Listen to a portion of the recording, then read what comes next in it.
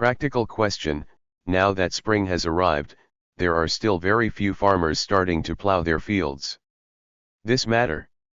It deserves our attention. Why does this situation occur? One reason is that the fields are not divided. The letter said, there is no clear classification of fields, which is a big problem in the current red areas. However, the air that the fields were owned by the Soviets and farmers only had the right to use them was very strong, and 4 times. After 5 divisions, the farmers felt that the fields did not belong to them and that they had no right to control them. Therefore, I can't plow the fields with peace of mind. This situation is very bad. The letter requested the provincial Soviet government. Governments at all levels and localities are ordered to post notices. It is necessary to explain the implementation of land extraction in areas that have been divided in the past. Those who make up for those who are short, those who are fat and those who are thin, are calculated and divided, and the person who gets the land is the land allocated by him. This land is his private property and cannot be infringed upon by others. From now on, one family will have their own land, one family will have a settled business, and one family will have a family. If they don't make up for it, or if they die, they won't return it. It's up to them to rent, buy, or sell it. When the fields produce, in addition to paying land tax. Outside the government, all land is owned by farmers. To QAT in this way, the land law since Jinggangshan has been corrected. According to the law, land ownership belongs to the government and not to farmers. Farmers only have the right to use it. Provisions prohibiting the sale of land. After repeated exploration in practice, a relatively complete land system reform plan that is in line with China's actual conditions. More than a month later, Mao Zedong wrote in a notice he drafted, R. The date number is 1. If you don't do the investigation, you have no right to speak. Second, if you don't do a correct investigation, you won't be able to do it either. Have the right to speak. With the last supplement, let's take what is said in Opposing Capitalism. No investigation, no right to speak, the expression is more complete, but in the long-term and harsh practice of revolutionary struggle, Mao Zedong refined a whole set of science. Working methods, attaches great importance to careful investigation of actual facts, and insists on starting from the time and place. Starting from the specific situation of the country, fully taking into account the complex factors and changes in all aspects of objective things. In response to the dynamic situation, we must pool the wisdom of the masses and find out practical and feasible solutions through careful consideration. Methods to solve problems are used to guide work, rather than based on taken for granted or unrealistic. Use second-hand information to decide policies rashly. This scientific working method consciously. Throughout the entire process of his future leadership of the Chinese Revolution, it continued to be enriched and developed in practice. Develop and use it to educate the entire party and the entire people. This is how the Chinese Revolution can achieve victory. Hence are important reasons. Without this point, it is impossible to truly understand Mao Zedong. Just as Mao Zedong and Zhu De led the Fourth Red Army into western Fujian again and held the Nanyang Conference.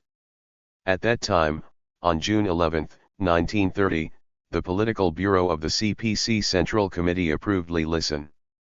Drafted the resolution A New Revolutionary Upsurge and the First Victory of One or Several Provinces. The meeting marked the victory of the left and for risk errors represented by Li Listen in the Central Committee of the Communist Party of China. Gain a dominant position. This left deviation is wrong, and is the same as the left deviation represented by Chu Kaibai more than 2 years ago. Compared with the mistakes, they have different characteristics. The previous one was caused when the revolution suffered a serious setback. There is a strong sense of recklessness. This time it is a large-scale melee between warlords of various factions of the Kuomintang. When a sudden outbreak occurs and the revolutionary movement clearly moves towards revival, due to the favorable conditions for the development of the revolution. Underscore an acute illness-style risk-taking action that occurs due to the tendency to make overly professional estimates. The resolution drafted by Li Lisan made a fundamental miscalculation of the situation and believed that China's revolution would. No matter the fate or the world revolution, we have arrived on the eve of the decisive battle, and there are already many people across the country. A direct revolutionary situation and has a great possibility of transforming into a victory for the national revolution. Profit. The resolution starts from the erroneous point of view of city-centered theory and specifically emphasizes, no. There can never be an upsurge of strikes among the working class without armed riots in central cities. There is one province. Victory with several provinces. Don't pay special attention to urban work, and want to surround the city with countryside. Asterisk, it is a very wrong concept to simply let the Red Army come and capture the city. In this kind of ideological guidance. Next, the Central Committee of the Communist Party of China formulated a nationwide general uprising with Wuhan as the center and a concentrated Red Army offensive. Central City Adventure Plan, focusing on the Wuhan riots, Nanjing riots, and the Shanghai General Alliance. They demanded work, and asked the Red Army from all walks of life to join forces in Wuhan and people drink horses from the Yangtze River. These propositions are naturally consistent with Mao Zedong and others' insistence on first implementing an armed separatist regime between workers and peasants in rural areas. The thoughts are fundamentally opposed. Li Lisan once attended the political bureau meeting of the CPC Central Committee on June 9. The meeting said, during the National Military Conference, two obstacles hindering the development of the Red Army were discovered. 1. One is the conservative concept of the Soviet area, and the other is the narrow guerrilla strategy of the Red Army. The most obvious. It is Comrade Mao Zedong of the Fourth Army. He has an entire line, and his line is completely different from that of the Central Committee.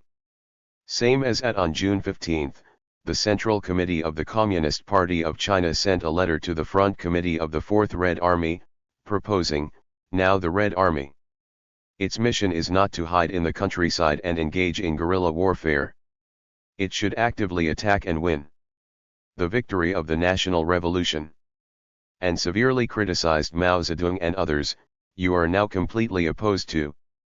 Reflecting the peasant consciousness, it shows opportunistic mistakes in politics. The letter said, The main reason why we men adhere to the past line is that you do not understand the entire revolutionary situation. Transformation. This is indeed no wonder for you, because your situation is too remote. At the same time, in a tough tone, he proposed, after the Central Committee's new line reaches the Fourth Army, the Front Committee must resolutely follow this line. A new course change. If anyone on the Front Committee disagrees with it, he should come to the Central Committee for explanation immediately. Decision at. A week after the joint meeting of the Front Committee of the Fourth Red Army and the Special Committee of Western Fujian was held in Nanyang. On June 19, it moved to Changsha County to continue the meeting on how the Red Army should play a political role.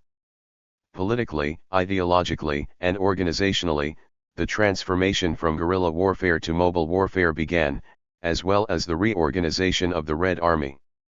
Issues such as editorial work and local work in the West were all discussed and decided. Tingzhou Conference. Yes. The first step in the process of the Red Army's strategy gradually changing from focusing on guerrilla warfare to focusing on mobile warfare. An important meeting. On the 21st, Tu Jianeng, Special Commissioner of the Central Committee of the Communist Party of China, rushed to Changting and held a meeting in Changting. The joint meeting delivered 2 days of reports conveying the spirit of the CPC Central Committee. According to Tu Jianeng's letter to China, the report of the Central Committee of the Communist Party of China said, the meeting accepted the opinions put forward in this report and believed that, the Yangtze River, the reactionary rule is very chaotic and heading towards a more rapid collapse. Strive for force. With Han as the center, it was very urgent to win one or several provinces first. Decide quickly. Concentrate, first capture Jian, use it as a base for attacking Nanchang and Zhejiang, and at the same time, make a counterattack. Under the slogan of attacking Nanchang, the masses of the southwest were mobilized to violently expand the Red Army. Mao Zedong and Zhu De expressed their opposition to the opinions conveyed by Tu Jining and Zhu De later. The American writer Smedley once said, "Mao Zedong and I expressed doubts about the entire plan. Doubtful, but we have lived in the area for many years and can get as much information about the domestic and international situation as we can. The information is very incomplete. In this case, we have to accept that our Central Committee." Analysis. He added, "Except Mao Zedong and me, few people opposely listen. Rude. We have no choice but to accept it, and nonetheless, they are in the process of executing. The Central Committee has always insisted on proceeding from the actual situation and handling it flexibly, thus avoiding the Red Army suffering. Suffered heavy losses and continued to develop in the struggle. The joint meeting also decided, in accordance with the instructions of the Central Committee of the Communist Party of China, to transfer the 4th Red Army, the 6th Red Army, and the Red Army to. The 12th Army was reorganized into the Red Army. The 1st Army of the Red Army was soon renamed the 1st Army of the Red Army, with Zhu De as Commander-in-Chief and Mao Zedong as Commander-in-Chief. He was appointed Political Commissar. The General Front Enemy Committee of the 1st Route Army of the Red Army was established, with Mao Zedong as secretary. There are more than 10,000 people in the entire regiment, including 4,000 Communist Party members and 7,000 guns. Red Army. After the regiment was established, the Red Army in the strategic areas of southern and western Fujian was organized into a centralized organization and unified under the Second Command. In the new stage of the war, the strategic transformation from guerrilla warfare to mobile warfare has begun. On June 22, Mao Zedong and Zhu De issued an order: "Our army must cooperate with Xianzhi. The workers and peasants have seized the task of seizing Zhejiang and Nanjing to build Xianzhi political power, which is planned to be held on July 5. Previously, the entire army marched to Guangchang to concentrate. At the end of the month, the headquarters of the 1st Red Army Corps and its directly affiliated units left the commander Ting via Guangchang and Rujin, Dieter to Xingguo on July 9. Tu Jining, special correspondent of the Central Committee of the CPC. As the headquarters advanced, the Chinese Revolutionary Military Commission's proposal brought by him from the Central Committee was announced. Attack Nanchang, join forces with Wuhan, and power on. At that time, the Central Plains War between Chang, Henan, and Feng was raging, and the Kuomintang. The garrison strength in Jiangxi is insufficient. Chairman of the Jiangxi provincial government and Commander-in-Chief of the 9th Route Army Liu Deping was shocked when he learned of the Red Army's plan to seize Nanchang and Zhejiang, and immediately ordered Nanchang and Zhejiang to. Cities such as Jiangsu and Jian stepped up construction of fortifications. Chiang Kai-shek transferred 2 brigades of the 18th Division back. Jiangxi, strengthened defense. Mao Zedong, Zhu De and others arrived at Baidu, Jian County, and attended the meeting held by the Central Committee of the Communist Party of China on July 14. Send member Tu Jining to convene a joint meeting of the Front Committee of the 1st Red Army Corps of the Communist Party of China and the Special Committee of the Southwest Cadres. Big. Experts believe that the Kuomintang troops in Jian are holding on in danger and waiting for reinforcements, and the fortifications are strong. The attack will cause a lot of casualties. It was decided that the main force of the Red Army would not attack Jian for the time being, but would instead attack Jishui and Yang. Feng and Zangshu attacked and moved forward. On the 20th, the Red Army entered Yangfeng City. Departed in the afternoon of the same day. Phase 2 Promotion Plan. Guo Weruo, who served as the Chief of Staff of the 1st Red Army Corps at the time, recalled. At that time, The action orders were all under the instruction of Comrade Mao Zedong and presided over by Chief of Staff Zhu Yunqing. I drafted it and then submitted it to Comrade Mao Zedong and Zhu De for review and revision before it was issued. Fate. The wording of the order and the way it was used to advance the plan were carefully considered under the intention of Comrade Mao Zedong. It was deliberately arranged, but in fact there was no specific deployment to attack Nanchang. This is push, word. Article. On the 24th, Zhangshu town was captured and 2 battalions of the Kuomintang army were annihilated. In order to determine the next course of action, Mao Zedong held a meeting of the First Red Army of the Communist Party of China in Zhangshu. The Youth League Front Committee enlarged meeting. At this time, Tu Zheneng had already left the headquarters of the First Red Army. The meeting will be paid from. After obtaining the enemy's combat documents and learning about the deployment of the Kuomintang troops in xianzhi, he believed that if the Central Committee of the Communist Party of China ordered a direct attack on Nanchang, the 2 brigades of the enemy's 18th Division were located to the east of the Red Army. To the rear, the threat is greater. There are many ponds on the outskirts of Nanchang and there are solid fortifications, making it difficult to attack. If we stay at Zhangshu, there is a possibility of being flanked by 3 enemy brigades. To fight for the Lord. In order to avoid being passive, the meeting decided to cross the Minjiang River from the west to the north, and then move to the opposite bank of Nanchang depending on the situation. Enter. This is a correct decision that avoids reality and favors fictitiousness. After crossing the Ganjiang River to the west, the 1st Red Army Corps advanced to the Gaoan and Shangjiao areas on July 27. On the 29th, Zhu De and Mao Zedong issued the order cameras to occupy the cattle station. Se. Niyuking train station, fired shots towards Nanchang across the river to commemorate the 3rd anniversary of the Nanchang uprising, and from the field. Reconnaissance of the enemy. After Luo Binghui came back, he explained that the KMT army in Nanchang was well defended and it was not appropriate to attack. Zhu De and Mao Zedong immediately ordered the Red Army to withdraw the siege of Nanchang and march towards Enyi and Fengxin. Go north. This is an area where the Kuomintang army is lacking in strength. The 1st Red Army Corps is in Enyi and Fengxin.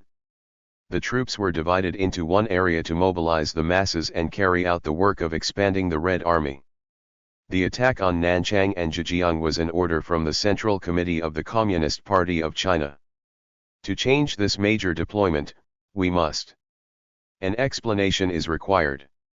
On August 19, Mao Zedong wrote a letter to the Central Committee saying, if we go straight to Nanchang, then the enemy's main force has not been eliminated, and behind our army, Nanchang is surrounded by water on all sides, so the situation is unfavorable.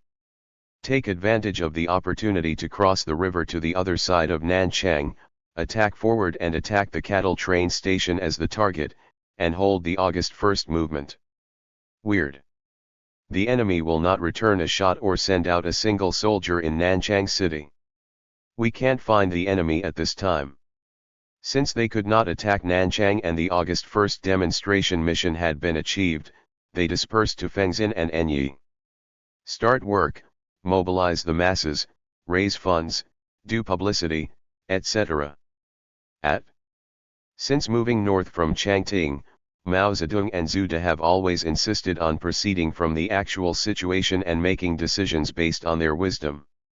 Use troops flexibly and constantly change the direction of the advance, without mechanically executing the CCP Central Committee's instructions.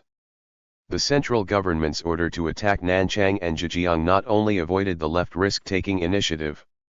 Despite the possible losses caused by the rebellion, the Red Army has also achieved greater development. When it set off from Changting, the number of soldiers grew from about 10,000 to 10,000, preparing for the future large-scale anti-Chi war. Lay the foundation. Soon after, Kai Kaiubai and Zhou Xile chaired the 3rd plenary session of the 6th Central Committee of the Communist Party of China to correctly Establish 3 mistakes of left-leaning adventurism. At the meeting, Mao Zedong was elected as the political bureau of the Central Committee. Alternate member, Zhu De was elected as an alternate member of the Central Committee. On August 7, Mao Zedong obtained Shanghai on July 30 and August 1 in Fengxian. Newspapers learned that the Third Red Army Corps led by Peng Dehui had taken advantage of the situation and captured Changsha, the capital of Hunan province. After the outbreak of the original World War, the anti-Roman people Li Zonggren and Zhang Fa's village troops moved northward from Guangxi to Hunan, and the country. He Jian, chairman of the Hunan provincial government of the Kuomintang and commander-in-chief of the 4th Route Army, hurriedly mobilized troops to fight Changsha. Defense strength is weak. A few days later, it was learned that the 3rd Red Army Corps had withdrawn from Changsha and was stationed in Pingjiang. The area is being pursued by key troops. The 1st Red Army Corps immediately marched westward towards the Hunan-Fujian border, together with the 3rd Red Army Corps. Legion moves closer. On the 18th, Wanzai learned that the 4th column of the 3rd column on the right side of the Hunan Army's pursued force. A trapped person has rushed to the Liaoyang Wenjia city area at the junction of the 2 provinces, which is relatively far away from the other 2 roads. Far away, the situation is relatively isolated. Mao Zedong and Zhu De made a decisive decision and set off that night to win the title of Writer. City's orders. At dawn on the 20th, the main force of the Red Army, with the cooperation of the local Red Guards, attacked Wenjia city. Suddenly launched a fierce attack. After more than 3 hours of fierce fighting, the 3 troops of the Hunan army who had not yet stabilized their footing were completely wiped out. A regiment, a battalion, and a machine gun company shot and killed the commander of the 3rd Column and the 47th Brigade. He wears a Duyuan on his head. This is the first major victory achieved by the Red Army after its establishment. The 3rd Red Army Corps is of great significance. This battle could have resulted in the capture of a radio station. Ting.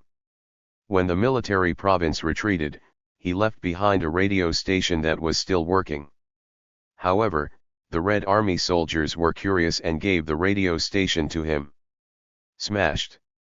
At that time, the Red Army was in short supply of communication equipment and had not yet established wireless communications.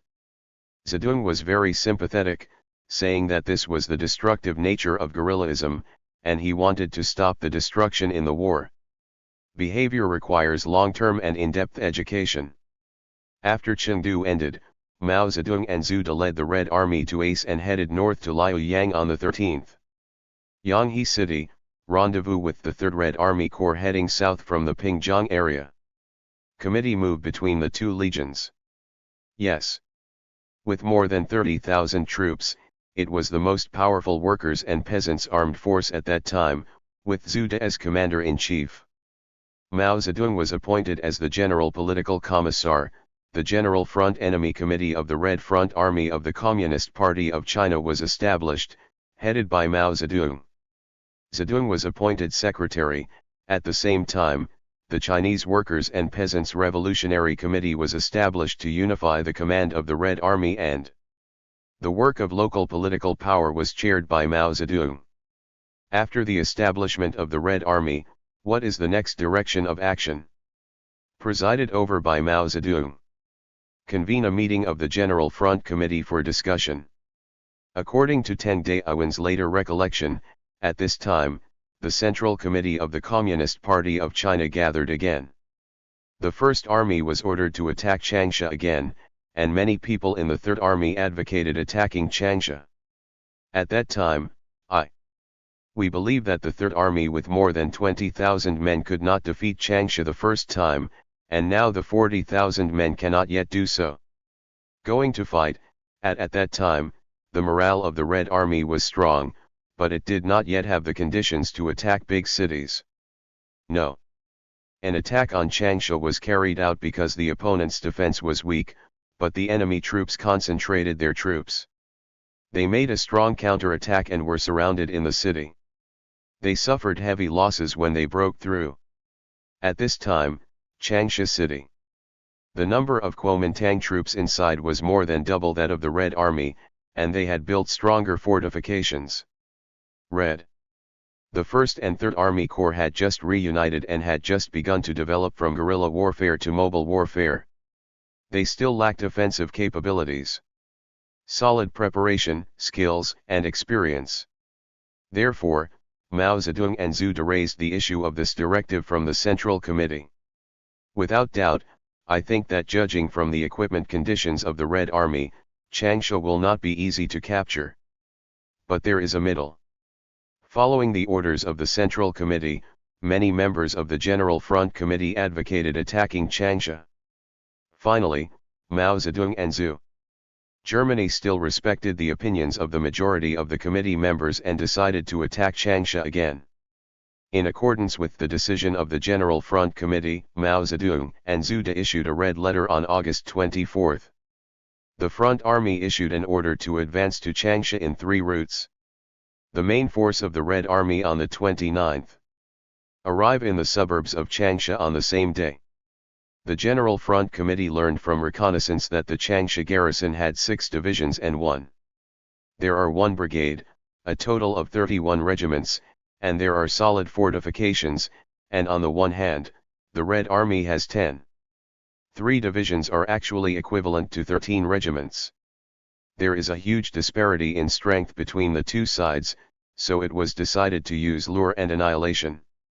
The combat method is to defeat the enemy's troops outside their fortifications and then take advantage of the victory to invade Changsha. However, Changsha 11 do not fight Nanchang, fight ERN 233. The Sha garrison insisted on holding on with fortifications and refused to attack. On the one hand, the Red Army could not seize the battle to annihilate the enemy. There was a strong demand within the army to attack the city. Therefore, the Red Army headquarters opened on September 9. On the evening of January 1, he issued an order to launch a general offensive on the Couch the next day. This battle is abnormal, intense. Although the commanders fought bravely and even adopted the fire bull formation method, they wanted to use. The herds of cattle came to break through the enemy's power grid, but it still had no effect. He Jian saw that the Red Army's attack was blocked. On the morning of the 3rd day, more than 2 brigades were sent to attack, but they were defeated by the Red Army. From now on, the defenders will not come out again. Hit. On the 10th, the Red Army launched its second general attack on Changsha and forced it several times in a row. Attack, fierce fighting, until dawn on the 11th, still no one could break through the defending army's position. The Red Army besieged Changsha for 16 days. 2 general offensives were ineffective and the enemy was lured and annihilated. The army's plan failed to be realized, and the troops with Li Zongren and Zhang Fuqui had arrived in Xianzhi. Message. On September 12, Mao Zedong chaired a Party 2 meeting attended by representatives of the Hunan Provincial Party Committee. Faced with the enlarged meeting of the Front Committee of the General Army, everyone thinks that the arrival of Li and Zhang's troops in Xianzhi is not a key step. But in order to attack the Red Army was in danger of being attacked from both sides, so it made up its mind to attack from Changsha. Withdraw the siege. Where should we retreat after withdrawing the siege? There were 4 different opinions at the meeting. One was that they thought it should not be done. If you give up the attack plan on Changsha, you can retreat via the Zhuzhubo Township Railway to eliminate the troops behind. The enemy is strong. The second is to retreat to Yuzhu, the third is to retreat to Yuanzhou, Jiangxi, the fourth is to retreat to Changsha and change. Fighting in the south though. Finally, Choi Zedong made a summary, and the meeting decided to withdraw from Linzhou and Zhangxiang first, and stop making connections. Stand by at. Regarding the lessons learned from this attack on Changsha, Mao Zedong said in his report to the Central Committee of the Communist Party of China. The attack on Changsha failed this time for 3 reasons: failure to eliminate the enemy's main force at work. Before the incident, the enemy has a total of 31 regiments. Although our battles in Wenjia City and Haozishi have been eliminated. The enemy's troops were more than the 5th Regiment, but before the large forces were destroyed, they retreated into the city and the trenches were dense, so the enemy had a surplus. Defend the city with all your strength. The conditions of the masses are not met. There were no worker riots, no soldier riots, etc. in the city. In response, the masses on Dianhan Road, Zuping Road, and Duhe River did not rise up and could not cut off the enemy's flow. Water and land transportation cannot block the enemy's economic and military transportation. Technical conditions are not met. 111. Prepare. The enemy's fortifications are European-style heavy-duty equipment, with 8 or 9 layers of barbed wire, trenches, etc. We can only use hand-to-hand combat and no heavy artillery to destroy the enemy's fortifications, nor can we use transportation equipment such as radios, etc. No, as a result, the two legions had poor communication and therefore missed the opportunity. He emphasized in the report. According to our experience, it is very difficult to occupy central cities without mass conditions, and it is also very difficult. Destroy the enemy at it can be seen that after the practical lesson of the failure of the second attack on Changsha. Mao Zedong had deeply felt that under the conditions of great disparity in power, Wang forced the attack center. Cities cannot succeed. When the Red Army withdrew from Changsha and arrived in Zhuzhou, the troops captured the Kuomintang government and a letter issued by the Central Committee of the Communist Party of China and the Central Military Commission in early August. The letter mentioned, first, the mission of the Legion is to capture Nanchang and Zhejiang, occupy the Nangsun Railway, establish the Jiangxi regime and the national government blocked the Yangtze River, attacked Nanjing to the right, and ensured the victory of Wuhan to the left. The Third Army Corps will work in Jiangxi for a period of time and then go to Hunan or Hubei. At see the center. After this instruction, some cadres of the Red Army advocated an immediate attack on Nanchang and Zhejiang. Some cadres also advocated persisting in the struggle in Hunan and Hubei, and then attacking Changsha. Mao Zedong knew very well that no matter what, it will be difficult to attack Nanchang, Zhejiang, or attack Changsha again. On September 13, a meeting of the Front Committee of the General Army was held in Zhuzhou, and after thorough discussion it was decided, first in Pingxiang and Bengzi, Shangling and Zhou counties raised supplies, and then the 1st Red Army Corps captured Jian, while the 3rd Red Army Corps took some supplies. Zhang, Xingan. After the meeting, the Red Army turned back from Hunan to Jiangxi along the Pingzhou Railway. But the problem has not been completely solved. At that time, the revolutionary acute disease was on the red side. It is quite common among the cadres who face the army. In particular, after seeing the instructions of the Central Committee of the Communist Party of China, Su. Many people and soldiers are eager to achieve a major victory in capturing the central city. September 20, Mao Zedong held a meeting of the General Front Committee of the Red Army of the Communist Party of China in Yushan, Jiangxi. There was a debate at the meeting. Mao Zedong and others insisted on the original decision of the Zhuzhou Conference. It was decided to attack Xing'an first, but some cadres proposed to attack Nanchang and Zhejiang directly, and some even asked Mao Zedong questioned, "You don't attack Changsha, you don't attack Nanchang, you insist on not implementing the Central Road line, by." During the meeting, Zhou Yili, head of the military department of the Yangtze River Bureau of the CPC Central Committee, came from Hunan, rushed to the headquarters of the Red Front Army and conveyed that the Yangtze River Bureau had found out that Li and Zhang's troops did not. When they arrived at Xiangtan, they asked the Red Army to go back and attack Changsha again, and brought a group of leaders from the Central Committee of the Communist Party of China. A letter of instructions, which said, "We expect that since you have taken. If there is no contact, there must be a meeting to discuss the issue of reoccupying Changsha.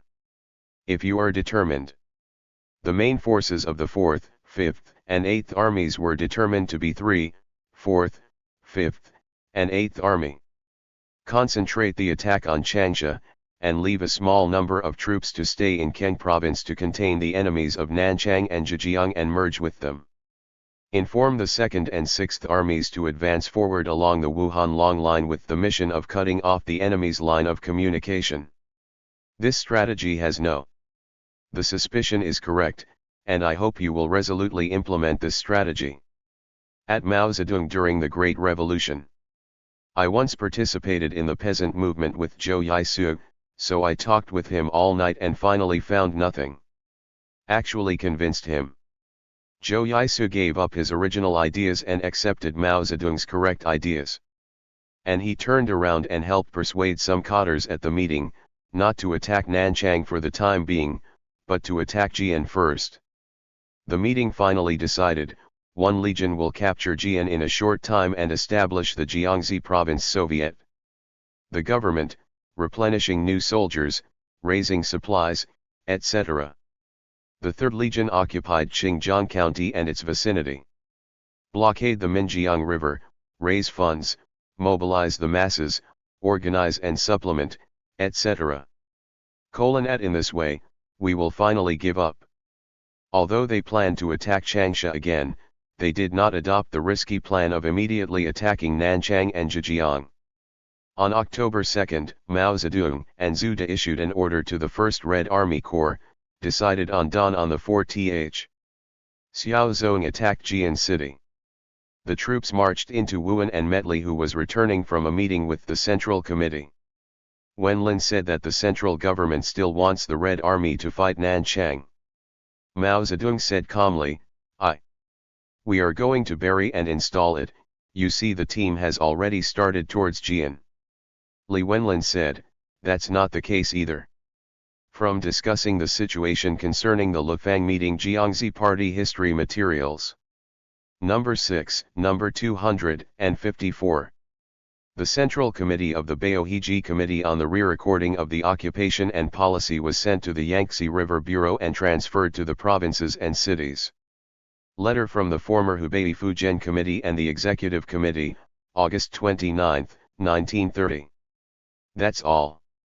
At that time, the surrounding areas of Jian were under the control of the Red Army and had become an isolated city, with only Jian being introduced. Zhangtongtong Foreign Affairs Bureau.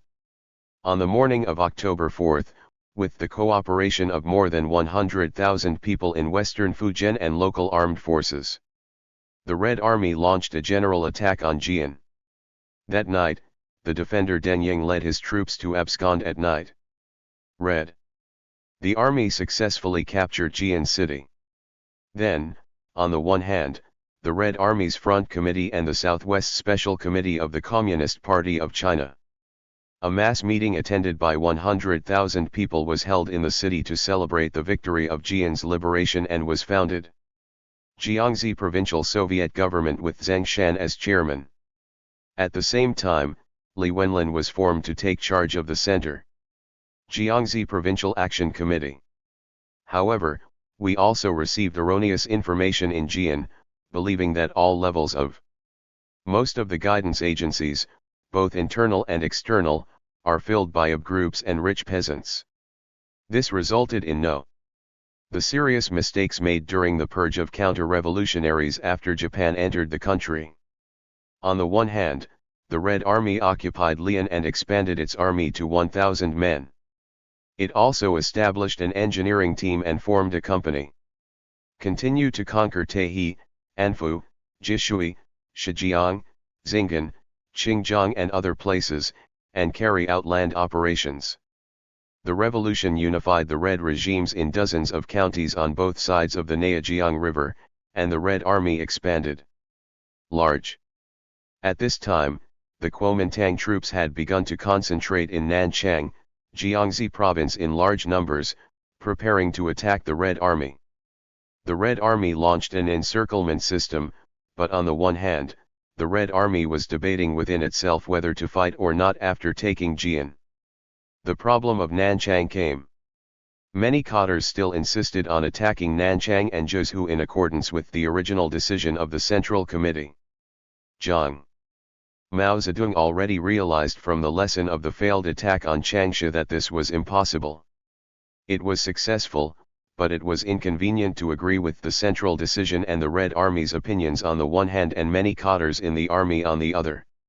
Seeing an open confrontation, we can only seize Nanchang and Zhejiang in a planned, coordinated, and step-by-step manner.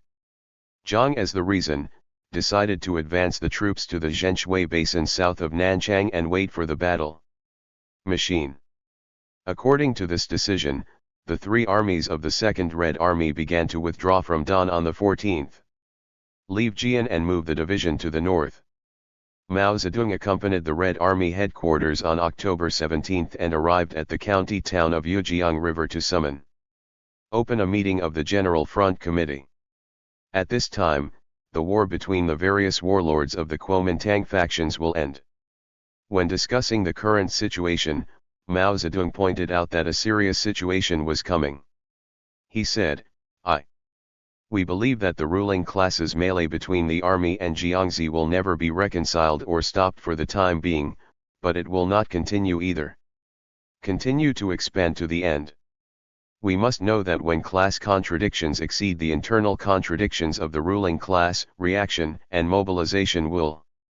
The ruling class must unite to attack the revolution. The meeting also discussed how to consolidate the expanded revolutionary base areas. Mao Zedong pointed out, as for the land issue, we believe that there must be a thorough and even distribution in order to. That's right.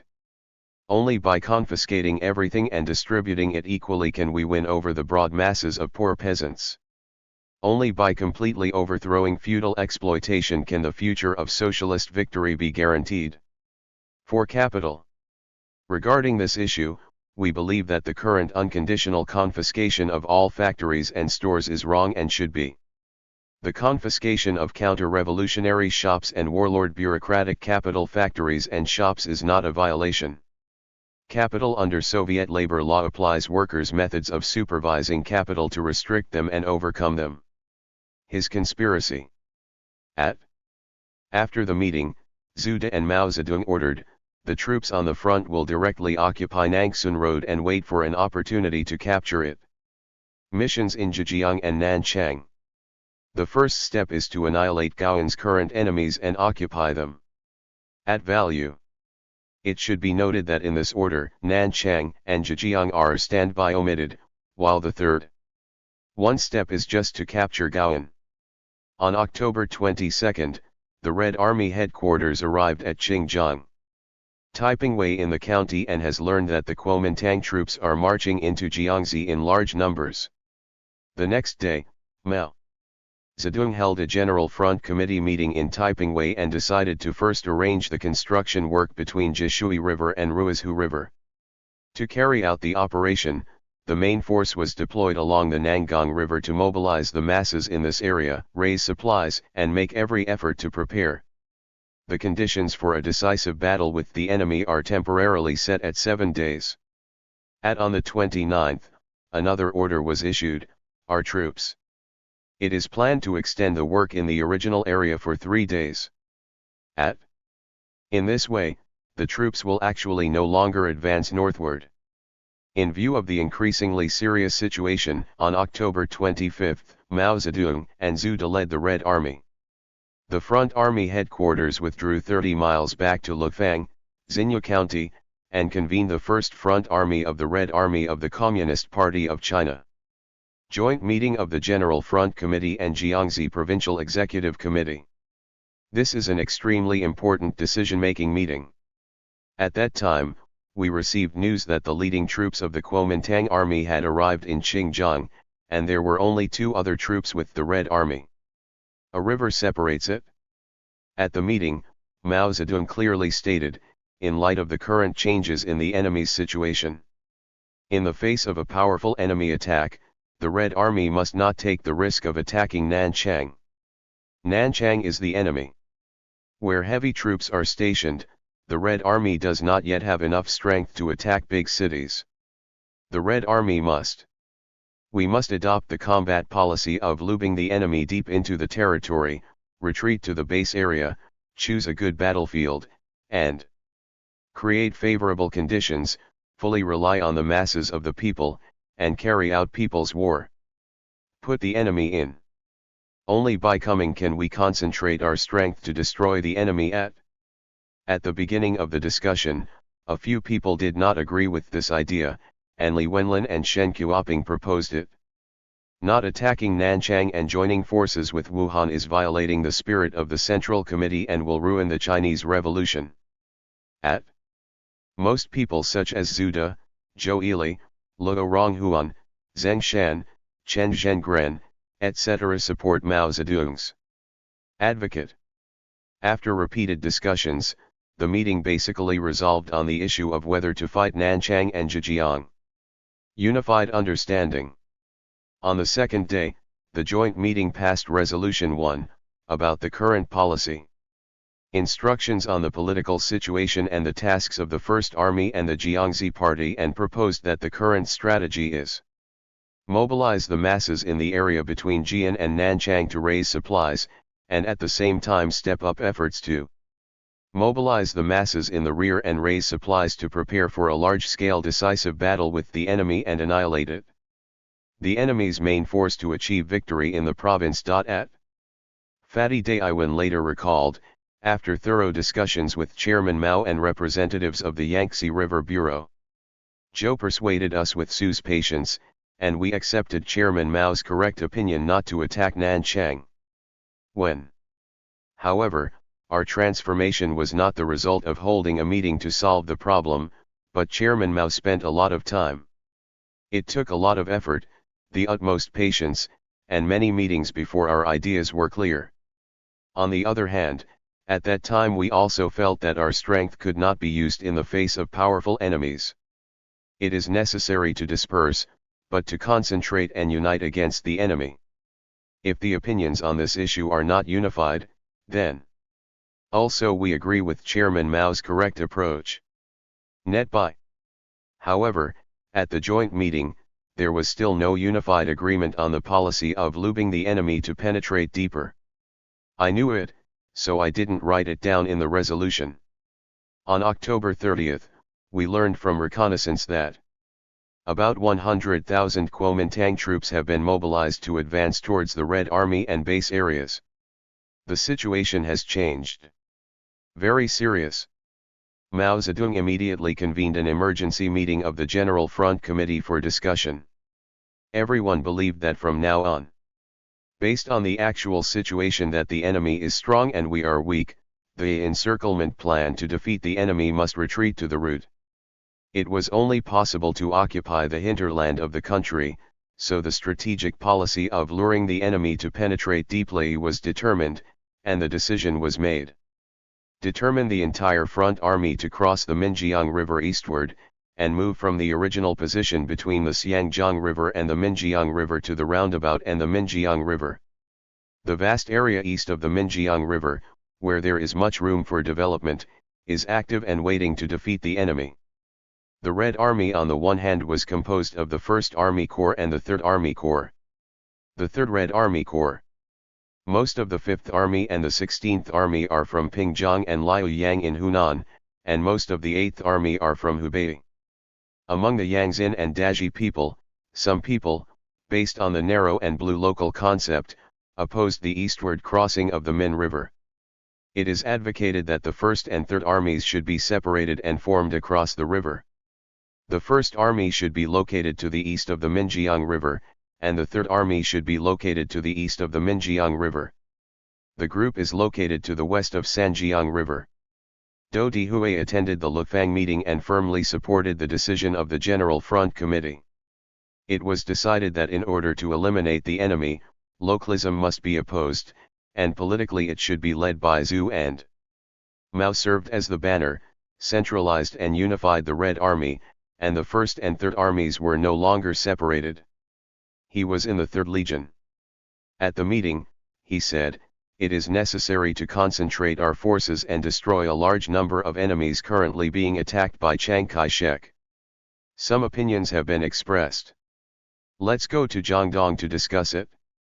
I must cross the river. The decision of the General Front Committee is correct. Red. The army wants to conquer the whole of China and does not want localism. At this attitude he expressed inspired the movement. Everyone has no opinion on its crucial role. The 3rd Legion was located between the Shijiang River and the camphor trees. East Danminjiang River. The headquarters and the 1st Corps also crossed the Zhejiang River near the Shijiang River. In this way, the entire front army began to invest in the first counterattack under unified command. Preparation work. In the 4 months from leaving Changting Zhejiang to the Lufang Conference, Mao Zedong and the Red Army has gone through a journey full of turbulent waves. At that time, Li made 3 left leanings. Under the erroneous guidance of adventurism, some revolutionary base areas and the Red Army suffered serious losses. Although Mao Zedong also moved his troops to Nanchang and Changsha according to the instructions of the Central Committee of the Communist Party of China, and a 16-day siege was launched against the Cauch, which not only failed to achieve success, but also resulted in more serious consequences. Heavy casualties, but in general, he kept a cool head and carefully studied the constant changes.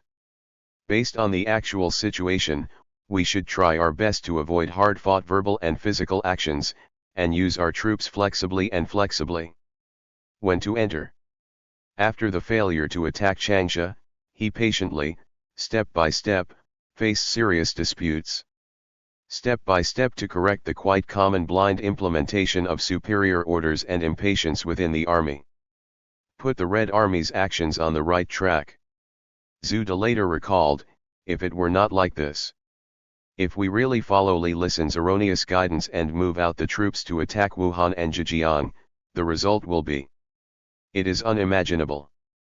By October 1930, the total number of Red Army troops on the one hand had reached 40,000 people, and the troops were concentrated and command unified, and the revolutionary base area also expanded significantly. This creates a good foundation for the upcoming large-scale counter-encirclement operation. Conditions. In the complex environment at that time, it was not easy to do this. An important reason why the workers' and peasants' armed separatist regime can exist and develop in China is that the constant divisions and wars among the military leaders of various factions of the Kuomintang have seriously weakened their power. Ruling power. In early 1930, Chiang Kai-shek's Nanjing government jointly controlled North China and Northwest China. There are tense relations among the Jingzishan and Hanyuxiangs, as well as Li Zonggren and Zhang Fuqui of Panjin Guangxi. The relationship has developed to the point of becoming tense. After nearly 4 months of brewing, it finally broke out. The China-Japan War was unprecedented in scale, with both sides investing 1 million troops. Southern provinces. The troops that came to enter pair from the Red Army were transferred away from their original positions. Kuomintang Jiangxi Provincial Government. Shilu Diping's Bingmo troops are 2 divisions, Zhanghuifen and Tandayuan. Among them, Tan Division and a brigade of Zhang Division was transferred to Guangdong and Henan to fight, and did not return until the end of the Great War in the Central Plains. Return to Jiangxi. This serious split and war within the Kuomintang ruling group caused the Red Army and the revolutionary base areas have been given favorable opportunities to develop rapidly. The development of the Red Army and revolutionary base areas, including attacks on central cities such as Changsha, led to the Kuomintang ruling group was greatly shocked. By October, the Great War in the Central Plains ended with Chiang Kai-shek winning. It ended with victory. As soon as he freed up his hands, he immediately turned around and mobilized his troops to fight against the Red Army and the revolution. A large-scale encirclement was launched based on the area, leaving almost no royal gap in the middle. This kind of encirclement is obviously different from the past. In the past, the advance period and improvement period of a province. The meeting system in several provinces was still only a partial action. At this time, the large-scale periphery period had already begun. It became an overall action under the unified command of the Nanjing government. The focus of encircling Pear was Mao Zedong. The Red Front Army commanded by Zhu and later developed into the Central Revolutionary Base visited the southwest district. Chiang Kai-shek, who had just won a huge victory in the Central Plains War, was in high spirits and a time of great arrogance. They mobilized 100,000 troops for the first encirclement period, thinking they could. After that, the Red Army was quickly defeated. On October 28, He Lu Linping was appointed to serve concurrently as the 9th Route Army Commander-in-Chief. On November 2, he and Lu Diping organized 7 divisions and 1 brigade in Xianzhi into. The 3 columns were to gather within 5 days and advance to the Shenzhen River Basin, using the long drive straight in to separate the areas. Using the tactic of advance combined attack, they launched a massive attack on the revolutionary base area in southwestern Jiangxi in an attempt to unite the enemy here. On the one hand, the Red Army engaged in a decisive battle. In the southwest Fujian revolutionary base area, county Soviet governments had been established in 34 counties. The prefecture has 9 county towns, with a population of more than 2 million, and has carried out land distribution operations. The poor peasants who moved and were allocated land actively supported the Red Army and the Soviet government. Many counties, districts, and townships and villages established Red Guard armies, Red Guard columns, Red Guard brigade and Red Guard troops respectively. That's it. Provided the Red Army with a vast battlefield and ample room for maneuver with full support from the people. This was something that had never happened before when the Red Army fought against the Kuomintang Army. The main force of the Red Army. The Zhenshui River Basin where I was located at that time was at the forefront of the base area. The policy of luringly to go deeper determined by the Lufang Conference is to pounce when a powerful enemy with superior advantages comes. At this time, the Red Army first retreated into the base area to avoid a decisive battle that was not conducive to the Red Army and to preserve its strength, force, and then rely on the support of the people and the favorable terrain in the base area to discover and create a weakness for the enemy, concentrate your forces, and wait to defeat the enemy. This is the reality that the enemy is strong and I am weak. The correct combat policy under the circumstances. But it is not easy to make this correct policy acceptable to everyone. Not easy. Some cadres have been influenced by the offensive line of left adventurism. They are unwilling to admit the reality that the government is strong and I am weak. They only talk about offense and regard retreat as protection. Hold the line. Some local cadres are even more worried that retreat will make the people's altar plating beaten to pieces. This is the reason why a serious dispute occurred on this issue during the Lufang meeting, where Lu Yelu, who served as the political commissar of the regiment in the 4th Red Army at that time, recalled. In order to make this truth clear to Red Army commanders and fighters, local cadres, and the masses, Mao. Comrade Zedong did in-depth and arduous work of education and persuasion, speaking at conferences and small meetings. Analyze it piece by piece, clarify the pros and cons, and emphatically explain that it is impossible for a capable army to defeat a strong army. We do not pay attention to the condition of position. Comrade Mao Zedong used many easy-to-understand comparisons. The metaphor vividly explains the principle of to get peace, you must first get it. He pointed out. Only by losing can we not lose both things. Do not destroy some people's homes from time to time. If the altar is made of lead, all the people must be beaten to pieces for a long time. Finally, a correct combat policy has finally been recognized and accepted by everyone, which ensures that we grasp the counter-encirclement period and the chance of winning the war. 2. After the policy of luring the enemy deep was determined, the commands of Mao Zedong and Zhu De were transferred to Minjiang. The main force of the Red Army in the east gradually moved towards the mountainous areas of Donggu and Longgang in the central part of the base area. Retreat.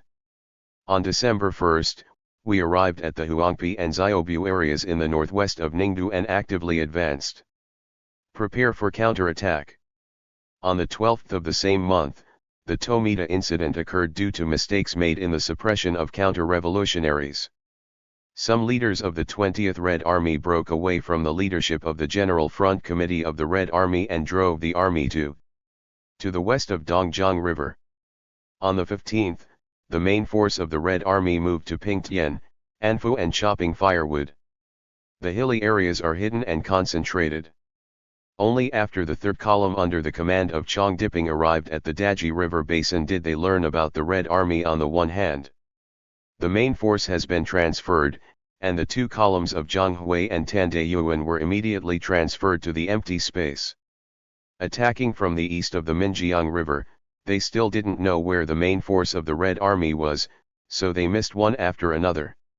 In December, they were named. Chiang Kai-shek arrived in Nanchang and appointed Liu Diping as concurrently Commander-in-Chief of the Army, Navy, and Air Force and Director of Nanchang Camp. Command all forces to continue to advance toward the central area of the base area. But as soon as the Kuomintang troops entered, the base area is in trouble. In this sparsely populated mountainous area with inconvenient transportation, unable to find either a guide or food, we had to wait for supplies from behind before moving forward. As we entered, our eyes and ears were blocked everywhere, and we knew nothing about the actions of the Red Army. The Red Army, on the other hand, waited for work with ease, and its information was quick and easy, and it was very aware of every move of the Kuomintang army. Finger palm. After Mao Zedong arrived at Huangpi with the Red Army headquarters, he presided over the meeting in early December. An enlarged meeting of the General Front Committee was held to discuss the Melon's combat plan for the periphery period. Everyone thinks that, although the enemy troops entering Qi numbered 100,000, they were not Chiang Kai-shek's troops to destroy the Soviet Union. Among them, Zhang Hui. Understand that the 18th Division and Tan Dayuan's 50th Division are Liu Diping's relatives, and they are also the ones who returned this time. If these two divisions are eliminated as the main force in the encirclement period, this encirclement period can be basically broken. Zhang's and Tan's two divisions each have about 14,000 men, while the Red Army has more than 40,000 troops. If you hit one division of the opponent at a time, you can gain an absolute advantage, and victory is guaranteed. In order to mobilize the vast number of soldiers and civilians in the base area to meet the upcoming battle with confidence, General Front Committee and Front Army Headquarters General Mao Zedong's speech at the Huangpi meeting 8 Great Victories. Conditions was published as a propaganda material against the periphery period. December 25, again. Xiaobu held a grand meeting of monument masters. Mao Zedong wrote a couplet for the Congress: "The enemy attacks us. Retreat, the enemy is stationed, we harass, the enemy is tired, we attack, the enemy retreats, we pursue, in guerrilla warfare, we play with the odds of victory, make strides forward. Retreat, lure the enemy deep, concentrate your forces, defeat them one by one, and annihilate them in mobile warfare." At the meeting, he used this couplet as the title to explain in detail and vividly the necessity and benefits of lubing the enemy to penetrate deeply. He also analyzed 6 conditions for the enemy to be defeated and we to be victorious. 1. The military and civilians in the Soviet area are united. The people's active assistance to the Red Army is the most important condition. Secondly, the Red Army can take the initiative to choose. Set up a trap in the most favorable combat position, trap the enemy inside and fight. 3. Red Army concentration. With superior strength, we can annihilate the enemy part by part, one by one on the 21st. 4. You can find the weak parts of the enemy and pick out the weak ones to fight. 5. You can kill them. Drag the enemy until he is exhausted, and then attack again. 6. You can cause the enemy to make major mistakes and take advantage of the enemy. After that, he attacked Liao dynasty. These analyses have greatly strengthened the Soviet area's military and civilian resistance to the encirclement period. Determination and confidence to win. Mao Zedong attached great importance to the issue of being prudent and slack at the beginning and must fully understand everything beforehand. Only fight under certain circumstances. The target of the attack was initially selected to be Tan, which was closest to the Red Army's hiding place. Master De Yuan. On December 27 and 28, the main force of the Red Front Army carried out 2 attacks in succession. Braving the severe cold, they set up an ambush in the Xiaobu area where Division 10 was about to arrive, preparing to attack the enemy unexpectedly. The army was wiped out in the movement, but the battle was not successful because Tan De Yuan did not dare to go deep alone. Red Army. Withdraw the position immediately and continue to wait patiently. At night, Mao Zedong and Zhu De discussed the work together. During Operation War, he said, opportunities will always come, and we have to wait patiently. On the 28th, Lu Diping ordered his divisions to launch a general attack on the Red Army. Zhang Hui, the always arrogant commander of the 1st Column and commander of the 18th Division, learned of the internal developments in the Red Army. When the Tomita incident occurred, he thought it was a good time to launch a large-scale offensive, and immediately launched an attack on the 5th Army. The 14th Brigade stayed behind in Dongwu, and personally led the division headquarters, the 52nd Brigade, and the 53rd Brigade. With the cooperation of a brigade of the 28th Division, they advanced towards Longgang. Longgang is close to the place where the main force of the Red Army is concentrated. It is surrounded by mountains and has a long and narrow basin in the middle. The area, where the local people could not help block the news, was a good place for the Red Army to set up an ambush. Master Zhang comes out. On the night of the riot, Mao Zedong and Zhu De issued an order to the entire army. Zhang Hui, director of the drama department, is a veteran of Shanhe and Cocoon. Tian arrived at Biaotu and now advanced towards Shanggu and Longgang. The front army decided to change the target and cross. Sweeping the enemy on our left must be in front of us. At night of the 2nd day, Mao Zedong and Zhu De took Zhang Shigong's way. Just after entering Shilonggang, the army was alone and deeply entrenched, and the foothold was not yet stable. An attack order was issued. In the early morning of December 30th, there was drizzle and thick fog. Mao Zedong, Zhu De led in Shanglonggang, June. Huangjuling temporary command post between the squares. Mao Zedong said to Zhu De, Commander-in-Chief, look. It's true that God helps me. During the Three Kingdoms period, Zhujiang used the east wind to defeat the enemy's troops.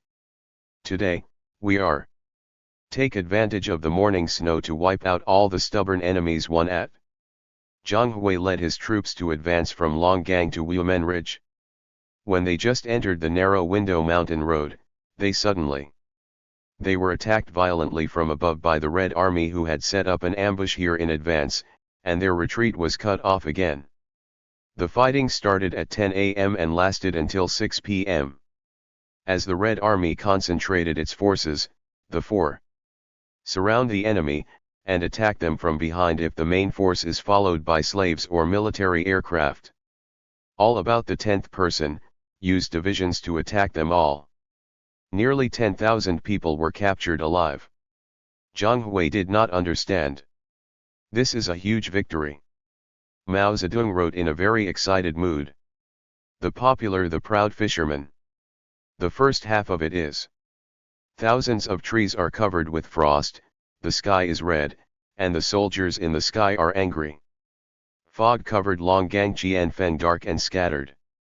With a shout, Zhang Hui and Weiang were mentioned in front of me. On the one hand, the Red Army took advantage of the victory and sent its troops eastward, taking a shortcut, climbing over a high mountain, and taking Tan directly. The 50th Division of De Yuan Department. On the morning of January 3, 1931, the Red Army arrived near Dongshao and marched towards. The 50th Division launched an attack, and after fierce fighting, more than 3/4 of the division were wiped out. Other various. On the way, the Kuomintang troops retreated hastily. Within 5 days, the Red Front Army won 2 major victories in Longgang and Donghu, with a total of annihilated 1.5 divisions of the encirclement plan army with more than 15,000 men, surrendered more than 12,000 guns, and won the victory. The ground broke the first encirclement of the Kuomintang army. After the battle at Longwang, Lu Linping immediately reported the situation to Luo Jiashi, including: in the Battle of Dragon Net, not a single piece of armor of the 18th Division will be returned. Chiang Kai-shek called back and said, the 18th Division has lost its defeat is a matter of course, not surprising. Every time my brother hears about the Communist Party, he gets confused and panics. You are a coward. Let the Communist Party hear about it. 4. I hope that the strict governor will stick to it and only move forward, not retreat. Mao Zedong and Zhu De were on their way back to Xiaobu, es. Wang Jing, Lu Shi, and others who were originally radio station personnel of the Kuomintang Army are welcome to participate. Join the Red Army and establish the Red Army radio team, with Wang Jing as captain and Han Wenbin as captain. The political commissar provided the conditions for carrying out radio reconnaissance and accurately grasping the enemy's movements, and since then, he has made important contributions to the victory of many counterattacks against encircling Pear. The victory achieved in the first anti-encirclement war was achieved more than 3 years after the establishment of the Chinese Red Army. The greatest victory ever achieved against the Kuomintang Army caused a strong shock throughout the country. 2. In September, the Political Bureau of the CPC Central Committee passed the instructions to the Chinese Red Army and party headquarters at all levels. Said, the 1st and 3rd Army groups of the Red Army and the working people of Xianzhi are one and the same under the Soviet power. In response to the action, they achieved unexpected results. They played an important role in the great history of the development of the Chinese Revolution. Above, a new glorious page has been written at. Mao Zedong clearly realized that Chiang Kai-shek would never give up after receiving this blow. If the enemy attacks, it will definitely launch a new large-scale attack. Therefore, it is necessary to immediately step up combat preparations, especially mobilize the vast number of soldiers and civilians in the base area to prepare for the new encirclement of Pear. Red First Front Army. After more than 2 months of offensive operations, Guangchang, Xishan, Rujin and other county towns were successively captured. At the junction of several counties, many armed agrarian fences of landowners, tyrants, and gentry were destroyed, consolidating and expanding the routes. In the base areas, the district and township Soviet power and party and league organizations were improved, the local government was restored and developed. We installed them, and vigorously mobilized the masses in the counties and counties in the base area to defeat the local tyrants, divide the fields, and raise funds, supplies and funding.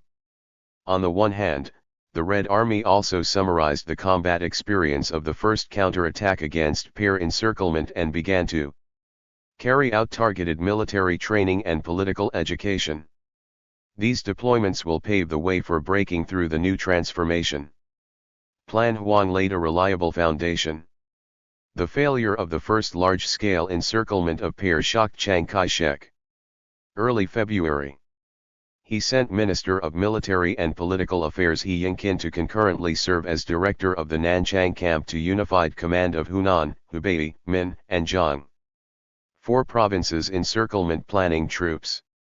In early April, he mobilized 18 divisions and 3 brigades, totaling 200,000 men. The number of troops invested doubled compared with the first time. At the same time, in view of the lessons learned from the first fiasco, there have also been great changes in the way of fighting.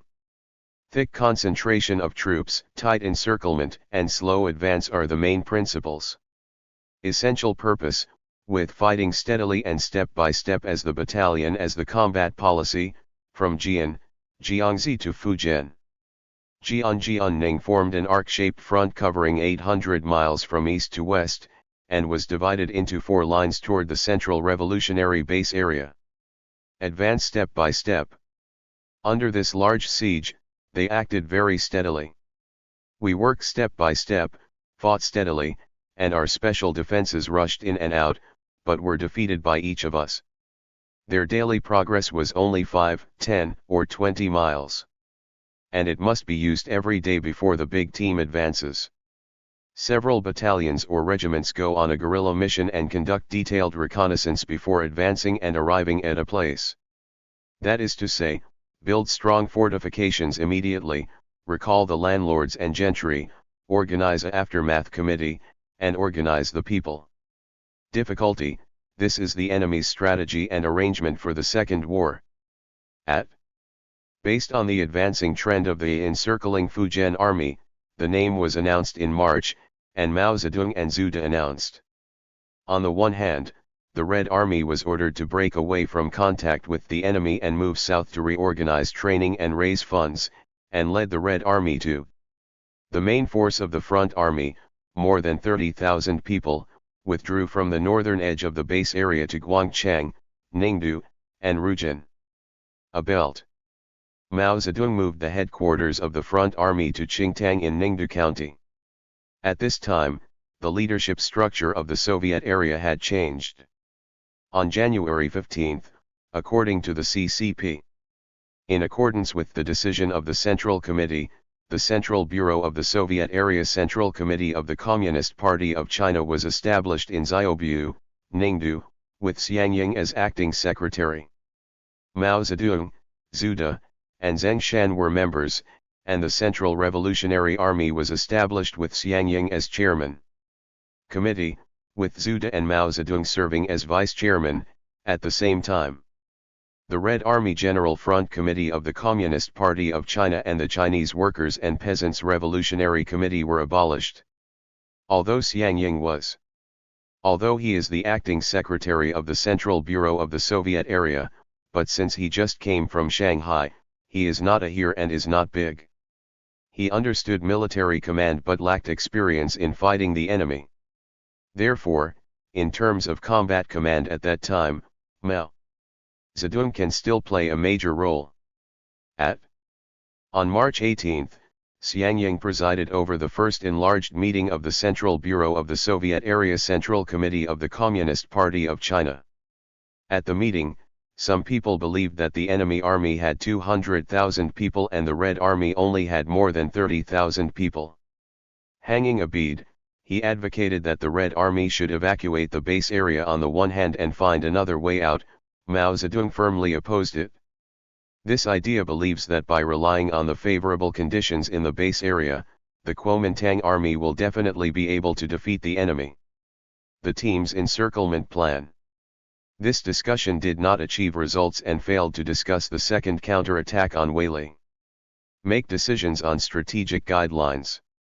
In early April, the central delegation composed of Ren Qiangshi, Wang Jiaxiang, and Gu Ziulin arrived. The Central Revolutionary Base area, and then transferred to Qingtang, Ningdu, to participate in the leadership work of the Central Bureau of the Soviet area. On the 17th, the first enlarged meeting of the Soviet Area Central Bureau continued to be held in Qingtang.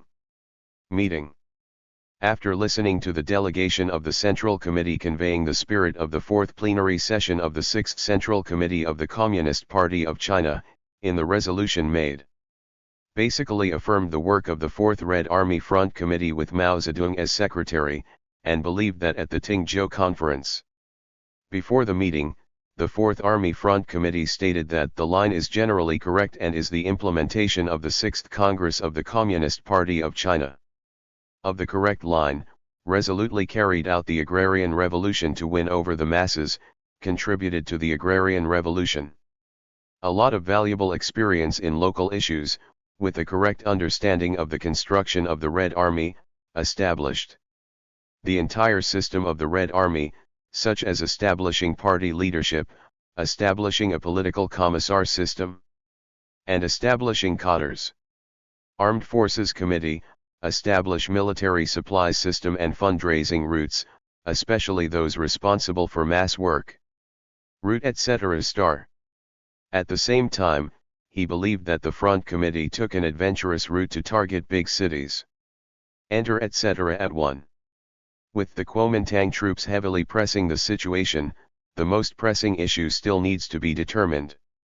The second counterattack against the strategic policy of encircling Pir. There were serious differences of opinion at the meeting. Su District. Many people, including Xianzhi, acting secretary of the Central Bureau, still believe that there is a huge disparity in strength between the enemy and ourselves and that the enemy's troops are tightly packed. The siege was difficult to break, and the Central Committee's March 2 instruction letter stated in order to preserve the strength of the Red Army. Strength, which can, if necessary, abandon the old and organize new Soviet areas. That sentence advocated transferring the main force of the Red Army outside the base area. There are still some people who advocate divide the troops and retreat the enemy, believing that doing so on the one hand can make the enemy's encirclement fail, and on the other hand it can defeat the target. By transferring, we can retreat the enemy. Mao Zedong opposed these two propositions and continued to insist on relying on the base areas. With the favorable conditions, we can lure the enemy on the spot to penetrate deeply, and rely on the soldiers and civilians in the area to defeat the enemy's forces. Surround the Pir, and advocated the concentration of troops, pointing out that dividing the troops would not only fail to retreat the enemy, but would instead lead to red losses.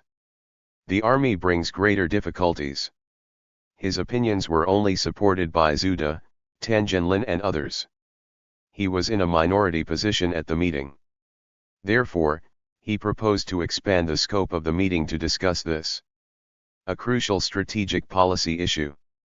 This proposal was accepted. First Front Army Staff Officer. When Commander Zhu Yunjun walked out of the meeting, he said worriedly, "The enemy is at hand, and the Central Bureau is not unified like this. But that's not a good thing." Participants in the enlarged meeting, in addition to members of the Central Bureau, included military commanders and political leaders of all armies. The committee, and sometimes the chief of staff and director of the political department. Mao Zedong analyzed the relationship between ourselves and the enemy in his speech. Situation, pointing out that the conditions for the Red Army to break through the Kuomintang Army's encirclement of Pir this time were better than those for the first counterattack. The periphery period is even better, and the possibility of victory is greater. At the meeting, many senior Red Army cadres expressed. He said that he firmly advocated breaking the enemy's second siege of Pir within the base area. Joili basis. The actual experience of creating the Soviet area criticized the error that there is no Marxism in the ravines. Misunderstanding, proposed that Mao Zedong and others proceed from reality, make a detailed analysis of the specific situation, and create. Establishing a revolutionary base area and commanding the Red Army to win battles is Marxism in practice. Xianzhi. The person in charge of the special committee between South and West China also firmly disagreed with the main force of the Red Army withdrawing from the base area. In this way, Mao. The opinions of Zedong and others have changed from the minority to the majority. After the question of whether to fight or not is resolved, the next question is where to start the counterattack. There was another argument last night. Some people advocate that we should first attack Zhang Guangbo and the colonial court who were in the process of rejuvenating the country.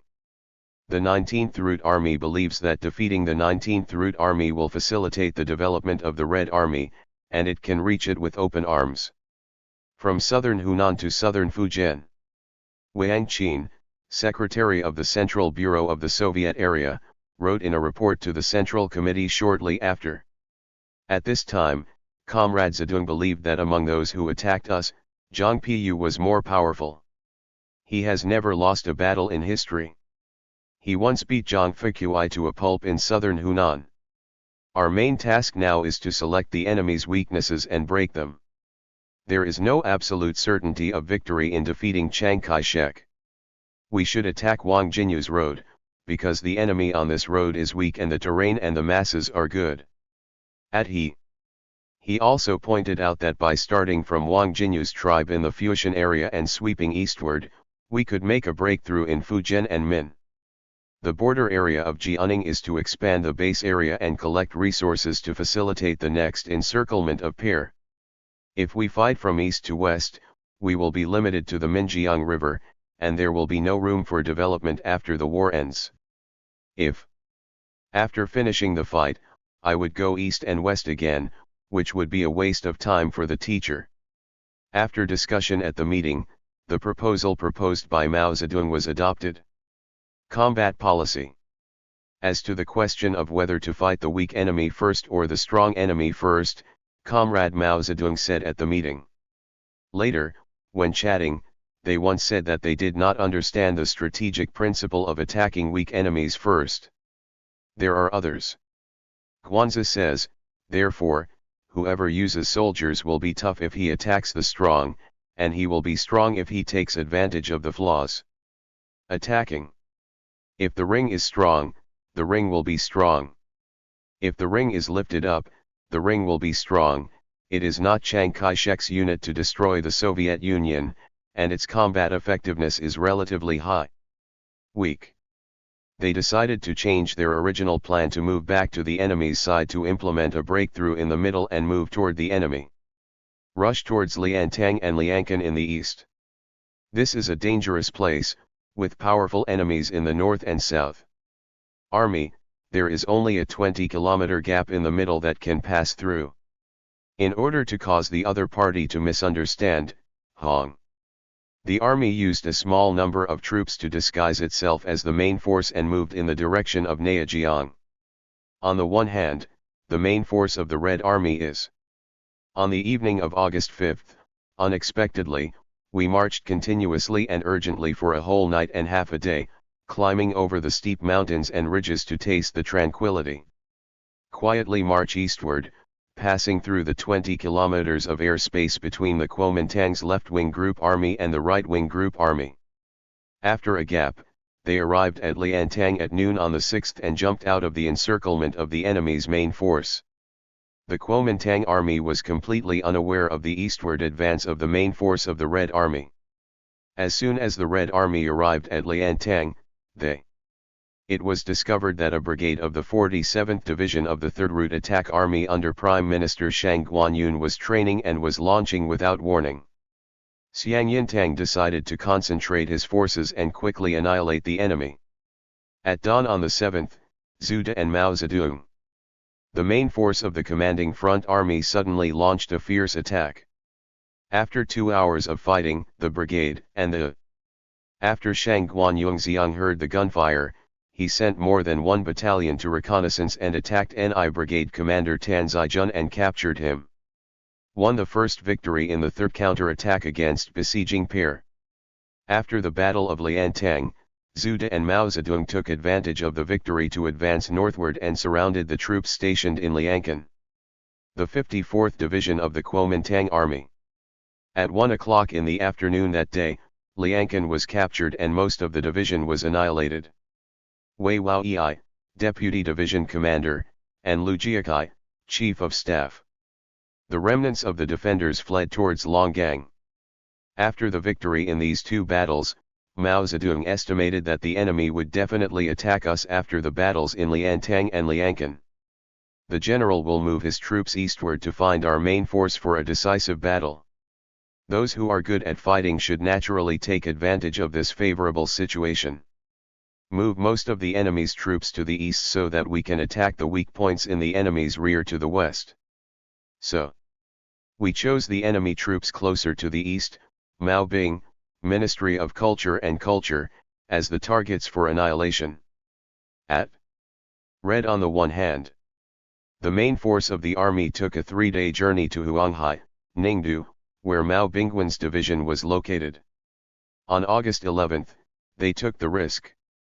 Heavy rain attacked, broke into Huangpi in one fell swoop, and annihilated 2 regiments of Mao Bingwen's division. Taking advantage of the victory, they pursued the enemy again. Annihilate one of them.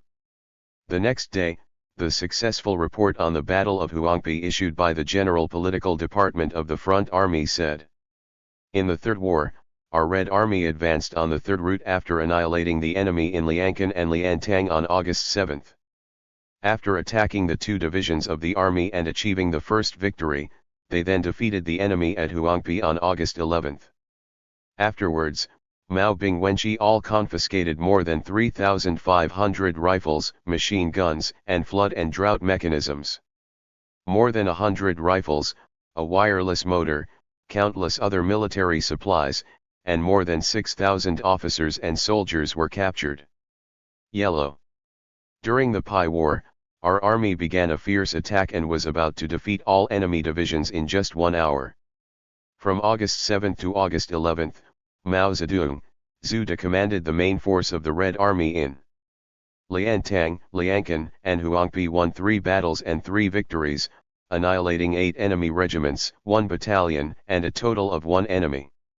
More than 10,000 people and more than 10,000 guns were surrendered, regaining the initiative from the original passive situation. When the main force of the Red Army suddenly attacked Huangpi, Mao Bingwen and his staff panicked. They hurriedly evacuated, not even having time to take away or burn the confidential documents. Front Army Staff Office from Mao Bing. The Cultural Division headquarters seized an emergency telegram received only 2 hours before the battle. It was the commander of the 6th Division. Zhao Guantao and Wei Liwang, the commander of the 10th Division, issued a warning, internally stating that the 2 divisions were heading towards Huangpi. "We have entered the firewood-cutting hillock 10 kilometers away from Huangpi, with only a big mountain in the middle." Mao Zedong. After Zhu's research, he concluded that the Kuomintang had turned its main force eastward in an attempt to encircle and annihilate the main force of the Red Army in Huangpi area. They immediately issued an emergency order. The Red Army stopped its pursuit and quickly swept away the area. On the battlefield, they withdrew from Huangpi that night and concentrated in a hidden area in the Junling Now area east of Junbu. Red. The day after the main force of the army withdrew from Huangpi, 4 divisions of the Kuomintang army arrived at Huangpi. Because of Red, the troops had moved and they were in the air again. Then, other Kuomintang troops also attacked Huangpi and June. The starting area forms a dense surrounding circle on 3 sides, east, south and north. In this way, the Red Army was again in a very dangerous situation of being heavily surrounded by the Kuomintang troops. As the telegram from the Central Bureau of the Soviet Area Central Committee of the Communist Party of China said to the Central Committee of the Communist Party of China, the periphery period of the third counterattack began. Later, the Red Army commanders and soldiers on the one hand ran for 2 months without any rest. They were extremely tired and sick. There are many illnesses, and in about 3 weeks, I went in and out of the enemy's siege to win over Liancan and Huang. After winning the Battle of Pai, we were surrounded by the enemy for the second time on August 16. This was the 3rd war in a year. The most difficult season in China. On August 13, Mao Zedong and Zhu held a military meeting in Junbu. Meeting to discuss how to break out of the enemy's encirclement. The meeting unanimously agreed with Mao Zedong's opinion. It is believed that we should avoid a decisive battle with an enemy army that is several times larger than the Red Army, and instead adopt a provocative eastward attack. Westward tactics, using part of the force to continue to draw away the enemy troops eastward and cover the main force of the Red Army secretly. March westward, return to Xingguo, hide, and wait. After the meeting, Mao Zedong and Zhu pointed out that Chiang Kai-shek and He Yinqian deeply encouraged our troops to go out to Fudong. Linghuan, he ordered the 12 Red Army uniforms to be the main force of the Red Army, with great fanfare. The movement towards Lianban gave the Kuomintang troops the illusion that the main force of the Red Army was going to attack Linghuan northward. Attract them to mobilize to the northeast. Mao Zedong and Zhu De led the main force of the Red Army. Facing the elite troops of the Kuomintang army, which was advancing eastwards, they looked for empty steppes and quietly moved towards them. The west is advancing quickly. When entering quickly, there are strict regulations: no lighting, no smoking, no loud noises. Sound: from Chang Guangxing's 1st Army Corps and Chen Cheng's 2nd Route Attack Army, there is only one sound between them. Crossing through a narrow frontal gap of 10 kilometers. After a whole night of rapid march, another breakthrough was made. Tight encirclement and safe transfer to the Beishi and Fengbian areas in the northeast of Xingguo, deep in the mountains and dense forests. Rest. On the one hand, the main force of the Red Army took such a big action and penetrated through such a small flanking front. He intervened without being noticed by the enemy at all, which fully demonstrated the commander's superb command skills. 12. Break the encirclement rules 3 times. The good quality of the skills and troops also reflects the support of the people in the base area for the Red Army and a high degree of political awareness of the military blockade. At this time, the Kuomintang army still thought that the main force of the Red Army was still on the eastern front, and went all out to launch a frenzy chase.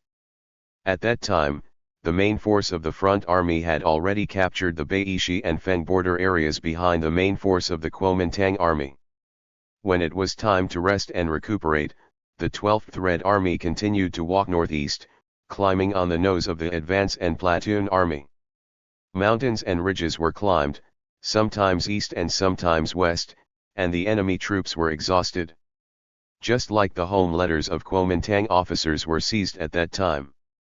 Zhong said, in the past month, no matter whether it is an officer or a soldier, there is almost no one who is not sick. The fat ones are thin, and the thin ones are thin. Dragged to death. As for the men and horses who fell to death due to the high mountains and dangerous roads, as well as the officers and soldiers who were killed by bandits after falling ill.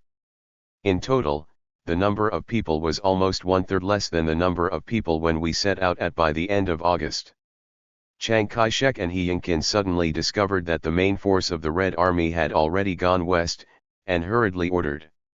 The main force of the Jinpei army turned around and headed west, and then went to the northern area of Xingguo to look for the main force of the Red Army for a decisive battle. At this time, the main force of the Red Army had been resting calmly for half a month in the areas near Beishi and Feng. In early September, Mao Zedong and Zhu De led the main force of the Red Army, more than 30,000 people, to continue to move westward and turn around. Go to Junkan, Tea Garden and Gangshan district between the 3 counties of Xingguo, Huanan, Taihe, and assemble in a hidden place. The main force of the Kuomintang's advance period troops repeatedly attacked the enemy's rooms, leaving them exhausted and low in morale. After falling, he was no longer able to fight the Red Army in the base area. At this time, within the Kuomintang ruling group, the contradiction between the Ningxia and Guangdong factions further intensified, and the allied forces of Guangdong and Guangxi took advantage of Chiang Kai-shek's main force to fall into. On the occasion of the Jiangxi Soviet area, there was a large-scale drive northward and into Hunan. In view of the above circumstances, xianzhi, it was decided to contain the Red Army in Jiangxi on the one hand, and move to the Minya border area to prevent the expansion of the rebel army on the other. Zhang at. On September 4, He Yinkin, in accordance with Chiang Kai-shek's decision, ordered the left and right wings to be divided into 2 groups. The regiment army retreated. The retreat of the Kuomintang troops was a great opportunity for the Red Army to counterattack. In Mao Zedong and Zhu, under the command of Germany, on September 7, a unit of the Red Army annihilated the Kuomintang retreating from the north at Lao Camp in Taihe County. A brigade of the 9th Division of the Party Army. The main force of the Red Army on the one hand is in Jiaoxingwei, Xiangkuodinkyo, Xingguo County. The 2 divisions under his command launched an attack. But this case was fought very hard. After 2 days of fierce fighting, both sides There were nearly 3,000 casualties on both sides, and the fighting was reduced to a massive rock formation.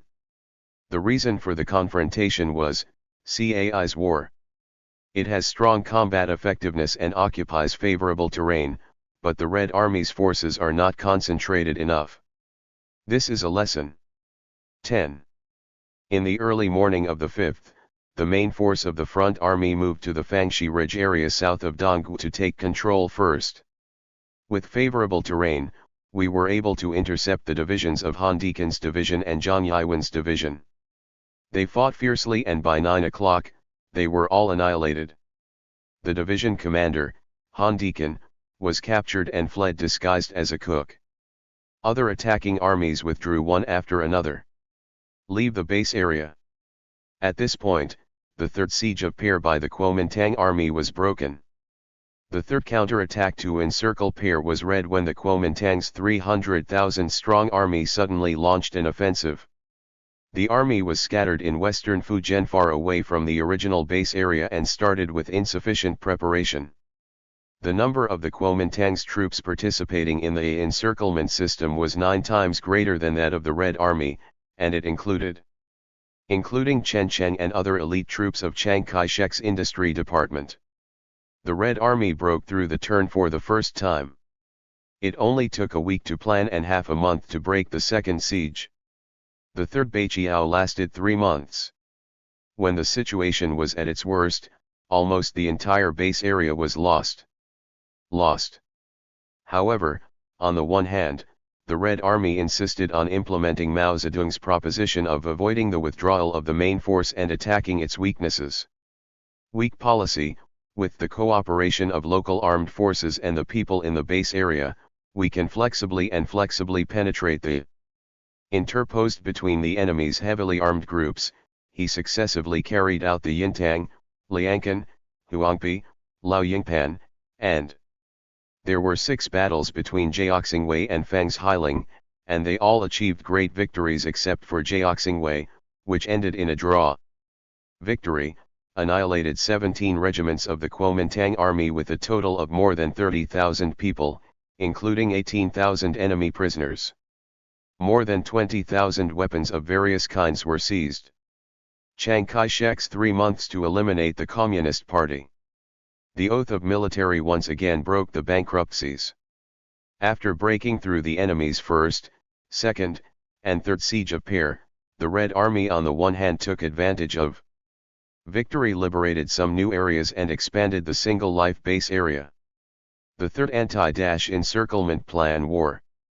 After the victory of the war, Mao Zedong went to Yeping, Rujin to meet with the Bureau of the Central Committee of the Soviet area of the Communist Party of China, and in October, on the 11th, he served as acting secretary of the Central Bureau of the Soviet Area Central Committee of the Communist Party of China.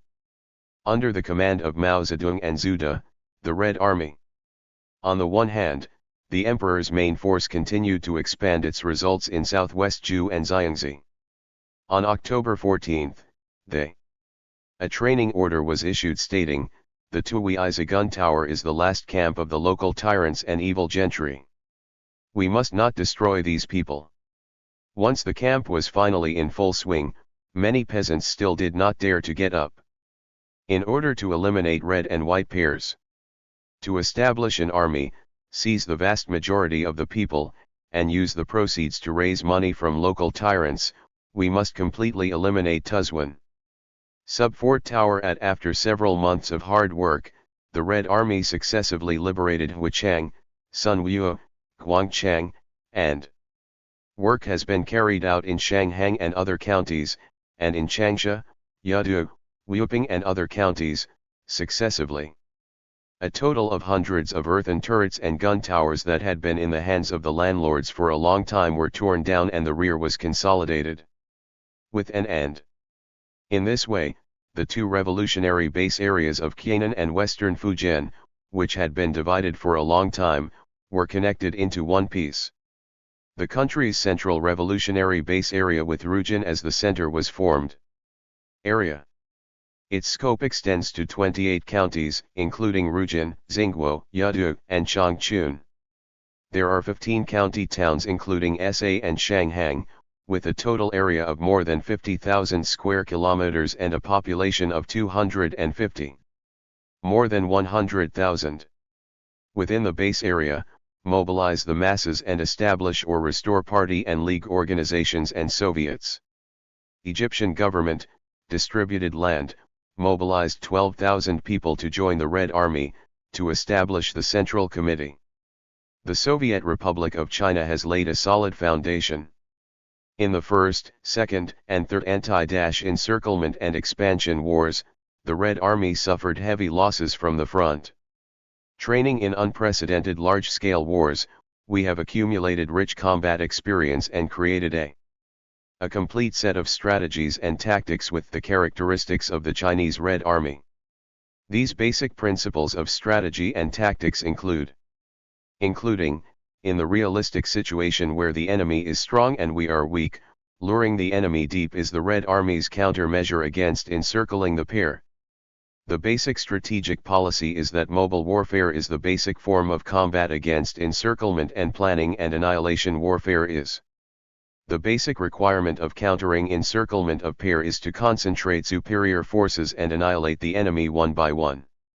If a strong enemy attacks a weak enemy, he should be cautious in the first battle and adopt the tactics of encircling, moving back, intersecting and dividing to control the enemy.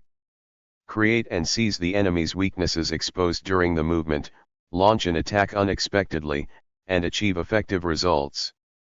A quick decisive battle in the battle. Mao Zedong, in Strategic Issues in China's Revolutionary War. This article systematically summarizes the rich experience of the Red Army in these three counterattacks to encircle pair and makes important conclusions. Theoretical summary. He wrote, when the enemy is defeated for the third time, encirclement pair, then all the principles of the Red Army's operations were formed at. By this time, Mao Zedong proposed to implement worker and peasant armed forces with rural areas as the center. The specific routes for all aspects of separatist rule have been generally formed, thus making the Central Committee's August 7 conference. The meeting determined the specific general policy of implementing the agrarian revolution and armed resistance against the Kuomintang reactionaries. From the Red Army's army-building ideas and combat principles, as well as the policy of land reform, based on the construction of land. Mao Zedong set the policy to seek truth from facts, the mass line, and the ideological line of independence. Dongdu has put forward clear and systematic proposals that are consistent with China's reality. This is him with Mark. Guided by Leninism, in the complex environment of Chinese society, we must strictly follow reality. The principle of starting from the beginning and adhering to the results of tenacious exploration in practice. Finally opened up the rural areas. Encircling the city and seizing power with arms is the path to success of the Chinese Revolution. After breaking three large-scale encirclement and encirclement campaigns by the Kuomintang troops, the workers' and peasants' armed separatist regime, the revolutionary base areas have achieved significant development. Qianan and Shaoxi revolutionary base areas are connected into one. Revolutionary base areas such as Hubei Tianzong, Hunan, Western Hubei, and Northeastern Min are also of considerable size. Objective form. The situation requires the establishment of an organization that provides unified leadership to all base areas. The Central Committee of the Communist Party of China has long been eager to establish a national political power. On February 4, 1930. On the same day, the notice on convening the National Congress of Soviet Regional Representatives was issued. Late May. The National Soviet Regional Congress was secretly held in Shanghai, but Mao Zedong and Zhu De did not attendance and was elected as honorary chairman of the Congress, at which the preparatory committee for the Soviet Congress was established. When? At that time, Li Lisan, the actual person in charge of the Central Committee of the Communist Party of China, believed that the central government should be established in Wuhan until most of them will be in central cities such as Changsha and Nanchang. With Li Lisan's left leaning towards adventurism. The error was corrected and the matter was temporarily postponed. On May 9, 1931, the Political Bureau of the CPC Central Committee passed a resolution that included establishing the Soviet Central Provisional Government and district governments to confront the Nanjing National Government, announced, and the implementation of all laws of the Soviet government as the most urgent task in the Soviet area. At preparation. The preparation work was changed to be carried out by the Central Bureau of the Soviet Area Central Committee of the Communist Party of China. On June 1, the Soviet Area Central Bureau issued Declaration for the First National Congress of Soviets, announcing that the Congress would be held on August 1. Meeting, the Provisional Government of the Soviet of China was established. But soon, because the Kuomintang troops were about to launch, the third large-scale pair surrounding meeting was decided in late June to be held on November 7. Ra 2 and 2-1. The Kuomintang Army's third encirclement and containment campaign had just failed when Japan suddenly launched a shocking attack. The September 18 incident, which shocked the world, occupied Liaoning, Jilin, and other cities in northeastern China in more than 4 months. Heilongjiang 3 provinces. This serious fact has gradually escalated the national conflicts between China and Japan to important position, causing major changes in domestic class relations. After the Si-18th incident, Mao Zedong, He Zuda, He Long, Peng Dehui and others met in September. On the 25th, the Allied forces issued a statement stating that Japanese imperialist troops have now occupied. They occupied all the most important cities in Manchuria and used guns, artillery, and bombs to kill the hard-working workers and peasants in Manchuria. The people and soldiers regarded Manchuria completely as their colony and firmly advocated resist Japan. However, after the fourth plenary session of the Sixth Central Committee of the Communist Party of China, the left dogmatists represented by Wang Ming Yi has achieved a dominant position in the Central Committee of the Communist Party of China. They simply cannot correctly estimate the national situation. In response to such major changes in the situation, they promptly adjusted their policies and invaded Japan. China's northeast is regarded as mainly the fuse of the anti-Soviet war, and weapons are proposed out of touch with reality. Pretend to defend the Soviet Union slogan, nor can we see the rising resistance among all strata of Chinese society. Japan's demands failed to see the positive changes in the centrist faction and the divisions within the Kuomintang, and dismissed the Time faction regards it as the most dangerous enemy and must use the main force to attack it. They won. Wei emphasized the so-called offensive line and declared in a document drafted by Wang Ming that currently China, the centerpiece of the country's political situation, is the decisive struggle between counter-revolution and revolution. Advocates for such risky actions are all dismissed as conservative, retreat or even right-leaning machine. Socialist line, and used organizational means to force their way to the Red Army and go to the revolutionary base area. This will greatly complicate the situation in the revolutionary base areas, and it will also make Mao Zedong. His situation is getting more and more difficult. In early November 1931, just before the National Congress of Soviets night, the delegation of the Central Committee of the Communist Party of China hosted the first meeting of the party organization of the Central Soviet area in Rujin. At the Congress, Mao Zedong acted as acting secretary of the Central Bureau of the Soviet area. Attend meetings. This meeting will discuss base area issues, military issues, and the line of the agrarian revolution. The issue started a debate. Mao Zedong insisted that the Central Revolutionary Base Area should be formed through practice. The completed set of lines and policies are correct and in line with the actual situation in the base area. Several. The secretary of the Central County Party Committee also cited a large number of facts to support Mao Zedong's views. Delegation of the Central Committee. However, according to the August 30 letter from the Central Committee of the Communist Party of China, the serious mistake in the Central Soviet area lies in lack of a clear class line and sufficient mass work, the work of the Central Soviet area was criticized. Conduct criticism and accusations from many aspects.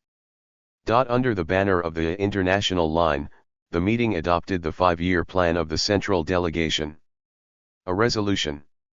Although in principle it is certain that the Red Army won the victory in crushing the 3 encirclements, but the key point is to express complete agreement with the criticism of the Central Soviet area in the letter from the Central Committee, and to express opinions from all sides. The face is expanded. In terms of ideology and theory, they adhered to Mao Zedong's insistence on proceeding from reality and opposing books. Ism accused him of narrow empiricism. Said, De Yi's empirical theory in the Red Army is in practice. It has exerted considerable influence on the international work, and it fundamentally denies the theory of Marxism-Leninism and single-handedly. It is completely the fall of farmers to analyze various problems based on their own narrow experience and short vision. Post-thinking, in fact, will lead to a chaotic non-class line. On the issue of agrarian revolution, they accepted the proposals put forward by the Communist International and the Central Committee of the Communist Party of China. The landlords suppressed the encirclement and ambitions, and the rich peasants supported the country. Let Yu Kongyuan and Wang Hedong presided over it. Although the February 7 conference held opposed the explicit rich peasant line, although in the land we have made a step forward on the problem, but it's pump out more and replenish less : pump out fertilizer to replenish the smell, and allocate land to everyone is a blur of the class struggle in the agrarian revolution, and they have also committed the path of the rich peasants. Line error. On the issue of base areas, they regard the correct policy of compensating for development as right-leaning.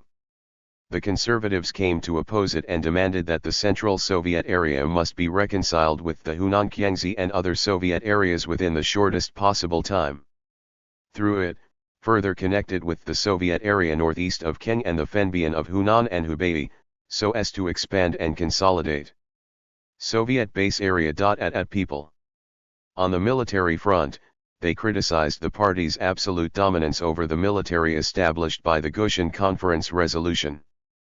The leadership is that the party takes care of everything and wrote, the result of the party taking care of everything is to turn the Red Army into the army. Civil service and political institutions have lost their independent and systematic work and become unhealthy and wasteful crippled machines. The root cause of this situation where the party takes care of everything is still a remnant of the Kuomintang's rule of the country with the party. Poison. Proposed, party committees at all levels in the Red Army, which are responsible for all military administration, should be appointed immediately. Eliminate. Party organizations at all levels should be managed by military and political departments. Added accusations of Red on the one hand, military security. Preserving the tradition of guerrillaism and ignoring positional warfare and street warfare. Several resolutions finally proposed, we must concentrate our firepower to oppose right deviation in practical work.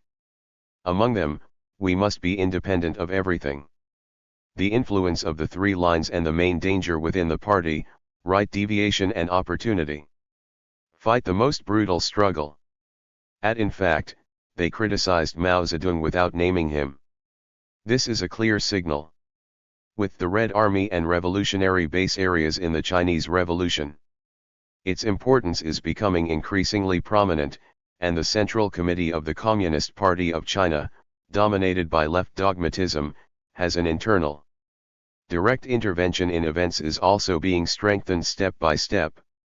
According to the instructions of the Provisional Central Committee, the meeting established the Central Revolutionary Military Commission and cancelled, in the name of the Commander-in-Chief of the Red Army, the General Political Commissar, and the Secretary of the General Front Committee.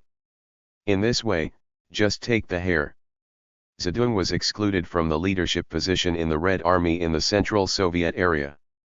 Despite this, the Provisional Central Committee of the Communist Party of China still believed that the Southern Fujian Conference was very critical of Mao Zedong. Not enough. On May 20, 1932, the Provisional Central Committee sent a letter to the Central Bureau of the Central Soviet area. The telegram criticized the Central Committee's delegation for failing to fully implement the Central Committee's progress at this meeting. Offensive line and anti-rightist program. Said, the development of self-criticism has taken place in the Congress and other. There has not been sufficient development before and after, and the struggle on the two fronts is particularly weak. The General Assembly. The above is to oppose the so-called narrow-minded empiricism and replace the struggle against opportunism. These are all the main mistakes and shortcomings of the Party Congress at. Before the Nayanan Conference, the Central Bureau of the Soviet area had called the Central Committee of the Communist Party of China, hoped to send a member of the Political Bureau. A member of the Communist Party of China, preferably a comrade worker, should come to the Soviet area to preside over the work of the central government. Because Mao Zedong was already enjoys high prestige within the party and the international communist movement, the Provisional Central Committee of the Communist Party of China. After discussion, he called the Central Bureau of the Soviet area. The chairman of the People's Committee alone has decided to appoint Mao Zedong. The two vice-chairmen, Zhang Qiuji and the chairman of the Xianzhi Soviet government later passed by the Soviet Area Center. The Central Bureau discussed with the Provisional Central Committee and changed the original chairman of the Xianzhi Soviet to an item. English. Mao Zedong took office as the president of the Chinese Soviet Republic despite being severely criticized. At that time, he was the chairman of the central government. His path forward will obviously be very difficult and tortuous. On November 7, 1931, the First National Congress of the Soviet of China was held in Yeping Village, Rujin County, Jiangxi Province. Representatives attending the conference were from the Central Soviet area, the National Soviet areas such as Xi'an, Northeast Min, Hunan, and Jiangxi, Western Hunan and Hubei, Kyanton, etc., Red Army units, and troops located in. There are a total of 610 people in the All-China Federation of Trade Unions and the All-China Seamen's Federation in areas governed by the Kuomintang. Wool. On the morning of the opening day of the meeting, a military parade ceremony was held. In the afternoon, Xiangyang delivered an opening speech. Evening. Mao Zedong and the representatives attended the Lantern Celebration Party. Mao Zedong, on behalf of the Central Bureau of the Soviet Area Central Committee of the Communist Party of China, made a report on political issues to the Congress. Reviewing and summarizing the past work of the Central Soviet area, it is believed that the Central Soviet area is the largest in the country. The Soviet area was the seat of the Soviet central government and the main force of the Red Army across the country. Its consolidation and development occupies a particularly important position in the National Soviet movement. Refer to Exit. In the Central Soviet area, a powerful workers' and peasants' Red Army was established. They relied on the vast number of people in the Soviet area. The power of the masses defeated the three sieges launched by Chiang Kai-shek and the Kuomintang in succession, and It defeated hundreds of thousands of Kuomintang troops and opened up a new era in the history of Red Army warfare. In Central Su. In this area, the land of the landlords has been confiscated and distributed equally to those with no land or little land according to the population. Farmer. At the same time, it was also said that there were errors and shortcomings in the Central Soviet area that needed to be corrected. Newspaper. The report believes that the current political situation in China is conducive to the development of the Soviet movement. In this case, under the new situation, it is necessary to establish a solid revolutionary base area, to consolidate and expand the Red Army, and the Soviet power must truly become a power of the workers and peasants, and the land resumption must be thoroughly resolved. To solve this problem, we must strengthen the work of the anti-imperialist movement and the workers' movement, and we must correct the past efforts to suppress counter-revolutionaries. Errors in the work, etc. The Presidium of the General Assembly decided on the 11th that when Ren was weak, Wang Jiaxiang was appointed.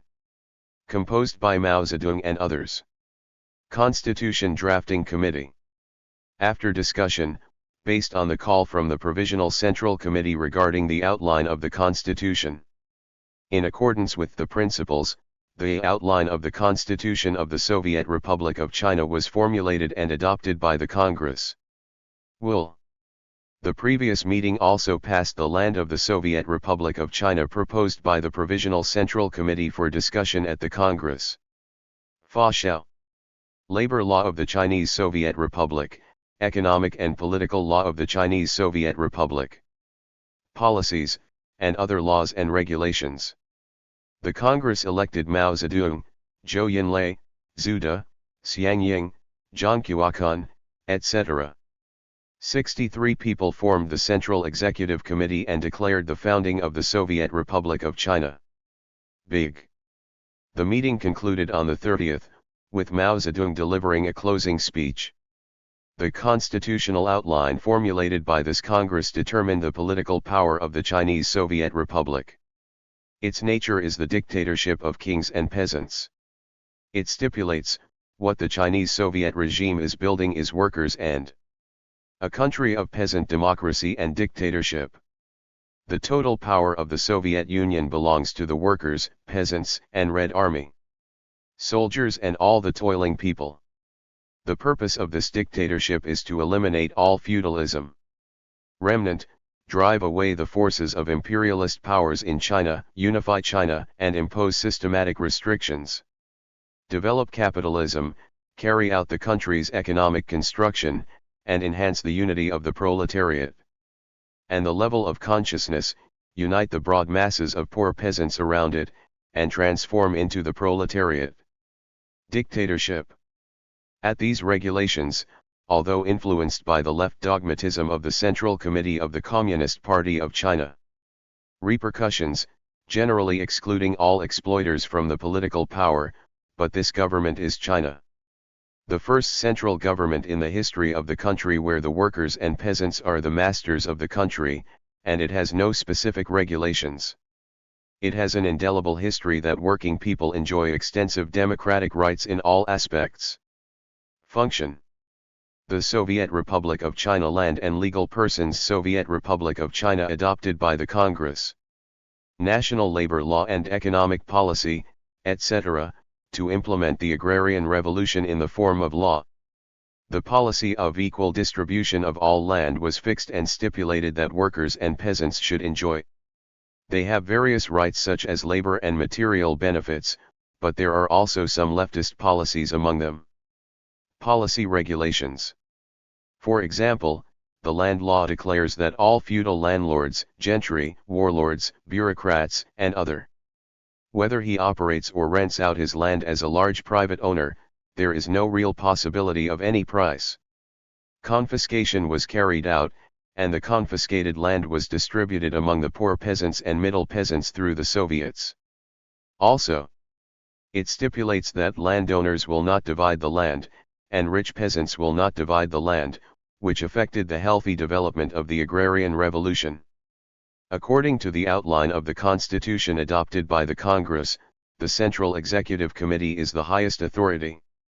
As a government agency, the National People's Congress handles daily government affairs under the Central Executive Committee and issues, promulgate all laws and resolutions, and after the closing of the Congress, on November 25, in order to. The Central Executive Committee nominally appointed Zhu De, Zhou Tianlai, Mao Zedong and other 15 people to serve as central revolutionaries. Member of the Central Military Commission, with East Germany as the chairman, Wang Jiaxiang, CAI. Di Hui is the vice chairman. The Central Military Commission unified the leadership and command of the National Red Army. 37th day, Central Committee. The first meeting of the Central Executive Committee elected Mao Zedong as chairman, Xianzhi and Zhang Qiuadu as vice presidents. Chairman. The meeting also elected Mao Zedong as chairman of the People's Committee, and Xianzhi and Zhang Qiuabang as vice chairman. Chairman, but the Zhongguogang never came to the central government to appoint the base area to hold office. The meeting decided that China, the provisional central government of the Soviet Republic, was located in Rujin, Xianzhi. The convening of the First National Congress of the Chinese Soviets and the Chinese Soviet Republic. The establishment of the provisional central government is of great historical significance. At that time, various revolutionary bases. The base area is still in a divided state. The establishment of the provisional central government has accelerated the strengthening the unified command of all base areas and all branches of the Red Army also produced great political consequences. Influence. A series of regulations and resolutions passed by the Congress, in the preliminary summary of experience. On this basis, the legislative and administrative guidelines for the provisional central government and various base areas were determined. Abide by the basic rules. However, the main focus of the Provisional Central Committee is on excessive losses. The Red Army and the revolutionary base unilaterally emphasized the confrontation between the Soviets and the Kuomintang regime based on the strength of the local areas. The establishment of the People's Republic of China and the eagerness to achieve a nationwide revolutionary victory are unrealistic, because the documents they drafted and adopted by the Congress of Soviets contained some elements that were too leftist. Policies have also had a negative impact on the development of base areas. Less than a month after the establishment of the Provisional Central Government of the Chinese Soviet Republic, something happened. Chief of Staff of the 26th Route Army of the Kuomintang Zhao Bashan, commander of the 73rd Brigade. Dong Zhentang, Brigade Commander Ji Zhentong of the 74th Brigade, Huang Zhongyao, commander of the 1st Regiment of the 74th Brigade, etc., and Zhong. The Ningdu uprising was launched under the leadership of the secret branch of the Communist Party of China. A force like this has very strong combat effectiveness. The formal deployment of regular Kuomintang troops to the Red Army was unprecedented in the past and caused a huge shock. The 20th into the Guards Army original 4th level Wangxiang's Northwest Army, during the Great Revolution, Lu Kongjian agreed. A group of Communist Party members such as Zixian once worked in the Northwest Army, and the party's ideas are here. There is a certain influence in the branch. The First Sun Company Zongbu was incorporated by Chiang Kai-shek into the 26th Route Army. During the Second Siege of Pear, he was transferred to Jiangxi to participate in the offensive against the Red Army. During the battle, many officers and soldiers were subjected to Red. The military has a great influence. The September 1st incident caused Japan to occupy the northeastern part of our country, which aroused their strong opposition. National indignation. Chiang Kai-shek's discrimination and suppression of the 20th Pass Route Army further aroused him. Their indignation. Not long after the Zhiju uprising, Comrade Ji Zhen once said to Xiao Jingguang, "I will participate in the Red Army." Military. The first is to believe in Chairman Mao, and the second is to believe in Liu Bojian. D. In early December, Mao Zedong learned that the 26th Route Army was about to revolt. Hold a meeting of the Central Bureau of the Soviet Area Central Committee of the Communist Party of China for discussion. The meeting strives for a proposal raised by someone.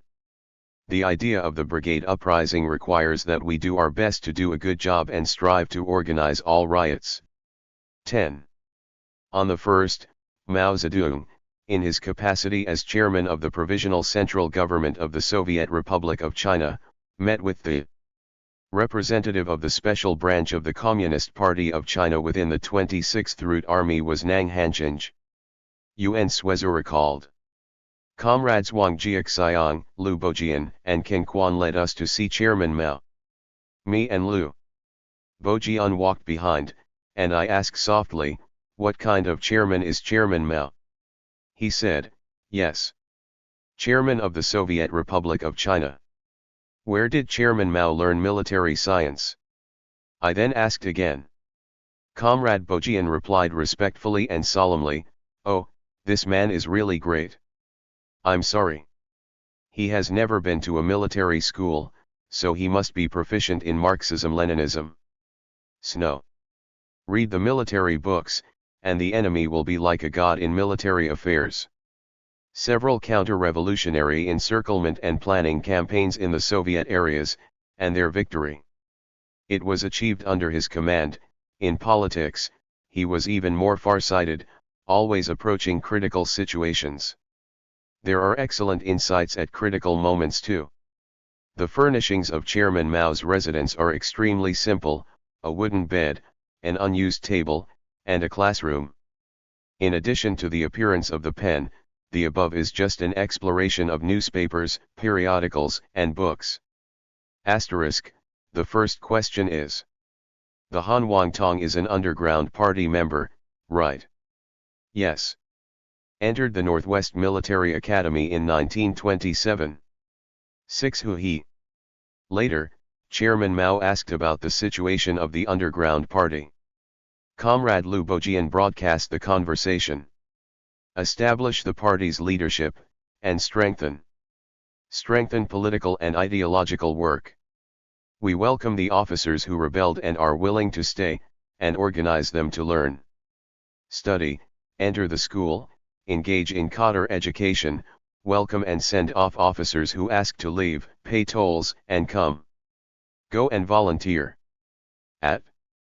He also said that he was about to take office as the Military and Political Committee member of the 13th Military and Political Committee of the 5th Red Army Corps. Said, the Ningdu uprising troops believe that Japanese cadets, foreign students, and students from Beijing and Huangpu Military Academy people, so we have to create some fake foreign devils, otherwise we will not be able to suppress Taiwan. You have transformation. The experience of the insurrectionary troops is that we must first do a good job in the 13th Army.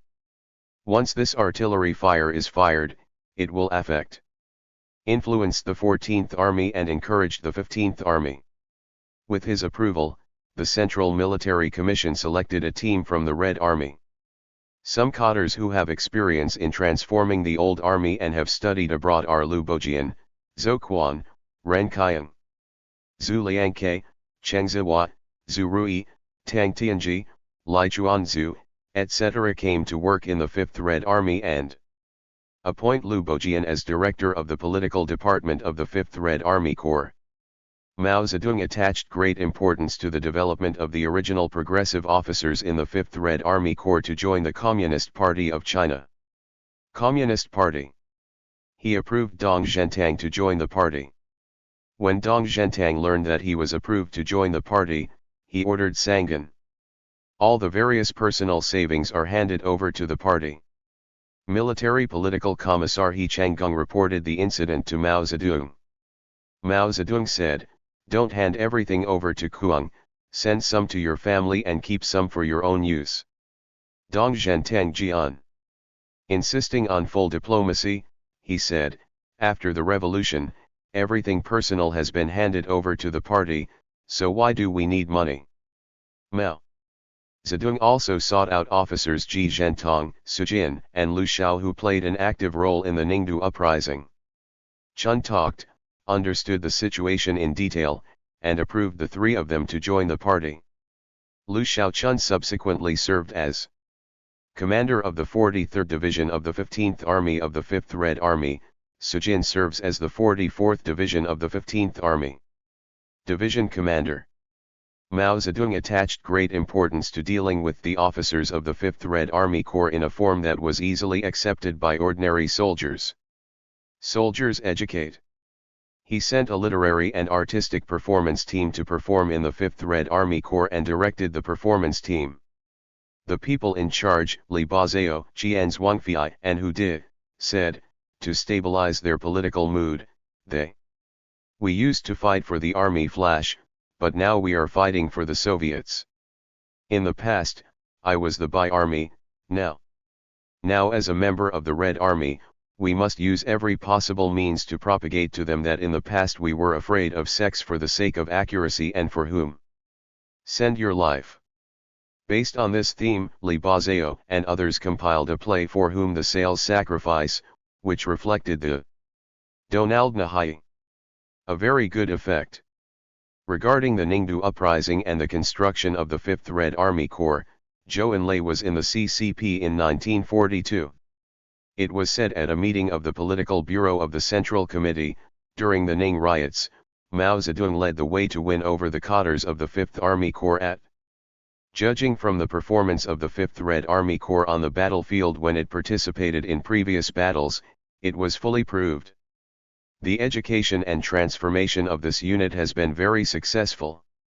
The victory of the Ningdu uprising and the birth of the 5th Red Army Corps greatly enhanced the strength of the Red Army. On the one hand, the army has grown from more than 40,000 people during the first counterattack to siege period to more than 60,000 people.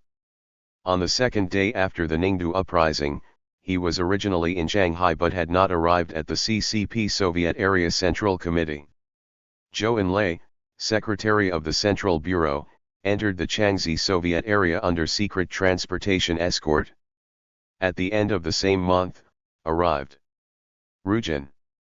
In early January 1932, a meeting of the Central Bureau of the Soviet area of the Communist Party of China was held in Rujin. Rediscuss the issue proposed by the Provisional Central Committee of the Communist Party of China that requires the Red Army to attack the central cities of Xianzhi. Weak. Because I had previously asked Mao Zedong for his opinion on this issue when he came to Rujin. Mao Zedong based on the country. Situations such as the Kuomintang's army clinging to the fortified city and the Red Army's unavailability of technical conditions indicate that the Red Army cannot go and attack the central city. Zhou Enlai agreed with this opinion and called the Provisional Central Committee to express his progress. There are difficulties in attacking the central city. Provisional reply from the Central Committee: the original proposal remains unchanged and the attack on the city cannot be initiated. If you can't capture Nanchang, you must at least choose one of Fuzhou, Jian, and Minzhou. City attack. On January 9, the Provisional Central Committee made another resolution stating, what was correct in the past was not. The strategy for occupying big cities is now different and it is necessary to take advantage of the current smooth political and military conditions, occupy one or two important central cities, and start a revolution in several provinces. The first victory of the province and this meeting of the Central Bureau of the Soviet area are to discuss the choice of attacking Fuzhou. Jian is still a problem in Fangzhou. At the meeting, many people believed that there was Zhu Xiaoliang in and around Fuzhou. There are 10 divisions under his command, and there are Chen Cheng's 5 divisions in and around Jian. In the comparison of the 3 cities, only Minzhou has fewer garrison troops, and its connections with other surrounding armies are not close. In this way, it will. The discussion turned to the discussion of how to defeat Xianzhou. Mao Zedong still disagreed with the attack on Ganzhou, and it was pointed out in the speech that Xianzhou is the political and economic center of southern Jiangxi, the throat of the 2 provinces of China and Guangdong, and it is a fortified city that the enemy must defend. It is surrounded by water on 3 sides, has high walls, and is easy to defend but difficult to attack. In March of the year before last, it was difficult to attack. The 4th Red Army once besieged Ganzhou for 3 days, with no results, and had to withdraw from the siege, now the north and south capitals of Minzhou. There are heavy Kuomintang troops in the camp, and with the existing strength and technical equipment of the Red Army, it is very likely that it will not be able to defeat it for a long time. It's better not to fight. Even if they want to fight, they can only adopt the tactic of besieging the city and calling for reinforcements. But according to the instructions of the Provisional Central Committee, most members of the Central Bureau advocated attacking Minzhou. Mao Zedong again become a minority. He further suggested whether to listen to the opinions of front-line commanders. Xiang Ying said, in chapter, at a Soviet Congress, I asked Peng Dehui if he could conquer Zhezhou. Peng Dehui Hui replied, the Kazhu Garrison Brigade is estimated to have 6,000 people, and the local Jingui Regiment has 2,000 people.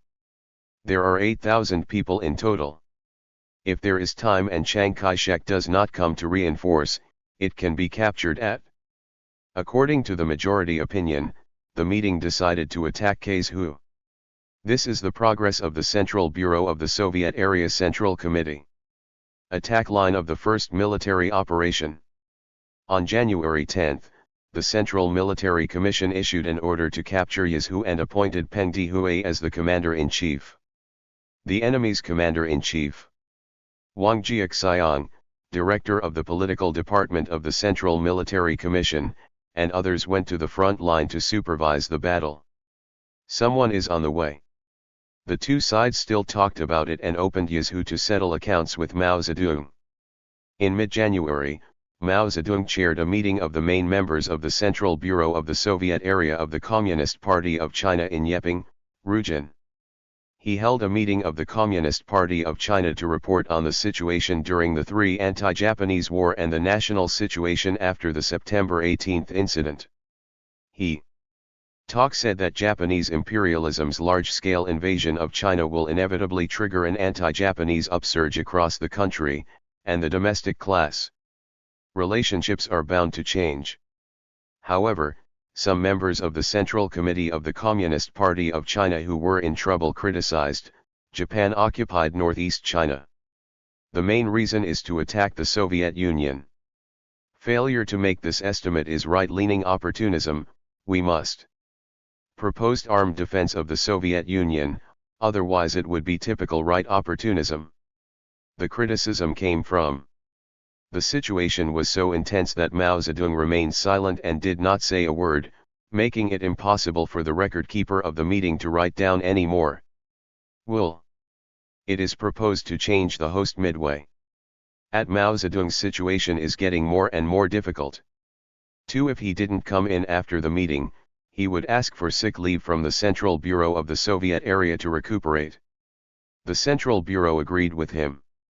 Request that Xianzhi be temporarily responsible for the work of the Soviet Provisional Central Government. In late January, Mao Zedong took the security team to the Donghuashan ancient temple on the outskirts of Rujin to rest. But the two big things are still the same. One thing that has always been lingering in their minds is that Japanese militarism continues to expand its territory against China. The trampling of people. One thing is the safety of tens of thousands of Red Army troops attacking Ganzhou. There was no use for the day after going to Donghua, so Mao Zedong read about January 28 in the newspaper.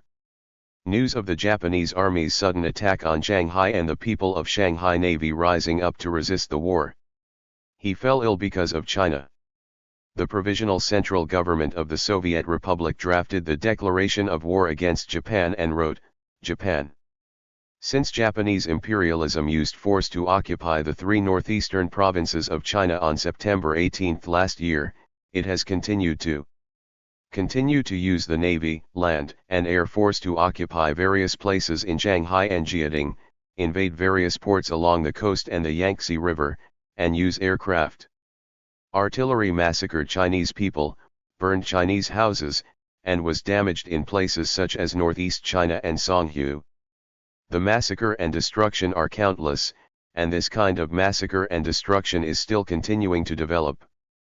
The declaration pointed out. The Provisional Central Government of the Soviet Republic of China officially declared war against Japan and led all China to the Red Army of workers and peasants of the country, and the vast majority of the oppressed people drove out the Japanese Empire through a national revolutionary war. To bring socialism out of China and oppose all imperialist efforts to carve up China, in order to achieve the complete victory of the Chinese nation. Liberation and independence. At this declaration still did not mention the slogan armed defense of the Soviet Union, so it was delayed until April 15 before it could be published in the Red China newspaper. After climbing up and Donghua Mountain, he was more concerned about the Red Army's attack on Yezhu. March. One morning in the first 10 days of the month, it was drizzling. Xianzhi rode from Rujin to Donghua Mountain and told. Mao Zedong lost the battle on the front line in Xiangzhou. The Red Army was already in a situation where it was surrounded by enemies, and it had no control over the front. Give him the urgent message from the wire line. An urgent message from the Central Military Commission requested Mao Zedong to suspend his recuperation and rush to participate in decision-making on the front line. Mao Zedong immediately took the guard squad down the mountain, braved the wind and rain, and rushed back to Rujin. It had only been 2 months since I called back to the front-line headquarters and proposed a bold uprising. It turns out that it was used as a preparation. The 5th Red Army Corps was deployed to break the siege of the 3rd Red Army Corps. That night, they set off from Rujin again.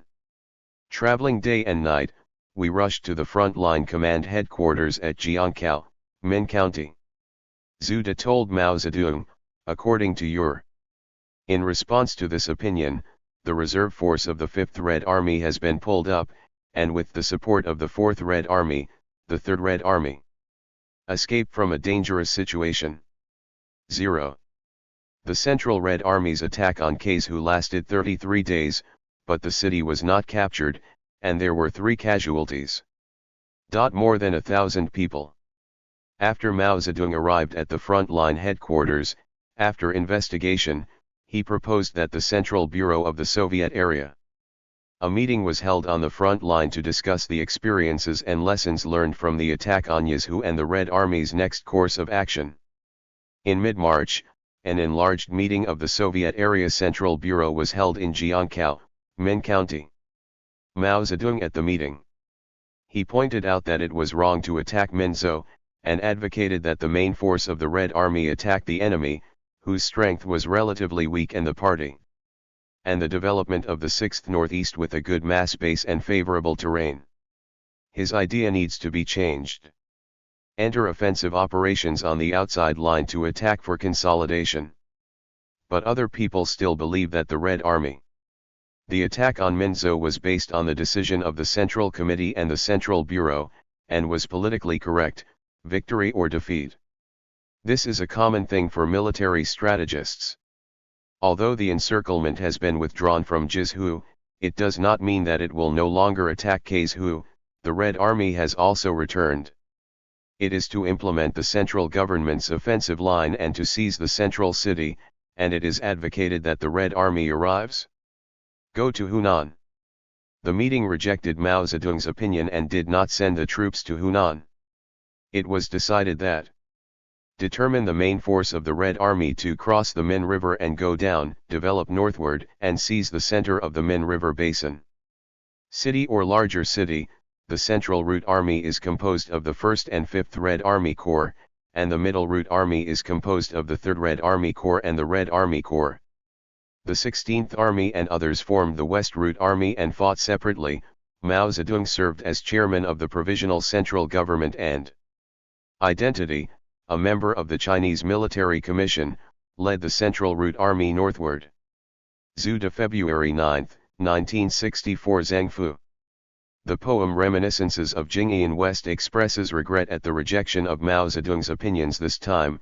Don't listen. Immortal points out, seeking Wu Yi's ambition. Cross the Xianzhi Mountains and climb Tiantai Mountain early. Jiangxi and Fujian become one piece, straight to Hangzhou Bay. Attack to consolidate and destroy the enemy here.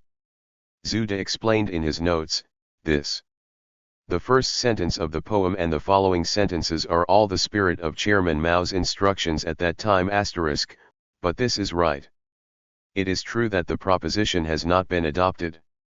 At that time, Fujian was a weak link in the Kuomintang's military strength, except for Zhang Zhen's 40th. Outside the 9th Division are local security forces. The 12th Red Army in western Fujian has just occupied Shanghang and Wuiping. In 2 counties, the local troops defending the city were attacked and retreated to Guangdong. Mao Zedong based on the enemy's situation in the west of China. The changes that occurred advocated the Central Route Army to change its direction of action and turn to western Fujian. He is leading the Red. On the way to the north to concentrate in Ningdu, a corps explained to the corps leaders Lin Biao and Fei Rong. The Road Army's proposal to develop into western Fujian did not gain their agreement. Lin and Nai on March 20. On the 1st, he reported to the Central Revolutionary Military Commission, "On the issue of action, we completely agree with Chairman Mao's opinions. First, the Guangdong side began to send troops into Touyao to discuss the situation. Under the circumstances, Chairman Mao's opinions should be adopted." On March 27 and 28, Zhou Enlai presided over the Soviet Area Central Committee in Rujin. The Bureau meeting discussed this issue and decided to rename the Central Route Army to the East Route Army and agreed to be led by Mao Zedong. As chairman of the central government, he led the Eastern Route Army to attack Longjian in western Jiangxi and moved southeast. Development. This was a great support for Mao Zedong. After the meeting, Mao Zedong rushed to Changsha. He launched an eastward expedition against cadres above the 1st Regiment of the Red Army. When he was a member of the Communist Party of China, he pointed out that our new task is to develop through Shaoxi to the south of Jiangxi. Should see. To the north of our central base area along the Neajiang River, there is not much room for development, and the Kuomintang tributes. The headquarters of the Communist Party is located in Nanchang. If it develops westward and is blocked by the Neajiang River, a large force will. It is not convenient to go back and forth. If it develops southward, it will inevitably compete with the main force of the Guangdong Army. Only. It is most beneficial to develop eastward. Firstly, there are old people from western Fujian to rely on, and secondly, there are still people from southern Fujian. Broad room for development is the best development direction. Therefore, the Central Bureau decided to. I will lead the Eastern Route Army to fight to the outside and to southern Fujian, develop the base area and expand the Red Army. The military's political influence and access to material supplies at. After learning more about the situation in Fujian in Changting, Mao Zedong called again on the 30th. Zhou Enlai, secretary of the Central Bureau of the Soviet area, put forward a bold idea: stay away from the base. Ground, straight. Next Zhangzhou. Telegraph says. Comrade Enlai, call me for information. The political leaders must go straight to Zhongquan before they can be mobilized. Move the enemy, seek war, and develop the current situation. If it were placed near Longjian, it would still be a big deal. In a conservative situation, the following is very difficult to do. According to investigation, Zhangzhou is difficult to defend and easy to attack, so. Regardless of whether we can defeat Zhongzhen in Longjian or not, our 1st Army Corps and 7th Division plan to go straight to Zhangzhou. It only takes 5 days for the enemy to threaten our rear from Dapu to Longjian. The 5th Army is trapped from Xinhefen to. It takes 15 days to reach Longjian, so if we wait until it is known that the Cantonese enemy has entered Fujian, and then mobilize our troops, we will definitely be unable to retreat in time. The 1st Regiment has moved to Xingqiao in the east of Tingting to rest in order to confuse the enemy and explore the enemy's ears and eyes, and wait for the 7th Division. Take Qi, that is, go eastward first. The 5th Army Corps can then enter Fujian, but no later than April 20th. Must arrive at Longjian and wait for orders. The 13th Army also has to enter Fujian and is located in Ken City, Longjian, to protect the rear road. Now a legion is advancing, and the road behind is completely empty. The 7th Division hopes to rush to Tingting. The 7th Division failed to capture Qi, and the 1st Army was trapped in Zhangzhou and became even weaker. I will go to Zhu County tomorrow to meet 10. Zhang Zedong Ben 30th at. Some people were very worried about attacking Zhangzhou. They were afraid that the main force of the Red Army would be far away from the base area. The entire base area was occupied. After Zhou Enlai received Mao Zedong's telegram, he immediately arrived from Rujin. Changsha held a meeting on April 1. Mao Zedong elaborated on the policy of this battle at the meeting. Treatment meaning. He also explained, the mission of the Central Red Army in attacking Zhangzhou is to destroy Zhongzhen's division and collect it. Hand over military supplies and help the local area carry out guerrilla warfare. After the task is completed, return to the division center. The Soviet area does not mean to occupy Zhangzhou for a long time. At the meeting also listen to the Fujian Provincial Committee of the Communist Party of China's statement on report on the situation in the Zhangzhou area, and immediately approved the Longjian and Zhangzhou campaign plans. In order to organize this battle, Mao Zedong led the guard platoon to sit down from Tingjiang River at starry night after the meeting. The boat rushed to Shanghang. Guard Wu Jiqing recalled. At this time, we were all in the same mood, looking at the rolling river surface and crows. In the night sky covered with clouds, who is not anxious for the safety of the chairman, I just heard that he is very cool. He interestingly said to the old boatman word for word, "Old man one. We are going down the river, and we are using it. Can withstand strong winds and waves." Back then, Zhuliang spent a lot of effort to borrow the east wind. Today, we don't have to climb up to the 7 stars altar before the wind blows. Isn't that just a convenience? Is this a good thing? Just feel free and sail the boat boldly. 7 in the night sky, suddenly flying. 2 piercing gunshots immediately afterwards, on the cliffs of the mountains on the west coast, I also hit. 2 cold shots, as if answering the other party's inquiry. Looking at this scene, we all, knowing that he had entered the blockade line of the remnants of the enemy troops that had been scattered by the Red Army, he immediately took it out. After getting out of the hull and checking it out, he leaned his body against the edge of the ship, preparing to deal with all unexpected battles. Prepare. And there is only this small area of space on the ship for the chairman and the accompanying land. Comrade Dingyi has done a good job of covering up. However, the chairman was very calm and asked us to use our guns. Put it away, and then said in a low voice without panic, "The enemy's cold shooting is to search for the situation." We just pretended not to hear. This is victory. Don't forget, we only have. Sing borrow the east wind, but don't sing borrow the arrows from the straw boat. Leave this group of remnants of the enemy behind and let us fight. The guards will go and clean it up. 7 Just like that, we got to the bed talking and laughing. Hang. B. As soon as Mao Zedong arrived in Shanghai, after investigation, he called Zhou Enlai, "Since the enemy's troops have received news.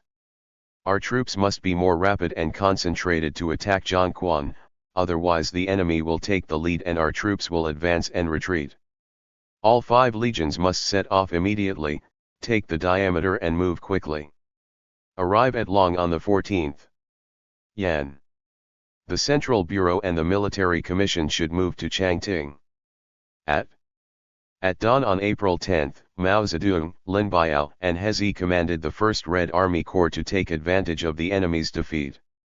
He Quan He Shengsheng lost part of the country works Quan He Wang He Lower Upper He Rock City. The next day, he called Zhou Enlai to report the reasons for his victory at Longjian and explain what he would do. Rest here for 2 days, and after the main force gathers, immediately go straight to Zhangzhou. And pointed out, currently, the Guangdong enemy is on the offensive against Xianzhi and on the defensive against Fujian. But when our army enters Jiang, we will definitely be able to lure the enemy.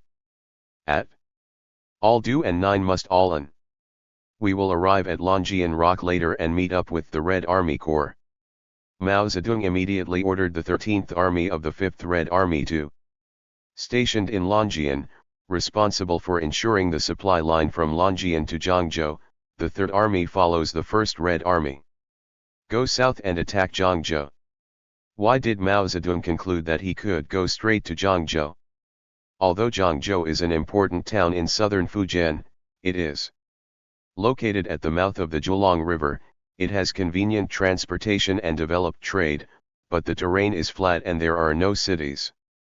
A wall is easy to attack but difficult to defend.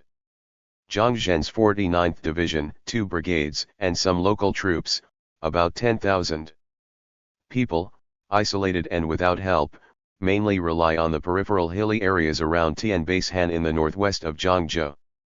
Perform defense. After on-the-spot investigation, the Red Army launched an attack on the garrison outside Zhangzhou at dawn on April 19. Launch an attack, quickly break through the main defensive positions, and expand in depth. Zhang Zhen saw the barrier. With everything lost and the general situation over, they burned down the armory all night long, abandoned the city and fled. On the 20th, the battle was won. After the victory, the Red Army occupied Zhangzhou city. In the Battle of Zhangzhou, the Red Army annihilated most of the 49th Division of the Kuomintang Army and captured the Deputy Brigade. There were 1,674 officers and soldiers below the rank of commander, and more than 2,100 guns and various weapons were seized. 6 guns, 130,000 rounds of bullets, 4,900 rounds of artillery shells, and 1 radio station were also surrendered. 2 planes were obtained, one of which could fly. The Red Army once used it to fly over Xiamen to distribute leaflets. This victory has a great impact. Mao Zedong's telegram to Zhou Enlai said, "The Nanjing front line." Zhang Zhen wiped out most of them and achieved the goal of eliminating a key enemy of Guangdong. This is not only important for consolidating the development of Western Guangxi. It was helpful to develop the guerrilla war in southern Fujian and assist the Dongjiang Red Army, and it was also affected by the occupation of Zhangzhou and Haikao. Mao Zedong sent a telegram to Zhou Enlai regarding the reasons for the victory in the Longjian battle and Lanyang's future work. The current situation is very serious, and it is possible to mobilize the Guangdong army to win the war. On the second day after entering the city, Mao Zedong presided over a meeting of the East Route Army Division commanders, Division Political Commissar and above cadres. Meeting to arrange the tasks after entering the city, mainly, collecting loot, searching for counter-revolutionary branches. Promote the Communist Party's policies to the masses, distribute grain to the masses, and expand the political influence of the Red Army. Raise funds from the landlords and gentry, strictly enforce the discipline of entering the city, and maintain revolutionary order. 20. On the afternoon of the 2nd, he went to the East Route Army headquarters, the 3rd Red Army, and the 4th Red Army cadres above the company level to work. Report. He said humorously, "Some people say that we in the Red Army only know how to close the door and beat the dogs. They doubt us. We can't fight in the white area, but you see, we can't fight quite well in the white area." Frin, 7 at. The Red Army grew up in the countryside, and after entering cities like Zhangzhou, it faced. Everything feels novel.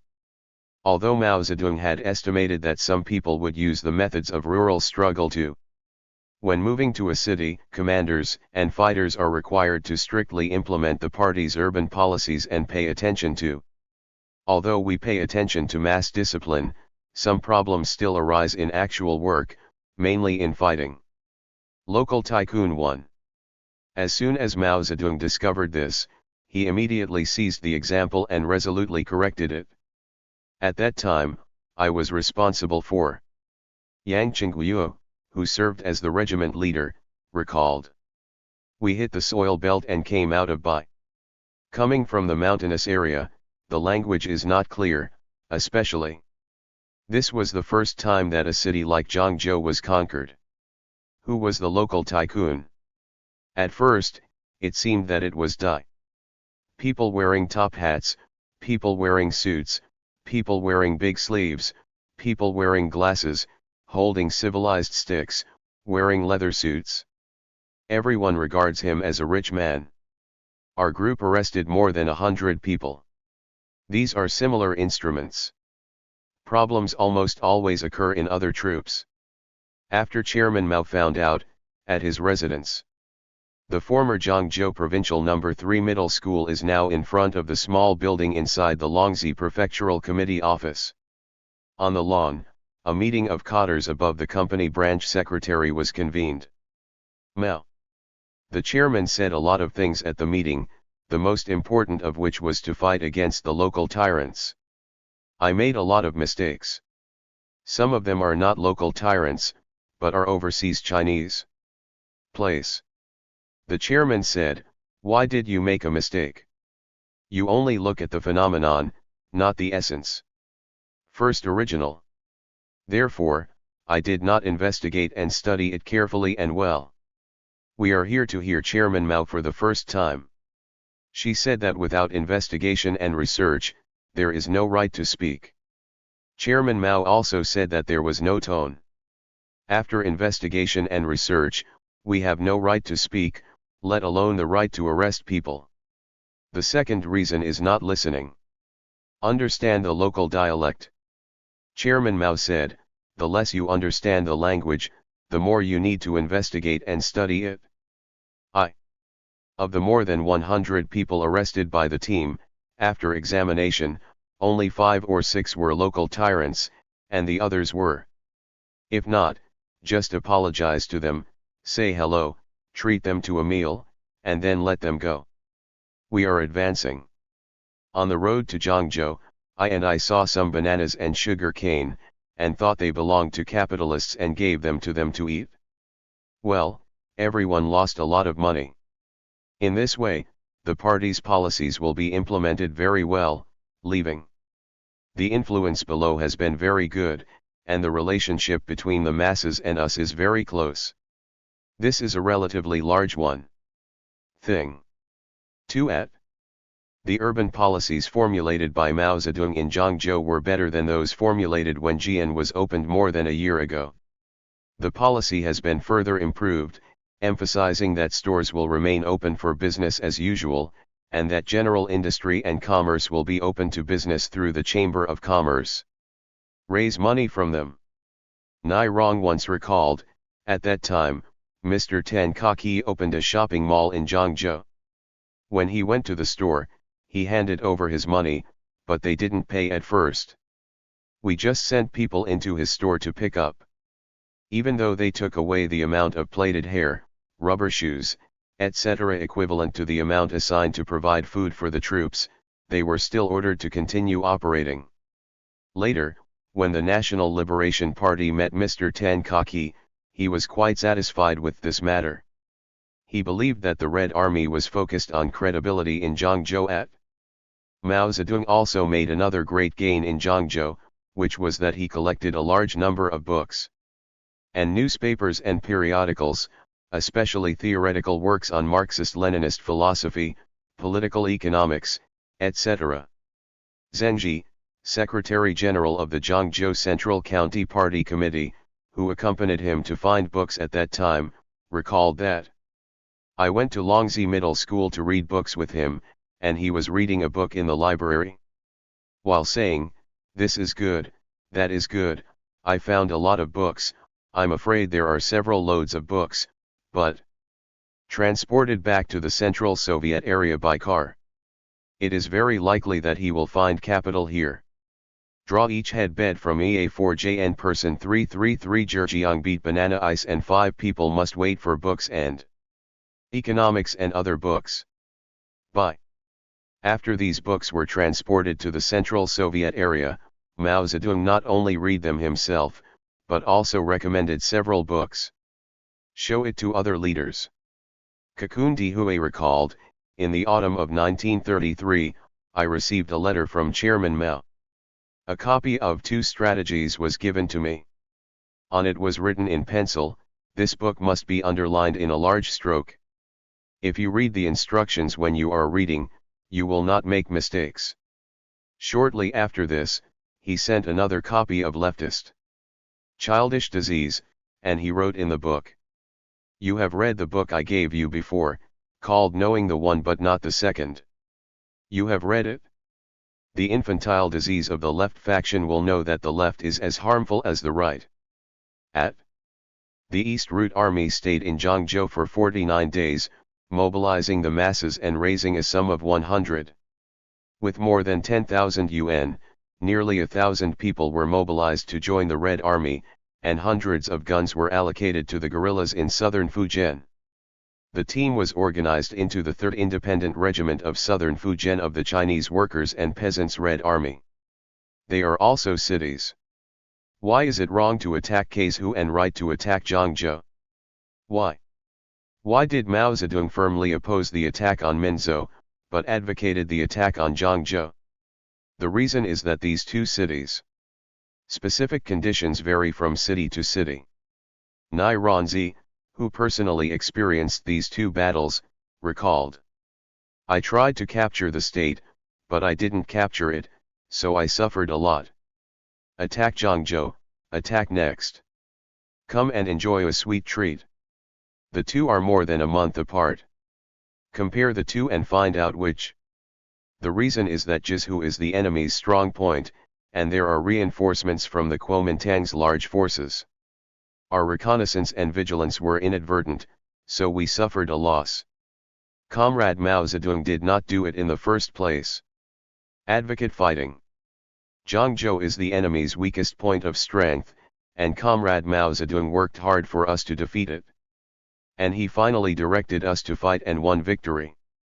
Therefore, choose the enemy's purpose point. Fighting should be a military principle that our disadvantaged troops must absolutely abide by.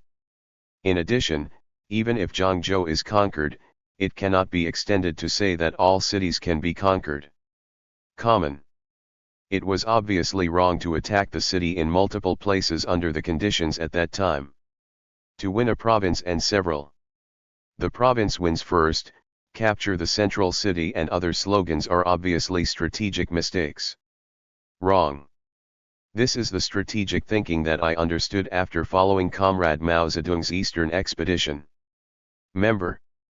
Just as Mao Zedong was leading the Eastern Route Army to attack Longjian and Zhangzhou, the Bureau Committee of the Central Committee of the Soviet Area. Member Xianzhi arrived in Shanghai and reported to the Provisional Standing Committee of the Central Committee on April 11 what the Central Bureau was doing. The situation before and after the Minnan meeting. He just talked about the narrow empirical theory obstacles and new routes in the Central District. Execution of the basic issue of the current Chinese Revolution is the Narodnik point of view, which is divorced from the Bolsheviks. No. The Central District believes that the current revolution is a revolution of the peasants or the poor. This is in line with the international point out that the current democratic revolutionary workers and peasants. The significance of political and proletarian leadership is different in principle. On the land issue, the party. This was reflected in the issues of the Communist Party of China, workers' resolutions, and anti-imperialist issues. Therefore, the Central District. The leadership of the Communist Party of China has broken away from the Bolshevik line. Another member of the Standing Committee said, "It is narrow-minded and narrow-minded. Empiricism, rather, is opportunistic and impedes the execution of the line." At what they mean is, said that it was not enough to criticize Mao Zedong's narrow empiricism at the Minnan Conference. Mentioned the height of the line against opportunism. After the meeting, the Provisional Central Committee continued to organize meetings in April. On the 14th and May 20th, documents were issued severely criticizing the Southern Fujian Conference and the Central Bureau of the Soviet Area. Xianzhi returned to the Central Soviet Area from Shanghai with the criticism of the Provisional Central Committee. Communist Party of China.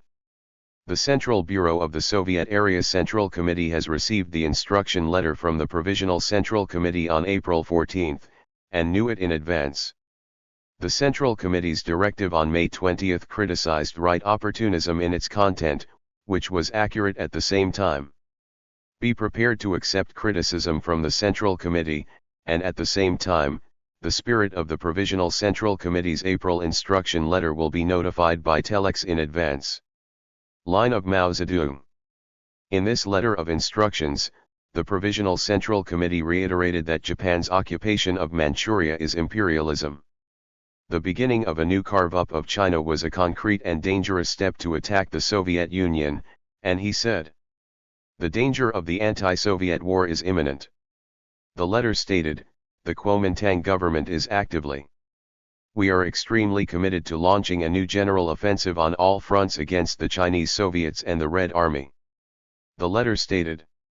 Expanding the Soviet areas and eliminating the Kuomintang's armed forces is a direct blow to imperialism and a direct blow to imperialism. Preparation for the decisive imperialist battle is a prerequisite for victory in the National Revolutionary War and a real support the revolutionary struggle of the Soviet Union. Finally, he emphatically put forward the danger of right opportunism. Danger is currently the main danger facing the parties in various Soviet areas After receiving the call, Mao Zedong categorically believed that the Interim Central Committee's analysis of the situation and the parties, the provisions of the party's tasks and the judgment of the main dangers within the party are completely inconsistent with the actual situation. He replied to the Soviet Area Central Bureau on May 3. Cable informed. The central government's political assessment and military strategy are completely wrong. First, China's ruling forces after the Third War and Japan's dispatch of troops, especially the fallen system has already suffered a heavy blow, so we can only take a defensive stance. Attack, as for losing the army, it is also defensive and offensive in nature. Second, after the Third War, our military strategy was decided on a large scale. We should no longer adopt a defensive internal battle strategy, but instead adopt an offensive external battle strategy. Combat strategy. Under the current situation between ourselves and the enemy, and under the supply conditions of our army, evenly. Only by jumping out of the enemy's circle and engaging in offensive operations on the outside can we achieve this goal. Purpose. The actions of the East and West armies this time are completely correct. East Route Army goes deep. Zhangzhou is by no means mainly for the sake of planning, and the separation of the West Route Army does not destroy the concentration. Principles. We have jumped out of the enemy's circle and broken through the enemy's east and west sides. Therefore, its north and south sides are also greatly threatened by us, and we have to move them towards the center. The target in the area is moving towards our east and west armies. 2 at D. In this reply telegram, Mao Zedong proposed that after the victory of the 3 counterattacks during the encirclement period, adopt an offensive external combat strategy. This is an important summary made under the new conditions. It is. At the ICAO conference, the development of the idea of attacking for consolidation was proposed. No one in the Central Bureau of the Soviet area was as resolute as Mao Zedong in resisting the pressure from the Communist International and the pro-Soviet.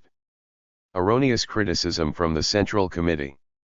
On May 11, the Central Bureau made a resolution in Changting saying, at present, the development of the previous events has further proved that the analysis of the International and the Central Committee is completely correct and that the Central Bureau, the estimate is absolutely wrong.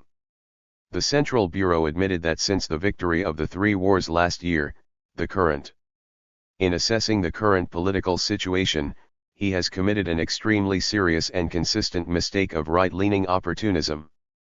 Prompted to completely correct this mistake.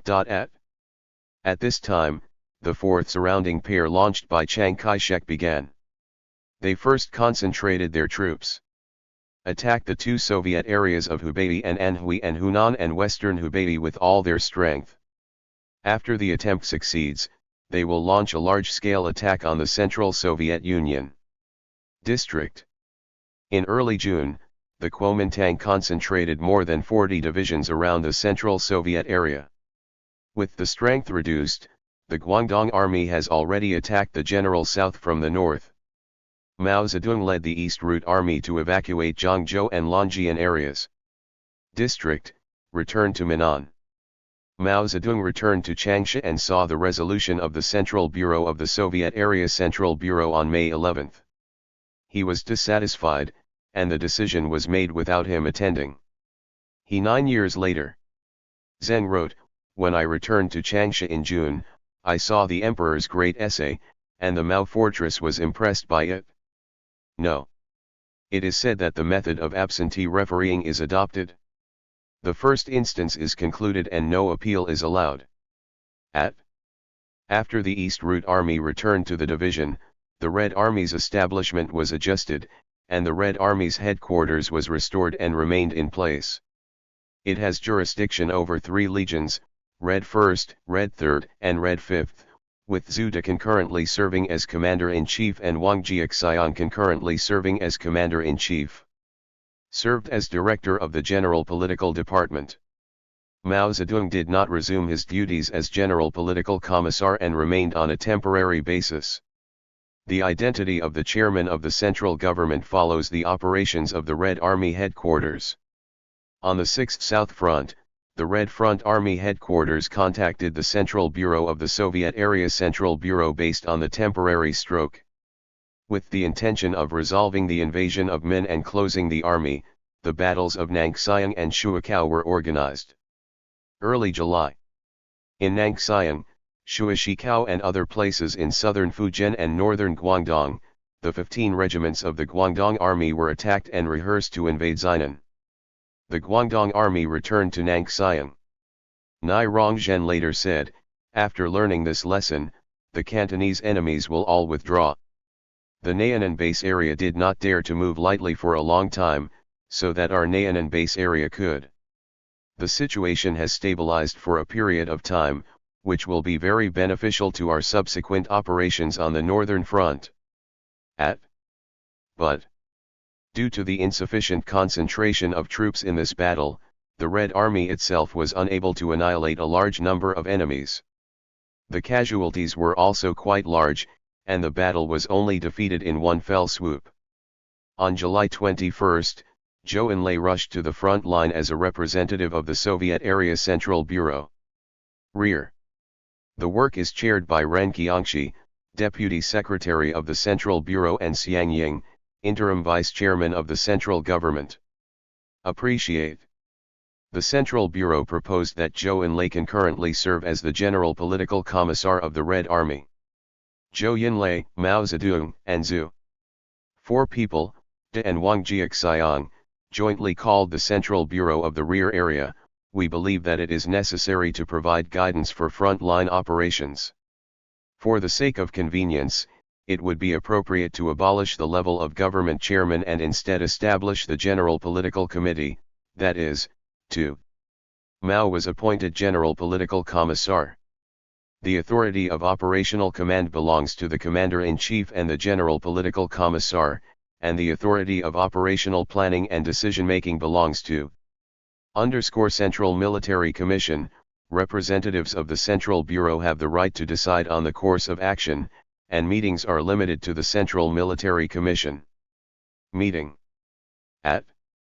However, the Central Bureau still insisted on Zhou Enlai concurrently serving as the General Political Commissar of the Red Army.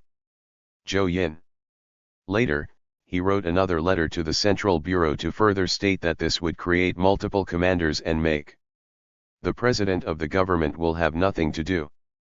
Zedong's experience and strengths must be developed as much as possible, and urge him to correct his mistakes. The letter insisted that Mao Zedong serve as the General Political Commissar of the Red Army, emphasizing that with Zedong in charge, it may be appropriate to command. In early August, Mao Zedong attended a meeting of the Central Bureau of the Soviet Area Central Committee of the Communist Party of China in Xingguo and advocated the establishment of the Central Bureau in the rear should not interfere with military operations in the front. After debate, the meeting agreed with Mao Zedong's suggestion that external operations should be carried out with certainty of victory was decided. Read. On the one hand, the main force of the army moves northward to fight in the area east of Kengjiang River, first annihilating the kingdoms of Lian and Xianhuang. The Kuomintang troops will then attack the reinforcements coming from the west of the Zhejiang River or from Nanjing, Nanfan and other places, and then advance. Intimidate and seize Jian and Fuzhou in order to cooperate with the Red Army in the base areas of Hubei and western Hubei. Struggle against encirclement of nationality. At this meeting of the Central Bureau, it was decided to form a team at the front with Zhou Enlai as chairman. Chairman, the highest military conference with Mao Zedong, Zhu, and Wang Jiaxiang as members, responsible for deciding the front. Mao Zedong was appointed General Political Commissar of the Red Army. After the meeting, the Revolutionary Military Commission officially issued an order appointing Mao Zedong as the General Political Commissar of the Red Army. In accordance with the spirit of the National Rejuvenation Conference, the Central Military Commission issued a statement on August 8 regarding the launch of Lian. Military instructions for the Battle of Yuhuang. Zhou Enlai, Mao Zedong, Zhu and Wang Jiaxiang led the Red Army.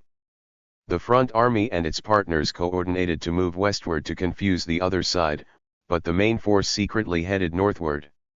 After a week, the urgent march reached the vicinity of Lian, but the other party was not aware of it yet. On August 15, Mao Zedong and Zhu issued instructions and suddenly launched an attack on Lian County. Attack. On the 17th, Lian was captured. On the 20th, Yuhuang was captured. On the 23rd day, another victory was accounted for. Lead Nanfan. The battles of Lian and Yuhuang were successful. In this battle, the action was concealed, the enemy was not surprised, and the action was rapid. The battle was decided quickly, and the 27th Division of the Kuomintang Army was defeated one by one, and more than 5,000 people were captured and surrendered. Obtained more than 4,000 long and short guns and a batch of military supplies, creating the ability to conquer 3 counties in a row within a week. The achievements of the city directly aided the Soviet areas of Hubei and Anhui and western Hunan and Hubei, as well as the Red Army's counter-encirclement planning operations. Success.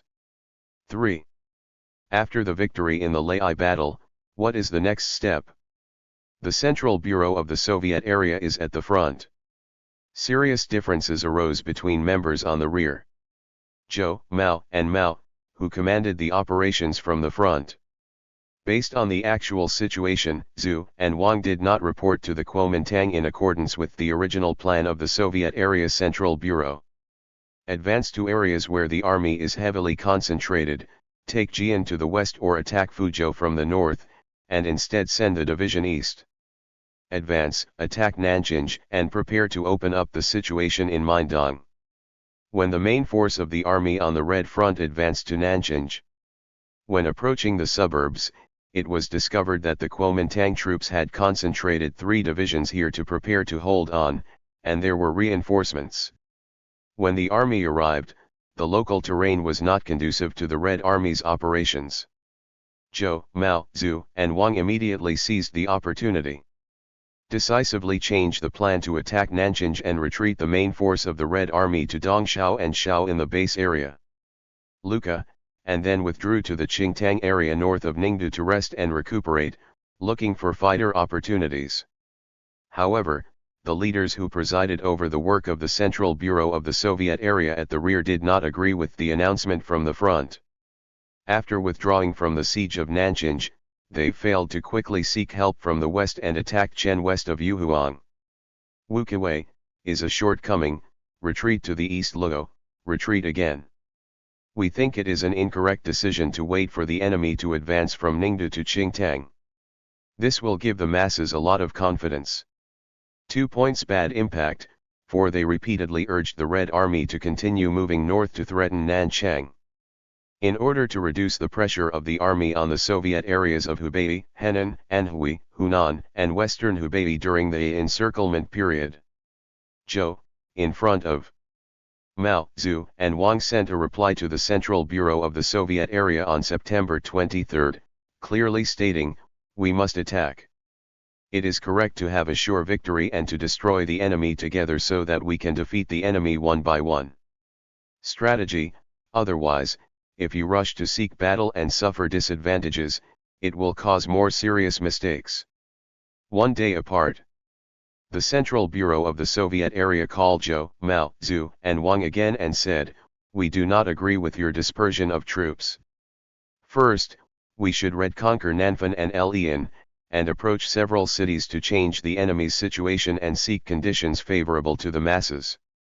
This will actually delay the combat time for more than a month. It can turn into a serious mistake. On the same day, Zhou, Mao, Zhu, and Wang called the Central Bureau of the Soviet area and insisted on the original battle plan. He also emphasized that, if we can seek war immediately, it will indeed be beneficial to Hubei, Yu, Anhui, Hunan, and Western Hubei. It is a situation of direct assistance and development to the north, which we have considered again and again. But, under the current enemy situation and the existing strength of the front army, it is uncertain to attack the city and rescue the troops. If you engage in war with Luoyang because you are eager for war, the result will be a waste of time and no results, a waste of troops, and a desire for peace. The reaction will be slow and lead to a more unfavorable situation. Mao Zedong and Zhu De issued the order on the 26th in accordance with the decision of the Supreme Military Conference ahead. On the one hand, the Red Army issued an order to work northward for a period of time. At present, the enemy forces hold fast to their strongholds and move toward the north. In the face of guerrilla intrusions and rapid deployment of large-scale offensives in the Central Soviet area, determination was appropriate. Leon, the current battlefield is arranged in a defensive position between Nanfan and Fang. This is a correct decision that conforms to the actual situation on the front line. The Central Bureau of the Soviet area was very angry with this order from the Red Front Army, and received a temporary notice. On July 21, Chiang Xinhe, the Central Committee of the Communist Party of China, requested in late September to break through one side before the enemy army encircled them. If you are instructed to send a telegram, please call Zhou, Mao, Zhu, and Wang. I received the order on the edge of September 26. We believe that this is completely out of principle and an extremely dangerous arrangement. The Central Bureau decided to temporarily stop the action and immediately hold a plenary meeting of the Central Bureau in front. From October 3 to 1, a plenary meeting of the Central Bureau of the Soviet area was held in Xiaoyuan, Ningdu. Called the Ningdu Conference. Those present at the meeting included Ren Wenwei, Xiang Ying, Gu Zhuochen, and Deng Fa from the rear. There were Zhou Enlai, Mao Zedong, Zhu De, and Wang Muxiang in the front, and Liu Bachan was present. There was a heated debate at the meeting. No minutes were left of the meeting, and the Soviet Area Central Committee. According to the words in the brief briefing of the Ningdu meeting of the Bureau, the Central Bureau has never done anything like this. Struggle against tendencies. At the focus of the debate is the issue of the combat policy of the front. Mao Zedong. We adhere to the point of view of the September 26 order and do not agree with the Red Army's unconditional departure from the Soviet area. Attack strong enemies. Some members of the Central Bureau criticized the front line according to the previous instructions of the Provisional Central Committee. Tu Shengsheng people and Ban down payment people OK Sex Fengxia people. Thoughts about it, Zedong performed the most. At the meeting, Mao Zedong was criticized for his lack of support for the policy of capturing the central cities. It is the mountain doctrine and the northeast route that put forward their luring the enemy deep into the mountains. Enter policy, accused of waiting for the enemy and waiting for the enemy's attack. Dangerous. In his reply on May 3, he labeled his counter-criticism of the Provisional Central Committee as disrespectful. Errors in the concepts of party leadership and organization. At the meeting, someone proposed to recall Mao Zedong to the rear and take charge of the work of the central government. Zhou Enlai was the general secretary responsible for the war leadership. Zhou Enlai admitted that there is indeed something ahead that focuses on preparation. Concept, tending to wait, but pointed out that the criticism of Mao Zedong from the rear was excessive and disagreed with. Mao Zedong transferred troops to the rear, believing that Zedong's years of experience are mostly focused on combat, and his interests. He is also presiding over the war. If he is at the front, he can be attracted to contribute a lot of opinions, which will be helpful to the war. Help. He proposed two alternative options. One is for me to be responsible for presiding over the entire war. The other option is that Zedong will take full responsibility for commanding the war, and I will be responsible for supervision. Supervise the implementation of action policies. Zhu De and Wang Jiaxiang also disagreed with Mao Zedong's departure from the leadership of the Red Army position. However, most participants believed that Mao Zedong acknowledged and understood his mistakes was not enough, if he advocated continuing war is prone to mistakes in politics and actions. Mao Zedong because he could not obtain. He has full trust in the Central Bureau and is determined not to let him take full responsibility for commanding the war. Meeting most. Later, through Zhou Xile, he proposed that Mao Zedong remain an assistant in the front line and criticized it at the same time. Quasi Mao Zedong temporarily ask for sick leave and go to the front when necessary. After the meeting, Mao Zedong planned to go to Changting Evangelical Hospital for recuperation. He said to Wang Jiaxiang, "Forget it. Come on, we are a minority, so we should obey the majority." One Zhou Enlai said to him as he bid farewell to him. The military personnel at the front are in urgent need of help. They can be summoned as soon as they are summoned. During the Ningdu conference, the Provisional Central Standing Committee met on October 6 to discuss problems with the District Central Bureau. Boga criticized, "I am firmly opposed to the idea of decentralizing work." Here Zedong once again expressed his consistent views, and at the same time Wu Hao could not put himself correctly. The line and its own authority have resolutely fought against it, and said that there is no way, and exposed another problem.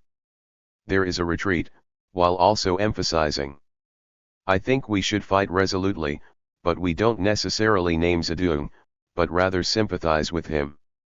To wage an active struggle within the party, this is because we need to estimate Zedong's power among the Red Army in the Soviet area.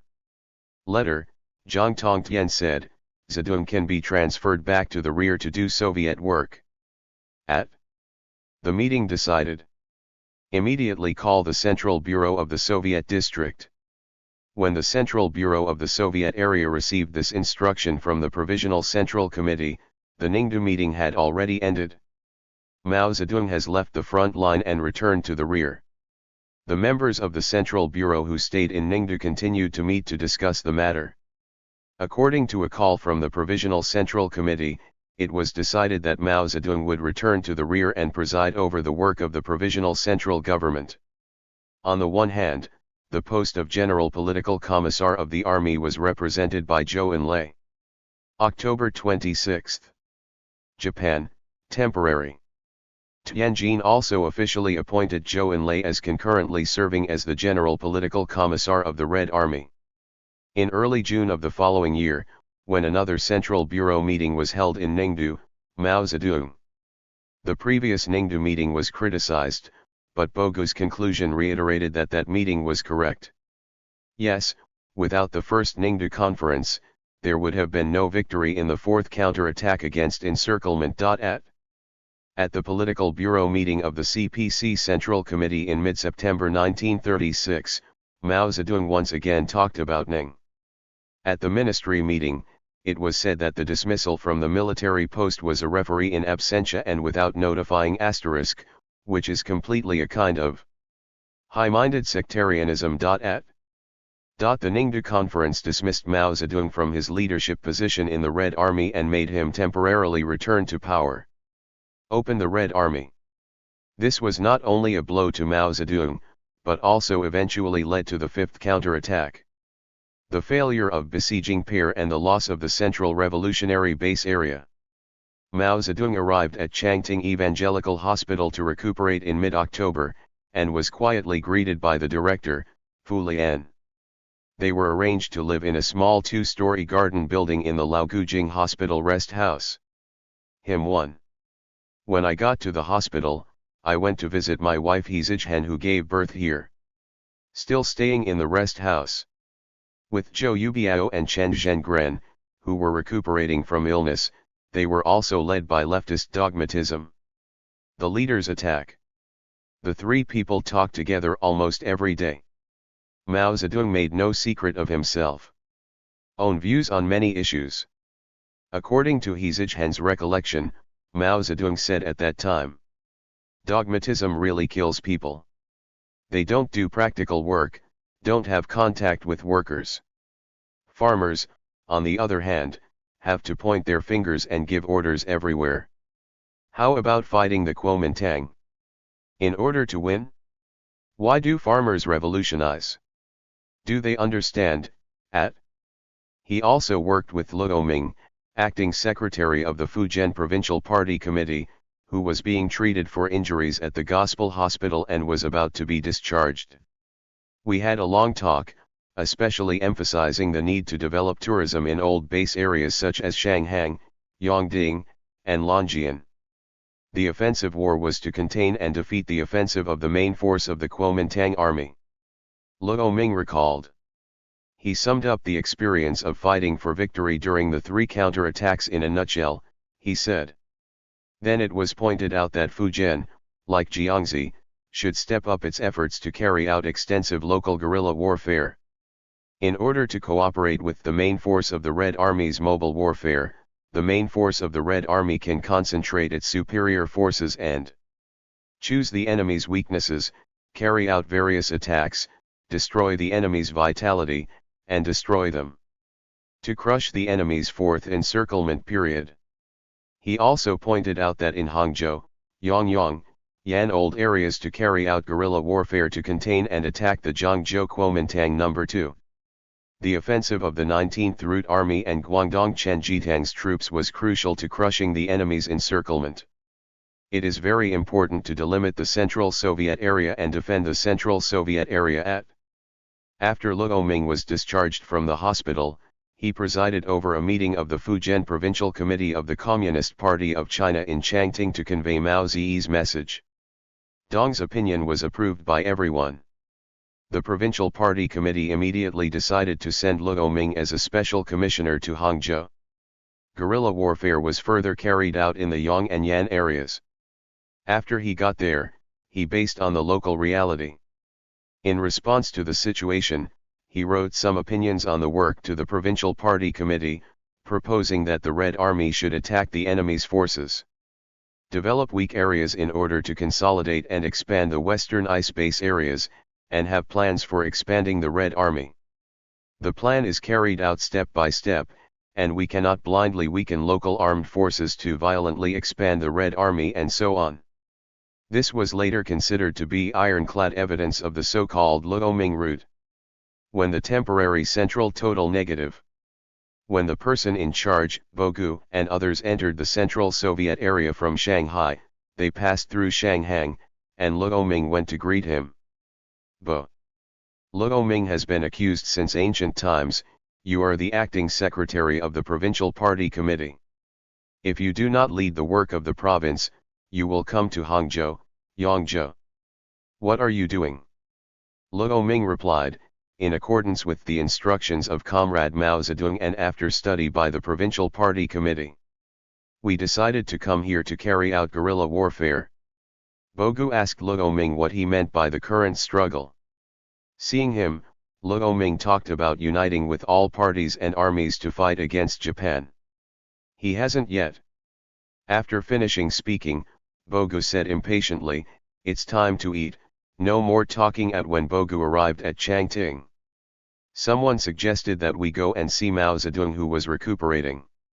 Bogu also said, what did Mao Zedong have? Can be seen. These indicate that Mao Zedong's situation will become more difficult. In 1933, when the main forces of the Red Army in the 2 Soviet areas of Hunan, Hubei, and Yachang came together. After withdrawing from the original base area, Chiang Kai-shek concentrated 500,000 troops and began to attack the Central Soviet area. The 4th siege of Pear was carried out, and at the same time, the economic blockade was further tightened. They put these two hands together. Sometimes they are used together. The military encirclement is a killing policy, and the economic blockade is a starvation policy. The soldiers and civilians of the Central Soviet area were faced with 2 major tasks, breaking the enemy's military encirclement and economic blockade. Breaking the military encirclement period was commanded by Zhou Enlai and Zhu De at the front. Break the economic blockade. This difficult burden fell mainly on Mao Zedong's shoulders. At this time, the situation within the Central Soviet area had undergone an important change. Late January. Bogu and others who bear overall responsibility in the Provisional Central Committee of the Communist Party of China because Shanghai under the rule of the Kuomintang has become difficult. With a foothold, he moved to Rujin, the center of the Central Soviet area, and directly led the Central Soviet area. Next, Ben and his gang attacked the paralyzed pass. As a result, Lu Quan was able to overcome each other's evidence and was in trouble. In mid-February, Mao Zedong, who had been resting in Changting for 4 months, was summoned to return. Rujin presided over the order of the interim central government. He took Hizijhan, children and guards with him. The members returned to Rujin together and lived in Yeping village, the seat of the provisional central government. But transfer him back to. There are actually conditions for coming to work.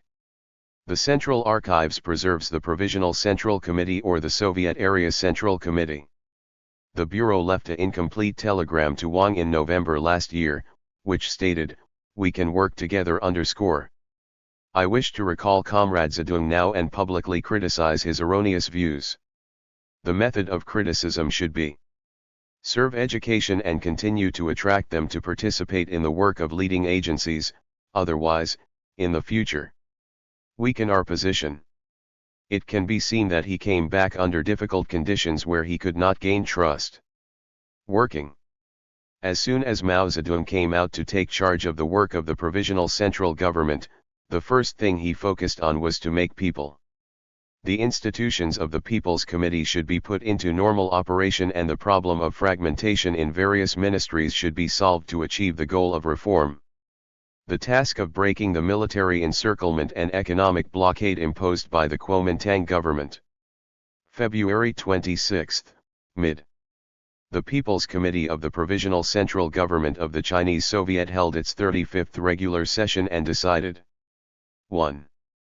Resolve to deal with the massive attack by the Kuomintang warlords on the Soviet areas and the Red Army. The brutal policies of mass plunder and economic blockade were petitioned to the Central Committee. The Executive Committee electrified the whole country and called on the workers and peasants across the country to resolutely oppose and unanimously.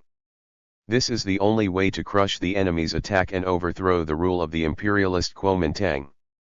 In this way, the barbaric and cruel policy of killing, robbing and economically blockading the enemy is better than eliminating it.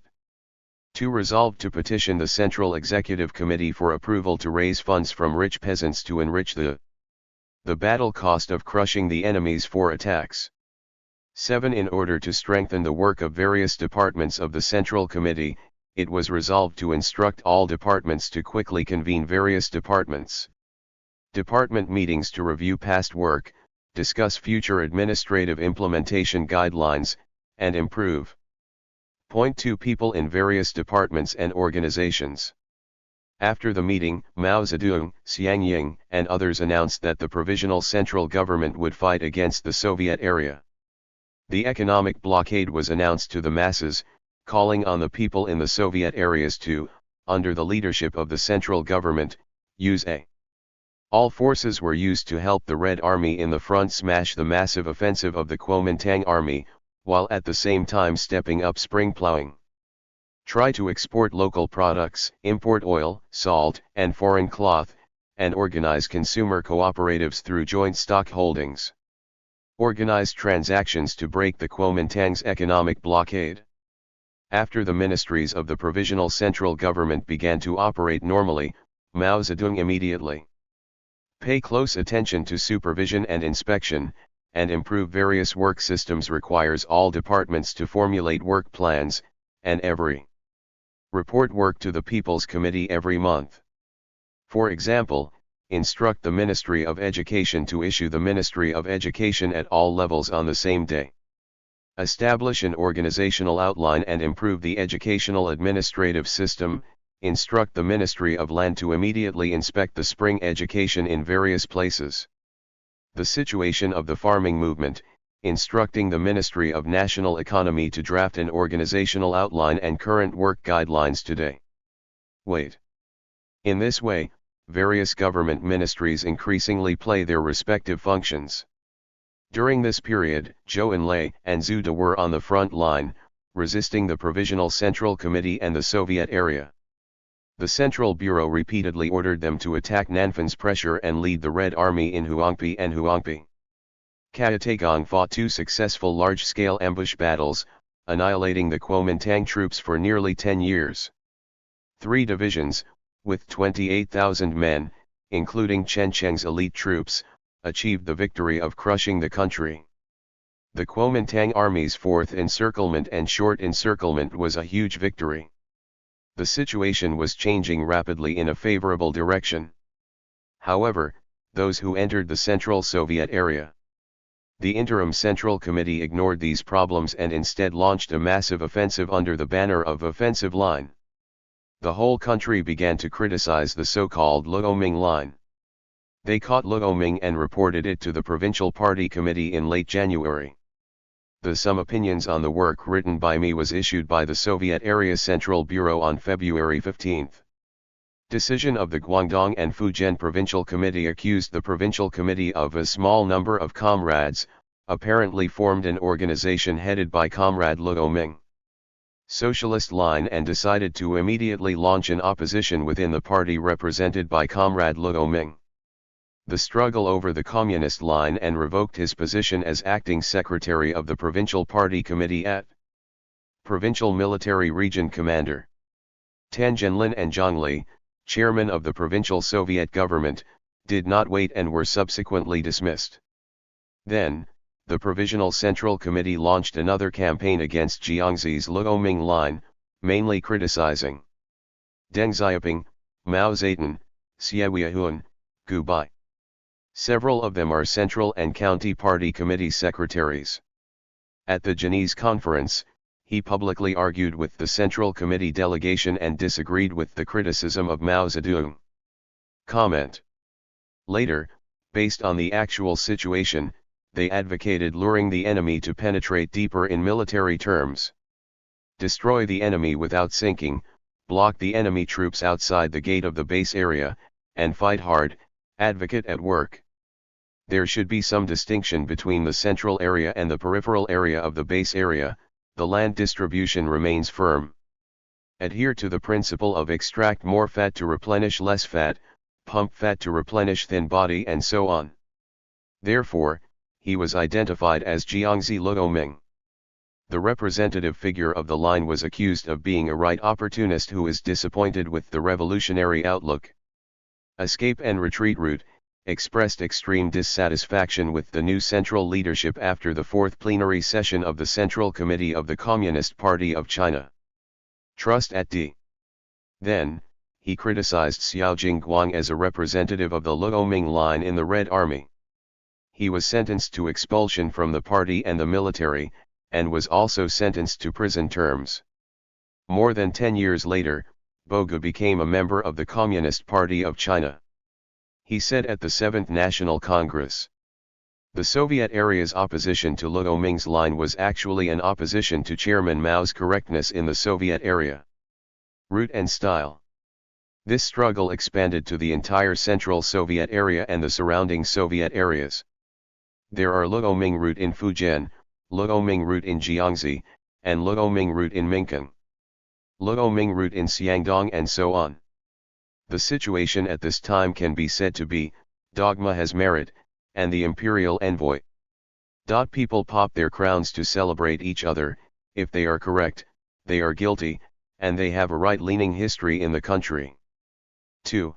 At Mao Zedong also mentioned this at the Political Bureau meeting of the CPC Central Committee in September 1936.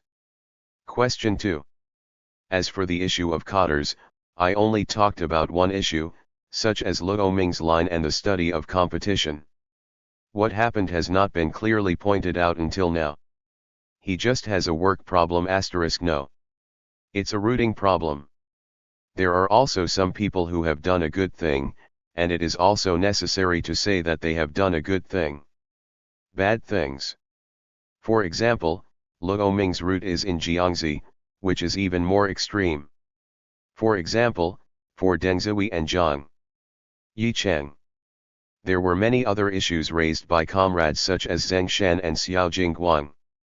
Later, it was discovered that 7 secretaries had been dismissed. All this shows that there were mistakes in the past regarding cadres. At that time, some people unknowingly said something about Maoists, which was also wrong. 2. The spearhead that opposed Luo Ming's line actually pointed at Mao Zedong. This was obvious to many people. Clear. So, why was there no public place to name and criticize Mao Zedong? The Provisional Central Committee did not. It's not because he doesn't want to do this, but because Mao Zedong has great influence at home and abroad, and the Communist Party of China. The International Executive Committee once intervened in this matter via telegram. Mao Zedong must be treated with as much tolerance as possible. His attitude and the use of comrade-like influence make it entirely possible for him to serve in the party Central Committee or the Central Bureau. Do responsible work under leadership. This made it possible for him to continue to preside over the provisional central government. They still have a job, but the difficulty of their situation is unimaginable. When Mao Zedong presided over the work of the provisional central government, he led the Central Committee with great energy. Economic construction of Yangtze District. However, at that time, this was a major issue related to the life and death of the Central Soviet area. At that time, the Central Soviet area. The Yangtze District has an overall population of 3 million, with the main force being the Red Army, local armed forces and government agency workers. With more than 100,000 employees, how can we do it without developing production? Mao Zedong attached great importance to this issue. Wang Guanlin, who used to be the editor-in-chief of Red China, recalled, "How does production develop? How to combine war? War first, how to handle production and life." Comrade Mao Zedong proposed.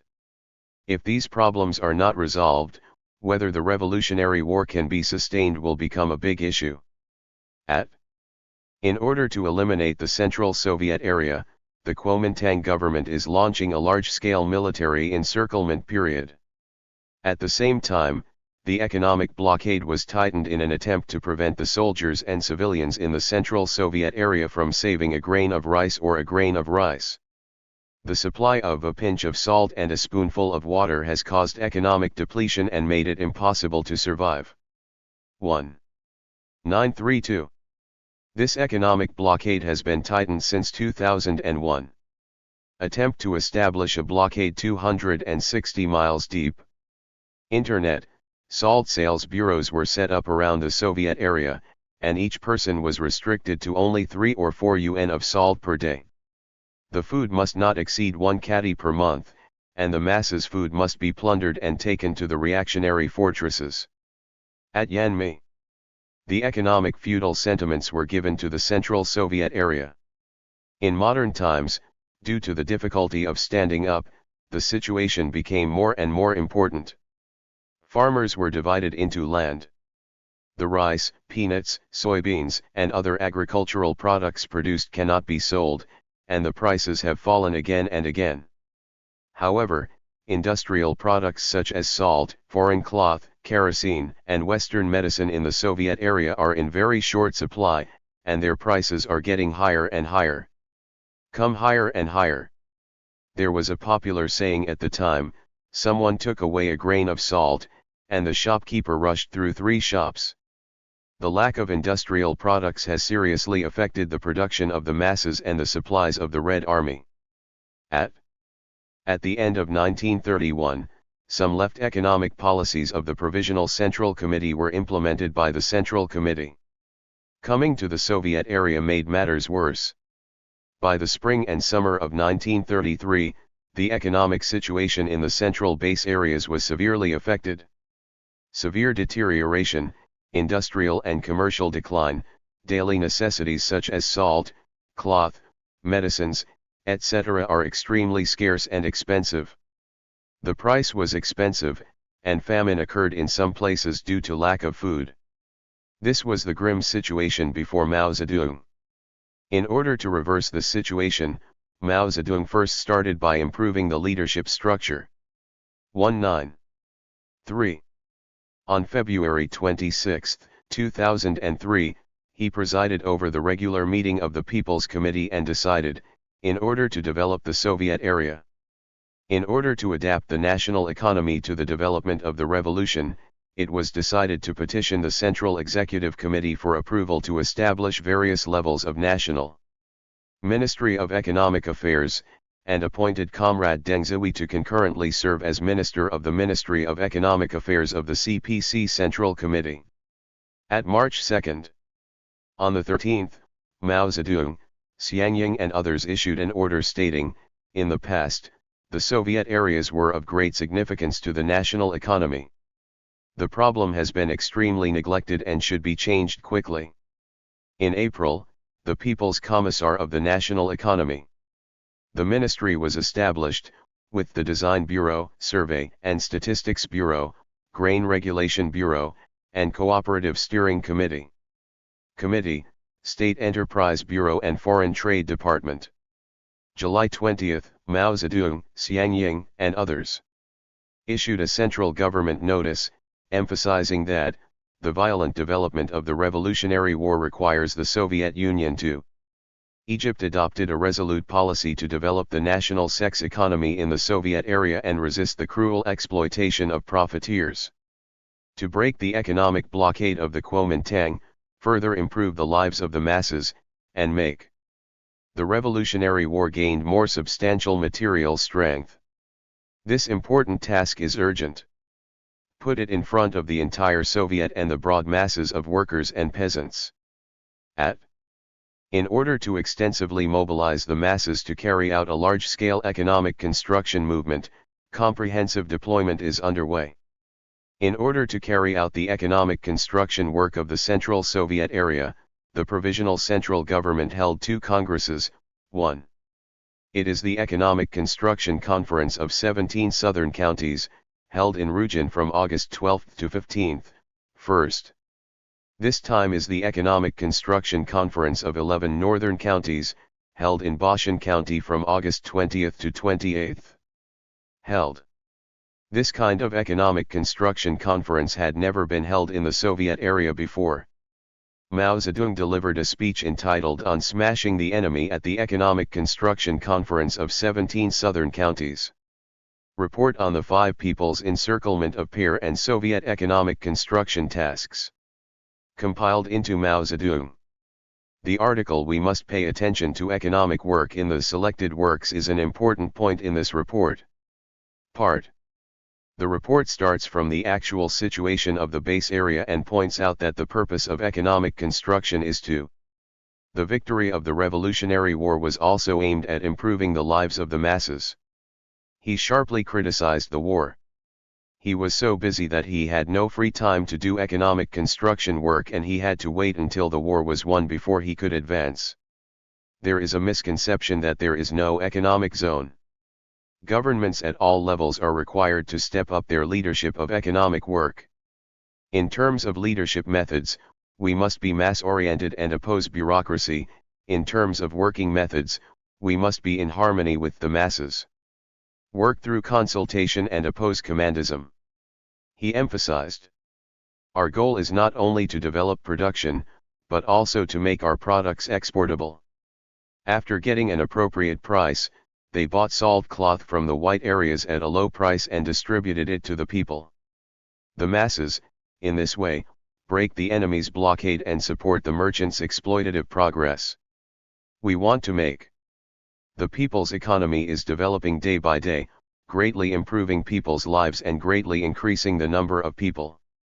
Our fiscal revenue provides the material basis for revolutionary war and economic construction. At that time, the main problem was labor. Hiring odd laborers usually cost 30 to 40 cents a day. When cutting crops, it cost 1 cent. You can't hire someone for 2 or 3 yuan a day. Although the Red Army's family members had help from the plowing team, misfortunes often occurred. can solve farming problems in time. The more advanced the local work is, the more people will join the army and the stronger the labor force will be. The less power there is, the more difficult production will be. Therefore, Comrade Mao Zedong focused on founding work. He often gives lectures in person to promote mutual aid societies and cattle cooperatives. Job exchange book. It has long been a custom among the people, and the cattle cooperative was developed based on the identification of excess cattle. There is a charter with specific provisions on the use, management, and raising of cattle. But farmers, when they are busy and the labor force is still not enough, they will mobilize women to participate in labor, catch role models, and reward them. Promotion. Women in Xianzhi originally did not have the habit of working in the fields. Through mobilization, women's production activities have become active. His personality was mobilized and he became a vital force. In this way, the labor problem in agricultural production was solved. The problem of insufficient manpower. In 1933, the average increase in agricultural production in the Soviet area was 1.5%. With military supplies guaranteed, agricultural production also had a bumper harvest in 1934. Breaking the economic blockade imposed by the Kuomintang is also placed in front of the economic work of the Central Soviet area. A serious task. Due to this strict blockade, the Central Soviet areas Yan, Buletin, and West. There is an acute shortage of medicine, but it is difficult to export grain, tungsten sand, cigarettes, paper, and camphor, which directly affects the lives of the masses, and the Red Army affected the Revolutionary War. Someone recalled, Comrade Mao Zedong. We attach great importance to this work and call on us to organize the people in a planned way, develop foreign trade, and grain, tungsten sand, wood, camphor, paper, tobacco leaves, and linen are exported to the white area and sold. Get appropriate prices, buy necessities from white areas, such as salt and cloth, bring them in, and distribute them to people, break the blockade of the discretionary people. At that time, Comrade Liu Shaokai, chairman of the All China Federation of Trade Unions, vice chairman. Comrades Chen Yun and Zhu Qi, the chairman of the committee, have personally taken charge of this work. They took many. Yasheng must be in line with the actual situation. Business Students 2 and Tioga District Revolutionary Committee 4. Commodities, tax reductions are implemented on certain daily necessities and military supplies. State-owned businesses try to make use of private capital and cooperative capital, carry out multifaceted cooperation with them, encourage Kuomintang rule. Businessmen from the Soviet areas came to do business in the Soviet areas, and secretly sent people from the Soviet areas to open businesses in areas ruled by the Kuomintang. Shops and purchasing stations, etc. As a result of these measures, the Central Soviet area and the people were connected. The circulation of commodities, which was avoided in the areas ruled by the party, provided a viable way to develop the economy of the Soviet areas. Just like Mao Zedong. What it pointed out, break the enemy's economic blockade, develop the Soviet area's foreign trade, and use the Soviet area to surplus manufactured products and industrial products in the white area are exchanged and are the hub of the development of the national economy at. In addition, finance, handicrafts, arsenals, post and telecommunications, transportation, medicine, health. There has been some progress in health and other undertakings. The economic construction of the Central Soviet area was carried out in an extremely difficult war environment. A groundbreaking undertaking. Mao Zedong held the Second National Soviet Union in January 1934. The report and conclusions of the Vienna Congress, our experience in selected works of Mao Zedong. Economic policies is an important part of the report, and care about people's lives and pay attention to work methods is the conclusion. Part of the treatise. summarized the experience of economic construction in the Central Soviet area and clearly pointed out, under the current conditions, agricultural production is the first priority in our economic construction work. 1. It not only needs to solve the most important problem of food, but also needs to solve the problem of clothing. The raw materials for daily necessities such as sugar and paper are cotton and linen. Questions about the supply of mango, mangosteen, etc. Question. The cultivation of forests and the increase of livestock products are also important parts of agriculture. Now our national economy is made up of state-owned enterprises and cooperatives. Career and. One consists of three aspects: career. For the private economy, as long as it is not motivated by _ which is outside the scope of government laws, not only does not prevent it, but it is promoted and rewarded. With the cooperation of the cooperative economy and the state-owned economy, after long-term development, it will become. The huge power of the economy will gradually take advantage of the private economy and gain leadership. Increase our fiscal revenue by developing the national economy, financial expenditure. Output should be based on the policy of saving. All government workers should be made to understand that poverty, pollution and waste are great crimes. We organize the people's foreign trade in a planned way and it is directly managed by the state. Operate the circulation of several necessary commodities, such as the import of salt and cloth, grain and the output of tungsten sand, and the internal adjustment of grain, etc. We should pay deep attention to the problems of people's lives, to make the broad masses of people understand that we represent their interests and are breathing the same breath as them. Comrades, what is the real iron wall? It is the masses, it is the sincerity of millions. The masses who support the revolution. This is the iron and copper wall of Fengjiang, no force can defeat it. A broken body, a completely unbreakable body. The counter-revolutionaries cannot defeat us, but we must defeat the counter-revolutionaries. Grass life. At these principles and policies not only played an important role in the economic construction of the base areas, but also, and in fact, a new nation is gradually formed that is fundamentally different from the semi-colonial and semi-feudal society. The prototype of a communist economy. Mao Zedong also invested huge energy in the construction of political power.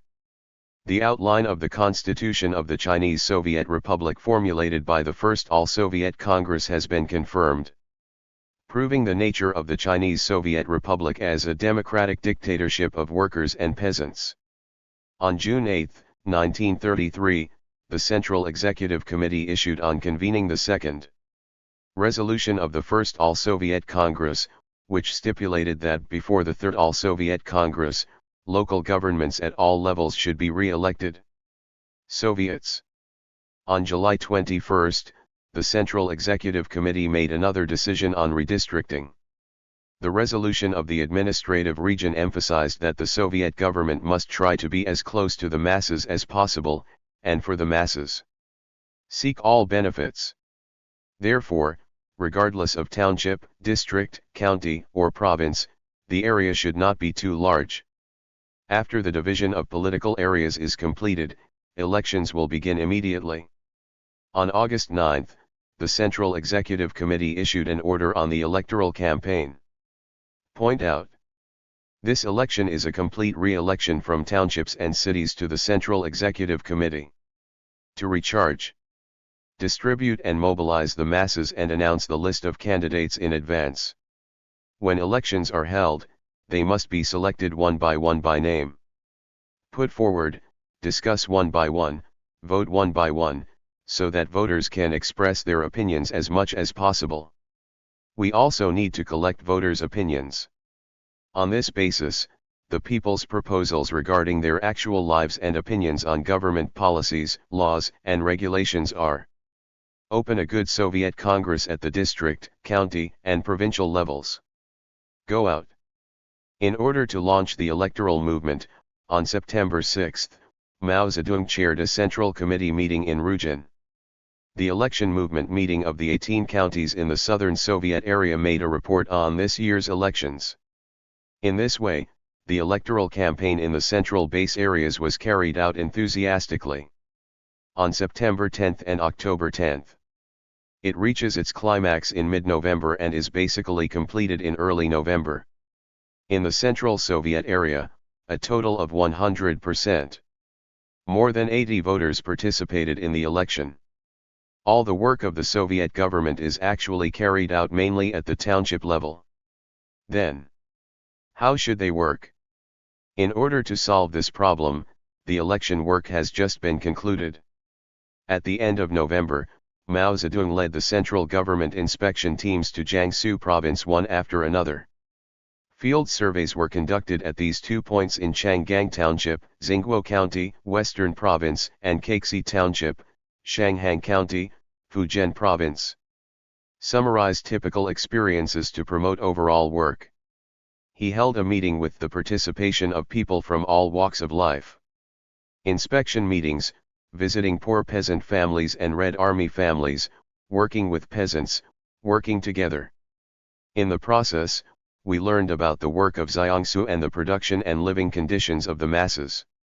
Then, I wrote. Soviet work in Changgang Township, Xingguo, and Soviet work in Kexi Township, Shanghang. An investigation report was issued and distributed to the Second Committee of the Communist Party of China as a model for rural Soviet work.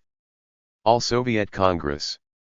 In the Changgang Township investigation report, he wrote, "Our task is to put forward, question. The question is how to mobilize the masses to implement these tasks and plans completely and practically. And this. The solution to a problem is not something that can be imagined in the mind. It relies on mobilizing the masses. In the process of performing various tasks, collect various fresh and specific experiences to carry forward this.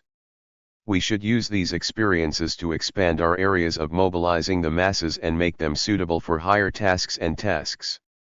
Plan point 2. The most effective way to oppose bureaucracy is to show them a living example. The experience of Changgang Township he summarized is a living example. In Kexi Township, Mao Zedong comprehensively summarized the Soviet work in Kexi Township. He is special. Paying attention to the construction of the most basic level of village political power, he pointed out, the center of the township is in the village, and the organization of the village is. Interacting with leaders has become an issue that deserves great attention.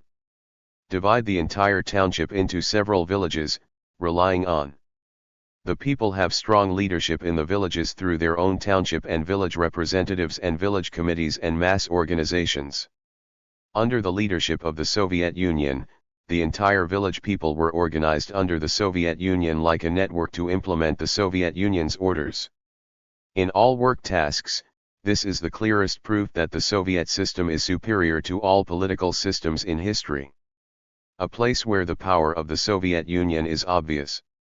In this way, the grassroots power of the Soviet Union can form a thorough. A network that has close contact with the people, organizes the people to the greatest extent, and more. Promote various tasks effectively. At the Second National Congress of Soviets, Mao Zedong promoted the construction of Soviet power. The experience was summarized in detail.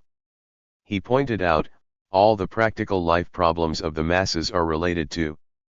These are important issues that the Soviets should pay attention to. If the Soviets pay attention to these issues, discuss them. When things are reduced, solved, and the needs of the masses are met, the Soviets will truly become the life of the masses. With good organizers, the masses will truly surround the Soviets and enthusiastically support them. Vir. From the perspective of the need to develop revolutionary war, we must not ignore all the concerns of the broad masses of the people. Personal interests and life issues. Why? Because war is a war of the masses, and only movement. Only by joining the masses can we wage war, and only by relying on the masses can we wage war. He demanded. Government staff are elected and appointed, and those who are incompetent are replaced by public will. All issues are The discussion and solution are based on public opinion. Mao Zedong came to an important conclusion: workers and peasants. The Soviets, which are dictatorships, are the people's own political power, and they directly rely on the people. The relationship with the people must be maintained at the highest level before he can play his role. When Mao Zedong presided over the work of the Provisional Central Government, he led economic construction and political power.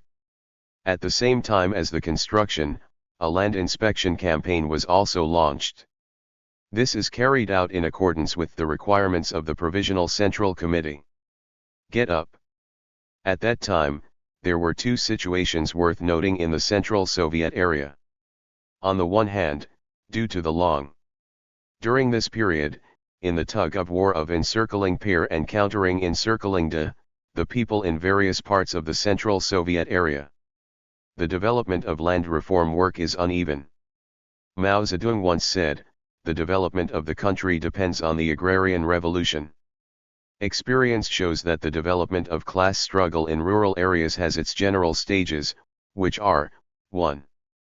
The second stage of land confiscation and distribution, the second stage of land inspection, and the third stage of land construction. Paragraph.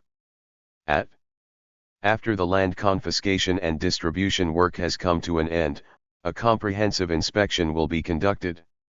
And it is normal to mobilize the masses to do it.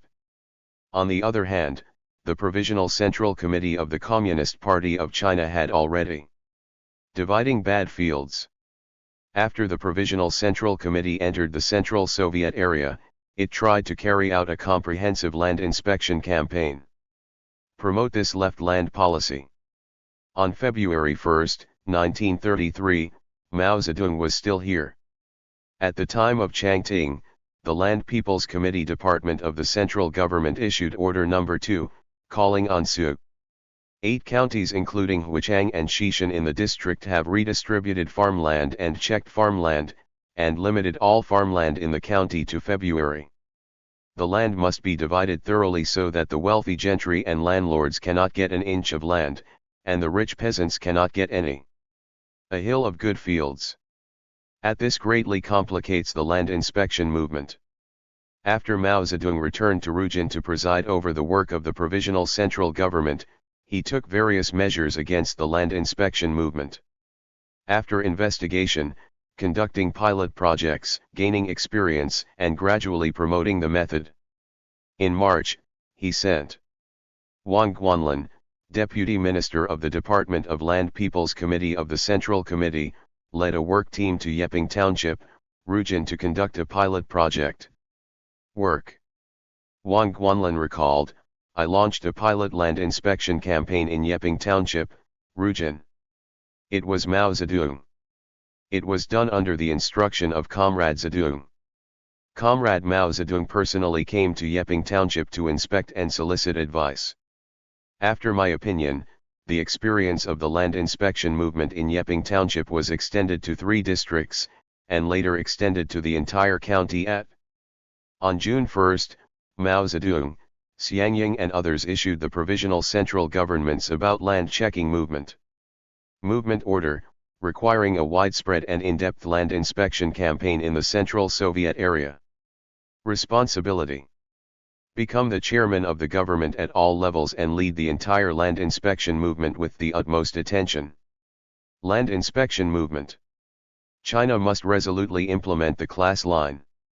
With the working class in rural areas as the leader and relying on the poor peasants, firmly unite with the middle peasants, and launch a resolute attack on the feudal and semi-feudal forces.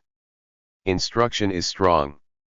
Mobilized most of the problems of mobilizing the masses and demanded that they be divided into landlords and rich peasants and confiscated. Our land and property must be approved and approved by the majority of the people as much as possible. Instruction.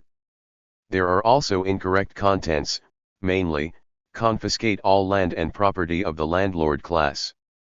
Confiscate the land and excess cattle, farm tools, and houses of the rich peasants, and distribute them to those who were not allocated the land in the past. workers, poor peasants, and middle peasants who have enough labor and those who have not yet been assigned to the fields, and rich peasants are assigned the worse labor. Allotment of land at this actually means that landowners do not divide the land and rich peasants divide the land. The next day, the Central Bureau of the Soviet area issued the resolution on the land inspection movement, specifically stating, the party and the Soviet Union. The Egyptian regime's past incorrect approach to solving the land issue. The land of small landowners is not confiscated, etc., and in many areas the land problem still exists. There has been no complete solution, which has set the tone for the land inspection movement. In this kind of situation, under such circumstances, Mao Zedong's situation was naturally difficult. In order to provide specific guidance on the conduct of the land inspection campaign, from June 17 to 22, Mao Zedong presided over a meeting at the district level and above in 8 counties including Rujin, Huichang, Yadu, and Changting in Yeping. The head of the Viaishishan Movement Conference. June 25 to July 1, again in Yet. The 8-County Poor Peasants League Representative Conference was held in Ping. Then, Xianzhi, Yuehan, Fujian and other provinces also convene land inspection campaign meetings in each county respectively to conduct in-depth mobilization and make action plans. Department. At the meeting of the land inspection movement in 8 counties, Mao Zedong delivered the mass work of the land inspection movement. The report work details the strategies and methods of this campaign. He adopted a very cautious attitude towards class division and emphasized 2 distinctions. 1 is to strictly distinguish between middle peasants and rich peasants, and the other is to also distinguish between rich peasants and landlords. Estimate says, there is a difference between rich peasants and landlords. The rich peasants work on their own, but the landlords do not work on their own, so they are responsible for the land. He advocated the abolition of the policy of annihilation and adopted a policy of weakening the rich peasants. Therefore, the tendency to eliminate the rich peasants. This is wrong, and at the same time, the rich peasant elements should not be treated as landlords. He pointed out more emphatically. He said, uniting with the middle peasants is the most central strategy in the agrarian revolution. The direction of the middle peasants is related to the soil. The success or failure of the underground revolution. Therefore, we must repeatedly explain this strategy to the masses and explain the infringement of China's the interests of farmers absolutely not allowed. In order to unite the middle peasants and not invade the middle peasants' uprising point of view, we must put forward rich peasants to explain them, and we must focus on explaining the boundary between rich peasants and middle peasants. The local area will stabilize the wealthy middle peasants. It is a tool to raise the question of rich middle peasants. Became more detailed and practical. After that, his analysis of this problem continued to develop, and he became more and more aware of the correctness of the problem. It plays an extremely important guiding role in correctly handling the extremely complex issue of China's agrarian revolution. Use. Regarding the working methods of class investigation, he talked about 4 issues in a very targeted manner. 1. The land inspection movement is to inspect the class, not to inspect the land by acres. To inspect the land by acres, it is necessary to inspect the land by acres. It is absolutely wrong to cause panic among the masses. 2. Check the class of landlords and rich peasants. Level, check the strippers, check that they are hiding among the farmers, but they are not actually farmers. Check these few people. It is by no means an investigation of the classes of middle peasants, poor peasants, and workers, so it is not. We have to go door to door to check, in order to attract the masses. Panic is absolutely wrong. Wrong. 3. Before investigating class, one must go through the stage of propaganda, that is, talking about class. Stage. Do not go through an open and widespread talk about class before starting to investigate, in order to arouse a crowd. It is absolutely wrong for people to panic. 4. To investigate the class, we need to mobilize labor unions and poor peasant leagues. Most of the members and other people went to investigate, and the people were asked to report at any time to the Poor Peasants League and Land Inspection Committee. No, only a few people should check it out. If a few people check it out, it will cause a crowd. It is absolutely wrong for people to panic. He also took a very cautious attitude towards the issue of passing through classes. Pointed out, through the class is what determines the class composition, and it is the time when life or death is decided for this person, so we must abide by it very much. Be careful. It must be checked clearly before it can be submitted for approval. If you have any questions, move to discuss next time, don't pass this time. If there were mistakes in the past, such as putting the central farmers.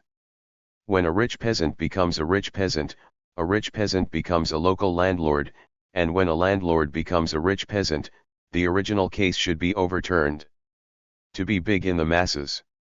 Explain at the meeting the reasons for making mistakes in the past and correcting them now, and gain the satisfaction of the masses if you make a mistake, you are wrong, and you refuse to correct it, that is completely wrong. In July and August, the land inspection movement was fully launched in the Central Soviet area, and the land distribution status was. The situation has been improved. However, some biases have also appeared in the development of the movement, mainly infringement of China's peasant interests and the treatment of rich peasants and local owners. In many places, all the property of rich peasants was confiscated. In some places, people who were hired as long-term workers 5 or 6 years or even more than 10 years before the revolution were hired, or only one person was hired. Wealthy middle peasants who have been working as workers for 2 years are also placed in the category of rich peasants. Shishan in Rujincheng district, at the beginning. They conducted inspections by households and acres. The inspections made the middle peasants panic, and some middle peasants actually ran to the Soviet government.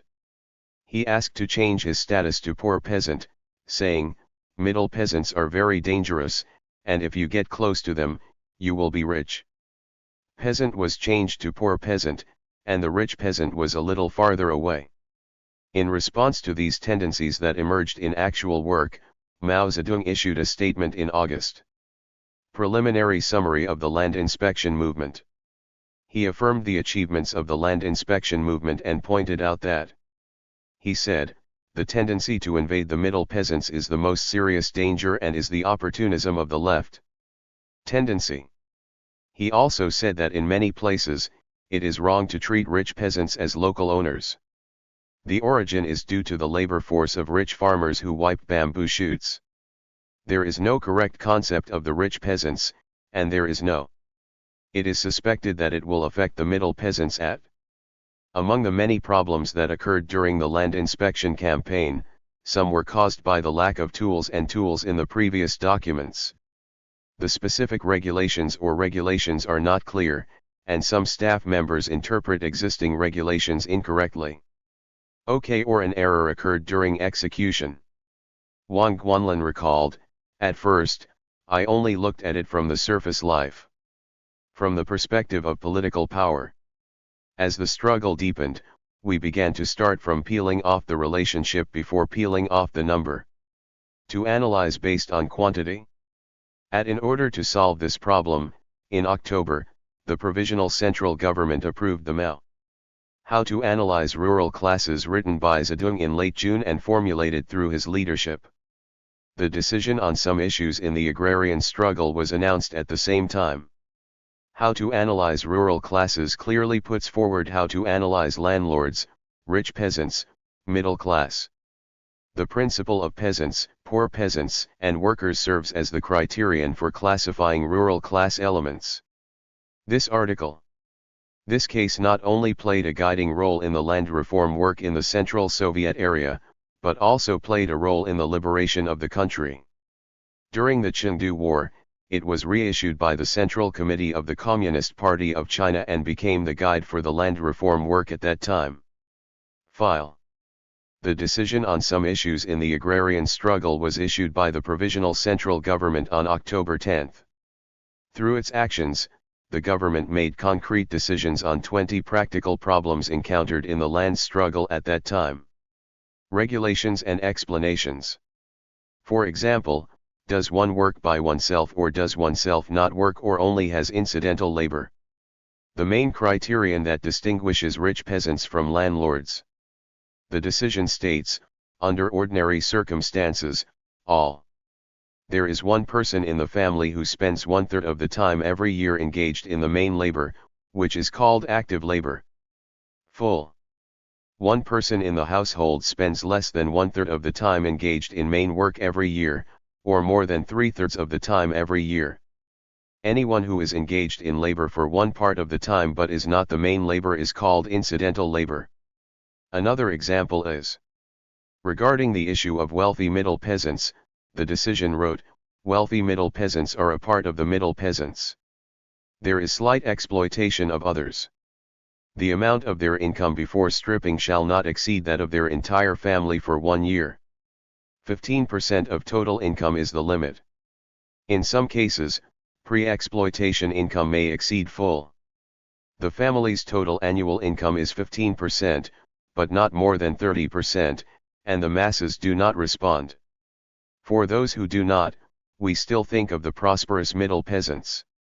Under the Soviet regime, the interests of the wealthy middle peasants should get the same protection as ordinary middle-class farmers at. These two documents are clear in principle and operable in actual work. This is exactly an important feature of Mao Zedong's work style. Regarding its significance, Wang Guanlin commented, the argument goes, in this way, the area of attack can be narrowed, more people will support it, and 100% can be united. People over 95. For landlords and rich peasants, the ratio dropped to about 5%. This is a very important question. Fierce. The Provisional Central Government announced on the land struggle signed by Mao Zedong, Xianzhi, and others. The order decision on some issues in the struggle reads, any action taken by the first force on October 10, 33. If the class composition of the previous treatment in various places is inconsistent with this decision, it should be punished immediately in accordance with this decision. Change. Since then, great changes have taken place in actual work. The original demarcation of Xianzhi County. There are 2,116 landlords and rich peasants. After a review based on 2 documents in October, more than 1,300 households were reclassified as middle peasants and poor peasants. Wujing District, Huichang County, was rezoned from rich farmer to 35 households were classified as middle peasants, 4 households were classified as poor peasants, and 4 households were classified as rich peasants. There are 18 families. There are 4 housing areas in Duda County that were reclassified from landlords and rich peasants to middle peasants and poor peasants. 10 In the second half of 1933, after half a year of preparation, Chiang Kai-shek launched an attack on the Central Soviet area. The 5th large-scale military encirclement plan. He learned from the previous Weiji. Lessons from failure. Emphasizing the need to implement the policy of 3 points military and 7 points political, in the areas surrounding the base areas. Implement the Baijia system and the continuous sitting law, implement a tighter economic blockade on the base areas. Militarily, new tactics of fortress doctrine and gradual advancement were adopted. He mobilized an army of 1 million. Team leader, he served as commander-in-chief. First, use 500,000 troops to divide the North Road, South Road, and West Road from 3 sides. Besiege the Central Soviet area. After the month was over, its main force, the Northern Route Army, began to change its attack. 20. Marched into Lichuan on the 8th. At this time, the main force of the Red Army in the Central Soviet area had grown to more than 10,000 people, and together with the Kuomintang Army, the troop strength comparison is 1 to 6. Although the situation is grim, compared with the third counterattack, the siege. Compared with the ratio of 1 to 10 during Raki and the ratio of 1 to 10 during the fourth round of encirclement, it is still better. If the Red Army can adopt a correct strategic strategy that is consistent with the actual situation, there will still be. It is possible to break this period. The Provisional Central Committee of the Communist Party of China was prepared to use an adventurous offensive line to break this time. Encirclement and suppression. On May 12, the Provisional Central Committee decided to add Bogu and Xianzhi to the Central Revolutionary Military Commission. Committee member, stipulated that Xianzhi should act as chairman when Zhu De, chairman of the Central Military Commission, was at the front, and implemented it. In fact, the military command was controlled by Bogu, the interim head of the Central Committee. June 13, Lin. At that time, the Central Committee proposed the policy of separating the main forces of the Central Red Army for operations and implementing two sources of attack. The man Bogu did not know much about military affairs and relied entirely on the Communist Party troops who arrived in the Central Soviet area at the end of September. The German lead sent by the Communist International was responsible for commanding the operations. We gave up the active defense policy that worked effectively in the past several wars against encirclement and planning and put forward. He set out to carry out the decisive battle of China's two roads. After the fall of Lichuan, he ordered the main force of the Red Army to go north to defeat the enemy outside the country's gate and implement the so-called not letting the politicians' throats tremble within an inch of the Soviet area too. Local policy. Mao Zedong had by this time been excluded from the leadership of the party and the Red Army and was only responsible for the central government. Government work. He has disagreed since the preparation stage of the fifth counterattack encirclement plan. The erroneous policy of hitting people with two fists and the later defending the enemy outside the country's borders is considered. We should take the initiative to abandon Lichuan, lure the enemy deeper into the Jianing and Taining areas, and concentrate the main forces of the Red Army. Force to annihilate in motion. However, Bogu, Lida and others were eager to restore Lichuan and forced them to. The Eastern Army counterattacked. Since the Kuomintang Army had an absolute advantage in numbers and included having captured many of Chiang Kai-shek's well-equipped main forces of the industrial system, it was obviously very difficult to fight head-on with them. Unfavorable. The main force of the Red Army failed in many consecutive strong attacks at Saltpeter, Zixi Bridge, and Yawan, and fell in a passive position. In the face of failure, Bogu and Lida not only failed to examine the strategic decision-making, but also reflected on it. And he blamed the commander on the battlefield, saying that he wanted to find out the history of the Luoming route in the army. Table. Their concubines investigated Jing Guang's responsibility for the fall of Lichuan and said that he retreated and escaped. Lida said in Chronicles of China, Bogu warned me not to. The commission discussed this issue. Mao Zedong was very sensitive to this issue because he had never. Fundamentally speaking, he, Luoming and Xiao Jingguang are pursuing the same route. It can be seen that the spearhead of this incident was actually directed at Mao Zedong. Because Mao Zedong, Wang Jiaxiang, and others were determined against the objection, Xiao Jingguang was not sentenced to death, but was still sentenced to 5 years in prison and expelled. Party membership and military membership. After Xiao Jingguang was imprisoned, Mao Zedong asked He Zicheng to visit and transfer. Reported to Xiao Jingguang, the fall of Lichuan was a matter of command and deployment, you should retreat, that's what you did. Right. Xiao Jingguang was imprisoned for a month and then transferred to the Red Army University as a tactics instructor. At this time, a very favorable opportunity appeared for the Red Army to break through the encirclement of Pear. Shanghai rise up General Caign of the 19th Route Army of the Kuomintang Army who fought against Japan on December 28. Kuo, Chen Mingzhu, Xian Guangrong, and the anti-Xian forces within the Kuomintang Legation and others launched the Fujian Incident. The People's Revolutionary Government of the Republic of China was established in Fujian in November and proposed the strike.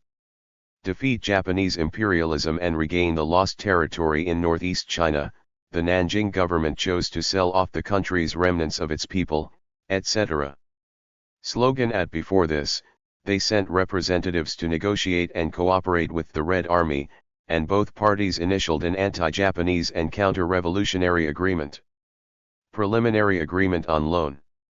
After the Fujian incident, Chiang Kai-shek had to withdraw from the Central Committee of the Periphery period. The front line in the Soviet area transferred 9 divisions to Fujian to attack the 19th Route Army. Mao Zedong to the CCP. The Central Committee recommended, use the main force of the Red Army to break through the siege line of the Kuomintang Army and break into Zhejiang. As the center of the Jiangsu, Zhejiang, and Anhui regions, it runs vertically and horizontally in Hangzhou, Suzhou, Nanjing, Fanhu, and between Nanchang and Fuzhou, transform strategic defense into strategic offense, threatening the enemy's fundamental importance. The land, seeking to fight in the vast unfortressed area. Using this method, we can force the enemy to attack Jiang. The enemies in the southwestern and western Fujian areas return to support their fundamental strongholds and crush their efforts to move toward their base areas in Xianzhi. Attack and assist the Fujian People's Government. However, Bogu and Lida continued to treat people from Fujian.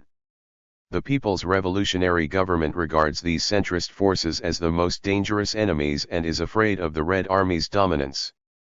Efforts to advance into the Jiangsu, Zhejiang, Anhui, and Min regions would result in the loss of the Central Soviet area, and they refused to adopt Mao Zedong of this suggestion. As a result, the isolated and helpless Fujian People's Revolutionary Government was defeated by Chiang Kai-shek's army.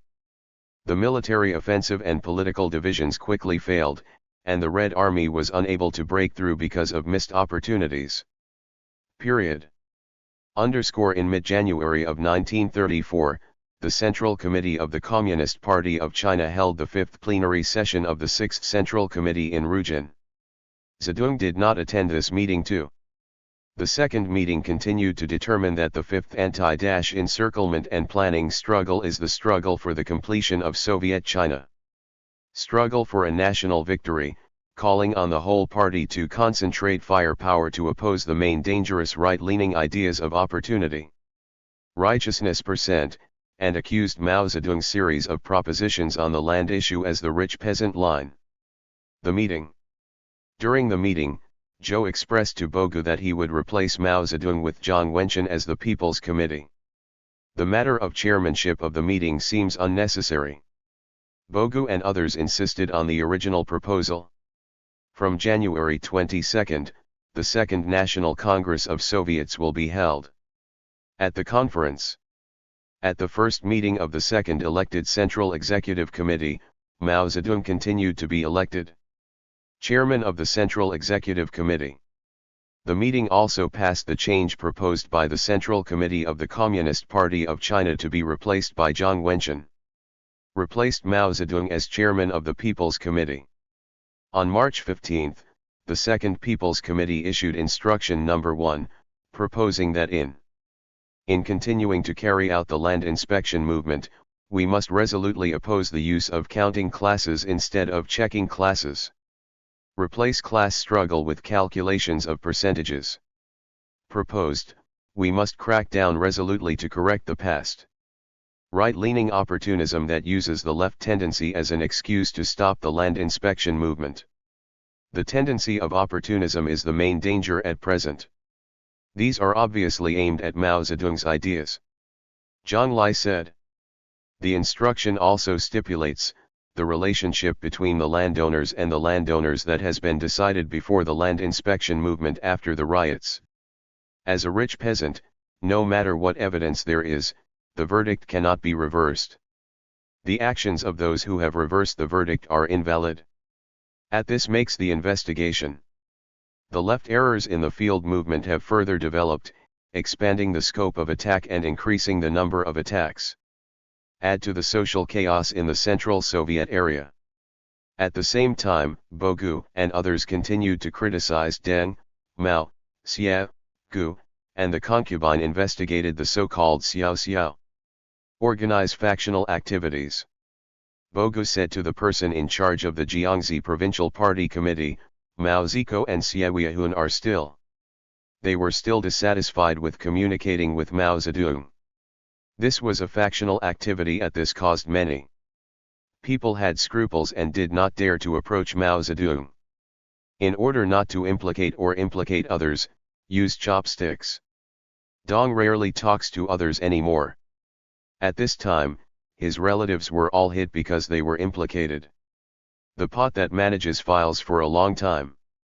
Mao Zedong was dismissed from his post after he had been calling the shots to investigate his anti-party activities.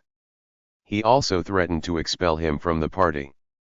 He Zichhen's elder brother He Min was a student and was exempted from the Red 20. The 4th Division assumed the position of acting division commander and went to study at Red Army University. He Zichhen's sister, Mao Zedong's my lover, He Yi, was dismissed from the post of deputy director of the organization department of the Rujin County Party Committee and took over at the Central Party School. Be criticized. He Yi couldn't figure it out, so she sometimes came to He Zichhen's house to complain and talked about her sadness. Forbidden to shed tears. Mao Zedong, who listened quietly, said sadly, "They punish you because of me. You have been burdened by me." Mao Zedong later told foreign friends about his extremely difficult situation. They are superstitious about the international line, about attacking big cities, and about foreign politics and politics. That set of military, organizational, and cultural policies. We are opposed to the left policy. We have some Marxism, but we are isolated.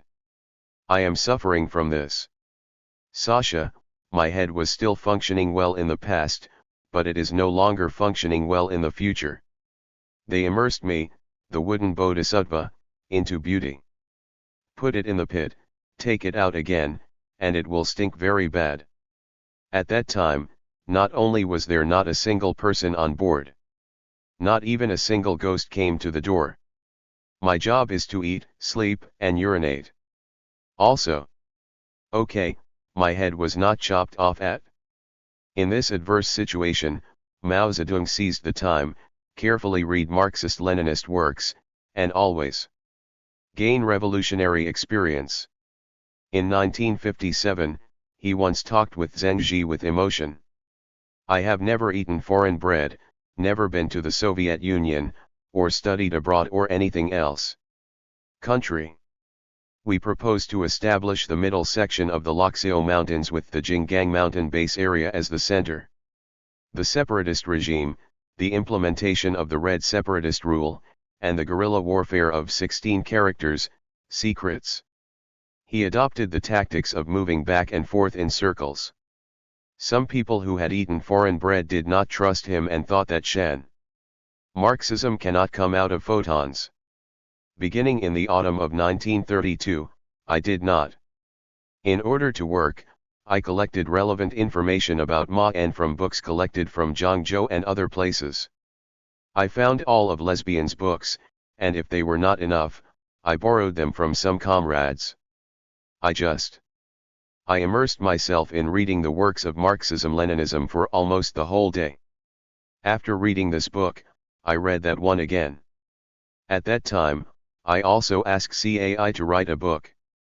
I worked hard and insisted on reading for 2 years. Later, the essays on contradiction and on practice were written during the past 2 years while reading the works of Marxism-Leninism. With the defeat of the Fifth Anti-Encirclement and Burden War, especially the severity of the Guangchang Defense War. A heavy failure, the north gate of the Central Soviet area has been breached, and the entire situation is becoming more and more critical. Bo. After Gu, Lida and others went to the front line in Guangchang, Zhou Enlai stayed in Rujin in the rear and took charge of the Central Committee. Daily work. In late April, with Zhou Enlai's consent, Mao Zedong left Rujin with several entourages.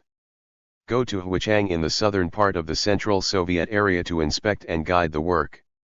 This is 3 months since he was treated coldly. Only later did I get another job opportunity. He first went to the Guangdong and Fujian Provincial Party Committee and the Provincial Soviet Government Office. At the Wenwu Dam in Huichang County, we met with Lu Xiao, Secretary of the Provincial Party Committee, and he, Commander and Political Commissar of the Provincial Military Region. Long-term worker.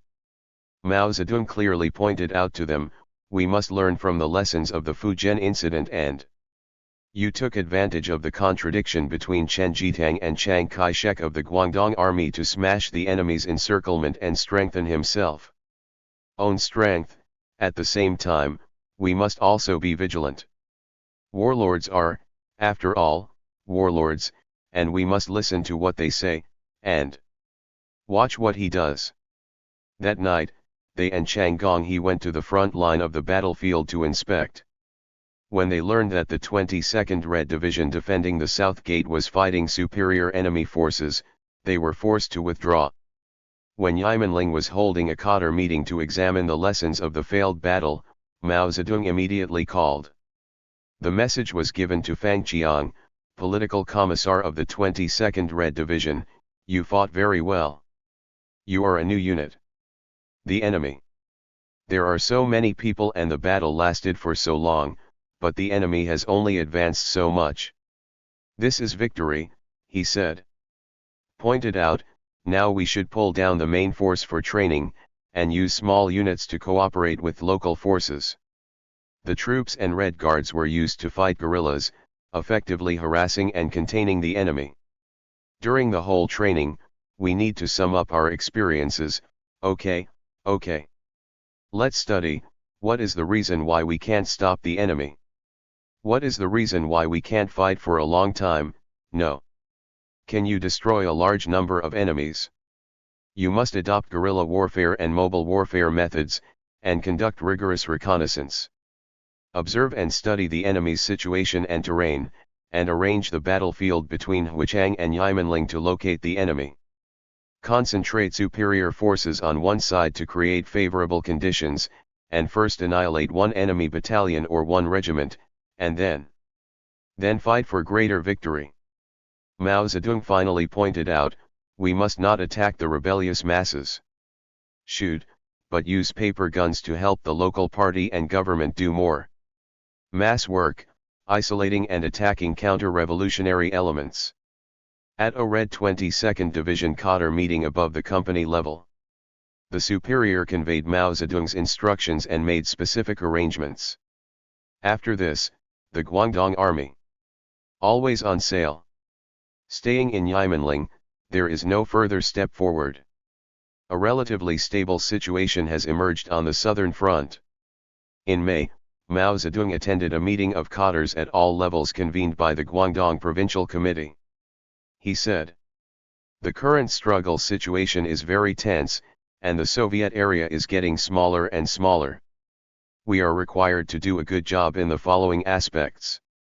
Action, carry out in-depth land inspection campaign, expand White Army work, eliminate red-white opposition, and restore tungsten. Production and export of sand to protect the legitimate interests of businessmen, organize the export of most of the surplus grain to buy cloth and salt in the white area, rectify the local armed organization, and cleanse the impure people who have sneaked into the team. Members, prepare to defend the fruits of victory, do a good job in expanding the red, complete the task of expanding the red, etc. On the basis of a period of investigation and research, he guided Lu Xiao, He Changgong and others. The battle plan and work deployment for the southern line were formulated. The Guangdong Army and Chiang Kai-shek against Chen Jitang. There are contradictory situations, he said. In general, the relationship between fighting and harmony must be corrected, and harmony must be corrected. The draw was skillfully played. We cannot sit in the city on the basis of capitalism, gentlemen. The set of foreign methods designed in the building can be solved. Why should we continue to fort against the fortress, concentrate against concentration? In the middle, this is called hitting a rock with an egg. In order to preserve the vitality of the Red Army and destroy the enemy, we must start from a practical perspective, we cannot waste money by force. He also said, the countryside is like the ocean, and our Red Army is like fish, the vast countryside is where we rest and live. We must protect the people's power, the masses are the true. Our iron walls and the unity of our soldiers and people are the foundation of our victory at. Then, Mao Zedong went to Liguan Mountain in Huichang Station to inspect the 22nd Red Division and conducted. After more than 10 days of investigation, I also spent 3 nights summarizing the results of the battle with the division's leading cadres. Experience and lessons. After investigation at the front line and Zhantang and other places, after returning to Wenwu Dam, they asked Lu Ziahe. He Changgong pointed out, we must seize this favorable opportunity and take advantage of the enemy's internal struggle to launch an attack. Show and grow your own strength. You can't just know how to keep the enemy outside the country's borders and fight hard and to the death. To fight, we must also take advantage of the contradictions within the ruling group to strengthen united front work. One side needs rely on the masses, mobilize the masses, organize guerrillas, and carry out guerrilla warfare. A small team of armed soldiers sneaked into the Chongji party area to publicize the message of resisting Japan, saving the nation, and being united with guns to the outside world. The truth prompted the Guangdong army to rebel against Chiang Kai-shek and resist Japan. According to the actual situation on the front line, it is possible to. The incoming area was drawn down to review the key and front line situation, and to gather base special forces for an interview. Be prepared for failure. Although Mao Zedong was located in Huichang on the southern front, what he was most concerned about was the safety of the Central Soviet area. Bureau. At that time, the Central Military Commission was preparing to transfer the 7th Red Army to the south to strengthen the defense on the southern front. Mao. After studying with the leaders of the Guangdong and Men Provincial Committee and the Provincial Military Region, Zedong called Zhou on June 22.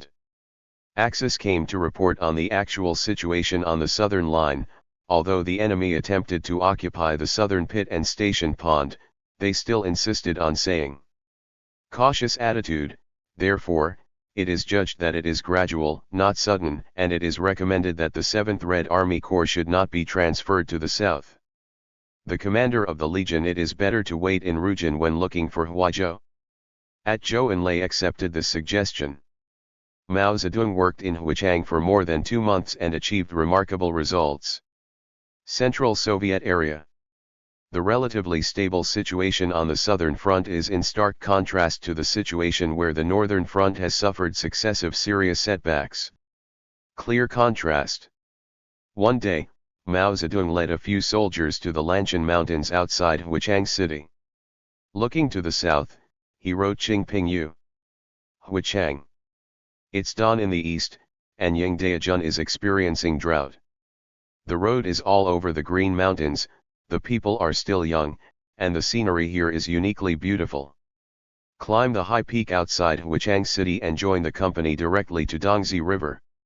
The soldier pointed to the south and asked for more information. Lush. In early October, He Changgong and Pan Hanian, according to Zhou Enlai's deployment, advanced with Chen Jitang's troops. After 3 days of negotiations, we reached agreements such as a ceasefire on the spot and each other can borrow roads from each other when necessary. The 5 agreements set the stage for the Central Red Army to successfully break through the Kuomintang Army when it began its long march. The first and second blockade lines opened up roads.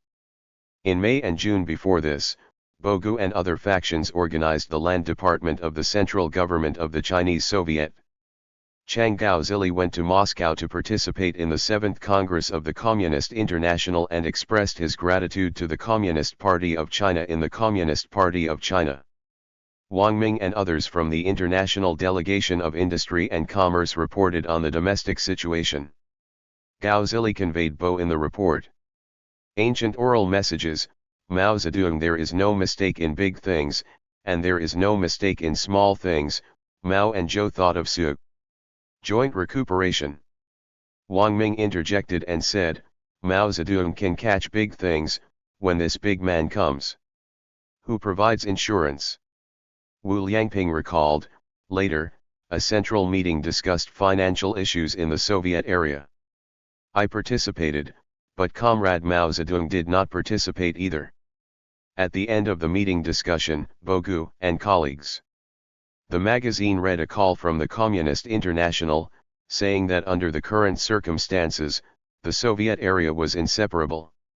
I don't agree with Mao Zedong, so I don't agree with Comrade Mao Zedong going to the Soviet Union to recuperate at. In June, Mao Zedong received a notice from the Central Committee of the Communist Party of China in Huichang and returned to Rujin to attend the enlarged meeting of the Political Bureau of the Central Committee. The meeting was chaired by Bogu to discuss the unfavorable situation of the Red Army in combat countermeasures under the situation. In fact, the Secretariat of the Central Committee had requested instructions from the Communist International in May. Prepare to evacuate the main force of the Red Army from the Central Soviet area, and the Communist International has also sent a reply to agree, but here. This was not communicated at the previous meeting. When Mao Zedong gave his speech, he proposed that fighting on the inside would lead to a situation of unrest. Under favorable conditions, the Central Red Army should move to outside operations. As for the direction of the transfer, the Central Red Army should.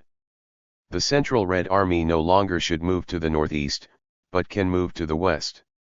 The meeting did not accept this proposal, but it was decided to send more than 6,000 members of the Red Army Corps to the north as the vanguard anti-Japanese tank force, and to send the 6th Red Army Corps from Hunan.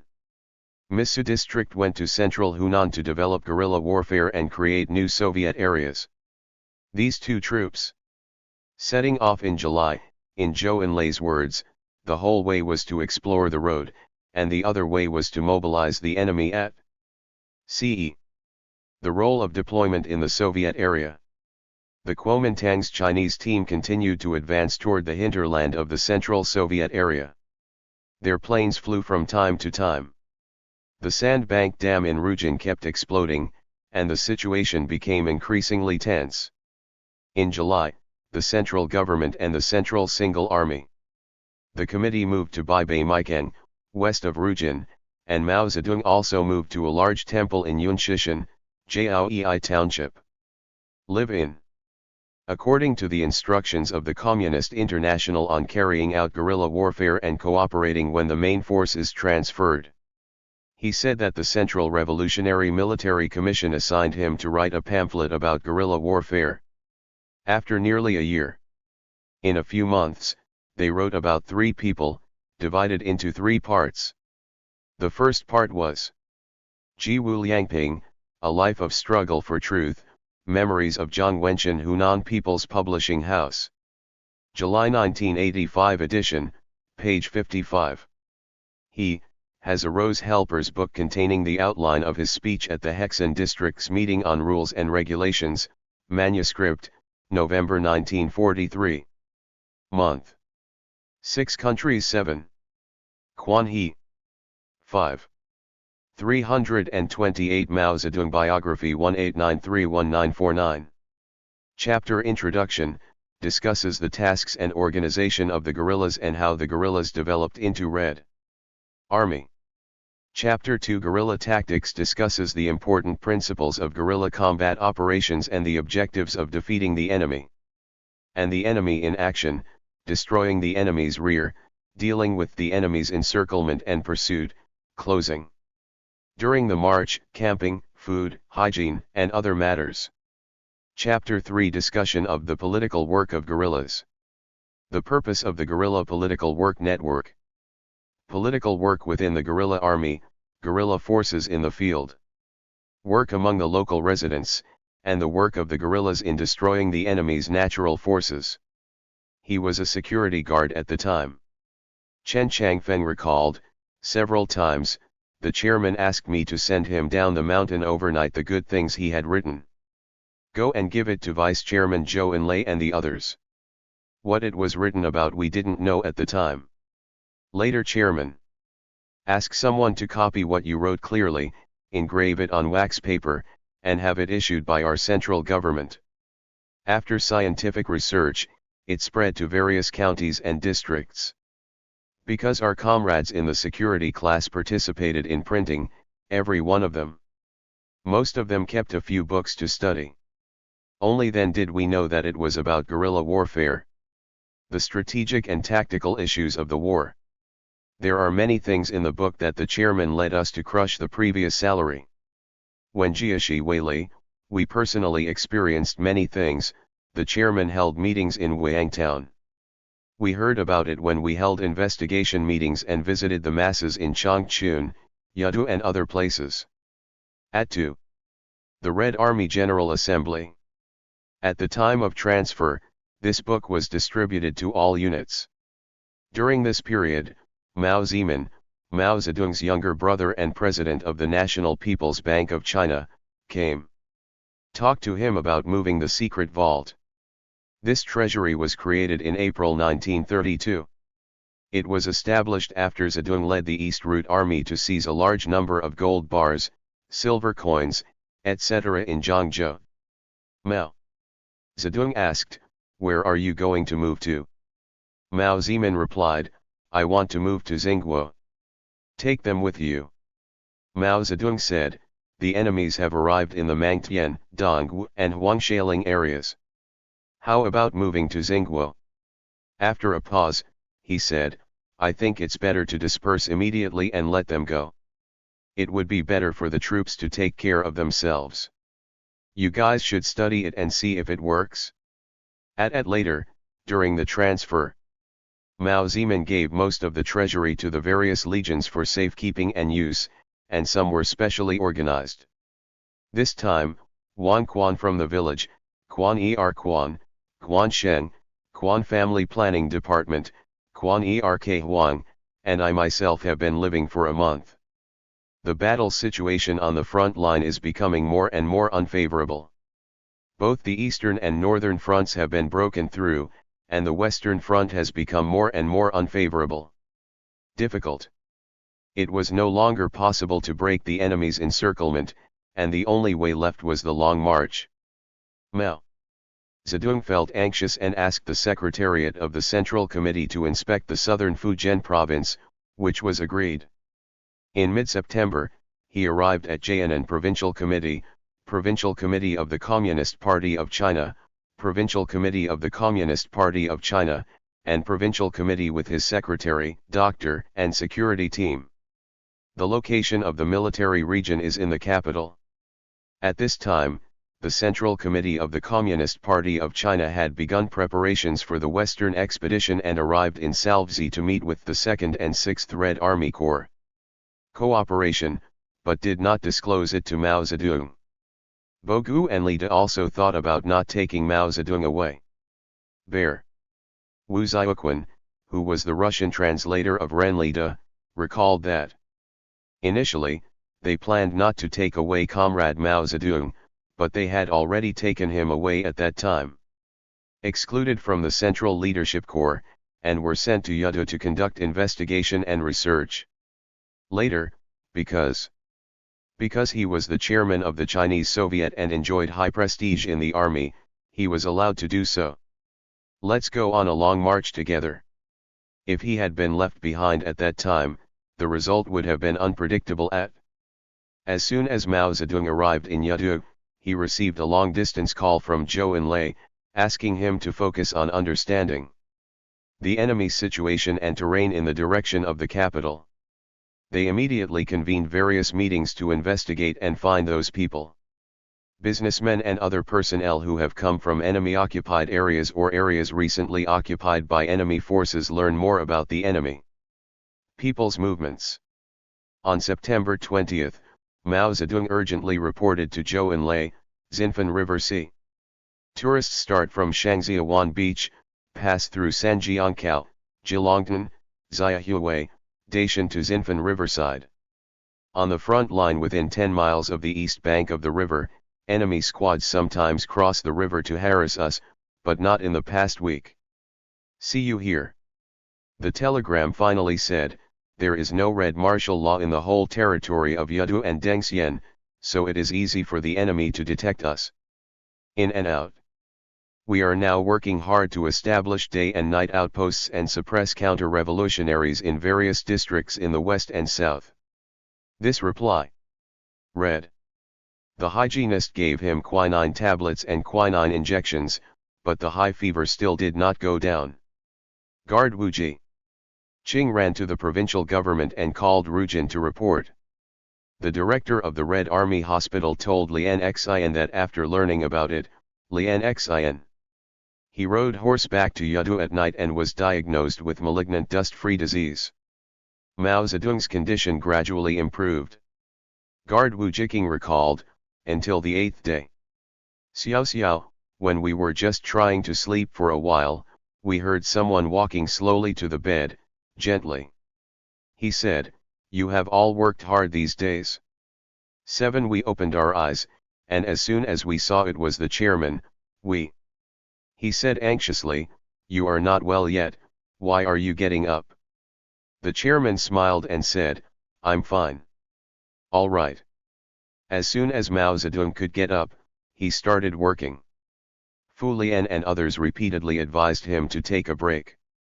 After resting for a few days, he replied, the situation is very tense and rest is impossible. In early October, Mao Zedong received a secret notice from the Central Committee that he had a special mission and asked him to return to Rujin immediately. Mao Zedong rode back to Rujin. He first went to the Central Military Commission to report to Zhou Enlai and others. Informed about the enemy situation, terrain, drying up of rivers, etc. in the capital. Then, at Yunshishan Ancient Store. Here, a meeting of heads of various central government ministries was held. Attend this. Wu Liping, who attended the meeting, recalled, Comrade Mao Zedong announced and explained this withdrawal to everyone. The decision to leave the Soviet area emphasized 2 points. First, the revolution has a future and everyone must join in it. Strengthen revolutionary confidence. Second, we must do a good job in the aftermath of the various departments, and we must make the remaining comrades can better continue the revolutionary struggle and better contact the masses. At that time, educating the people. Chu Kaiubai, the head of the Commissariat Department, hoped to move with the main force of the Red Army, but Bogu and others would not let him go. Xianzhi and Bai asked Mao Zedong to tell the Central Committee. Mao Zedong said, I have already talked to them, but it doesn't matter. When Mao Zedong returned home and stroked the innocent and lively child Mao Mao, he felt very uncomfortable. After a while, Mao Zedong told He Zijhen, the Central Committee stipulated that during this transfer of the Red Army, lesbians. No one is allowed to follow the team, and children are not allowed to be taken with them. Looking at He Zijhen, he said again. How can I be willing to leave you behind? Mao Zedong learned from Zhang Wenqian, a member of the Politburo Standing Committee, that the members of the Politburo should be dispersed to various places. After receiving the news that the Legion was going to accompany the army, he immediately went to the Central Military Commission to put forward 2 opinions. First, during the transfer, arrange him with Zhang Wenqian and Wang Jiaxiang, and do not spread them among the various legions.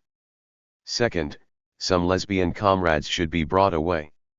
He learned that the Central Military Commission had sent troops to the Yadu River. Build a pontoon bridge, prepare the large army to cross the river from there, and then ride horses to Yadu. As soon as Mao Zedong arrived in Yadu, he received a call from the Central Revolutionary Military Commission saying that the Central Committee decided to take him away. 30 lesbians, including He Zizhen, were assigned to the Rest and Recuperation Company of the Ministry of Health. But you can't take care of your children. Mao Zedong immediately sent guards back to Rujin to inform He Zizhen, Xiao Mao. He could only be entrusted to the care of Mao Zedong and He Yi, who stayed in the Central Soviet area and persisted in guerrilla warfare. In the war environment, this child was fostered in the home of a local fellow villager, and was never found again. 2. Benjing 1. On the evening of October 10, the Central Committee of the Communist Party of China led the main force of the Central Red Army and personnel of the Central Committee of the Communist Party of China to more than 86,000 people, starting from Rujin and other places, were forced to carry out the long march. After Mao Zedong made good arrangements in Yadu, on the 15th, he attended the Xie family ancestral hall in the county seat. A meeting of main cadres at the provincial, county and district levels convened by the Minnan Provincial Committee. He said at the meeting, the enemy. This time the people attacked the Soviet area, they adopted a fortress-wide policy and hit all the way to the gate of our Central Soviet area. Mouth, trying to cut off the water, catch fish, and wipe out all the Red Army. Our main force of the Red Army must break through the enemy. People's blockade line, go to the enemy's rear, attack and destroy the enemy. And will stay in. Local cadres in the Central Soviet area said, you cadres working in the local areas are still here. Soviet area, unite the people and carry out guerrilla warfare. Don't be afraid of me, don't think that the Red Army master. When the troops left, the revolution failed. We cannot just see temporary difficulties, we must see revolution. There is hope for life, and the Red Army will definitely come back. On the evening of October 18, Mao Zedong left Yadu with his guards and embarked on a journey.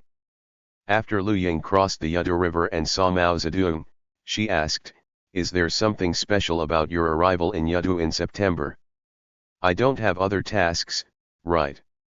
She later recalled, it was only then that Chairman Mao told me that he came to the capital.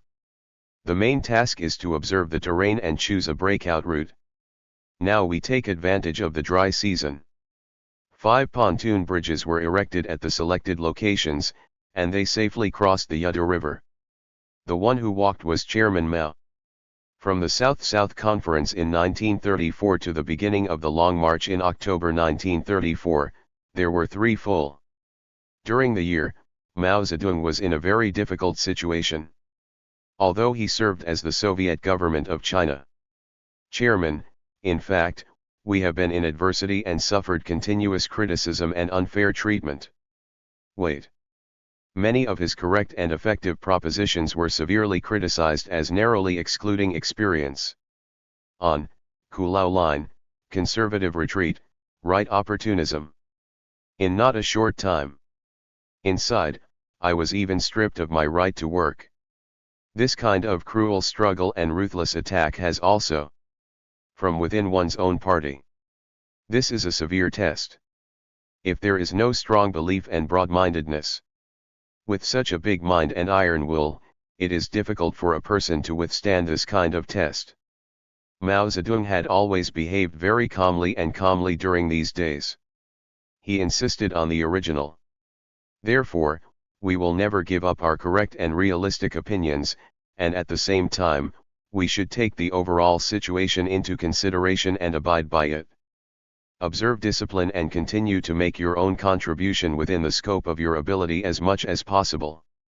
Dear Li Vihan, who witnessed all this, once described, he insisted on 3 principles. One is that the minority obeys the majority. The second is not to be negative, and the third is to strive to do some work under the conditions approved by the party. At that time the king, the main person in charge of the Ming dynasty route, has been punished very badly. He has not just removed you from the leadership position, but forget it, I still criticized him very well. Mao Zedong was still able to safeguard the party's power even when he was under attack. Unify and adhere to the correct line and proposition. At no matter in the early combat command, and the midterm economic construction, political power construction, and as the leader of the land reform, or during the short-term work in Huichang and Yadu in the later period, they all turned out to be. Do your best to make important results. He also used this time to read many books and write. Through many investigations and studies, my knowledge and talents have been further increased. This unusual and difficult experience left a deep impression on Mao Zedong. 20 or 30 years later, he preached at the enlarged Central Work Conference in January 1962. No matter whether inside or outside the party, everyone must have a full democratic life. That is to say, everyone must have a full democratic life. We must conscientiously implement democratic centralism. We must truly open up the issue and let the masses speak. I'm afraid it's Xue's own words, so I have to let others speak. Lu's result is nothing more than his own convenience. Station, you can no longer do this work. You will be demoted to a lower level organization to do the work, or transferred to. If you can do your work elsewhere, what's wrong with it? Why can a person just do that? Can it go up but not down? Why can I only do the work in this place but not adjust it? What about going somewhere else? I think this kind of demotion and transfer, whether correct or not, it is beneficial, as it can temper the revolutionary will and allow one to investigate and study many new things. Situation and increase useful knowledge. I myself have experience in this area and have gained great benefit. If you don't believe it, you might as well give it a try. The strategic shift of the Central Red Army is strictly confidential. Although the Kuomintang troops have been deployed, there are several blockade lines, but I don't know which direction the Red Army is going to break through, in the southwest of the Central Soviet area. The troops deployed on the first blockade line are not strong. October 21st, night, Red. A legion broke through between Wangmuchu in Zhe County and Xintian in Xinfan County. By the 25th, the Central Committee. After the battle, the Red Army all passed the first blockade set up by the Kuomintang Army. Mao Zedong. He said with deep emotion, "From now on, we will leave the Central Soviet area." After the long march began, Mao Zedong marched with Wang Jiaxiang and Zhang Wenquan and began to discuss on the issue of why the fifth counterattack on encirclement and planning could not be won. Arrive at Shipi Yangfang, Xinhifeng County. Camping with him, He Zicheng came to visit him from the company where he was recuperating, and talked about the time when men, women, old and young in Rujing County saw each other off. He held the Red Army's hand tightly and kept saying, "You must come back." Mao Zedong listened. Liao said, "We owe too much to the people in the base areas." In early November, the Central Red Army successfully passed the second blockade line in southern Hunan. At that time, Mao Zedong's bodyguard Wu Jiqing suffered from high fever due to severe illness. Mao Zedong took responsibility for himself. I gave him the opportunity to reassure him and said, "Comrades, you will be a little tired when you carry you away, but that doesn't matter. Because we are all comrades." In mid-November, they crossed the third blockade in Shonan line and enters the Manshui and Xiangshui areas.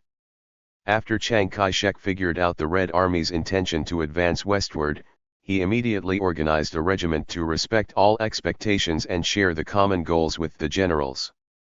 The plan was to annihilate the Red Army in the area east of the Xiangjiang River and the Injection River. Faced with the increasingly serious situation, Mao Zedong believed that the foundation of the party and the masses in southern Hunan. It is better and is conducive to the Red Army's mobile warfare. It is proposed to take advantage of the various Kuomintang armies being mobilized. When the main forces of the chasing pair army, Shuiyu and Zhou Hunyuan, had not yet moved closer, they organized their forces to advance. Launch a counterattack and seek to annihilate the Kuomintang army in order to reverse the situation of the war and change from passive to active. Red 3. Peng Dehui, the commander of the Army Corps, also suggested to the Central Committee to seize the fighter opportunities to destroy the enemy while being flexible and mobile. The small group of troops forced Chiang Kai-shek to change his deployment, block and contain the enemy, otherwise, he would be forced to. Passing through the western Yan Mountains on the border of Hunan and Guangxi and fighting against the Guangxi army, the consequences will be unfavorable. D. Bogu and Lida rejected these suggestions and passively avoided the war, thus losing a better opportunity. Fighter plane.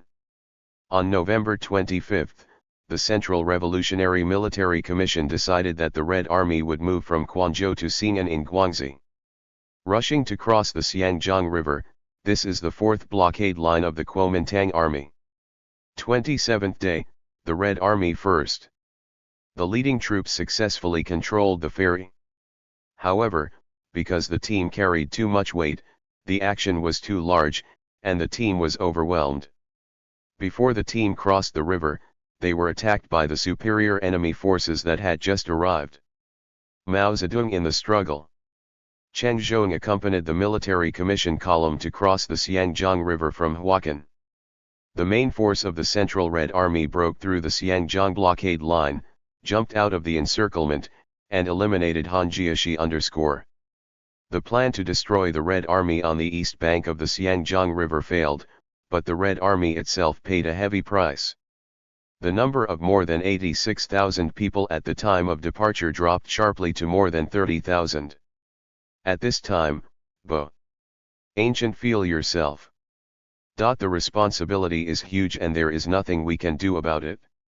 Li sighed while sighing, but at the same time he was expressing his feelings through others. Him. First, Zhou Zikan, commander of the 23rd Red Division, was attacked. This division was blocking the attack on the bank of the Xianzhi River. They were defeated, and only the injured Zhou Zikan and more than a dozen people broke out. Lida accuses Zhou Zikan. He ran away from the battle and scolded him rudely, "Where are your troops? Without soldiers, how can you have the face to escape back? Come. Order the security squad to tie him up and lock him up in a military court." Disposal. One guard squad soldier. He also refused to take action, and Bogu, who was present, remained silent. Mao Zedong directly intervened and said, "Leave Zhou Zikan to me." He probably talked to Zhou Zikan and encouraged him to do a good job and continue. Lead troops to fight. When Lida found out, he was furious and attacked Mao Zedong for containing defeated generals. Winning over the big heart. After crossing the Xianzhi River and suffering heavy losses, the commanders and soldiers began to think about what all this was about. How did it happen? One Lu Bachan recalled. The vast number of cadres have witnessed the revolt 5 times. Guangping was involved in a desperate situation, and compared with the situation before the 4 encirclements of Pear, he gradually I realized that this rejected the correct line represented by Comrade Mao Zedong and implemented it. As a result of executing the wrong line, suspicion, dissatisfaction increased significantly among the troops. Actively ask for a change in the leader's mood. This kind of sentiment has become increasingly common with the defeat of our army. Significantly, the Battle of Xianzhi reached its climax. 24. During the march, Mao Zedong and his fellow travelers Wang Jiaxiang and Zhang Wenquan analyzed the first 5 counterattacks on encirclement military command errors, believing that the Red Army could no longer proceed according to the original plan. Moved to meet up with the 2nd and 6th Red Army Corps. Zhang Wenquan wrote during the rectification movement in Yan'an. After the long march started, I lived in the same building with 3 comrades Mao Zedong and Wang Jiaxiang. Mao. Comrade Zedong began to rebel against our siege and encircled the country 5 times. The Central Committee used to be in the military. Regarding the mistakes in leadership, I quickly accepted his opinions and corrected them within the political bureau. The struggle against Lida and Boshi began and continued until the Zunyi Conference. At this time, Chiang Kai-shek had already noticed that the main force of the Central Red Army was about to join the 2nd and 6th Red Army Corps, with the intention of gathering nearly 300,000 troops and setting up 4 lines of defense to prevent the main force of the Red Army from following. Head north to the border within Hunan. Bogu and Lida still insisted on the original plan and prepared to lead the Red Army to continue the offensive. Continue to drill into the encirclement circle arranged by Chiang Kai-shek. At this critical juncture, Mao Zedong proposed to the Political Bureau of the Central Committee that the troops should abandon their original. Make a plan, change the strategic direction and immediately turn west to Gizhu, where the enemy's strength is weak. We must not be able to go north again. At this time, Bogu and Lida were already hanging their heads because of the failure of the Xianzhi River. Unfortunately, the commanding task of the Red Army has been transferred to Zhou Enlai's shoulders. Zhou Enlai Shi and Mao Zedong. Advocate. Note. On December 12, the person in charge of the Central Committee of the Communist Party of China visited the tea city in Tongdaokeng. The academy held a temporary emergency meeting, attended by Bogu, Zhou Enlai, Jiang Wenqian, Mao Zedong, Wang Jiaxiang, Lida et al. The meeting was convened by Zhou Enlai to discuss the strategic course of action. Question. Regardless of the changed objective situation, Lida and Bogu still insisted on going to Xianzhi to fight with the Red Army. The plan for the rendezvous of the 2nd and 6th Legions. Can we allow those pursuing us on parallel routes or those rushing to strategic points to the west? Zhou troops and other enemy troops overran us, and we ourselves turned north behind them. Fang, establish contact with the 2nd Army Corps at. Mao Zedong did not agree with Lida's opinion, indicating that the main force of the Red Army is now heading north to Xianzhi and will. Being surrounded by enemy forces would have disastrous consequences. He also pointed out based on the information on deciphering telegrams from enemy Taiwan. The Kuomintang army is building 4 lines of defensive forts and setting up a net with a force 5 to 6 times that of the Red Army. Waiting for please take charge of me. He suggested that we should instead march westward to Gizhu, where the enemy's strength is weak. Wang Jiaxiang. Jiang Wenqian supported Mao Zedong's idea in his speech, and Zhou Enlai and others also implicitly agreed with this idea. Bo. 10 No longer stubborn, Lida left the meeting early because his opinion was denied. Will. Based on the opinions of the majority of people, the meeting passed the proposal of advancing westward to Gizhu. At 7:30 p.m. that day, the Central Military Commission issued an extremely urgent telegram, stipulating that our army will continue to advance westward on the 13th tomorrow. If the 1st Division has arrived at Hangzhou Division today, it should take the camera.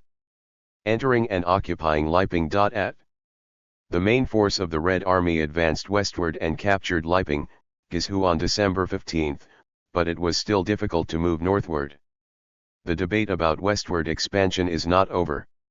On the 18th, Mao Zedong attended the Central Committee of the Communist Party of China in Liping City. Politburo meeting. This meeting was still chaired by Zhou Enlai and continued to discuss the Red Army's strategic actions. Direction problem. Bogu also proposed moving from northeastern Gizhu to western Hunan to join the 2nd and 6th Red Army Corps.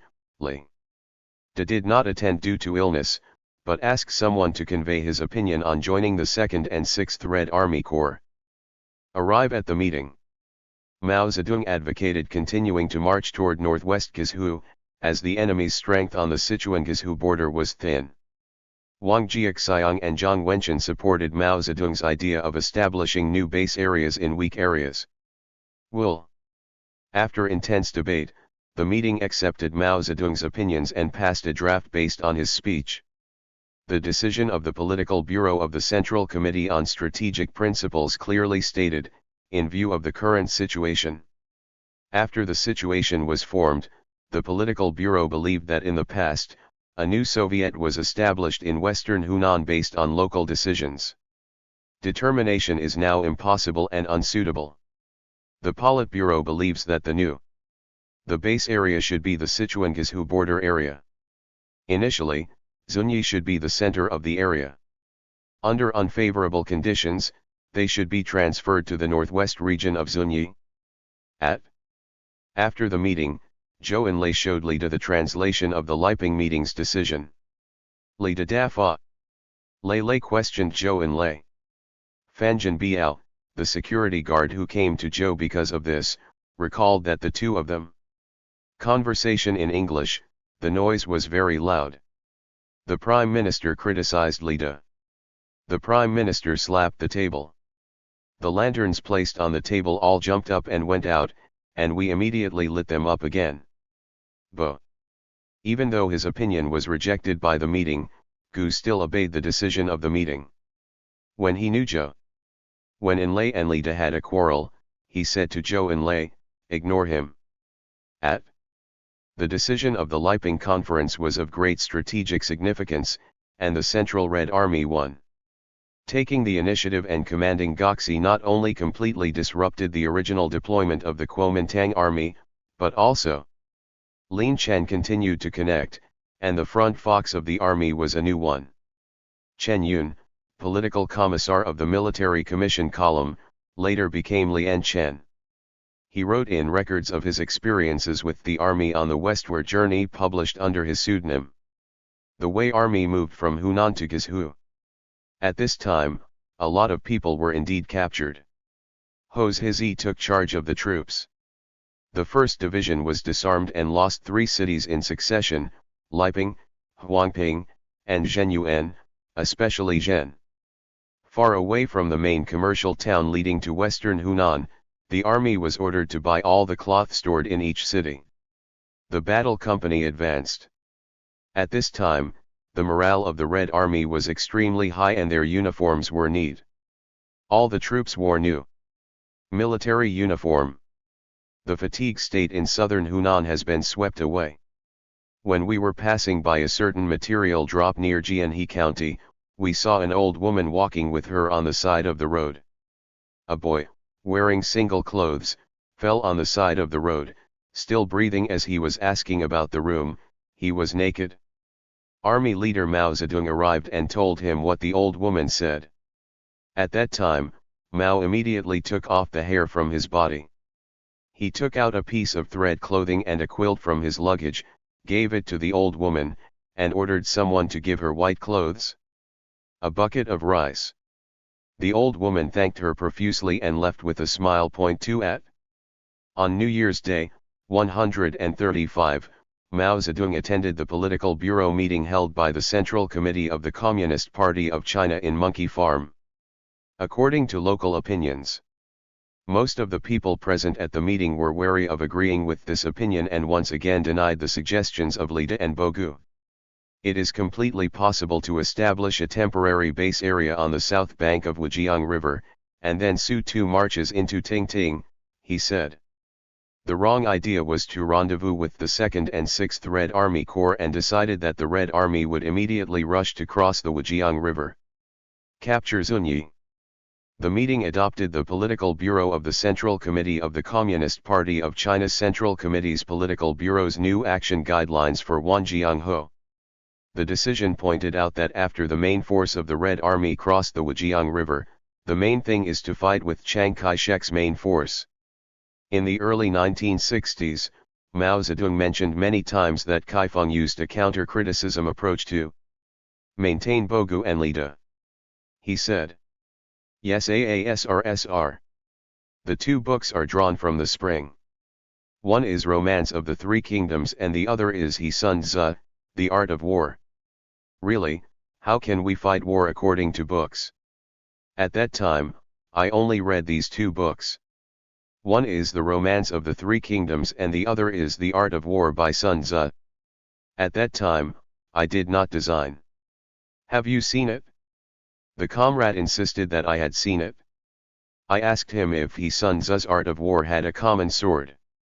What is the title of the first article? He couldn't answer it. In fact, he hasn't seen it either. Since then, I have been forced to read The Art of War by Sun Tzu.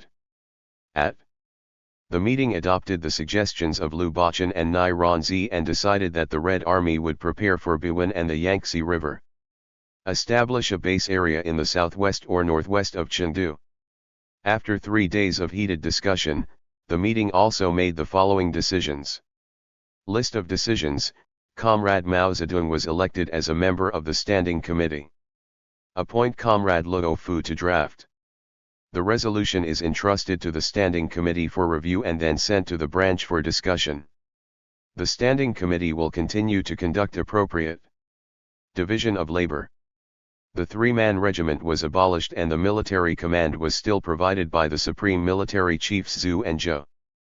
Comrade Shi Lai is entrusted by the party to be responsible for commanding the final determination of the military. Too much. In accordance with the decision of the meeting, Luo Fu drafted the Central Committee based on the content of Mao Zedong's speech. Resolution on the summary of opposing the enemy's 5 encirclements of Pear was issued after being adopted by the Political Bureau. Each branch. The resolution pointed out that we cannot crush the enemy by adopting a purely defensive and follow-up military line. The main reason why people surrounded the Pear 5 times, at the same time, it fully affirmed Mao Zedong's role in all the counterattacks.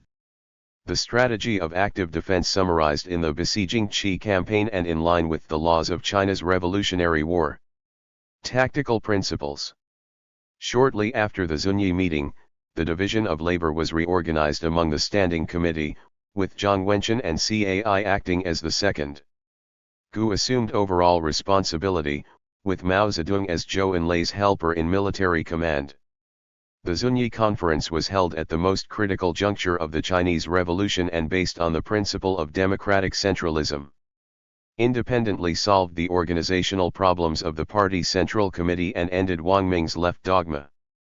The 4-year rule of communism in the Central Committee established Mao Zedong's leadership in the Party Central Committee and the Red Army. He took the leadership position in the Central Committee and went his own way, thus saving the party and the Red Army. Mao Zedong experienced the pain of being isolated for a long time while facing adversity. Through practice, they deeply realized the extreme importance of uniting the majority. On the long march, he was there. The central leadership must work one by one to ensure that correct opinions are accepted by the majority of people. Only then did the Zunyi Conference achieve a huge turning point.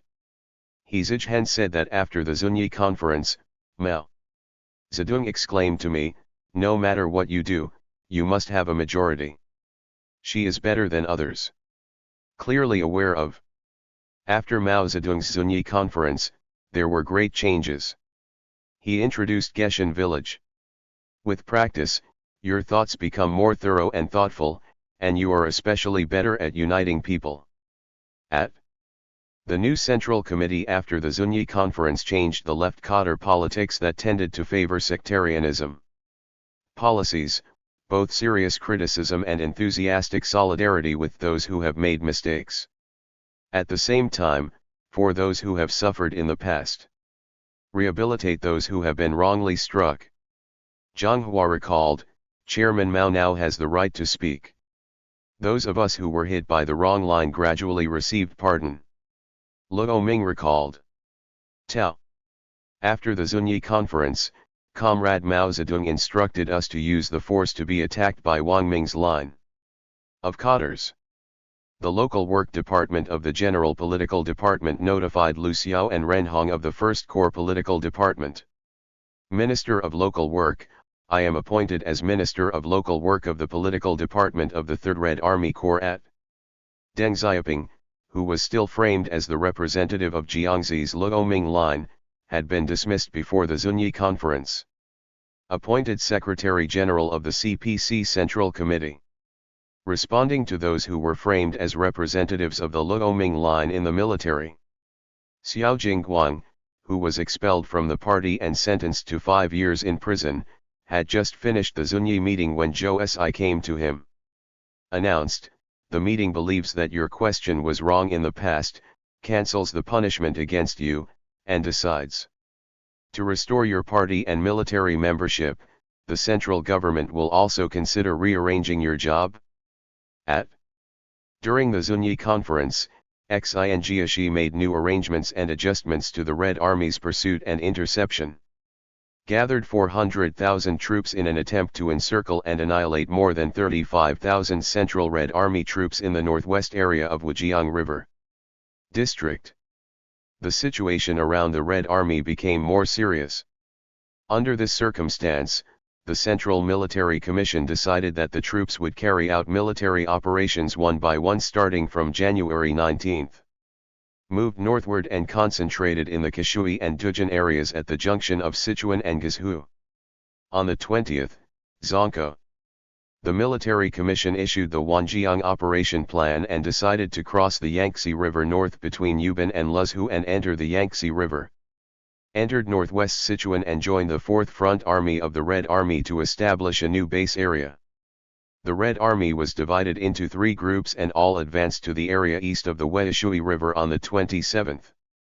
Mao. On the way to the Tutu town, Zedong discussed with Zhu De, Zhou Enlai, Liu Bachan and others. It is believed that there are valleys on both sides of the road. If the pursuers penetrate deeply alone, the Red Army can retreat in the territory. Qingbang slope to the east of the city used the favorable terrain to concentrate superior forces to encircle and annihilate the Sichuan army Guosuan. Announcement and people. This battle was proposed by Mao Zedong and decided by the Red Army headquarters, with Red 3 and 5. The Legion is the main force in combat. It started in the early morning of the 28th, and the Sichuan army suffered a major blow. After several hours of fierce fighting, no major results were achieved. Later, it was discovered from the serial numbers of the captured prisoners that the original intelligence was wrong and that there were not 4 enemy troops. There are more than 6,000 people in one group, but more than 10,000 people in 6 groups. The combat effectiveness of the Sichuan army is also underestimated. Its reinforcements are about to arrive again, and the war situation is gradually becoming unfavorable to the Red Army. The Red Army was immediately led by Chen.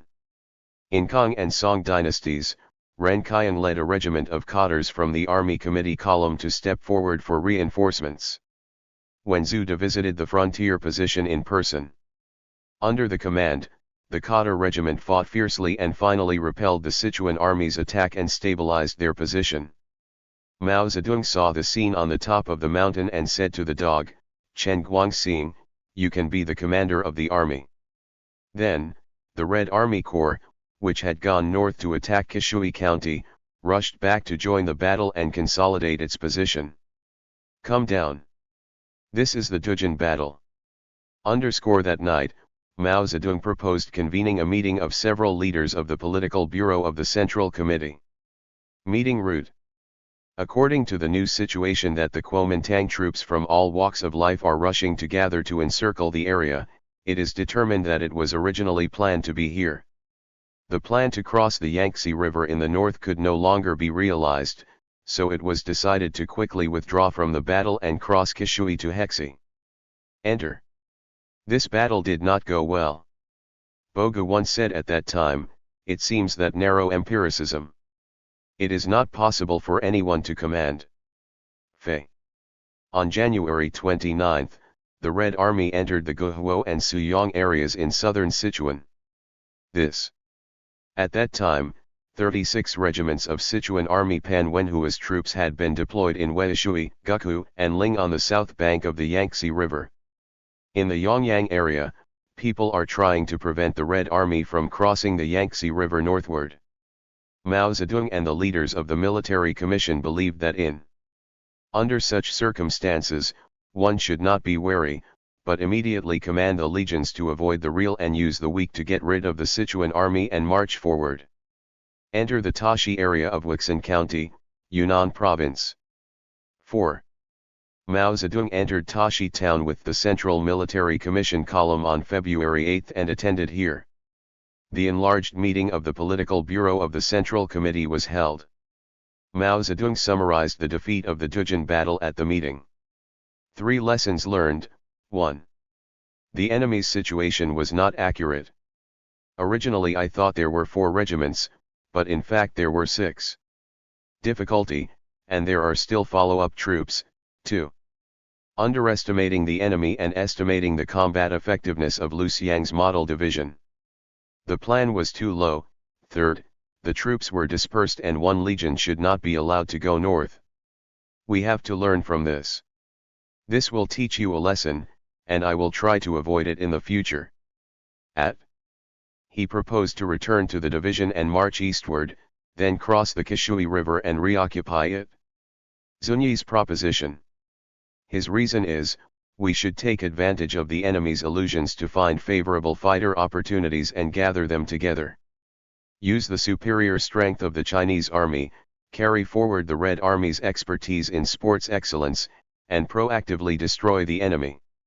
For this reason it is necessary to reorganize the troops, implement light equipment, streamline the organization, and enrich the company.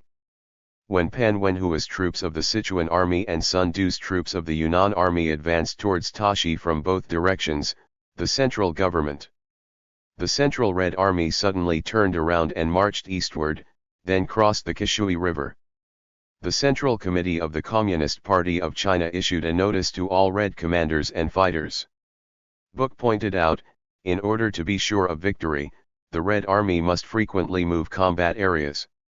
Sometimes we go east, sometimes we go west, sometimes we take the main road, sometimes we take the small road, sometimes we take the old road, and sometimes we take the old road. It's time to take a new path, and the only purpose is to win the battle under favorable conditions. The Red Army crossed the Qishui River for the second time around February 20 and returned to the division in northern Guizhou. Medium grass. The military commission decided to concentrate the main force to attack Tongji and the Guizhou army south of Luoshangguan, and take advantage of the victory to seize Zunyi. In this battle, 2 divisions and 8 regiments of the Kuomintang army were defeated and annihilated, and about 100 enemy troops were captured. 3,000 people won the biggest victory since the Long March. Mao Zedong accompanied the Central Military Commission column. Climb the Lushan Pass, look around, and recite recalling Qini. Lushan Pass. The west wind is strong, and the wild geese in the sky are calling the morning moon. In the frosty morning and under the moon, the sound of horses' hooves breaks, and the sound of footsteps comes out. Swallow. The long road of Xiongguan Pass is really like iron, but now I am crossing it from the beginning with 1 step. Crossing over from the head, the blue mountains are like the sea. The setting sun is like blood. Then, when Chiang Kai-shek readjusted his deployment and directed his troops to encircle Zunyi, the Central Red Army drove westward from Zunyi. On March 10, Mao Zedong attended the Central Committee of the Communist Party of China's Central Committee in Gaoba. The Politburo held an enlarged meeting to discuss the offensive proposed by Lin Biao and Nai Rong. Suggestions from Shaxian County. Zhou Enlai recalled. 0. Starting from Zunyi, we encountered an enemy division guarding the area of Daegu-Zhangkang. On the other side, everyone in the meeting said they wanted to fight and insisted on attacking the fort and the cave. Only Chairman Mao. People say you can't fight, and fighting is hard, so if you lose something, you shouldn't do it. We should be there. Go and destroy the enemy's voice in mobile combat. But when others achieve success, they need to be punished, just like Chairman Mao. The high prestige still refuses to listen, and they have no choice but to obey. But when Chairman Mao went back and thought about it, he still. I was worried and felt that this was wrong, so he came to my place again in the middle of the night with a lantern and called me. I ordered you to wait a little longer for the time being and think about it for a while. We accepted Chairman Mao's wishes. See you, we held another meeting as soon as there was a drought and convinced everyone. After the meeting, the Central Military Commission issued an order to all armies. The telegraph avoided a major loss that was about to occur. Mao Zedong gained something from this incident. Lesson learned: fighting can no longer involve so many people coming together for collective discussion or establishing a few groups as in the past. Personal group. After his proposal, the Central Committee decided to establish a group of Mao Zedong, Zhou Enlai, and Wang Jiaxiang. The new three-man regiment was formed, with full authority to command operations, with Zhou Enlai as the regiment leader at this time, due to the Red Army's movements moving east and west, erratically, the movement back and forth was twists and turns, passing through. Interposed between the heavy Kuomintang troops, Chiang Kai-shek was unable to figure out the strategic intentions of the Red Army and had no choice but to disperse the troops and defend on all sides. In order to further confuse the other party, the Kuomintang troops were mobilized westward. The Red Army moved from 3 crossings near Maotai from the afternoon of March 16 to the noon of March 17. He crossed the Kishui River for the third time, headed westward into the Guku area in southern Sichuan, and sent a group to disguise himself. The main force continued to advance northwest, but the main force gathered concealed in the forest near the ravine. Chiang Kai-shek obtained the aircraft reconnaissance information and mistakenly believed that the Red Army was going north to cross the Yangtze River again. He hurriedly mobilized all the troops and rushed to the ancient suffering areas in southern Sichuan. On the 20th, Chiang Kai-shek was still very proud. Claimed, "The recommendation to the Philippines was successful, and I will do it here." After achieving the goal of mobilizing various Kuomintang troops to move westward, the Red Army decided to immediately turn around and cross the Kishui River eastward again, returning to Gizhu. On the afternoon of the 20th, the Party Central Committee and the General Political Department instructions were issued to all legions. This eastward crossing must not be announced in advance to maintain confidentiality. At this time, the Kuomintang troops in Gizhu were already very empty. Red Army main force. On March 2nd. From the evening of the 11th to the morning of the 22nd, I quickly crossed the Kishui River for the 4th time. 4 crossings of Kishui, full of. The analysis shows that the Central Red Army, after the Zunyi Conference, reflected on the previous situation and seemed to have suddenly obtained new life and vitality. It is Mao Zedong's proud pen in military command. Red Army No. Crossing the Kishui River 4 times was completely beyond Chiang Kai-shek's expectations. They immediately sent their troops south. Take a big step across Zunyi-Renhua Avenue. On the 31st, he crossed the Wujiang River south and jumped out of the Kuomintang army. Encircle. The forward goes straight to Guiyang, Taiwan. Liu Bachan, Chief of General Staff of the Red Army, recalled. At this time, Xianzhi was personally supervising the war in Guiyang and hurriedly transferred the Yunnan warlords. The troops came to protect them, and ordered Suyu and the Hunan troops to deploy eastward to Yuking, Shidu and other places.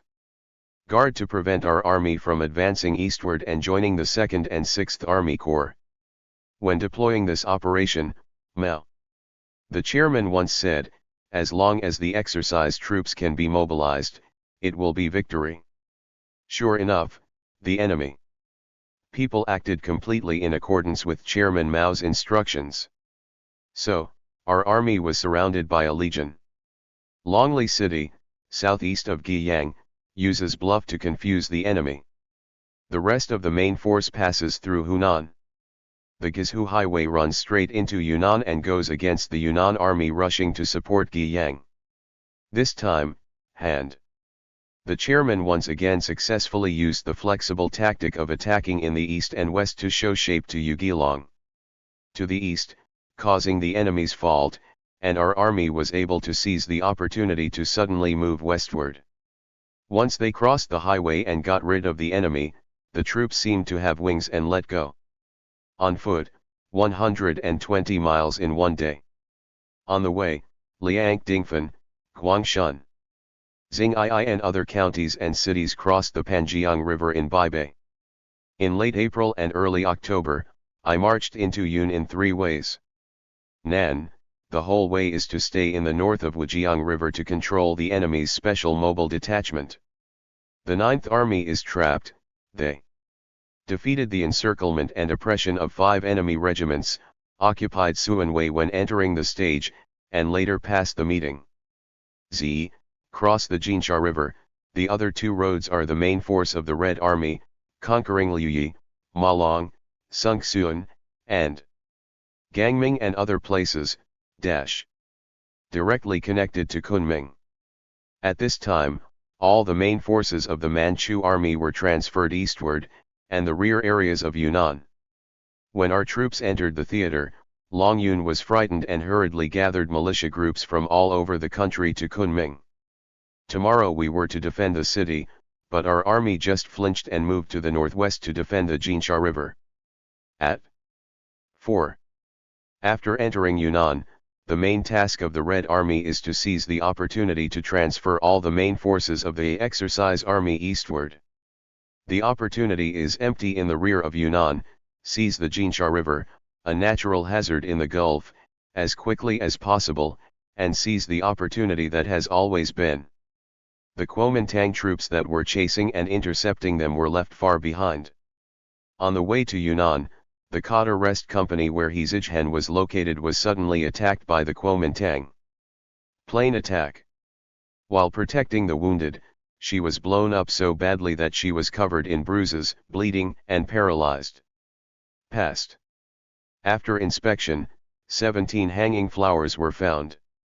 After she regained consciousness, she faced Mao Zemin and his wife who came over. Said, "Please don't tell the chairman about my injury for the time being. He directs operations on the front line. Jean is very busy, so don't worry about him anymore. Please put me in the homes of ordinary people nearby, and I will. The revolution has been victorious, let's meet again." When at Mao Zedong arrived, she added, "Run it and make me trade. Next, you guys move forward." Mao Zedong said to her, "Zijhen, don't think like that. Me and comrades, I will never leave you here alone." After the Red Army entered the plains of eastern Yunnan, they encountered a huge difficulty, because there was no ground. Picture, I am very unfamiliar with the terrain and roads of Yunnan, so I rely on a fully omitted map. The locations and routes are very unfamiliar. Not accurate. The entire army did not know where the Jinsha River ferry was located, so they could only rely on asking the guides. Explore and move forward. Using this reconnaissance method, we can only find out the itinerary for 2 or 3 days at most, going back and forth. There are a lot of detours to take. On April 28, the Xianzhi detachment was on the road leading to Kunming. A car was intercepted, with 100,000th of the land in Yunnan province given to Shuiyu by Long Yun. Figure. Mao Zedong was very happy when he found out. He said, "We are guilty of not having a detailed map of Yunnan. When I was worried, the enemy would come to my door. It really solved the urgent need." I must agree with you. Strictly speaking, this achievement is more important than the weapons captured on the battlefield. It can be described as a coincidence. Yet. That night, Mao Zedong immediately held a meeting with the leaders of the Central Committee of the Communist Party of China and the Central Military Commission to study operational deployment to seize the Jinsha River in the bay. He said, after the Zunyi conference, our troops boldly crossed the line and took advantage of the opportunity. In an action battle, Chiang Kai-shek's chasing troops were left behind, and they gained the opportunity to cross the Jinsha River to the north. Good timing. The terrain conditions in Yunnan are not as good as those in Hunan and Guizhou, which have good mountainous areas. Therefore, it is not suitable for our army to engage in large-scale battles with the enemy in the Pingchuan area northeast of Kunming. The army should take advantage of the emptiness of the enemy troops along the river and pursue the Kuomintang army. We are still 3 or 4 days away from us, so we should quickly attack them. Quickly seize the opportunity to seize the opportunity of the Jinsha River in the Gulf. The Central Military Commission sent a vanguard regiment to Taiwan and Kunming, and the Yunnan authorities dispatched troops to defend Kunming. Tomorrow, weaken the defenses of the Jinsha River, and at the same time lead the main force to quickly move north to the south bank of the Jinsha River, accurately. Be prepared to cross the river. Jinsha River is the upper reaches of the Yangtze River. There are steep mountains on both sides of the river. The water flows quickly and roars like thunder. Is known as the natural danger. Mao Zedong and the Central Military Commission decided to, in Hungmen Bay, Longjilu, and Pingdu crossed 3 ferries and rushed to cross the Jinsha River. Mao Zedong and others crossed the river from Yeping with the Central Column. From May 3 to 9, all the main forces of the Central Red Army crossed the Jinsha River. The Kuomintang pursuers are here. When Shui Yu led his men to the Jinsha River, it was already on the 7th day after the Red Army crossed the river, and the ships were already there. After being burned down, we can only sigh and sigh across the river. In this way, the Red Army got rid of hundreds of thousands of Kuomintang troops. They closely pursued and intercepted the enemy and achieved a decisive victory in the strategic shift. After crossing the Jinsha River, the Red Army got a few days of rest and recuperation. May 12, Mao Zedong attended the enlarged meeting of the Political Bureau of the CPC Central Committee on the outskirts of the Sichuan Municipal Council. At that time, Lin Hu wrote a letter to the Central Revolutionary Military Commission. Lin Xian's general idea is, Mao, Zhu, and Zhou will accompany the army to preside over major plans. Ask Peng Dehui to assume command of the former enemy and quickly advance northward to join the armies of the Fourth Front. Mao Zedong criticized. Lin Biao asked, "You are a doll, what do you know?" Zhou Enlai, Zhu De and others spoke in support of Mao. Zedong praised him for adopting the policy of dog and sedan and mobile warfare in critical situations.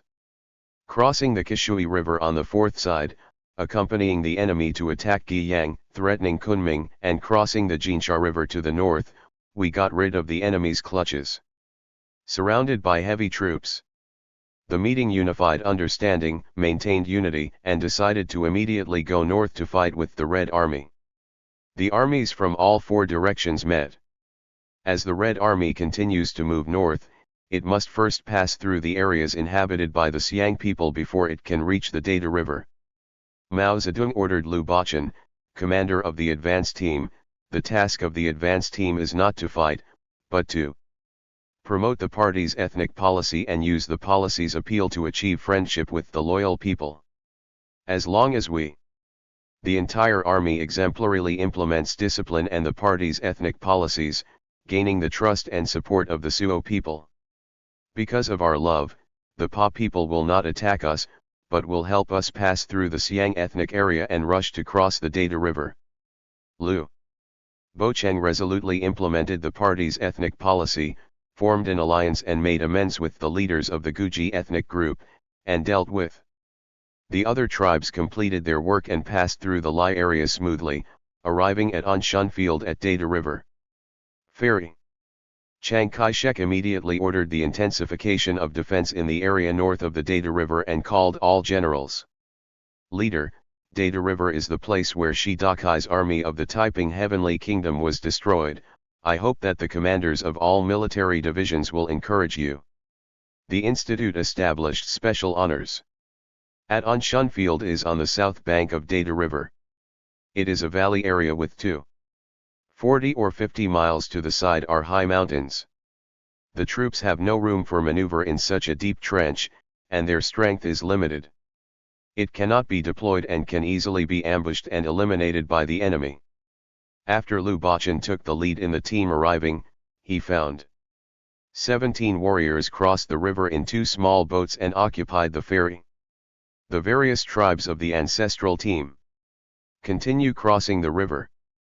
But it is not easy to build a bridge here, and it will be difficult for the whole army to cross the river from here in a short time. 5.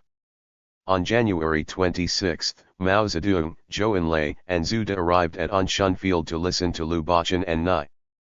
After Rongbai reported in detail the situation of crossing the river and building the bridge, he immediately decided that the Red Army should attack the two rocks along the Data River. Hurry to the looting bridge, 170 kilometers north of Anshan Changchang, and have 2 days to arrive. Red Army overcomes. Despite many difficulties, they arrived on time, defeated the defenders, and occupied Looting Bridge and Looting County. Red. The main force of the army completely crossed Dawangguan June 2. Mao Zedong said to the commanders and soldiers, The actions of the Communist Party of China have proved that the Red Army led by the Communist Party of China is not the Taiping Army. Zhu and It's not just Chi Dakai is second, Chiang Kai-shek's wishful thinking was wrong again. After crossing Looting Bridge, the Red Army continued to move north. On June 8, the Central Committee of the Communist Party of China and the Central Grassland Army. The committee issued the strategic instructions to achieve the convergence of the 1st and 4th Armies, stating, our military base. This mission is to use all efforts and disregard all difficulties to obtain direct meetings with the armies of the 4th Front. Together, our army must break through the line between Lushan and Baoxing with lightning speed to defend the enemy, and use surprise to achieve the goal of releasing the enemy. Control the Xiaojinchuan River Basin in our hands and regard it as the hub for progress. The key to achieving this strategic goal is to cross the mountain with an altitude of more than 4,900 meters. Jinshan. The mountains are covered with snow all year round, the climate changes erratically, the air is thin, and there are few people around. 6. On the morning of January 17, Mao Zedong finished a bowl of steaming guanjiao soup and wore a clothespin. Wearing trousers and holding a wooden stick, he climbed up to the top of the mountain along the steep and slippery snow road walked by the troops in front. Login. He gave the horses to the wounded and sick and the weak female bureau chief, and said, there is one more. Comrades can save more power for the revolution by crossing the snow-capped mountains. Walking to the middle of the mountain, the climate view changed. Bing raised his arms and hit him with his head. He held the soldier's hand and moved forward, and at the same time told everyone, keep your heads down. Turn around, don't look up or down the mountain, and don't take your hands away for a while. The hail stopped, but the air became thinner as we got closer to the top of the mountain, so some weak warriors sat down. He went and never got up again. Mao Zedong said to Dai Tianfu, who was sitting in the snow and resting, you sit down. It's very dangerous here. Come on, I'll carry you on my back. Guard Wu Jiking was the first to capture Dai Tian. Fu picked it up and walked to the top of the mountain with Mao Zedong's help. After crossing the top of the mountain, it is easier to go down the mountain. Easy. In the afternoon, they arrived at Dai town, Gaogong County, and were attacked by the troops who withdrew in mid-March. The leading troops of the 4th Red Front Army who came to western Sichuan from the Sichuan Shaanxi base area were lined up to welcome them. On the 18th, they entered Gaogong County and met the 3rd Vanguard Unit of the 4th Front Army of the Red Army who was waiting here. 10 military and political commissarly Xiannian. The rendezvous of the armies of the 1st and 4th Fronts was a major event in the history of the Hongjian Long March. It's big. This greatly enhanced the strength of the Red Army, bringing the number of Red Army troops gathered in this area to more than 100,000. People have created favorable conditions for creating a new situation. After the two armies join together, where should the Red Army's actions be directed? Is it to develop on the spot, or to? Should we continue heading north? This is the most important issue related to the future fate of the Red Army. Unexpectedly, it was precisely on this major issue that serious and irreconcilable differences immediately arose. On the eve of the rendezvous between the two armies, the Central Committee of the Communist Party of China received a call from the leader of the 4th Red Army. Please make a quick decision on major plans for the future actions of the two armies. Zhu De, Mao Zedong, Zhou Enlai, Jiang Wenqin are here. On June 16, he called the leaders of the Fourth Front Army Zhang Qiuquan, Su Xiangqian, and Chen Changhao to clarify. The ground pointed out, from now on, our military general's policy on the First and Fourth Fronts should be to occupy Sichuan, Shaanxi, and Gansu Province, establish a Soviet regime in 3 provinces, and organize an expeditionary force to occupy it at an appropriate time. Xinjiang. However, Zhang Qiuquan and Chen Changhao replied to the Central Committee of the Communist Party of China, saying they did not agree with this strategy and proposed: send out the Red Army to attack Aba in the north, organize an expeditionary force, occupy Qinghai and Xinjiang, or temporarily move south. Attack. On the day they arrived at Gaogong County, Mao Zedong, Jiang Wenquan, Zhou Enlai, and Zhu De went to battle. Regarding the issue of the direction of the strategic offensive, Zhang Qiuquan, Chen Changhao, and Su Xiangqian were contacted again and put forward the current situation. We must concentrate great efforts to first break through Pingguo and use it as a pivot to move northward. Hope means making up one's mind to make a breakthrough. Want. Zhang Qiuquan called the Central Committee of the Communist Party of China again on the 20th, proposing westward development and saying, at present, it is difficult to provide food in the past, and there seems to be no good solution other than this. The Central Committee responded to Zhang Qiuquan and pointed out, from the entire, considering the strategic situation, if we break through the offensive and defensive lines from Huzhongnan or Tianqian at any point, it will be better than the West. It is advantageous to move and fight. Please think more carefully about such an important issue as one, in the exchange of telegrams. China is naturally difficult to solve. Therefore, the Central Committee of the Communist Party of China asked Zhang Qiuquan in a telegram to immediately come and make plans so that everything can be decided through discussion. On the 25th, Mao Zedong and other leaders of the Central Committee went to Lianghe north of Gaogong County. At the entrance, we welcomed Zhang Qiuquan, the main leader of the Fourth Front Army, who came from Moxian County, and held 2 congresses. The main force of the Red Army will meet up. Zhu De delivered a welcome speech and explained the importance of the meeting of the 2 main forces of the Red Army. Great significance and the goal of heading north. In his speech, Zhang Qiuquan openly put forward ideas that were contrary to the Central Committee. Westward policy at Mao Zedong and Zhang Qiuquan are both representatives of the First National Congress of the Communist Party of China and have not seen each other for many years. Yes, but the conversation when they met was not speculative. The next day, an enlarged meeting of the Political Bureau of the CPC Central Committee was held at Lianghekao. Zhou Enlai is here. A report on the current strategic guidelines was made at the meeting, from the perspective of whether the area is convenient for mobility and mass conditions. There is no future if we are ignorant, loose, and rational. It was proposed to use mobile warfare to quickly move north to attack the troops stationed in Songpan. In the southern part of Huzhong, the Sichuan Shaanxi Gansu base area was created. Zhang Qiuquan reluctantly agreed in his speech. The central government's policy of advancing northward also raised the issue of moving southward and attacking Chengdu. Mao Zedong spoke in agreement with Zhou Enlai's report and proposed, 1. The Chinese Red Army must use all its strength to invade the new territory. The regional development base is to use the test to overcome the whole situation. This is the policy for moving forward, and it is necessary to explain to the comrades of the Fourth Front Army, because they want to attack Chengdu, and the First and Fourth Fronts.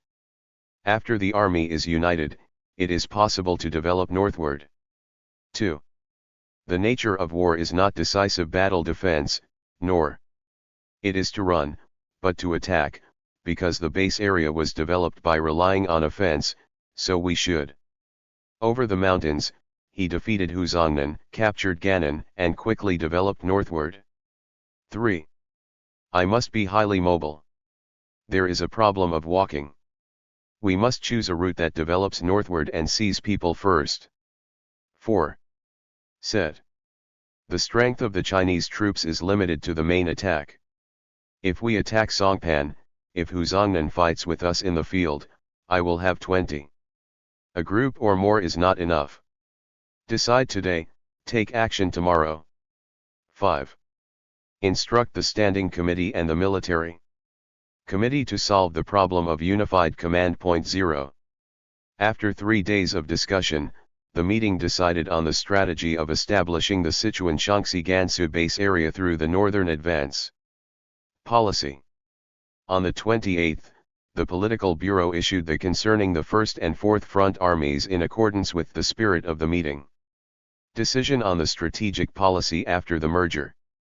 Pointed out, our strategic policy is to concentrate our main forces. Attack northward, destroy a large number of enemies in mobile warfare, and first capture southern Gansu to create. Build the Sichuan Shaanxi Gansu Soviet area base area. In order to realize this strategic policy, it is necessary to carry out the campaign. First, concentrate the main force to destroy and attack Hu Zongnan's army, seize Songpan, and control the land north of Songpan area, so that the main force can successfully advance towards Gannan. On June 29, Mao Zedong attended another meeting of the Standing Committee of the Political Bureau of the CPC Central Committee. It was decided to remove Zhang Qiaosu as vice chairman of the Central Military Commission, and Su Xiangqian and Chen Changhao as members of the Central Military Commission. In addition, the main purpose is to listen to Bogu's report on the North China incident. Mao Zedong pointed out in his speech, Japanese imperialism wanted to completely control Chiang Kai-shek under its control. The party should express its views on the current situation. To express, publish documents, and propagandize among the troops to oppose Japan, this is the best way to mobilize the masses. At meeting decided to issue a declaration or electrify the party in the name of the Central Committee of the Communist Party of China. After Zhang Qiaokan returned, he felt sorry for the large number of troops he led, so he mobilized some more people. He also cited unified command and organizational problems as unsolved issues. The decision was used as an excuse to deliberately delay the implementation of the Songpan formulated by the Central Military Commission after the Liang Hekao meeting. Battle Plan. In order to implement the Songpan campaign plan, the Central Red Army continued to advance northward and overturned the enemy's territory in early July. Passed the second snow-capped mountain, arrived at Zhuokiji, and arrived at Luhua on the 10th day. Zuda. Mao Zedong and Zhou Enlai called Zhang Qiuding, urging him to immediately lead his troops northward, and asked Zhang Qiaokan and Su Xiangqian and Chen Changhao quickly went to Luhua to focus on command. After Zhang Qiaosu arrived in Luhua, the Central Committee of the Communist Party of China held a meeting of the Standing Committee of the Political Bureau on the 18th to discuss on organizational issues. Zhang Qiaosu proposed to promote new cadres and advocated adding a group of people who can come. Military Commission. Mao Zedong said, it is necessary to promote cadres, but it does not require so many people to concentrate on them. Military Commission, we need people below. In order to unite Zhang Qiaokan and go north together, the meeting agreed to transfer the original cause. The General Political Commissar of the Red Army who Zhou Enlai served as was changed to Zhang Qiaotai, and Zhou Enlai was transferred to the Central Committee. Central Standing Committee Worker. Make. The Central Military Commission issued a notice on the same day, Comrade Zuda, chairman of the Central Revolutionary Military Commission, is still concurrently commander, and appointed Comrade Zhang Qiaokan as General Political Commissar. On the 21st, the organization's former enemy commander-in-chief commanding the troops, Su Xiangqian is also the commander-in-chief, Chen Changhao is also the political commissar, and Ye Jianying is also the political commissar. Make plans. As soon as Zhang Qiaokan took power in his hands, he collected the secrets of various legions in the name of centralized and unified command. Electronic book. Kakundi Hui Memories said. After I completed my mission, when I returned to the Luhua Corps headquarters, the Military Commission Staff Department. The secret telegrams used to exchange intelligence among the legions were confiscated, and the 1st and 3rd Legions of the company, as well as the Military Commission and Chairman Mao Xi Jinping announced that the secret telegram had been confiscated. From now on, you can only report to the Front Command Headquarters. Isolated from the central government and the 1st Army Corps. 2. Due to Zhang Qiuse's repeated delays, fighter planes have been delayed, allowing Hu Zone to concentrate in the south. The troops are guarding Songpan, and it is difficult for the Red Army to pass through Songpan and enter Gannan along the highway. The Central Committee of the Communist Party of China had to cancel the original Songpan battle plan and change it to the north of the large grassland with extremely harsh natural conditions. This brought great difficulties to the Red Army's march north. On August 3, the Red Army headquarters formulated the Xiaozhong battle plan, divided the Red Army into left and right routes and headed north, the right route army led from the Red Army on the one side. The 1st and 3rd Army of the Red Army are the former 1st and 3rd Army and the 4th Army and 30 Army of the 4th Red Front Army. The army is composed of the Central Committee of the Communist Party of China and the former enemy general headquarters operating with the Right Army. The Left Army is composed of the 9th Army, the 31st Army, the 33rd Army of the 4th Red Front Army, and the 5th Army and the 5th Army of the 1st Red Front Army. The 32nd Army was composed of the Red Army Commander-in-Chief Zhu De and the General Political Commissar Zhang Qiudu and Chief of General Staff Liu Bachan followed the Left Route Army in action. From August 4 to 6, the Political Bureau of the CPC Central Committee held a meeting in Xi'an near Moergai. Discuss. In his speech, Mao Zedong once again emphasized the strategic policy of going north determined by the Liang Hekao Conference. Criticized Zhang Qiuquan's wrong ideas. The meeting decided to restore the Red Army headquarters, headed by Zhou Enlai served as commander and political commissar. The Central Committee on the First and Four Aspects adopted at the meeting resolution on the political situation after the military reunion, reiterated the policy of heading north, and emphasized the creation of Sichuan-Shaanxi Gansu routes. The base area is the historical task currently faced by the 1st and 4th Front Red Army. To this end, the party must be strengthened. Provide absolute leadership to the Red Army and maintain the unity of the two armies. The resolution pointed out that in the Red Army, China must correct the right-leaning mistake of being disappointed with the future of the revolution. After the meeting, Zhou Enlai fell ill with a high fever and was diagnosed with amoebic skin swelling. Mao Zedong often goes to visit him. The burden on his shoulders became heavier. When Zhang Qiushao attended the Shouwo conference, he once again expressed his agreement with the central government's northward direction. Needle, in fact, it has not given up its plan to advocate retreat due to fear of the Kuomintang army. He returns. They could not enter without entering, and they proposed to retreat to Qinghai, Ningxia, and Xinjiang via Aba, which was contrary to the central government's regulations. Entering the Xiahe River basin in the north, it is opposite. 6 full.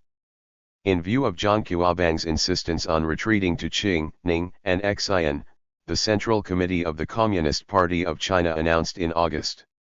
On the 15th, I call Zhang Qiuquan, regardless of any aspect of enemy situation, terrain, climate, or food. Calculating, everyone must immediately use the main force to advance rapidly from Banyu to Xiahe. The entire Left Army and the First Front Army should respond. We will start to move out today. It is not advisable to delay matters any longer, causing the major plans to be delayed. North of Banyu, food and housing. There is no shortage, so the main forces of the 1st and 4th fronts all declare to take the right path. Take the left road to Aba, just take the exit. Team, cover the advance of the rear. At present, we should concentrate on moving northward. It is not advisable to withdraw troops to fight back, appease the border and deal with the situation.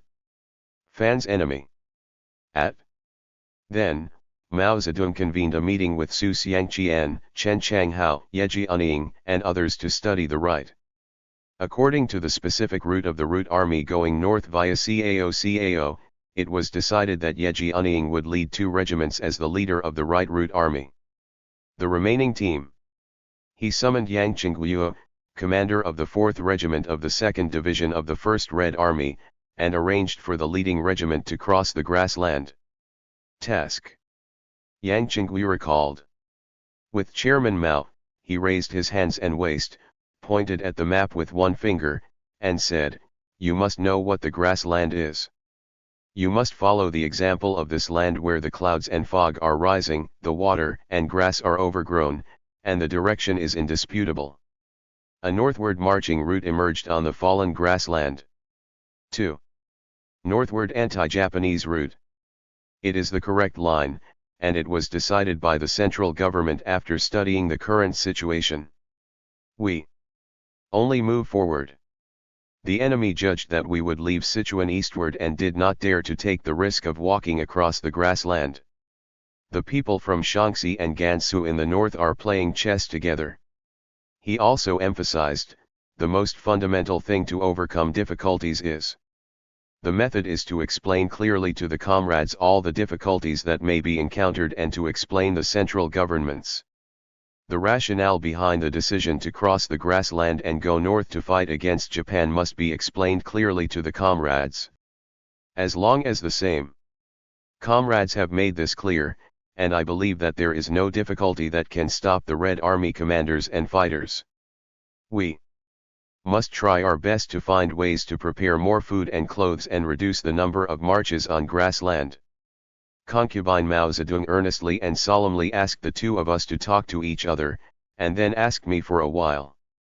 Yes, no wizard found. Chairman Mao shook hands with me and said, "Here we come. Commander Su, go there for a while and receive specific instructions. Point 2Q at." On August 19, the Political Bureau of the CPC Central Committee held a meeting of the Standing Committee in Chihuahua to study the committee divided the work and decided that Mao Zedong would be responsible for military work. The next day, the Political Bureau of the CPC Central Committee held an enlarged meeting in Moergai, chaired by Mao Zedong.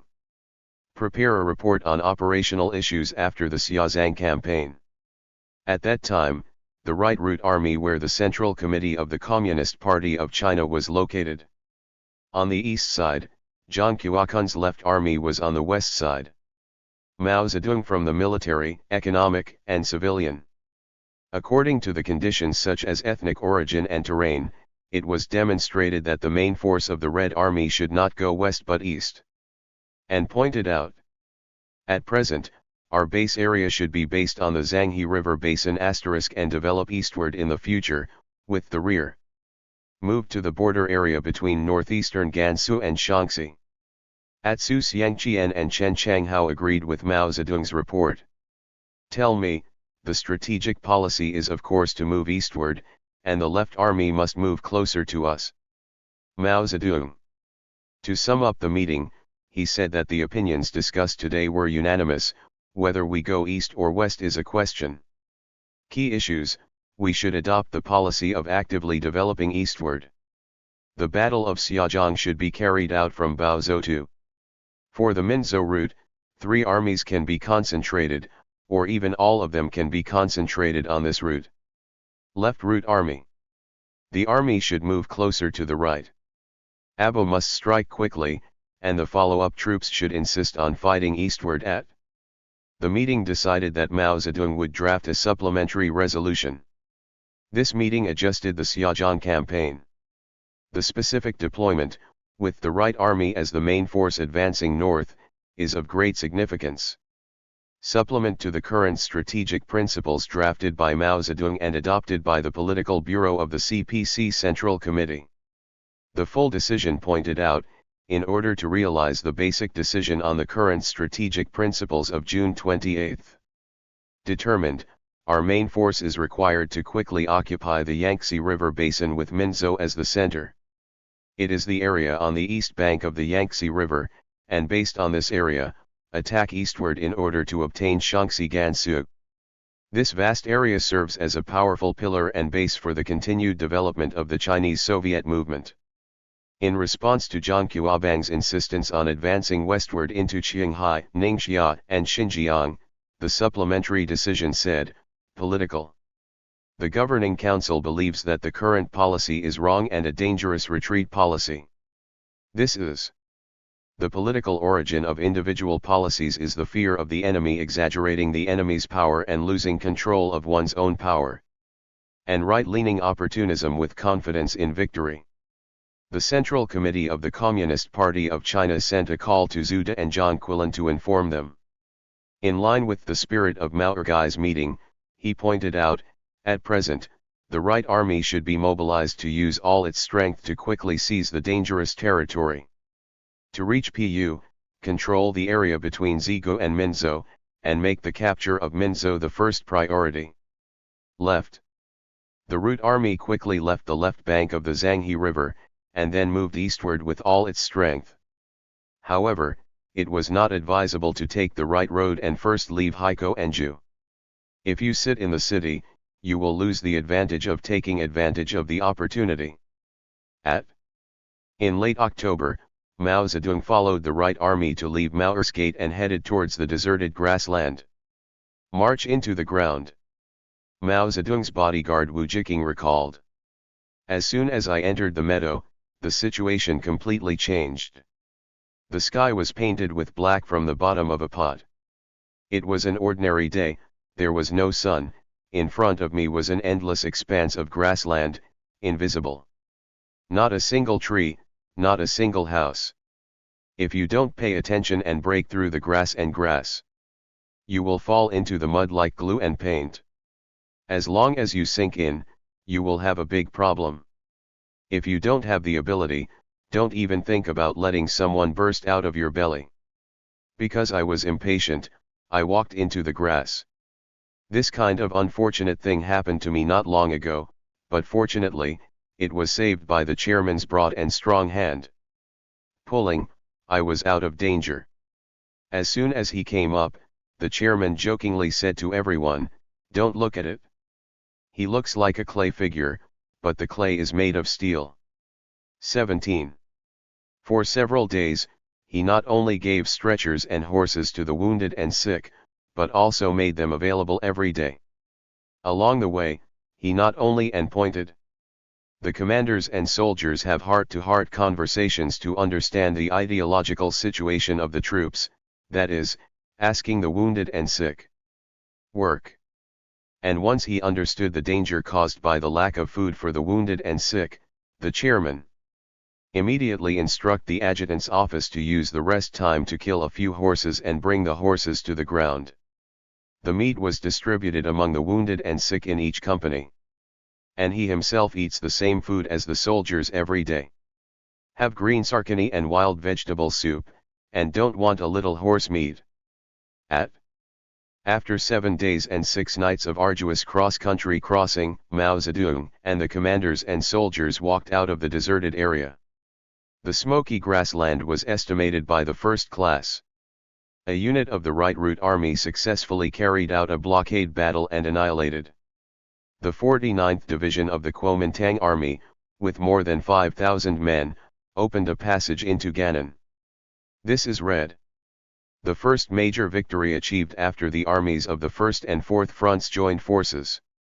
On September 1, Mao Zedong, Su Xiangqian, and Chen Changhao jointly called Zhu De and Zhang Qiubang. We want the troops on the left to advance eastward quickly and get closer to the troops on the right. While waiting, the Right Army carried out rest. Mao Zedong proposed again at the Political Bureau meeting of the Central Committee held in Brazil. Education of the 3 major disciplines and 8 points of attention. And the bone is bare and withered, but the work of Gangsan is more related to the great talent and richness nearby, but then ordered the entire 5th Red Army to return to Aba. His separatist activities became more variable. Ben intensified. At the same time, he called the troops of the Left Army stationed in the Mokang area to ask for the troops who were heading north. The column was ordered to move to Mokang on standby. If they did not listen, I would detain them and call Chen at the same time. Chang Hao and Su Xiangqian turned to the Central Committee, once again expressed their opposition to the northward advance, insisted on going south, and called themselves leftist.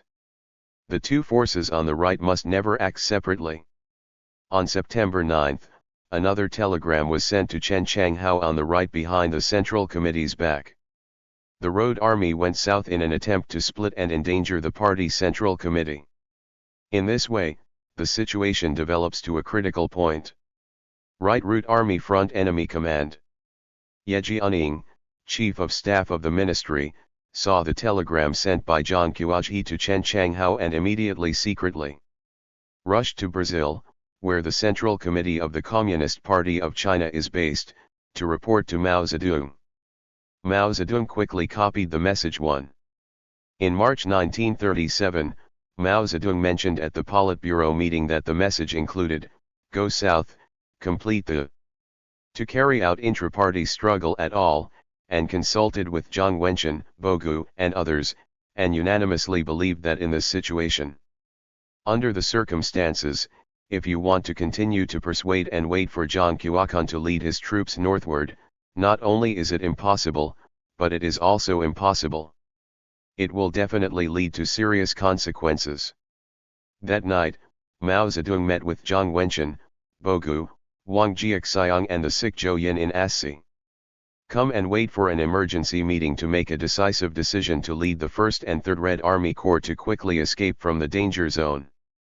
Immediately go north, and notify Lin Biao and Nai Rong, who have already gone north to the Russian border, that the action plan is as follows.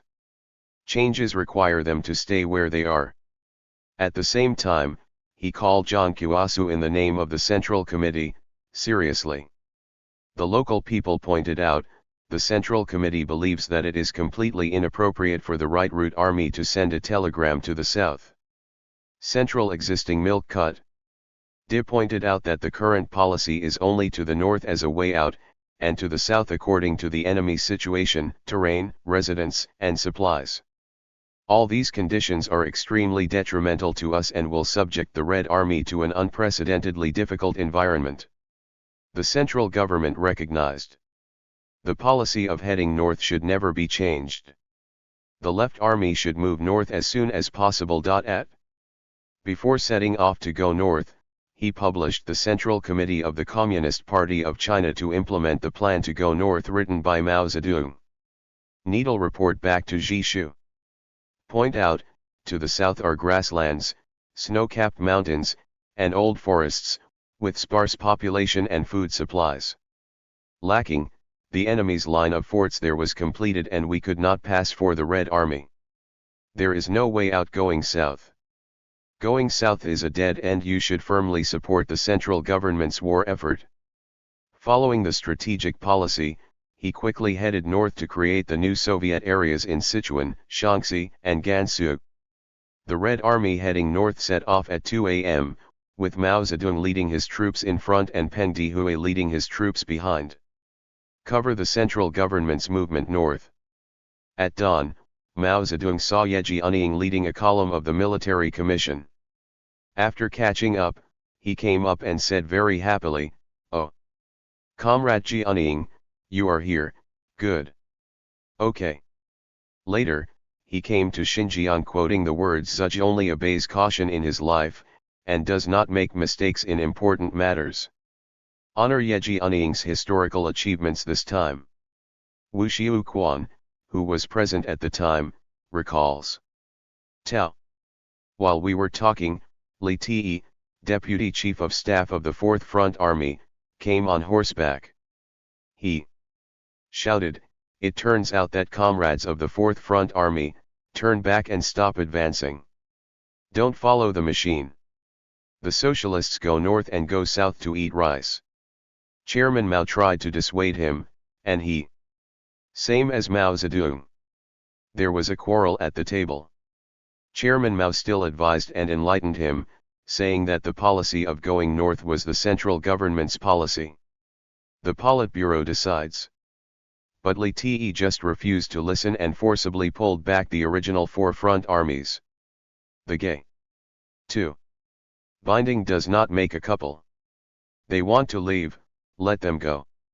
They will come back on their own in the future. Come to at. Even Leda agreed to go north this time. He said to Song Rengshan, I am with you. There have always been differences between the Central Committee and the Central Committee, but on the issue of Zhang Qiuakan's split, I support your Central Committee's decision. Zhang at. On September 12, the day after the Red Army marched north to the Russian border, Mao Zedong announced at the central government. Report and conclusion were made at the enlarged meeting of the Governing Council. He said, we now have a reliable person behind us. The region is right, but it should not be based on the front. There is no way out, there is no strategic retreat behind, and there is no a place without food and people. So, we should go to Gansu to fight, Zhang Guo reported resistance.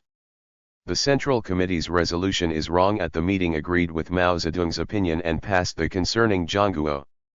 Comrade Chun's wrong decision pointed out that Zhang Qiuakan opposed the central government's strategic policy of heading north and insisted on. It is wrong to persist in the policy of retreating to the Sichuan-Kangxi-Tibet border. The debate between the Central Committee and Zhang Guo on poisoning was actually. The essence is that there is a principal difference between the analysis of the political situation and the assessment of the strength of the enemy and ourselves. Wild. The Central Committee called on the comrades of the Fourth Front Army of the Red Army to unite around the Central Committee and fight against Zhang Qiuatai's mistakes. Wrong tendency to fight resolutely. The Russian border meeting decided to combine the First Red Army, the Third Red Army, and the Military Commission column into the Chinese Workers' Army. The Shaanxi Gansu detachment of the Peasant Red Army, Dou Dihui was the commander, Mao Zedong was the political commissar, and Mao Zedong, Dong, Zhou Yinlei, Wang Jiaxiang, Peng Dihui, and Lin Biao established a 5-man regiment to lead military work. After the Russian border meeting, the Central Committee of the Communist Party of China led the Shaanxi Gansu detachment to quickly go north. At this time, the Red Army appeared. The one facing us is the natural hazard 1 Lhasa that has been controlled by the Lu Dacheng Division of the new 14th Division of the Kuomintang. Mouth. This mountain pass is only 30 meters wide, and after passing it is the escape zone in Gannan. If country, it will be very difficult in the south. At this fleeting critical moment, the vanguard Red 4th Regiment. Bravely and tactfully, he annihilated 2 battalions of the Lu Dacheng tribe in one fell swoop, and captured the Lhasa Pass on September 17. It opened a channel for the main force of the Red Army to enter Gannan. Mao Zedong, Zhou Gaila, Peng Dihui, and others led the main force of the Red Army to cross the Minshan Mountains, and on September 2. On the 10th, we entered Haidapur, a small town in Hanchang County in southern Gansu. This is what Mao Zedong wrote in his poem. He said, I'm even more happy to see thousands of miles of snow. The 3 armies are all happy after passing. He attended the meeting held in Haidapur. A meeting of the Standing Committee of the Political Bureau of the CPC Central Committee said in the discussion, our current cadres are the best and should be. The attention to protection. The organization department should investigate and understand cadres, not only to understand senior cadres, but also to understand the middle and lower level cadres. The troops were organized into 3 columns here, with a total of more than 8,000 people. In Haidapur, Mao Zedong learned from the local newspapers that there was a considerable amount of information in northern Shaanxi, a Soviet area, and a considerable number of Red Army troops. On the same day, Mao Zedong was above the regiment of the Shaanxi Gansu detachment. At the cadre meeting, it was proposed to go to northern Shaanxi. Nai Rong recalled what he said. We want to go north, Zhang Qiuazhen wants to go south. Zhang Qiuasu said we are the masters of opportunity. Which one is opportunism? At present, Japanese imperialism invades China, and they just want to go north to fight against Japan. First of all, they have to go to northern Shaanxi, where there is Luz Haiden's Red Army. Me. Our route is correct. Now we are heading north. The number of soldiers in the first loyal team is one less. A little bit, but the goal is just a little smaller and less publicized. We don't have to look at it with attitude. We are here. There were more people than when the 4th Red Army descended on Jinggang Mountain in early 1931. 17 at Mao Zedong marched north with the first column. On the 27th, he arrived at Bangluo town, Tongwei County, and exited. Attended the meeting of the Standing Committee of the Political Bureau of the CPC Central Committee. The meeting formally decided to divide the Central Committee of the Communist Party of China and the Shaanxi Gansu branch. The team's foothold is in northern Shaanxi, defending and expanding the Soviet area in northern Shaanxi. While Mao Zedong was leading the Shaanxi Gansu detachment to the north, he was always in suspense about being pulled back by Zhang Guo's gang. In mid-month, the Central Committee of the Communist Party of China once again called Zhang Guochun and others, stating that Chun repeatedly disobeyed the central government's orders and made the mistake of escapism. At the same time, it was proposed, the central government is. The interests of the Chinese Soviet Revolution once again demanded that General Political Commissar Zhang immediately cancel the decision to go south. Pay attention to orders, obey the central government's telegraph orders, and make specific arrangements for the left route army to continue northward with the 4th Army and the Prefecture Army. Enter. Finally, he emphasized, this message must be conveyed to Zhu De and Liu Bachun. Reply immediately. However, Zhang Qiusu went further and further down the wrong road, and the situation happened to Zhoumu, Lifan County, Sichuan. Boron established a new Central Committee of the Communist Party of China and announced the expulsion of Mao Zedong, Zhou Enlai, Bogu, and Zhang Wen. Yang Shankan and Yeji Unying were removed from office and investigated for not being members of the Central Committee of the Communist Party of China and party members, and were openly classified. Activities to split the party and split the Red Army. At this time, Chiang Kai-shek learned that the Red Army had broken through the Lhasa Pass, and was afraid that the Red Army would invade Tianshui and threaten them. Threatening Xi'an, he hurriedly mobilized Hu Zongnan and other troops to concentrate on the Tianshui line to prevent the Red Army from advancing eastward. However, the Shaanxi Gansu detachment of the Red Army continued to go north, crossing the Xi'an-Lanzhou Highway, and climbing Liupan Mountain, which is 3,000 meters above sea level, broke through the last blockade of the Kuomintang army. The Soviet area in northern Shaanxi is already in sight. When Mao Zedong climbed to the top of Liupan Mountain, he was overwhelmed with emotions and wrote down the lyrics of Qingping Yu. Lu Panchen. The sky is high and the clouds are light, and you can see the wild geese flying south. He who has not reached the Great Wall is not a true man. The next guide is itinerary to thousands. On the high peak of Liulos Mountain, red flags rolled in the west wind. Today I have a long strand on my hand, when will I tie it up? Live in Kanglong? As soon as the Shaanxi Gansu detachment crossed the Liupan Mountains, they encountered a new opponent, the Kuomintang cavalry. At the mouth of Qingxi, it was detected that 2 companies of enemy cavalry were resting under the saddle, and Mao Zedong stood up. Immediately go to the forward position to command. Nai Rongbao recalled Dao-Cai. Subsequently, Comrade Mao Zedong also climbed to the top of the hill where we stood. He called bar. The leading cadres of each brigade convened and decided to eliminate this group of enemies he has since. The 1st Brigade and the 5th Brigade were ordered to move back and attack from both sides, and the 4th Brigade was ordered to attack from the front. 3.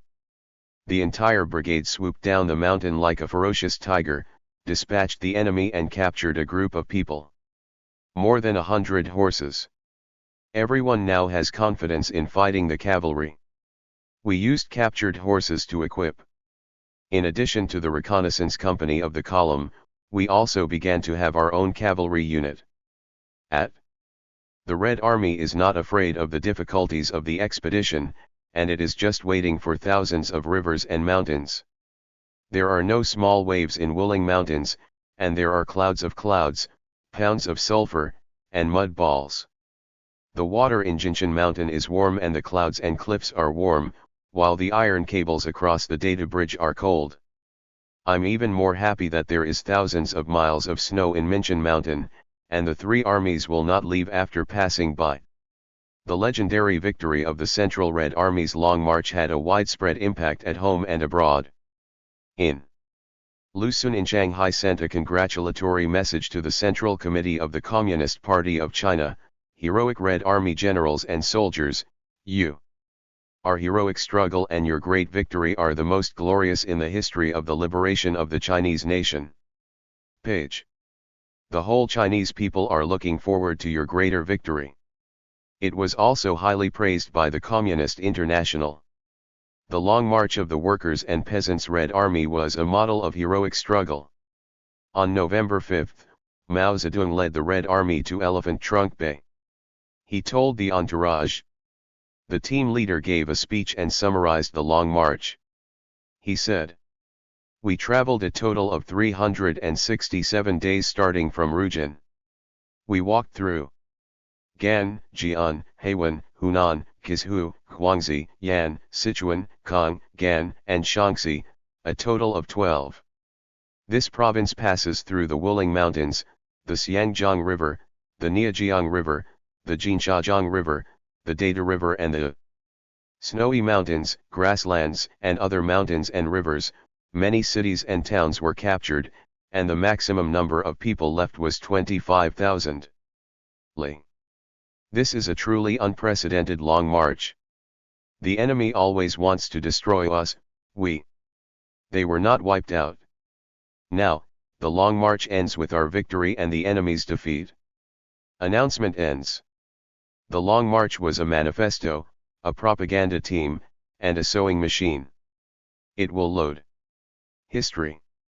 When our Central Red Army set out from Jiangxi, it numbered 80,000 people, but now only a few are left. Division. From now on, our Red Army will unite with the people of northern Shaanxi to complete the victory together. Complete the great task of the Chinese Revolution? The main force of the Central Red Army's Long March arrived in Shaanxi, Gansu, and once again had a base area where it could stand. It's a huge victory. The pursuit and interception of the Central Red Army by the Kuomintang troops had to come to an end. Fall. However, as a strategist, Mao Zedong clearly saw that it was necessary to realize the control of the Central Committee of the Communist Party of China. Base Camp Huangji's task in the northwest is not an easy task, but a very difficult one. Huge. The revolutionary base area of Shaanxi Gansu was established by Luz Haidun and Xie Zikang in the early 1930s. It was formed by merging the two base areas established after leading armed uprisings in northern Shaanxi and the Shaanxi-Gansu border area. It, including 6 counties, including Yanchang, Yanchuan, and Baoan, the guerrilla zone expanded to northern Shaanxi and Longdong. 17 counties. An agrarian revolution was carried out in the base area and most of the land has been distributed. Thanks. After the death of Zichang, the 26th Red Army and the 27th Red Army here were under the unified command of Luz Haidun. More than a month before the Central Red Army arrived here, the Red 25 who were originally martyred in Hubei and Anhui areas. The army, led by Su Haidong and Cheng Zihua, arrived in Yanchuan, northern Shaanxi, and the 26th and 27th Red Army. Rendezvous. The three armies were combined into the 15th Red Army, with a total strength of 4,800 people, including Su Haidong. He was appointed as the army commander, Luz Haidun was appointed as the deputy army commander and chief of staff, and Cheng Zihua was political commissar. Red. After the establishment of the 15th Army Corps, they successively annihilated 1 division and 4 CAO troops of the Northeast Army who came to attack, and received the arrival of the Central Red Army. However, both the external environment and the internal situation in the base area were very severe at that time. Severe situation. Judging from the external environment, as the Central Red Army arrived in northern Shaanxi, the Kuomintang authorities immediately mobilized. Assemble heavy troops around the Shaanxi Gansu Soviet area, including Zhang Suiliang's Northeast Army and Yang Huchin's 17th Army. The Root Army, as well as Hu Zongnan, Guanlin's Hung, Mao Bingguan and other troops of the Central Army, were directly used for. The number of troops during the siege period reached more than 100,000. Chiang Kai-shek personally served as the commander-in-chief of the Northwest Jiangnan. Zhang Suiliang acted as commander-in-chief. The strength of the Kuomintang is greater than that of the main force of the Central Red Army. It is several times larger than the Shaanxi Gansu Red Army, and it is continuing to advance towards the base area with increasing momentum. From within the Shaanxi Gansu base area, a left deviation occurred before the arrival of the Central Red Army. By mistake, the newly established Shaanxi Gansu Xianzhi Provincial Committee began a wrong campaign to suppress counter-revolutionaries in late September. The original Shaanxi Gansu Provincial Committee. Many military and political cadres in the area were arrested and killed, and even Luz Haidun was imprisoned. Very many cadres and the masses were very dissatisfied, plunging the base area into a serious crisis. If these two problems cannot be properly resolved, the Central Committee of the Communist Party of China and the Central Red Army. In the Shaanxi Gansu base area, it is impossible to hold on to the task of putting the revolutionary base camp in the northwest. It is also impossible to accomplish. On November 3, the Standing Committee of the Political Bureau of the CPC Central Committee was held in Xiaoziwan, Ganquan County. Meeting and listened to reports from Guo Hongtao, Deputy Secretary of the Shaanxi Gansu Xiangzi Provincial Party Committee, and Shen Hongjun, Chairman of the Northwest Military Commission. Mao Zedong had heard local cadres and masses say before that there were problems with the purge of counter-revolutionaries in northern Shaanxi. Question. He then proposed keep people under the sword and stop arresting people and said, "We have just arrived in Shaanxi. In the north, I only understand some situations, but I see that the political enthusiasm of the people is very high, and I understand.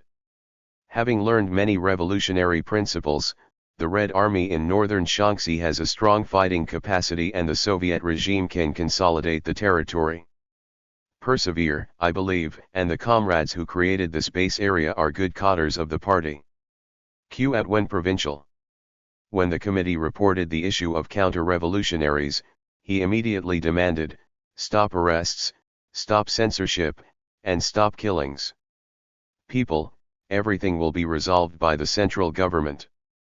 At that time, the Central Committee of the Communist Party of China was busy preparing for the battle, and first sent Wang Xiaodao, who had just served as the director of the National Security Bureau, and others formed a working group and went to the Shaanxi, Gansu, and Xiangzi Provincial Party Committee's headquarters.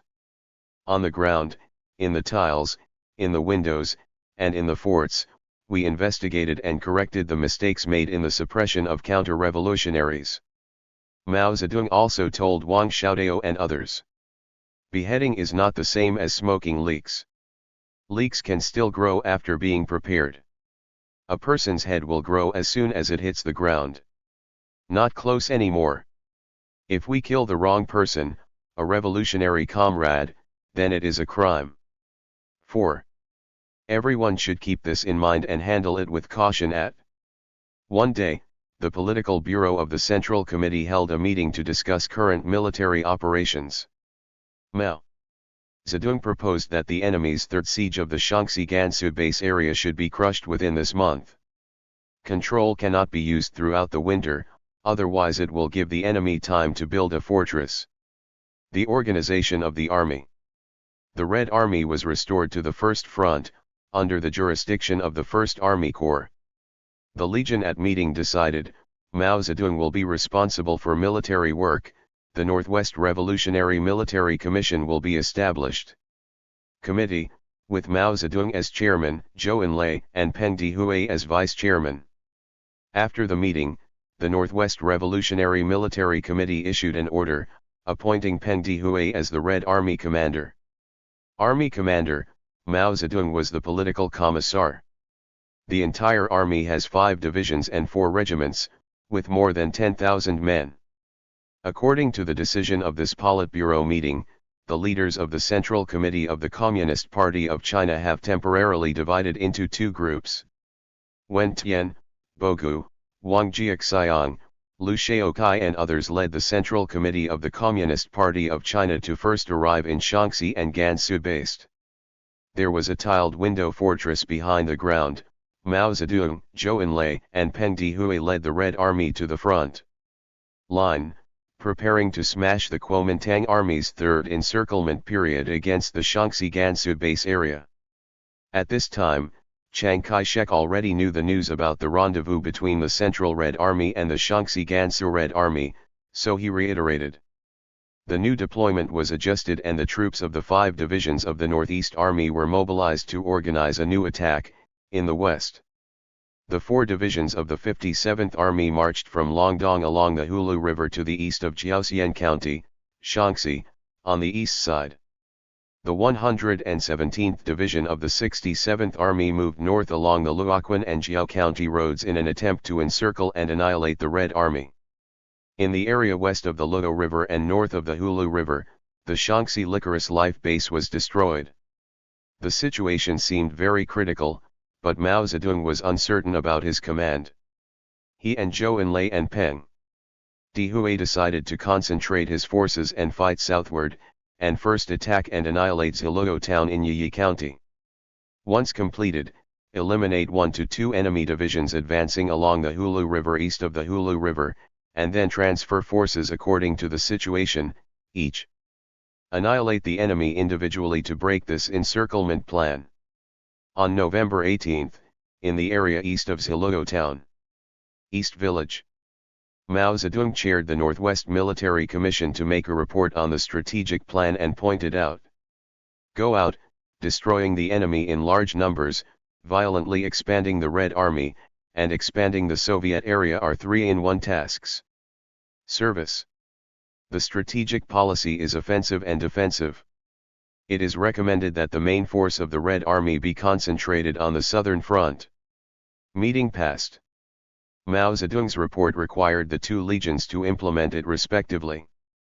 The next day, Mao Zedong and Peng Dehui called Lin Biao, commander of the 1st Army Corps, and the political commissar. Comrade Nai Rong arrived and pointed out that the 1st D and 9th Division of the Northeast Army would have the possibility of reaching Ziluo town tomorrow. Our army. You should prepare for fighting in the future. Before launching the attack, he also requested the 1st Red Army and the 15th Red Army cadres of the regiment and above went to the area around Ziluo town to inspect the terrain and study specific combat deployments. Ziluo town is a small town with no more than 100 households. It is surrounded by mountains on 3 sides, with a road running from the west. The main road from here passes through the town, and there is a small river on the north side. After seeing this, the cadres said excitedly, "The terrain in this area is very favorable to us." When the enemy entered Ziluo town, it was like being drilled into the ground. Into the pocket. On the afternoon of the 20th, the 1st D9th Division of the Northeast Army, under the cover of aircraft, penetrated deep along the Hulu River enters Ziluo town. That night, Mao Zedong issued an order and carried out the original deployment. The Legion moved from north to south, and the 15th Red Army Corps moved from south to north, encircling the town of Ziluo before dawn. Mao Zedong's command post is located on a hillside not far from Ziluo town. Before the battle started, when issuing the battle order, he said categorically, "This battle must be fought well. We must win this battle. What we want is to annihilate the enemy, not defeat the enemy." At dawn on the 21st, the Red Army suddenly swooped down from the north and south mountains towards Ziluo town. No. The 109th Division hurriedly responded to the challenge and fought fiercely. By 2 p.m., most of them were wiped out. The Red Army is on the way to reinforcements. Another regiment of the reinforcements, the 1st to 6th Division, was annihilated. By the 24th, the remnants of the 1st to 9th Division. During the breakout, they were completely wiped out by the Red Army. The victory in the Battle of Xiluo Town broke the Kuomintang Army's opposition to the encirclement base in the Shaanxi Gansu base area, in Mao Zedong's words, is to give the party central committee the whole country. At the mission where the revolutionary base camp was located in the northwest, a Gaji ceremony was held. After the battle, Mao Zedong made a speech at a meeting of cadres above the military camp on the red side. Report on the Battle of Xiluo and the current situation and tasks. He pointed out that victory in this battle was achieved. The reason for victory is the reunification and unity of 1 or 2 legions. 2. War. Seize the key points of strategy and battle. 3. Sufficient preparation for battle. 4. The people and the masses are in agreement with us. The report also proposed that under the new situation, the treatment of captured troops should be. The officials adopt the approach of no killing and preferential treatment for release, which not only builds a united front at the lower level but also creates a system at the upper level. One front. This is in response to the left dogmatic leaders in the past who advocated only establishing lower-level systems. A united front is not a top-level united front. After the meeting, Mao Zedong met with Su Haidong. First, we talked with them about the current enemy's movements and us. What countermeasures will be taken, and then asked the troops about casualties and the placement of the wounded, and asked him to take good care of them. Organize the troops to rest and let the soldiers wash their feet. Listen to him talk about dying in Hubei and Anhui base areas. There are still more than 300 counter-revolutionary suspects in the campaign to suppress counter-revolutionaries. Without making a conclusion, he said, these are all the same. All comrades followed the long march and suffered a lot. Why should we still regard them as counter-revolutionaries? We must immediately remove the label of suspect from them, restore party membership to party members, restore league membership to league members, and restore cadres. To assign work, Su Haidong had to personally explain and comfort them. Su Haidong recalled. In accordance with Chairman Mao's instructions, I announced to more than 300 comrades who were wrongly accused. In order to restore their party and group relations. More than 300 comrades all joined in, and we also shed tears. From this incident, I once again felt that Chairman Mao was the most pragmatic person. Those ones. If Comrade had not been Chairman Mao, I don't know how long he would have been unjustly accused. While Mao Zedong nervously commanded the operations on the front line, he was very concerned about the troops who had just arrived in the rear. The work of the Central Committee of the Communist Party of China in Rongbao. When Jiang Wenqian called him to consult on changes to the rich peasants. When asked about policy opinions, he responded by telegram expressing his basic agreement, and also proposed that as the struggle develops, when the poor peasants and middle peasants demanded an equal share of the land of the rich peasants, the party should support this demand. Rich peasants can be with. Poor peasants and middle peasants received equal shares of land. The past principle of allocating farmland was wrong, but the rich peasants. The principle of complete immobility of land is also wrong in the Soviet areas, especially in the southern Soviet areas. In soil. On land issues, there should be some differences between the strategies of the rich peasants and those of the middle peasants at.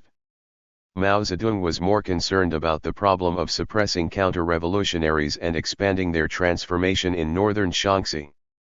He and Zhou Enlai situation, and affirmatively pointed out, the fact that a group of people were wrongly arrested must be related to the fact, to correct the mistake. However, it must be handled with caution and in a way that is conducive to the unity of the leadership. The Central Committee of the Communist Party of China decided, Dong Bai. 5 people including Qi Qi, Li Vihan, and Wang Xiaodao were responsible for reviewing this case.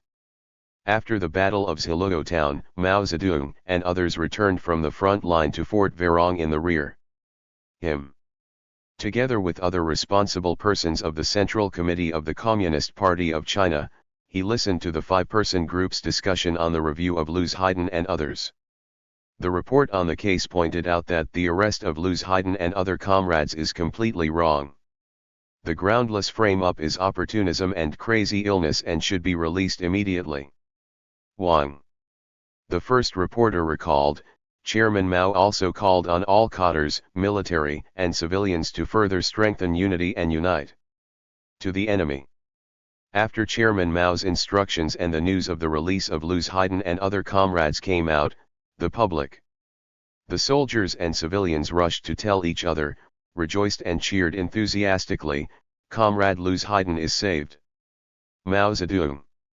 On the 25th, he published a speech to a reporter from the Red China newspaper and reiterated that Soviet China, the central government, is willing to enter into an anti-wage combat agreement with any armed force in the country to carry out ethnic warfare, revolutionary war for the liberation and integrity of China's territory.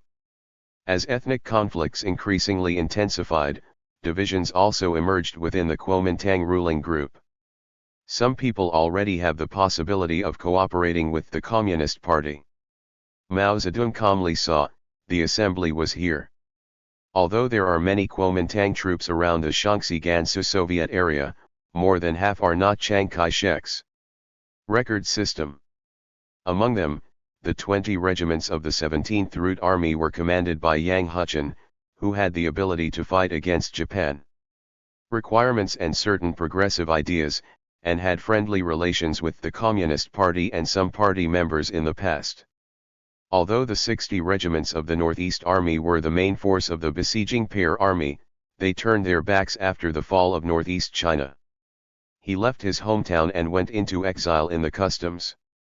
He was unwilling to fight another civil war, but strongly demanded to resist Japan and regain his hometown. The leader of the Northeast Army, Zhang Suiliang, shared the hatred of his family and his country with the Japanese invaders, and they were incompatible with each other. These are all favorable factors for uniting to resist Japan and oppose Chiang Kai-shek. Therefore, Mao Zedong and Zhou Yin, let's wait and focus on the Northeast Army and the 17th Route Army in carrying out united front work. On the above, the captured officers and soldiers released from preferential treatment began to write letters to their division commanders, corps commanders, and even Zhang Suiliang gradually carried out united front work against the upper levels. At this time, Zhang Hao, a member of the Chinese Communist Party's delegation to the Comintern, returned from the Soviet Union, went to northern Shaanxi and conveyed orally to the Central Committee of the Communist Party of China the 7th Congress of the Communist International regarding the establishment of an anti-fascist organization in Spain.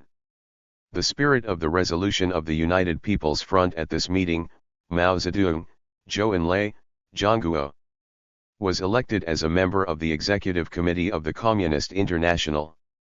Mao Zedong and Zhu De respectively, Chairman of the Central Government of the Republic of Vietnam and Chairman of the Revolutionary Military Committee of the Chinese Workers' and Peasants' Red Army. In name, he issued the Declaration of Resistance to Japan and National Salvation and expressed his willingness to enter into an armistice agreement with all those who resisted Japan and opposed Chiang Kai-shek. Determine and then organize the anti-Japanese Allied forces and the National Defense Government. The domestic political situation is developing rapidly. On December 9, in the north of the Communist Party of China, driven by the party organizations, the December 29 student patriotic anti-Japanese movement broke out in Peking. The unrest quickly swept through major and medium-sized cities across the country, and students also went to the countryside to carry out national salvation propaganda and win the victory. Broad sympathy and support from all walks of life. The Communist Party of China proposed to stop the civil war and the idea of dedicated to anti-Japanese war promoted the new development of the national anti-Japanese and national salvation movement. Under this new situation, it is necessary for the Central Committee of the Communist Party of China to make a scientific analysis of the entire situation. Analyze and formulate a complete political line and strategic guidelines suitable for the new situation. From December 17 to 25, the Central Committee of the Communist Party of China held an expansion meeting of the Political Bureau at Warmai Fort. The meeting was attended by Jiang Wenquan, Mao Zedong, Zhou Enlai, Bogu, Wang Jiaxiang, Liu Shaokai, Deng Fa, Kai Feng, Zhang Mo, as well as Li Vihan, Guo Hongtao and more than 10 people. Jiang Wentian presided over the meeting, and Zhang Hao conveyed the spirit of the instructions of the 7th Congress of the Communist International meeting. It focused on discussing the national political situation and the party's strategic line and military strategy. At the meeting on the 23rd, Mao Zedong made a report and conclusion on the military strategic principles. He initially analyzed the characteristics of the current situation. Japanese imperialism attempted to monopolize China. The victory of the Kuomintang and the Red Army. Proposed that the military deployment in 1936 was, correctly estimate the enemy and ourselves. Strength, prepare for direct combat against Japan, expand the Red Army, develop guerrillas and White Army work. He organized 14 basic principles of combat command, including, opposition to pure defense, practical. Carry out active defense. In internal operations, it is generally a post-attack strike, wave-shaped development. Oppose risk-taking, fight and retreat with no fixed front, strive for technological improvement. Oppose the method of denying the enemy an inch of ground, march forward and retreat in large strides, and concentrate troops in one direction. Face, must have sufficient rest and be fully prepared for battle, under unified command, in accordance with situation, division of labor and command, strategic policy to guide campaign, tactical policy, etc. He prepares. 6 months later, he headed to Xianzhi. We must strategically expand our results. Call on the whole party to learn. Xi military, everything is subject to war at Jiang Wenquan, Zhou Enlai and others all agree with this report. And made some additions. Zhang Hao said, Comrade Zedong summed up the experience of the civil war in the past 9 years. It is very valuable. On the day of the meeting, the Central Committee's resolution on military strategic issues signed by Mao Zedong was adopted. Proposal. The resolution pointed out, in the situation where Japanese imperialism turned China into its colony, the party. The overall mission of the party was to resist the Japanese imperialist attack on China with resolute national war. The party's strategic policy is, integrate civil war with national war, prepare direct force to fight against Japan and violently expand the Red Army. The basic principle of combat command is, war. When conducting strategic defense, it is necessary to implement active defense and carry out post-emptive strikes. When conducting strategic offensive, it is necessary to both oppose opportunism and underestimation, strive to expand the results of the war, and oppose caution. Riskism should be limited and development should be carried out in waves, with a front and a rear. Luck. War on the move is a basic principle, and it is inevitable and necessary for the main force, the Red Army, to make strides forward and retreat. Lord. The attack direction is placed between Xianzhi in the east and Suiwen in the north. First cross the Yellow River and conquer Xianzhi eastward, and then attack Xianzhi in the east. Depending on the situation, go north at. When the meeting entered into the discussion of political issues, Mao Zedong made a keynote speech. During the discussion, there was a debate over whether it was possible for the national bourgeoisie to resist Japan. Mao Zedong spoke. China proposed that Japanese imperialism would further invade North China and the Chinese nation would face a critical moment. Not only workers, farmers, and petty bourgeoisie demanded resistance to Japan, the national bourgeoisie also participated. It is possible to resist Japan, we should unite them to resist Japan.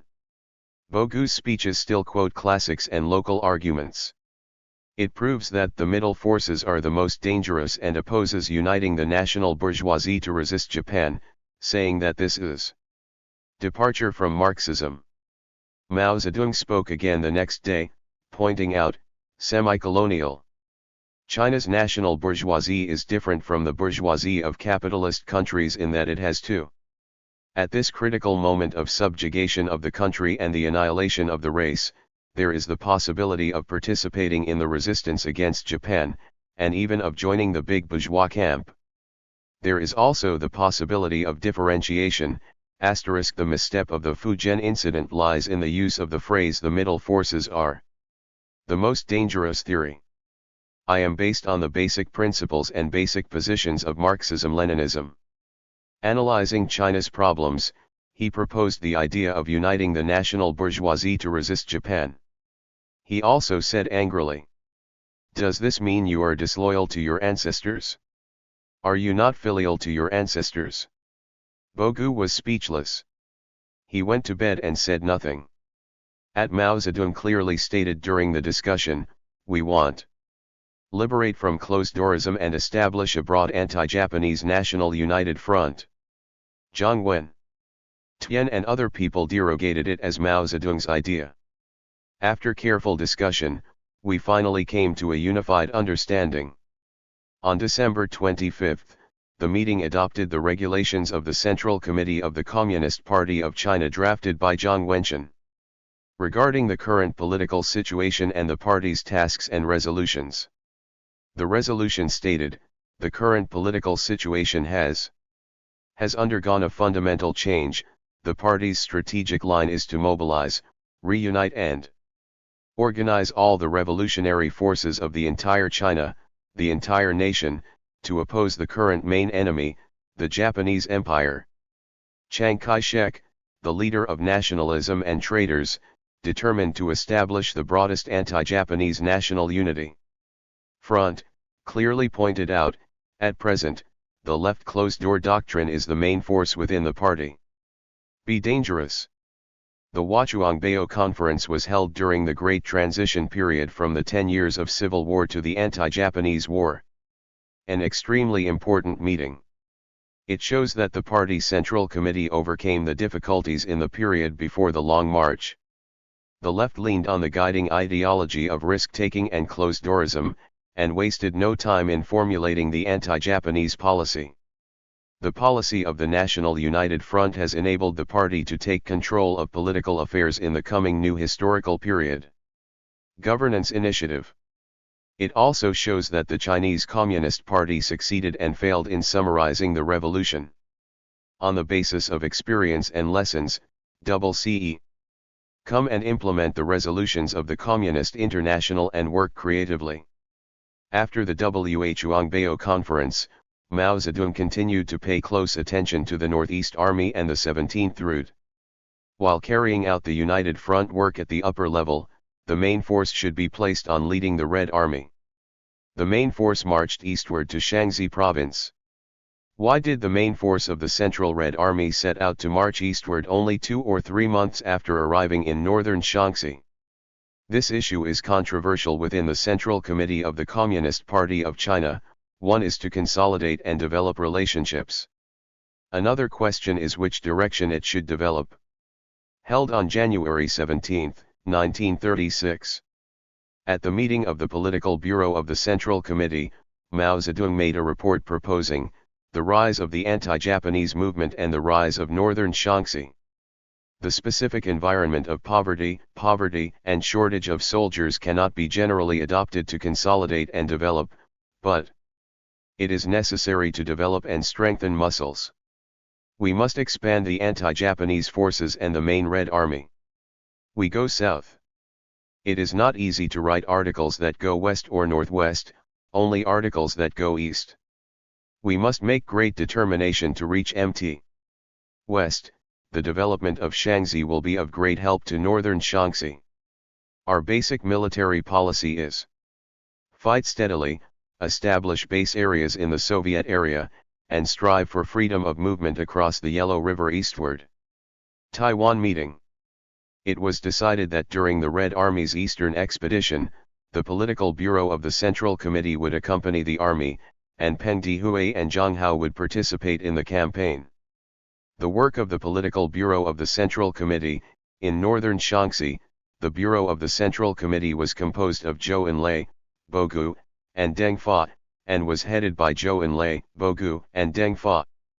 Enlai served as secretary and was in charge of rear-line work. After the meeting, Mao Zedong, Zhou Enlai, and Peng Dehui signed an order requiring the main force of the Red Army to immediately set off immediately to fight to Xianzhi and open the way forward for the anti-Japanese war. All Red Army units were immediately ordered to secretly take action secretly. Mao Zedong set out from Huaqiubao, passed through Yanchuan and arrived at the county seat of Yanchang County. At the end of January, Here I chaired an enlarged meeting of the Central Military Commission and made a report, further elaborating on the development and consolidate the relationship in order to relieve some cadres' concerns about the impact of the main force of the Red Army's Eastern Expedition. Shaanxi Gansu, based on their concerns about consolidating the territory, also criticized Lida's statement that the Eastern Expedition was an attempt to provoke Japan and the Soviet Union. The wrong view of war. This meeting further unified thinking and accelerated the Eastern Expedition. War preparation pace. At this time, there happened to be a heavy snowfall, and Mao Zedong was worried. Spring in the mud garden. Snow. The scenery of the north is beautiful, with thousands of miles of ice and thousands of miles of snow. Chang was the only one inside and outside who is Yukuang. Buckwheat water, the big river flows up and down, and the old man loses his head. The silver snake dances on the mountain, the original Chi wax image, and the desire and God. Try to be higher than. It must be a clear day to see the red dress, which is particularly enchanting. There are so many beauties in the country, attracting countless heroes to compete for their glory. Cherish the Emperor of Qin and the Emperor of Han Dynasty, and lose slightly. Literary talent, Tangzong and Songziu, slightly less elegant. A generation of genius and genius, like Genghis Khan, only knows the obstacles. Shoot the big eagle with a bow. We all go overseas, count the famous people, and look at the current situation. In the preparations for the Cross River battle, Mao Zedong felt that the strength originally planned to launch was not enough. Military strength still needs to be more concentrated. On February 17, he, Zhang Wenchen and Xianzhi called. Zhou Enlai, who stayed at the rear, proposed, whether it is from a strategic point of view, from a battle point of view, from a point of destruction to, from defeating the enemy in the west to annihilating the enemy in northern Shaanxi, we must concentrate all our efforts to win victory in the east.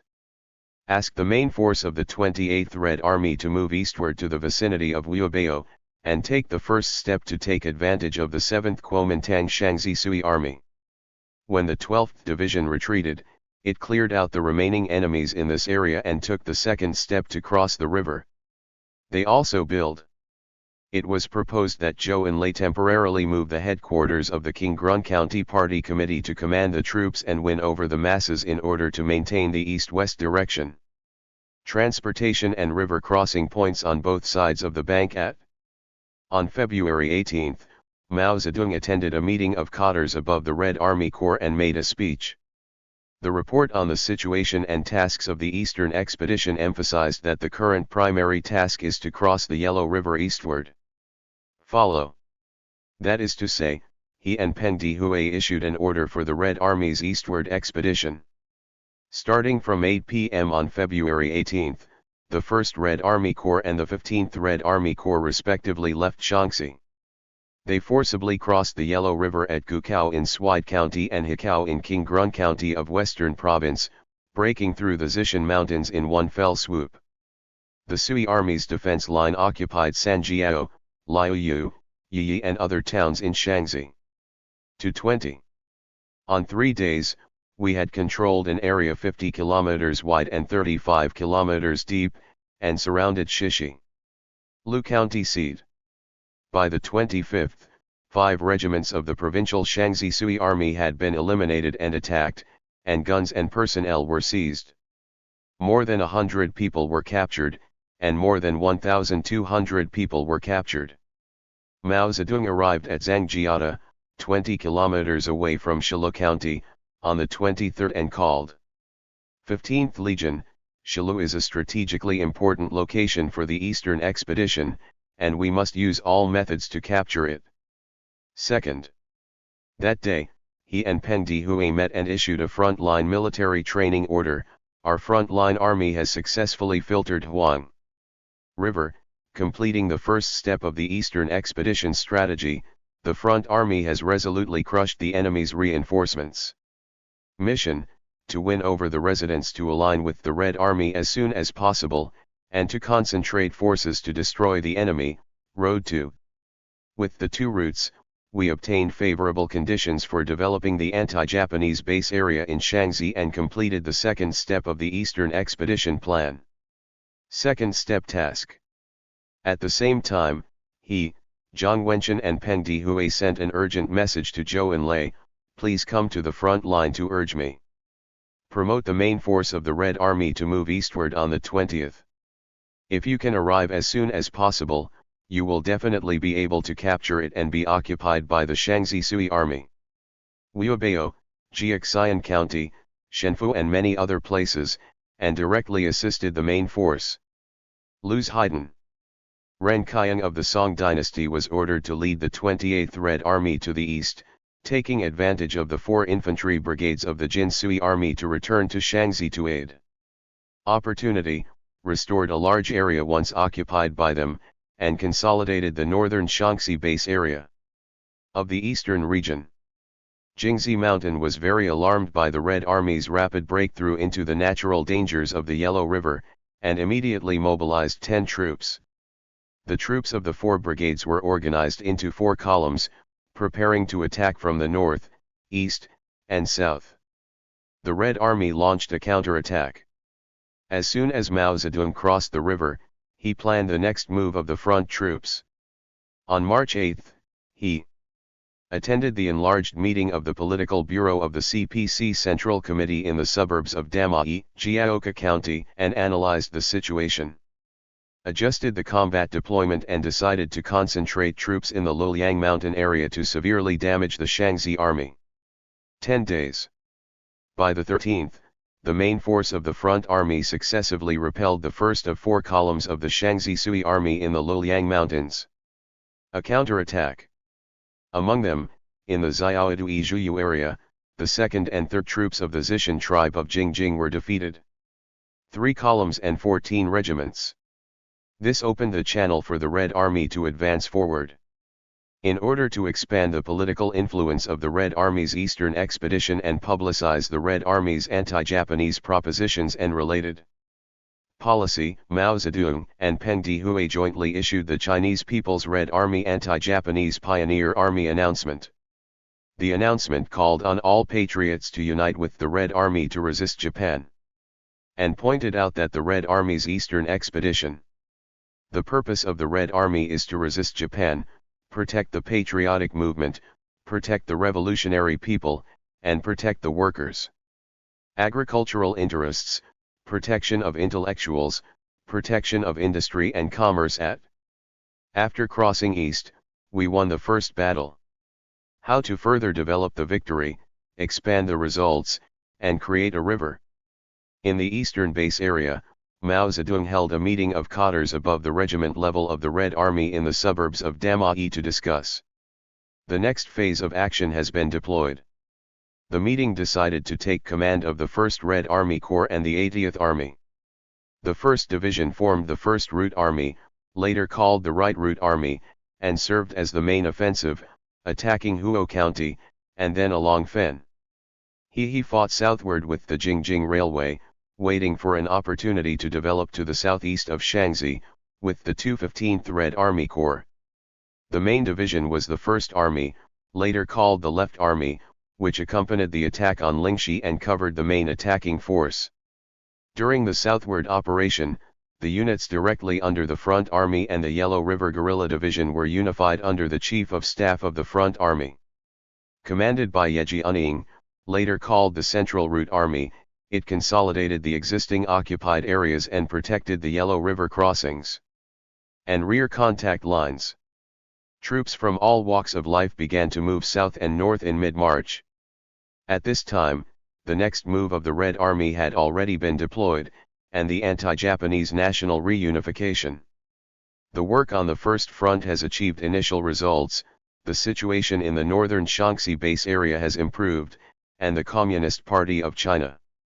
The document of the 7th National Congress of the Communist Party of China has arrived.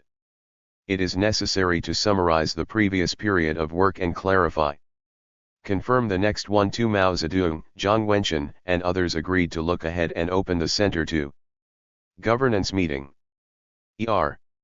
Held in Meijiao County, Shikao County, and Luo Village and Sijiang Village, Shiluo County, it is usually called the Western Xianzhi meeting. Discuss. The meeting was chaired by Jiang Wenquan and a report conveying the resolutions of the 7th Congress of the Communist International was made.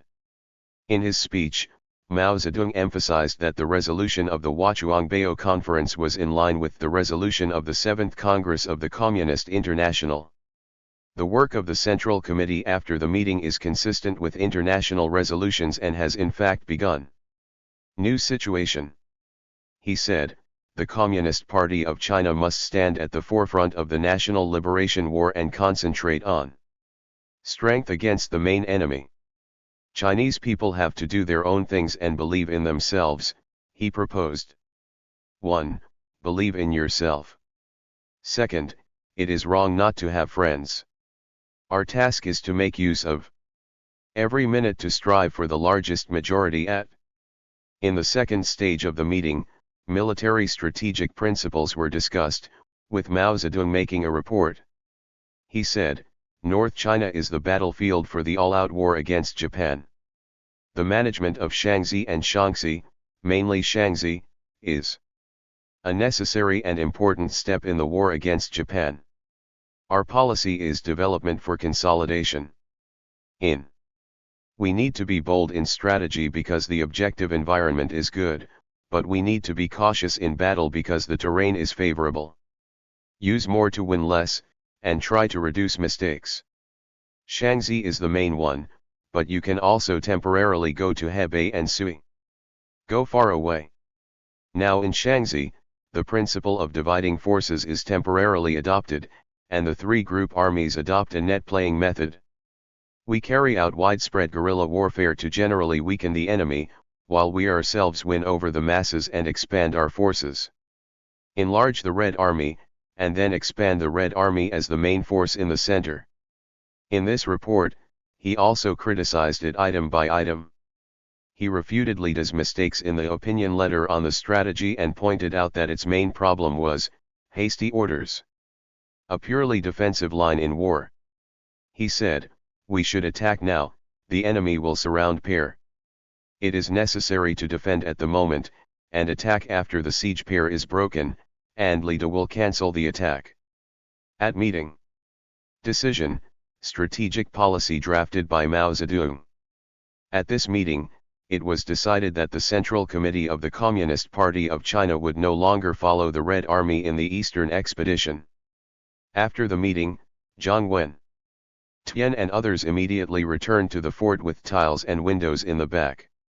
When the 1st Red Army and the 15th Red Army were heading south and north respectively, Chiang Kai-shek tried to stop them. In the Red Army's eastward advance, 10 divisions were dispatched into Shaanxi, and Chen Chen was sent to assist in the purification of Zishan Command. Commanded operations and ordered the Kuomintang troops west of the Yellow River to cooperate with it in an attempt to block the Yellow River. Eliminate the Red Army and destroy the Shaanxi Gansu Revolutionary Base area.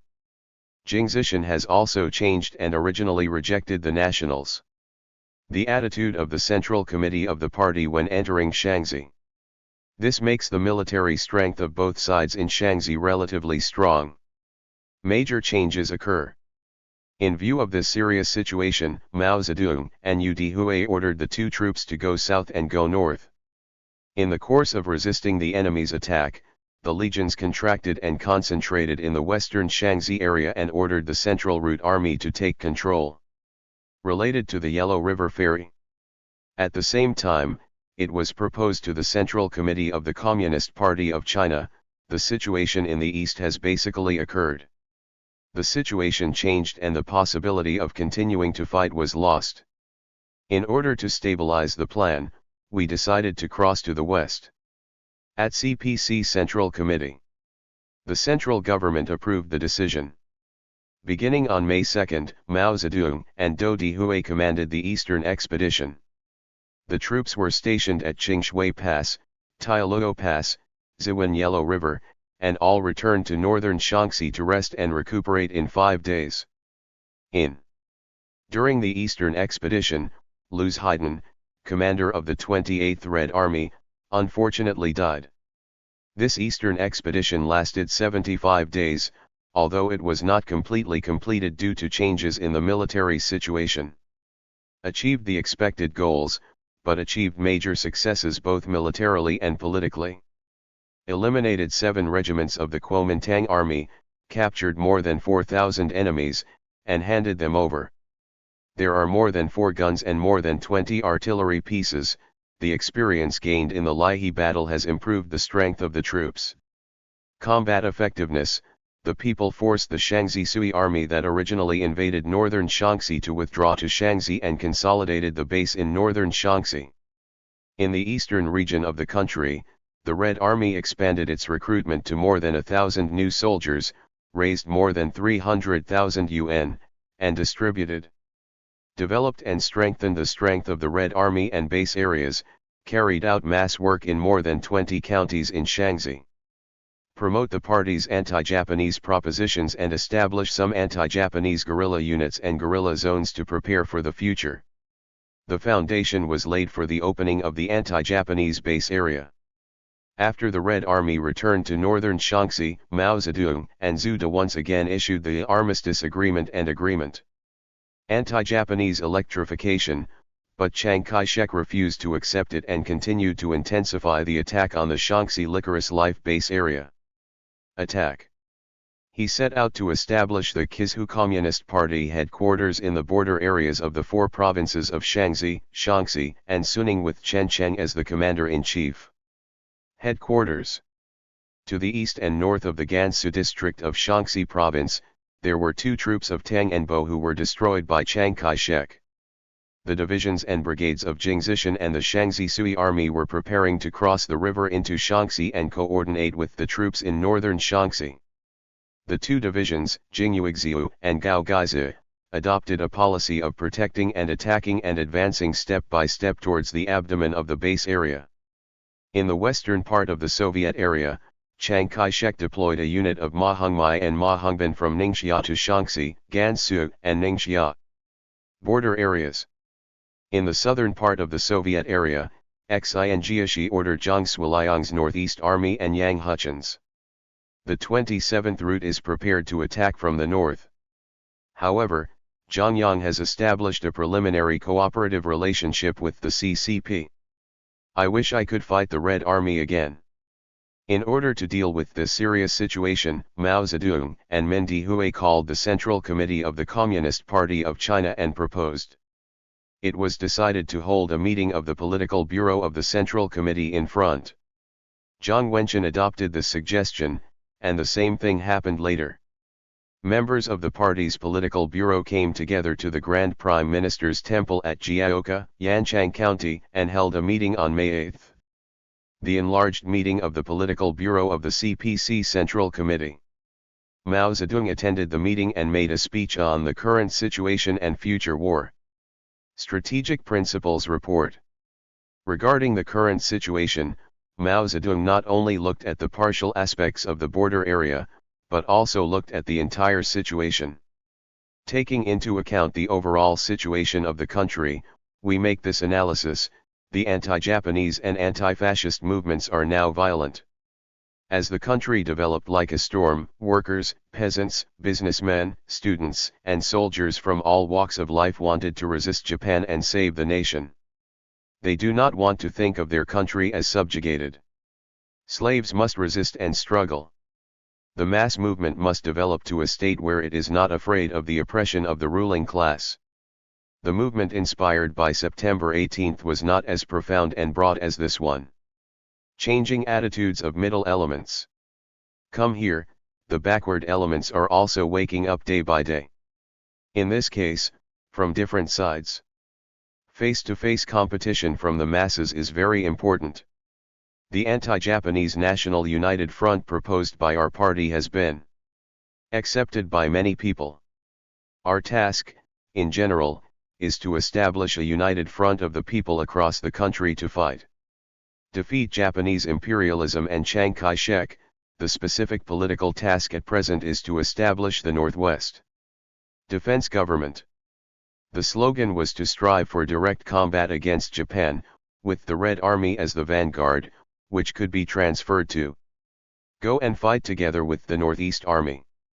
Regarding Nanjing's attitude, on our side, we are sending a propaganda letter back to the division. He advocated an armistice and peace talks. The Red Army's eastern expedition to resist Japan was stopped by Jiang Jing, and the Red Army took the initiative to cease the war. Ask for peace. If you don't make peace, then you are a traitor, and we will fight the traitor. Set up in Xianzhi. Enough, judging from our current strength, there are still difficulties or impossibility to the east. The road we must take in the future is the direction of our strategic offensive in the long term. Regarding the next direction of action, Mao Zedong said that it should be in southern Shaanxi, Gansu, northern Shaanxi, and Ningxia chooses one of four because there can only be one direction in a period. He is in politics. A comparison was made in terms of governance, economy, military and other aspects.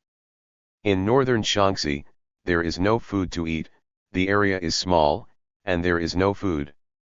If you can go, Ningxia, the southern bank of the Yellow River is not big, although there is the Golden Horse Pond, but from the political and economic point of view, you should not go there because Ma Hongmai may fight for or defend neutrality, and this place cannot be defended militarily. The same is true for Su Yuan. Southern Shaanxi is an important strategic area and there is a Red Army, but we must pay attention or go. It is easy to return but difficult to return, or the Kuomintang troops build fortresses between Xi'an and Sunyang and cannot go out to the east. Fang, Gansu is the only way for the above-mentioned roads. Although the place is not good, it has extremely important meaning. Then make another piece of it on the third side and Gansu north. The land is vast and the people are sparsely populated, making it difficult for the enemy to attack in the future. This is the mission of this period. The best way is to get artillery and go south. And otherwise, the only option was to transfer Chiang Kai-shek to Gansu and take advantage of his fatigue to attack him. Once you have food, go east. In his report, he also emphatically raised the issue of the Red Army's political school, saying, "We must model Western." The situation in northern China and the overall situation across the country cannot be solved without a large number of cadres. We cannot solve this problem now. The problem is that there will be crimes in the future. You must first look at tomorrow, and then look at today. If you don't look at today, it is room talk. Not looking at tomorrow is political myopia. We have the responsibility to guide comrades.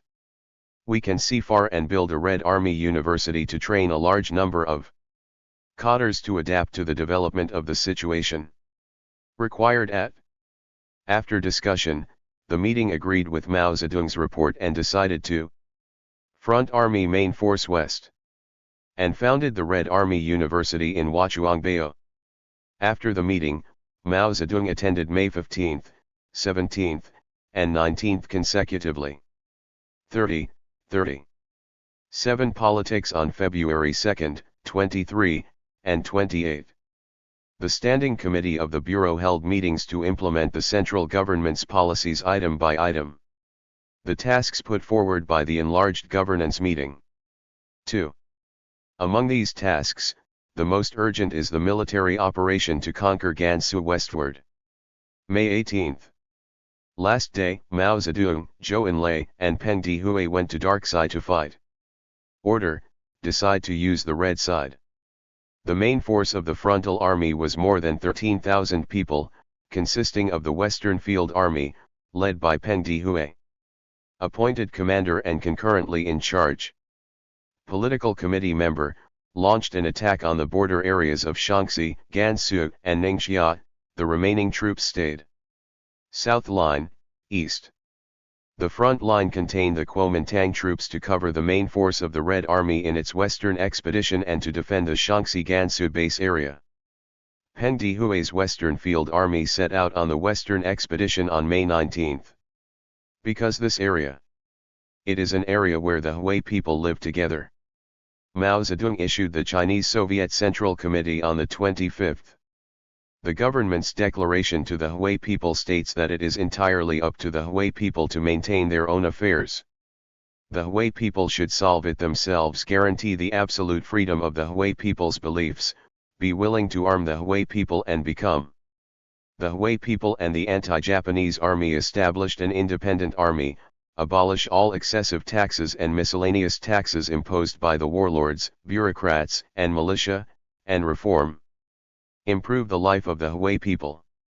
At the Western Field Army won successively and occupied the three provinces of Shaanxi, Gansu, and Ningxia. Large areas on the border. During the battle, the Red Army relied on the Concerning the Northeast military industry issued by the Central Committee of the Communist Party of China. Guiding principles of operation, focusing on attacking Mahongji, Mahongban and local militia groups, in principle.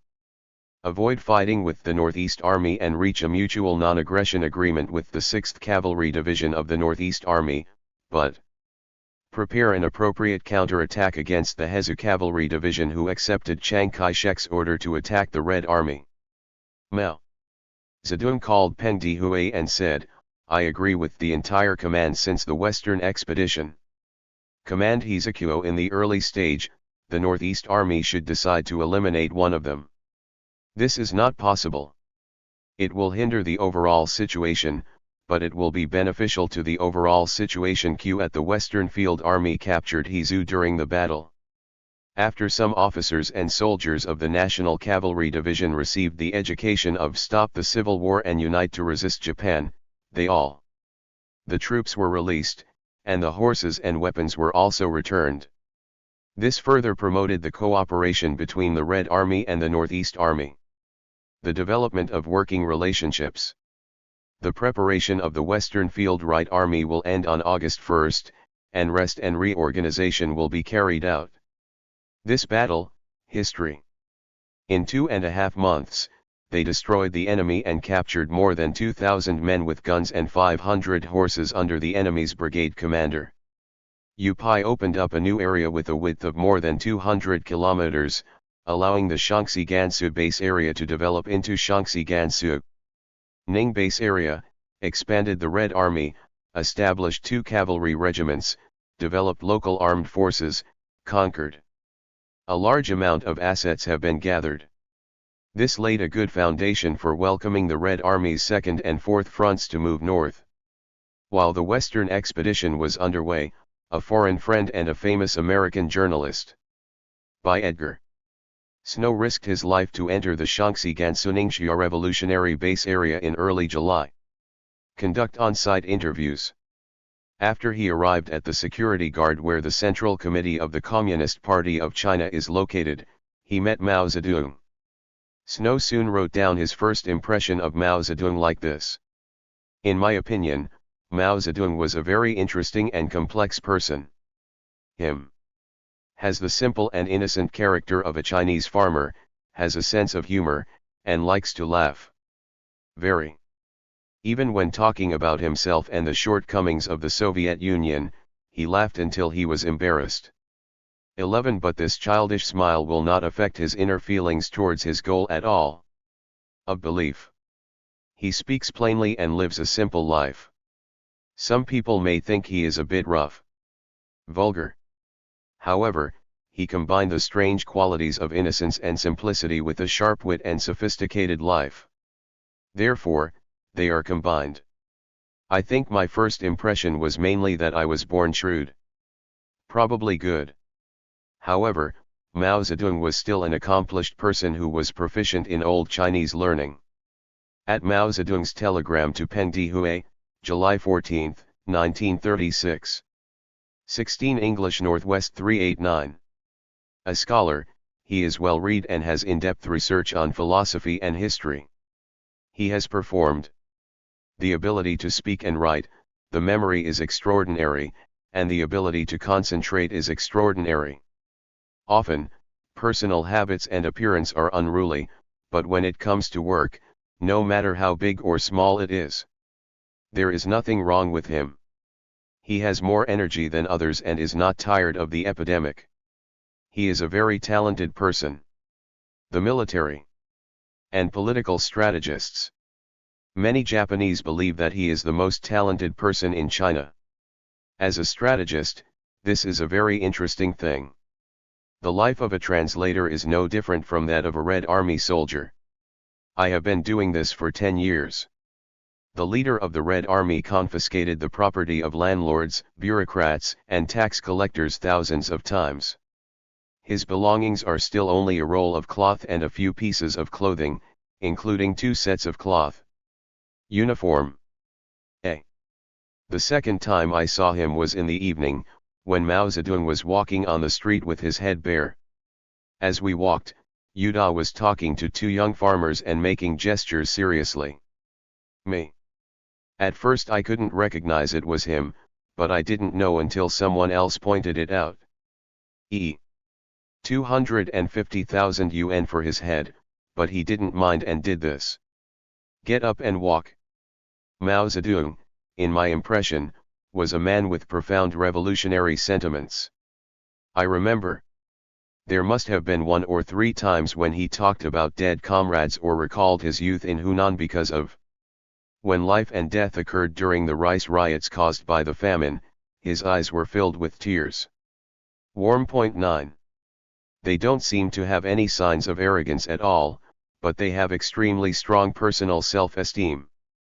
His attitude made people feel that he had the ability to make a decisive decision when necessary.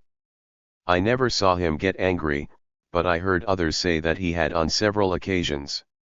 He often loses his temper and makes people afraid. At such times, it is said that he had a tendency to laugh and scold. The leader is extremely outstanding and irresistible. At Mao Zedong had many long conversations with Snow, explaining to him China, the domestic and foreign policies of the Communist Party and the Chinese Soviet government. Regarding foreign policy, Mao Zedong said, the fundamental problem of the Chinese people today is to resist Japan. Japanese imperialism. It is not only the enemy of the Chinese people, but also the enemy of all hobbies and interests in the world. The enemy of the peaceful people. When China truly gains independence, legitimate foreign trade interests will. You can enjoy more opportunities than before. The Soviet government welcomes foreign investment. Regarding the future and strategic principles of the war of resistance against Japan, Mao Zedong said, Japan must be defeated, and China must be defeated. The country must win. China's current task is to recover all lost territory, not just to defend the Great Wall and beyond. The sovereignty of the South and the 3 eastern provinces must be recovered. If the Chinese army wants to win, it must fight in the West. On the battlefield, rapid advancement and rapid retreat, rapid concentration and rapid dispersion, these are. Such a large-scale mobile warfare is not a deep trench, high security, layer upon layer of fortification, and specialized fortifications. Positional battle. Although positional warfare is also necessary, it is a second policy of an auxiliary nature. Mao Zedong emphatically said, facing the new situation of increasingly serious national crisis, the Communist Party of China. The Communist Party's domestic policies are making major changes accordingly. He said, throughout China, justice, Facing the critical juncture of becoming Japanese slaves, in order to unite all patriotic elements into one. As a national front against Japan, our policies have changed in many aspects. Of rich peasants, the land will not be confiscated, and the property of the small landlord will not be confiscated, and the confiscated landowner will also be given to him. We have a share of land. The war against Japanese imperialism cannot be limited to any one class. At present, some capitalists, bankers, even many landowners and many citizens are participating. Officers in the party's army have expressed their willingness to fight for national liberation. We cannot refuse them.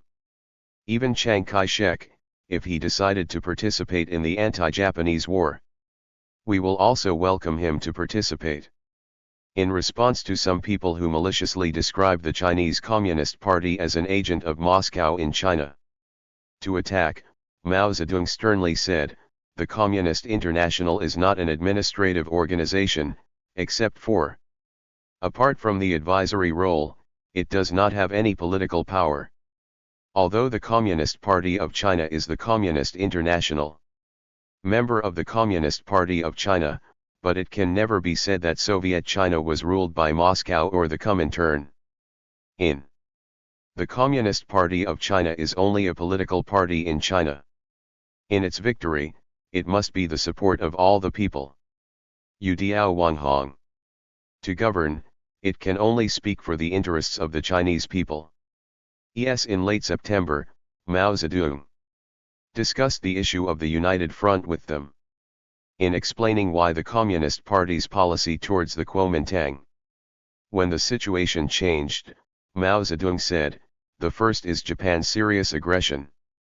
If we do not cooperate with the Kuomintang, as a result, our strength in the war of resistance against Japan is not enough. Secondly, the Chinese people and many patriotic. All officials are eager for the Kuomintang and the Communist Party to cooperate again for the purpose of resisting Japan and saving the country." Third, within the Kuomintang, many patriotic elements in China also pretended to reunite with the Communist Party. In order to realize this unity, 1. It is necessary to establish a democratic republican political system and a democratic government for national defense. The head of this government. The main tasks are, 1. Resist foreign enemy aggression, 2. Grant democratic rights to the people. Develop the national economy. We are against imperialism, but not against what is happening in China now. Develop capitalism. In response to Snow's repeated requests, Mao Zedong also talked to him in detail about his life from childhood to growth.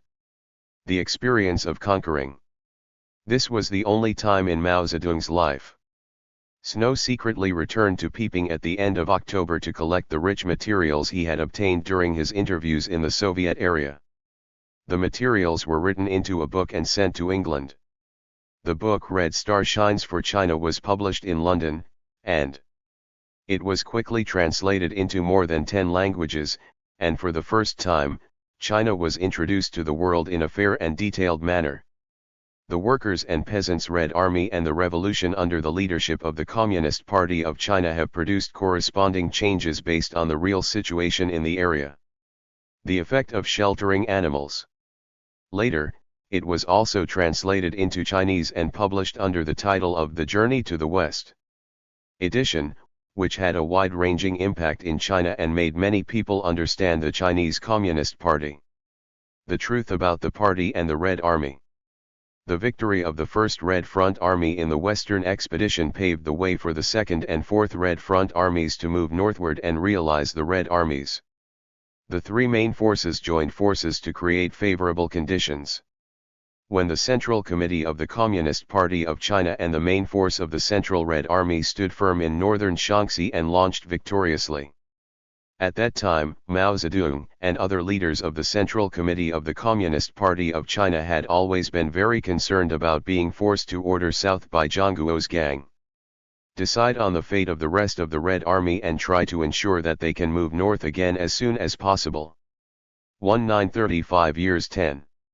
On February 2, Mao Zedong and Xu Dihui called them to inform them of the great victory in Zheluo town and tell them, under the correct leadership of the Central Committee, the Wei Pair was smashed 3 times and is being violently destroyed. Expand the Red Army, vigorously develop the Soviet areas, and prepare for victory in the battle. At 1936. On New Year's Day, when Mao Zedong sent a reply to Zhu De, he informed again that in addition to sending Comrade Lin Yueying here, the international Comrade Jing Hanjian is coming again. Under the instructions of the International, the Political Bureau has made new strategic decisions.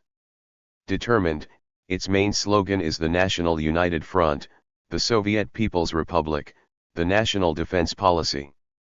Government, the anti-Japanese Allied Forces, the Agrarian Revolution and the National Revolution combined, the Civil War and the National War.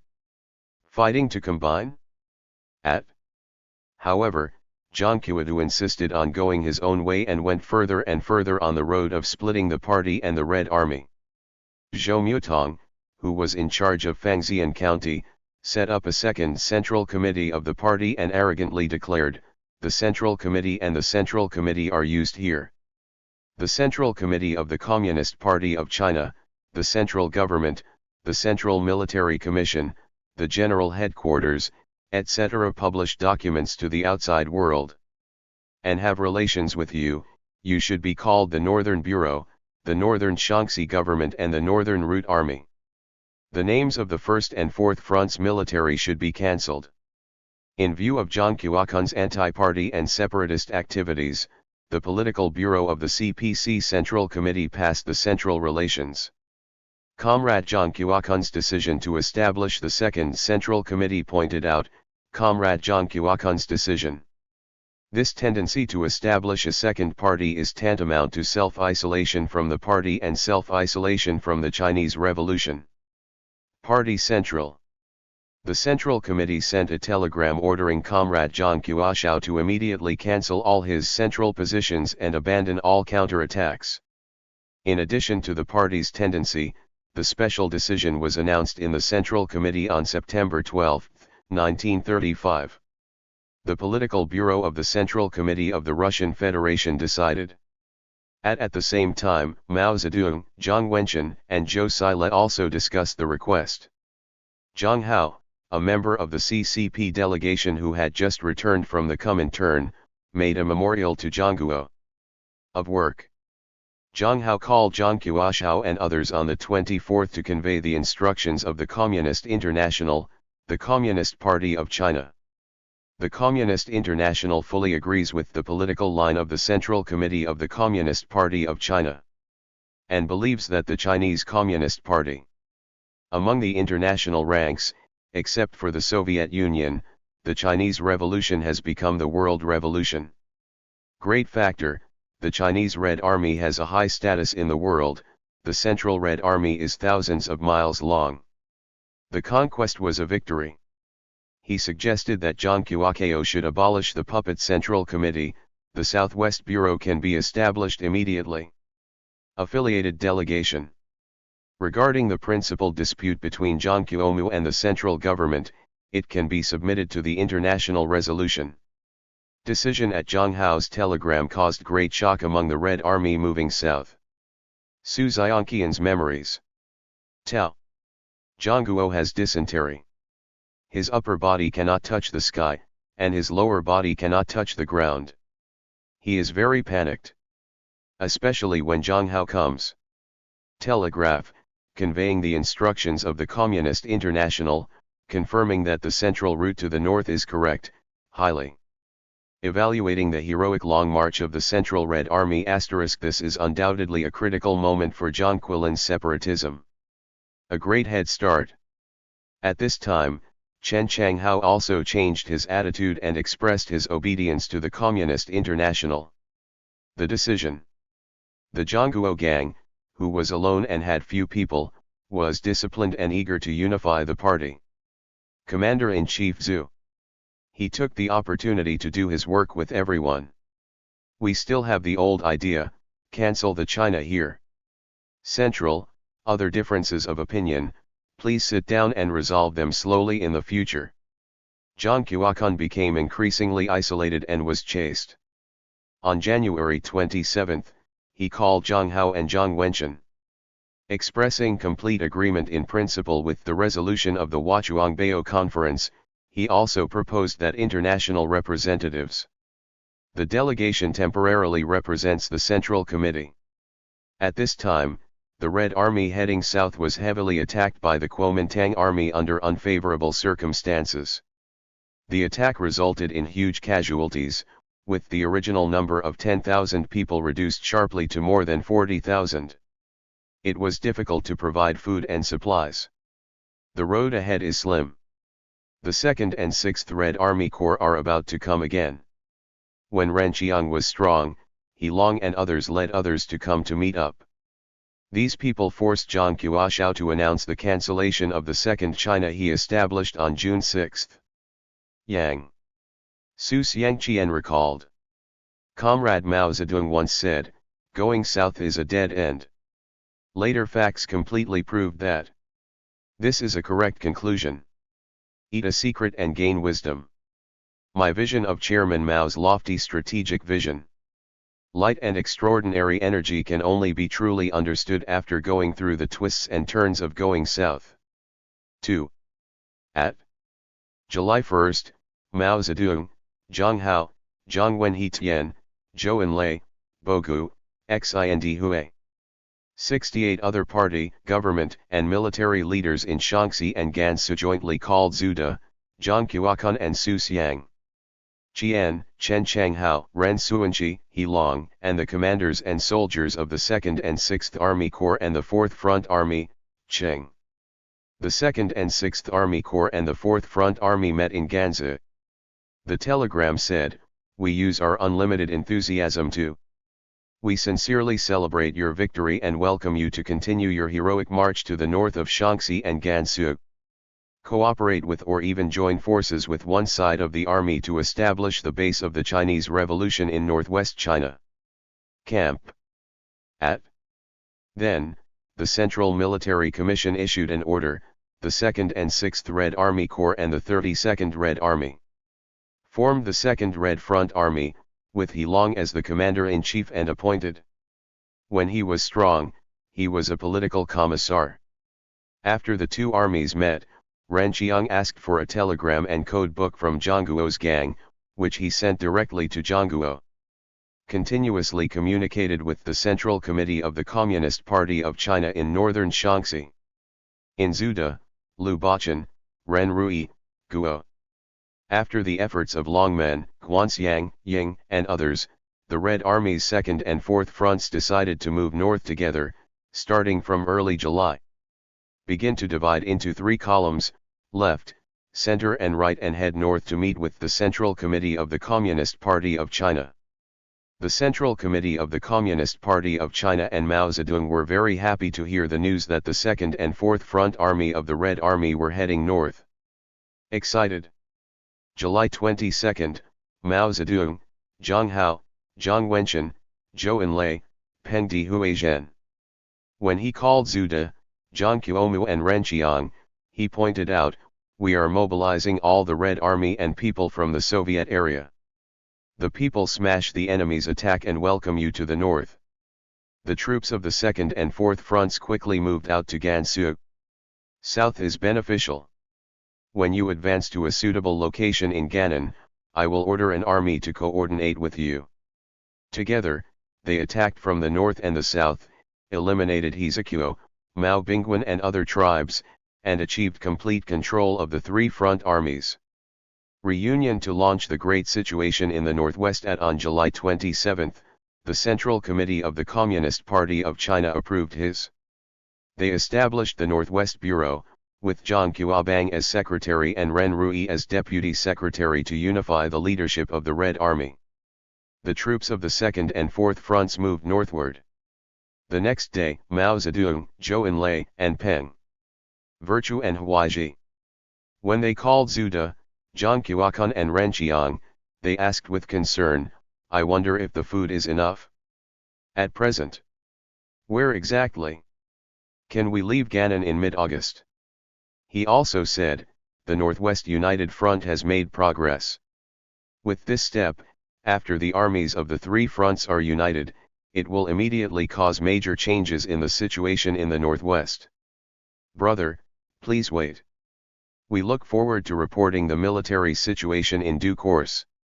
After receiving calls from Zhu, Ren, and Zhang to inform them of the situation and determination of heading north, Mao Zedong, Zhang Hao, Zhang Wenqian, Zhou Enlai and Boga replied to Zhu and Zhang on August 3.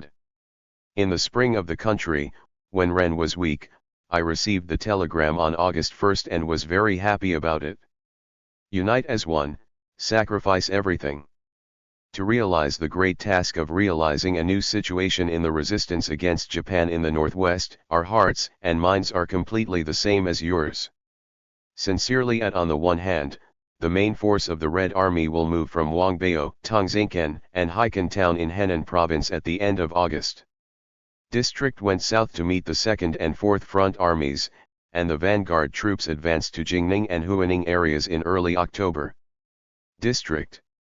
Chiang Kai-shek discovered that the three main forces of the Red Army were about to join forces, and immediately mobilized Huzhou in early September.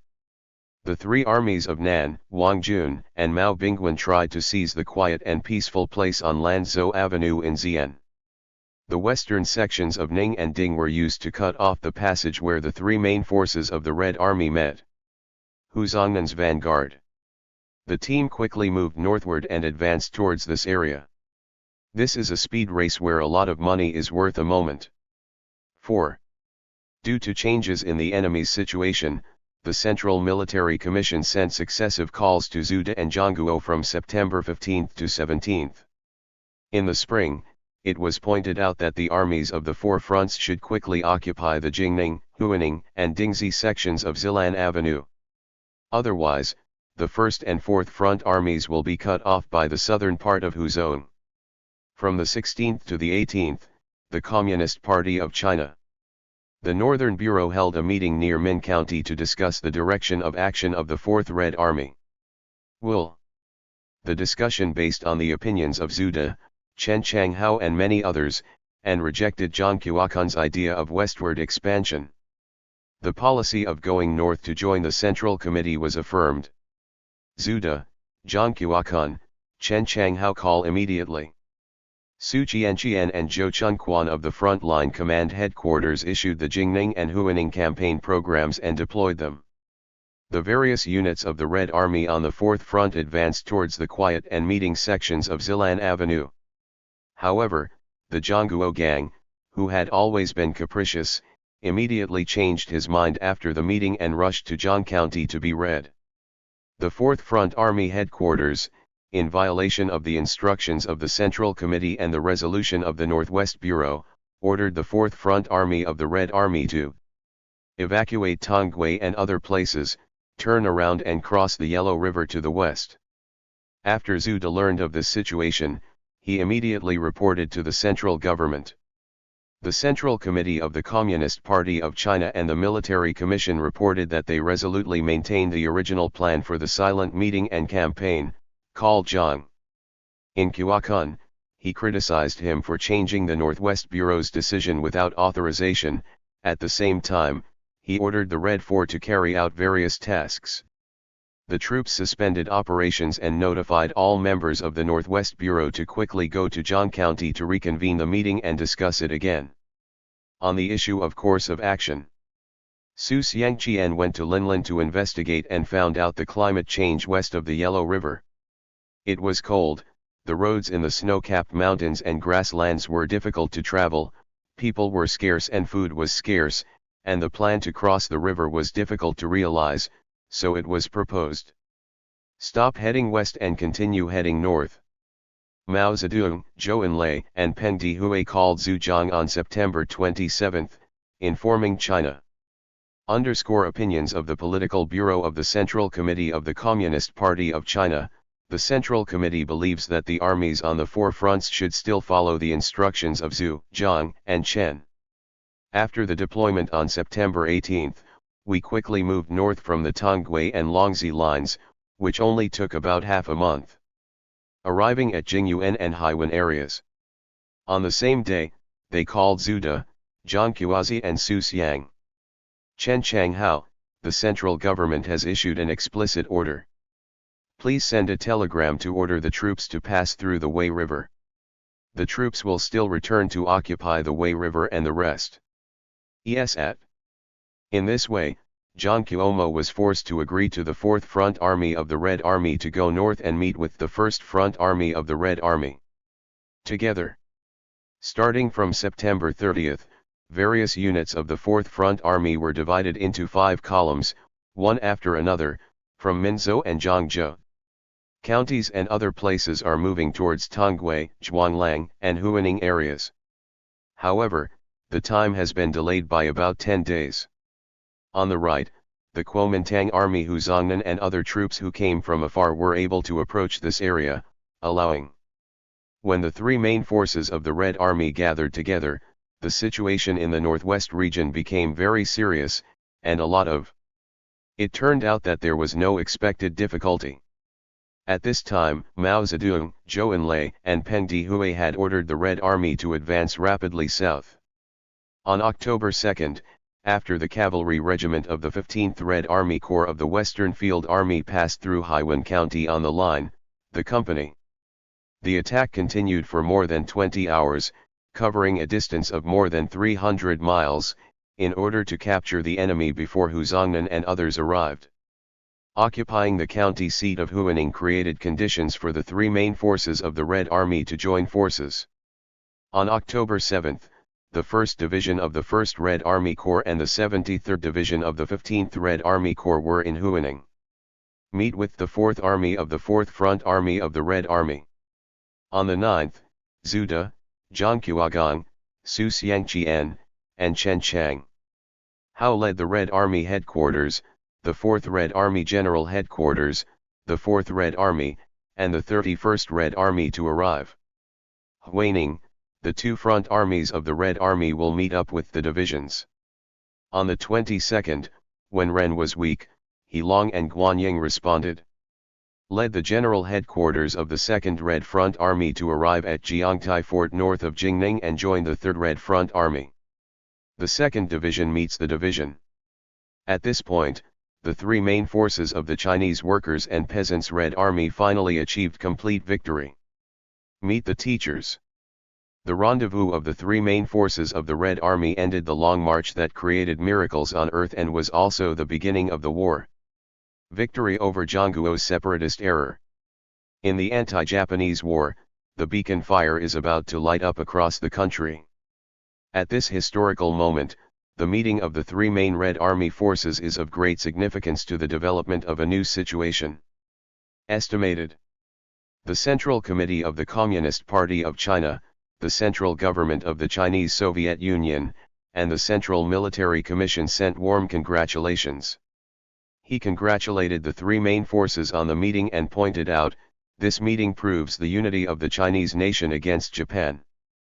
The front and the anti-Japanese allied forces now have a strong backbone, and our compatriots across the country now have unity and defense. The core of the insult has been identified and will play a decisive role in domestic political relations. Pointed out. Su Qianqian, Chen Changhao, and Li Zhuoren, who sent the Red Army to the north, also called Mao Zedong to express their gratitude. Said vigorously. In Huaning, we have already met hand in hand with the soldiers of the 1st Red Division. Other people. The heroic spirit of killing the enemy and the sincere attitude of Helian make us admire and admire him. At Chiang Kai-shek was very shocked by the gathering of the 3 main forces of the Red Army, and ordered Huzongnan and Mao Bing to Wen and Wang Jun and other armies, with a total of more than a dozen divisions, launched a large-scale attack on the north, trying to take advantage of the Red Army to gain a foothold. Before it was stable and moving north from the Huaning area, the Red Army was annihilated in Gansu and Ning east of the Yellow River. In the Xia border area, this plan was called the Tongwei Battle. Zhang Suiliang took Chiang Kai-shek's. The deployment of the Tongwei Battle was notified to Mao Zedong and Zhou Enlai. Based on the situation between ourselves and the enemy, the Central Committee of the Communist Party of China and the Military Commission, together with Zhu De, Zhang Qiuquan and Hong Wan, 2. After consultation with the leaders of the Fourth Front Army, the October operation program was released on October 11. The entire army is required to strive for a month of rest and recuperation time, and to deploy accurate plans to delay the enemy in the south and attack Ningxia. Preparation work, which requires the Fourth Front Army of the Red Army to quickly select a location to filter the river with one army and accelerate. Tell the boat to prepare to cross the river and enter Ningxia. On October 13, Mao Zedong called Peng Dehui, the commander-in-chief of the Red Army, please press 10. In the month, the combat organization leader prepares an outline of the Ningxia plan and provides it to China after meeting with Zhu and Zhang. Central Military Commission. Zhu De and Zhang Qiuquan led the Red Army headquarters to arrive in Tarlac on October 23. In Qi, they met with Peng Dehui, who had arrived earlier, to discuss the Ningxia war planned by Peng Dehui. Completely agree with the campaign plan. This plan stipulates that the First and Fourth Front Army of the Red Army will be divided into two.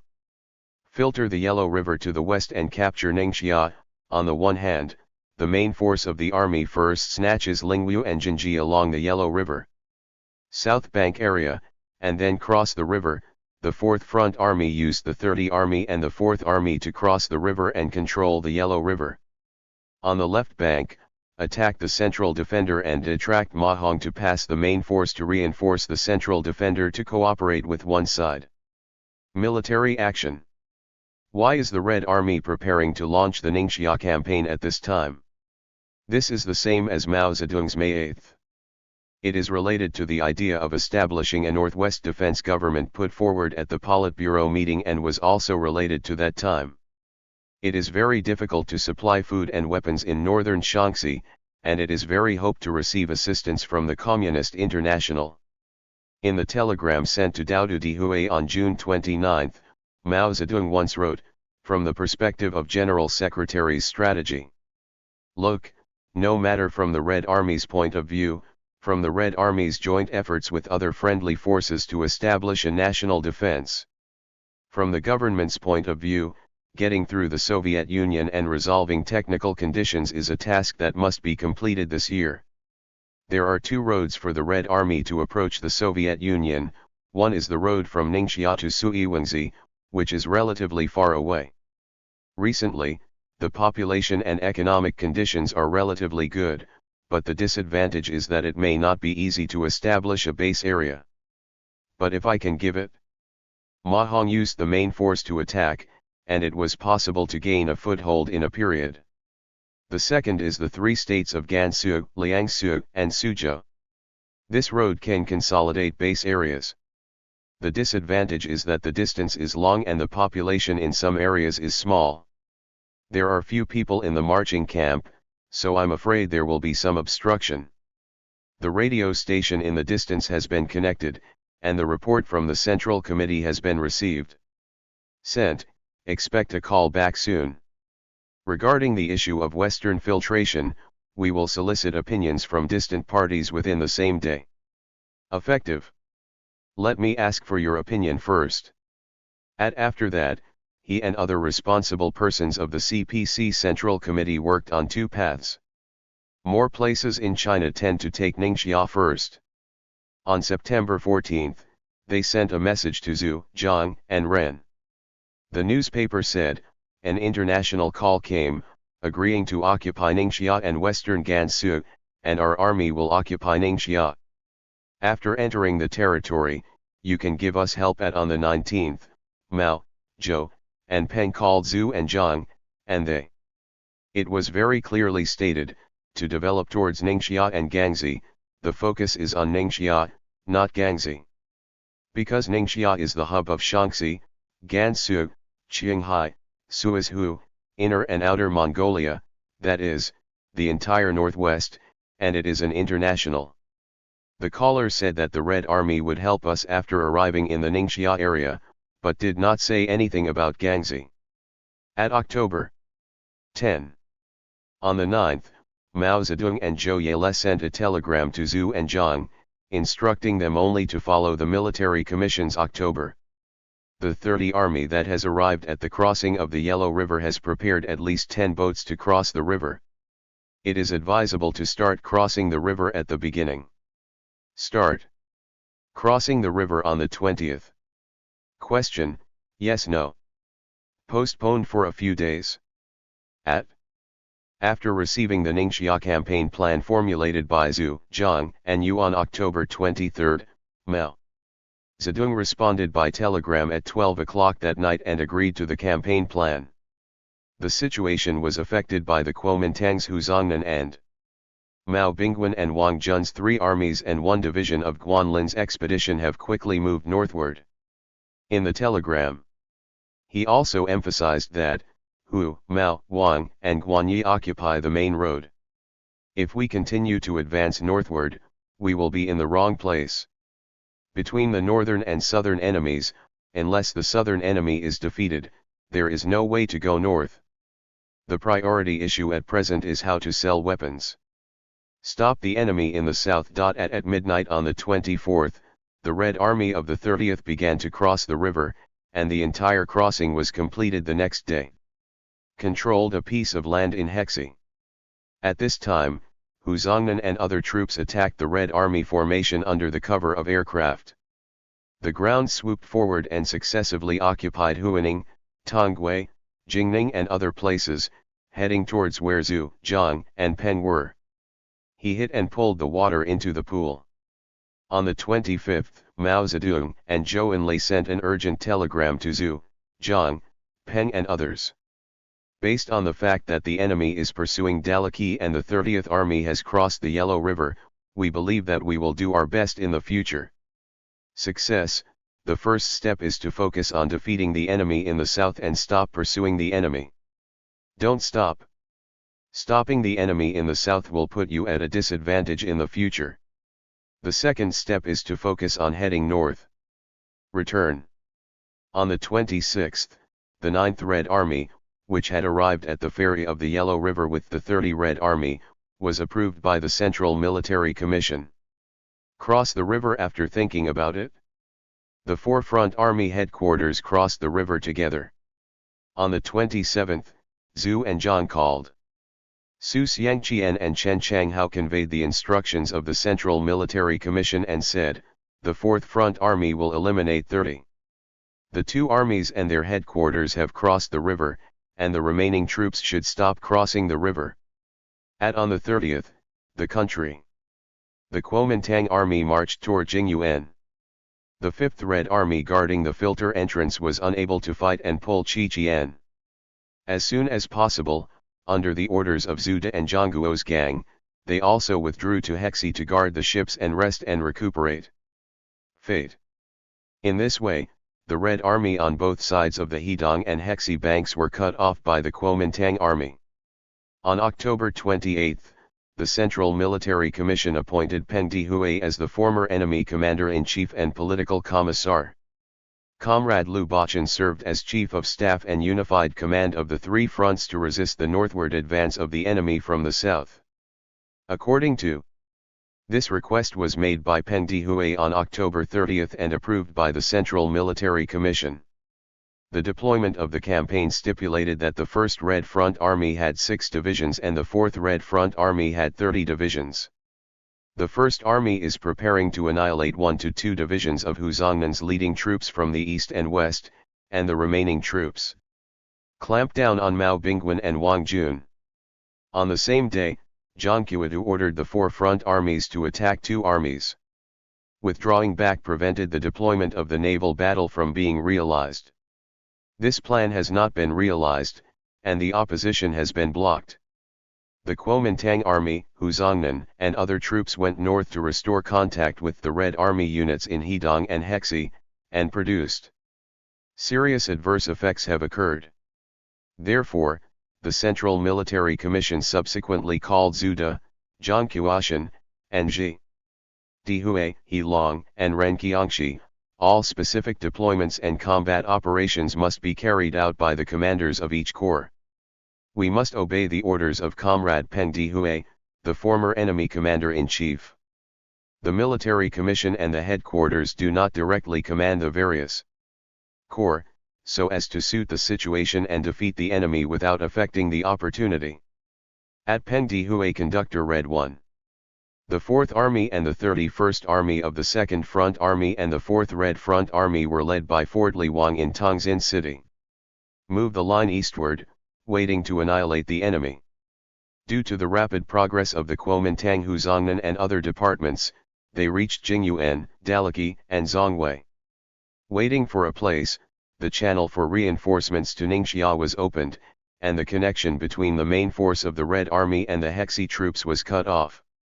In this way, the strategic plan of the Central Committee of the Communist Party of China and the Central Military Commission to seize Ningxia has been unable to be implemented and was forced to stop.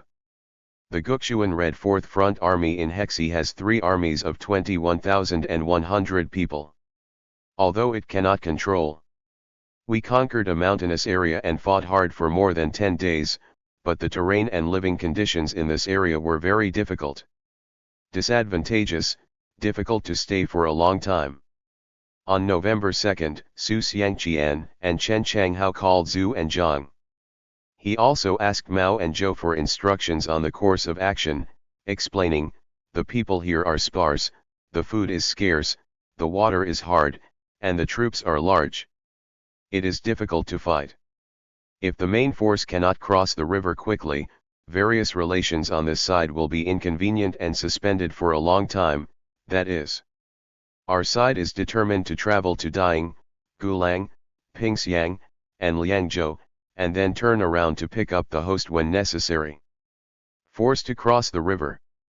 On the 9th, with the approval of the Central Military Commission, the Hexi troops changed their direction to the more densely populated areas. Liangzhou area advances. On the 11th, the Central Committee of the Communist Party of China and the Central Military Commission sent the 4th Front Army of the Red Army to Hexi. The army was renamed the West Route Army. The Western Route Army began to fight independently. After the plan to capture Ningxia was suspended, the Central Military Commission's operational policy for Hedong was move one by one to lure the enemy deep into the country and concentrate superior forces in favorable areas to annihilate the people. The party army has 1 or 2 divisions to stop their attack. At this time, the arrogant Huzong Nangu's army went deep into the area and attacked Chengwan County in 3 separate groups. On the 19th, Pengdihui arrived in Shancheng. The fort front line hosted a meeting of the former enemy headquarters to formulate the mountain castle combat deployment, Fu ordered. Each unit quickly moved to the designated location to build fortifications and waited to annihilate the enemy. At 5 o'clock in the morning on the 20th, Mao Zedong called Pengdihui again and said, "Huzongnan's Dingdalong 78th Division has the mountain castle fort. It is possible to set the edge of Qinggang Gorge. When fighting, the first step is to destroy one of the other divisions and gain a certain victory. It is a principle to win a victory before fighting a second battle." At this time, Zhou Enlai, on behalf of the Central Committee of the Communist Party of China, went to the front line to comfort, ask the troops and, at Pengdihui's request, stay to jointly command the operation. All units of the Red Army marched towards the mountain city, concentrated in the north and south areas of fort. On November 20, Dingdalong 78th Division advanced to occupy Shancheng Castle and other places. 20. One day, Pengdihui and Zhou Enlai commanded the Red Army that had set up an ambush, and suddenly attacked the troops coming out from the east of the mountain castle. Dingdalong's division launched an attack and suppressed most of them in the valley. After a day of fierce fighting, all of them were defeated. Annihilating 1 brigade and 2 entire regiments of the division, it was the first victory since the 3 main forces of the Red Army joined the division. Great victory! The Kuomintang army that attacked Yanqi was also defeated by the 28th Red Army. This battle, the pursuit forced Huzong's southern troops to retreat across the board and basically stopped their attack on the Shaanxi Gansu Soviet area. The victory in the Battle of Shanqianbao defeated Chiang Kai-shek's offensive and stabilized the Shaanxi Gansu-Ningxia base. It is of great significance to develop revolutionary forces and promote the realization of domestic peace based on the local situation. It is a generous gift to Jiji Northwest. Less than a month after the Battle of Shanqianbao ended, a huge event occurred in the modern history of China. The Xi'an incident occurred, which influenced and directly contributed to the formation of China's anti-Japanese National United Front. The occurrence of the Xi'an incident was the product of the increasingly intensified national crisis after September 18. It was the Communist Party of China that actively advocated and implemented the anti-Japanese National United Front policy, especially the result of the work against the Northeast Army and the 17th Route Army. Within the Chinese Communist Party, the operation was directly led by Mao Zedong. When the Huangbao Conference determined the strategy of unifying the anti-Japanese nationalities into a line, Chiang Kai-shek had not yet has a clear expression of resistance to Japan and is continuing to intensify its military campaign against the Chinese Communist Party and the Workers' and Peasants' Red Army. Things are chasing the deadline, so the policy put forward by the Central Committee of the Communist Party of China is resist Japan and oppose Chiang Kai-shek, and put the work. The focus is on the possible alliance between the Northeast Army and the 17th Route Army. After several months' work, including the release of Northeast Army Commander Gao Fuiyuan back to Luoquan and others, together with the Northeast Army, the 17th. The Route Army initially reached a secret agreement to stop the civil war and agree to a near future and began to form mutual cooperation. A new pattern of non-infringement, mutual consultation, and mutual dispatch of representatives. At this time, the Nanjing government also began to contact the CCP through various channels. Their representatives. The table came to northern Shaanxi. Mao Zedong, Jiang Wenquan, and others made 5 demands to them. 1. Stop all civil wars and unite all armed forces across the country, regardless of red or white, to resist Japan. 2. Organize a national defense government and the anti-Japanese allied forces. 3. Allow the main force of the Red Army in the country to quickly concentrate in Hebei to resist the Japanese first. Complete progress. 4. Release political prisoners and allow the people political freedom. 5. Internal affairs and economy. Implement preliminary and necessary reforms at the meeting of the Political Bureau of the Central Committee in March 1936, a special discussion was held on the anti-Japanese the strategic issue of the United Front. Mao Zedong made a report. He pointed out, people across the country are demanding. Under the situation of anti-Japanese resistance, differentiation has occurred within the Kuomintang ruling group. The party's United Front. The policy is, under the slogan of Stop the Civil War and Unite to Resist Japan, we must fight against the national counter-revolutionaries. Take every step to defeat them, take every step to fight against the national revolutionary faction, and fight for national reformism. The latter established a solid alliance with the left wing of the national revolutionary faction. He specifically pointed out, the Northeast Army. Characteristics: they lost their land, so they have high anti-Japanese sentiment and are willing to cooperate with us. To Zhang Suiliang. If we want to implement mutual non-aggression and jointly resist Japan, we can send a plenipotentiary representative to talk directly with Zhang Suiliang. No matter which faction, you can negotiate with them, but on the basic principles, you cannot give in. Step. The report proposed that military negotiations are concentrated in the Central Military Commission, and political party negotiations are concentrated in the Central Standing Committee. All under the command of the Standing Committee. At the meeting unanimously adopted Mao Zedong's report. The meeting decided to send Zhou Axis. I came to Yan'an to hold talks with Zhang Suiliang as the plenipotentiary representative of the Communist Party of China. As the situation develops, the Chinese Communist Party's attitude towards xianzhi is also gradually changing. Change. On the evening of April 9, Mao Zedong and Peng Dehui called Zhang Wenquan and stated, "At present, we should not. Instead of issuing an order to impeach Chiang Kai-shek, a proclamation should be issued to the People's Republic of China and the power of electricity should be issued. Our flag is the order to demand Japan. Practice unified resistance to Japan under the banner of cessation of civil war. The central slogan is cessation of civil war. At now." There is a note at the back of the preserved telegram. This telegram was just sent out and I received a call from Luofu. So. Say position agree. On the same night, Zhou Enlai met with Zhang Shuiliang in Yan'an. It was a meeting of historical significance. When Zhang Shuiliang proposed, "If we can unite to resist." When asked how should we treat Chiang Kai-shek in Japan, Zhou Enlai first explained the past of the Communist Party. He advocated resisting Japan and opposing Chiang Kai-shek, but now he is willing to reconsider this issue and expresses his willingness. Listen to Zhang Shuiliang's opinion.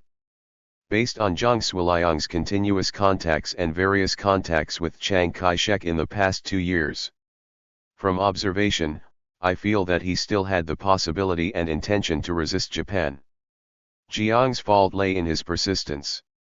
The so-called policy of everything external must first be settled internally, therefore the most important problem at present is to find ways to reversing Jiang's wrong policy, truly ending the civil war and uniting to resist Japan. Weak. After listening to Enlai, he expressed his agreement with their proposal to force Gage to resist Japan or to unite with Chiang Kai-shek to resist Japan. Expressing that this is an important principle and policy issue, he is willing to take this opinion back and raise it. The party Central Committee is requested to give a final reply after serious consideration. Zhang Shuiliang said happily, While we were pressing them from outside, I was urging them from inside that we would be able to attack Chiang Kai-shek from both inside and outside. Turn them around and it can be seen that both sides have a general understanding of this issue under the new situation. Same acquaintance. The Red Army returned to the division after its victorious eastern expedition. On May 5, Mao Zedong and Zhu De jointly sent a letter to the Nanjing government.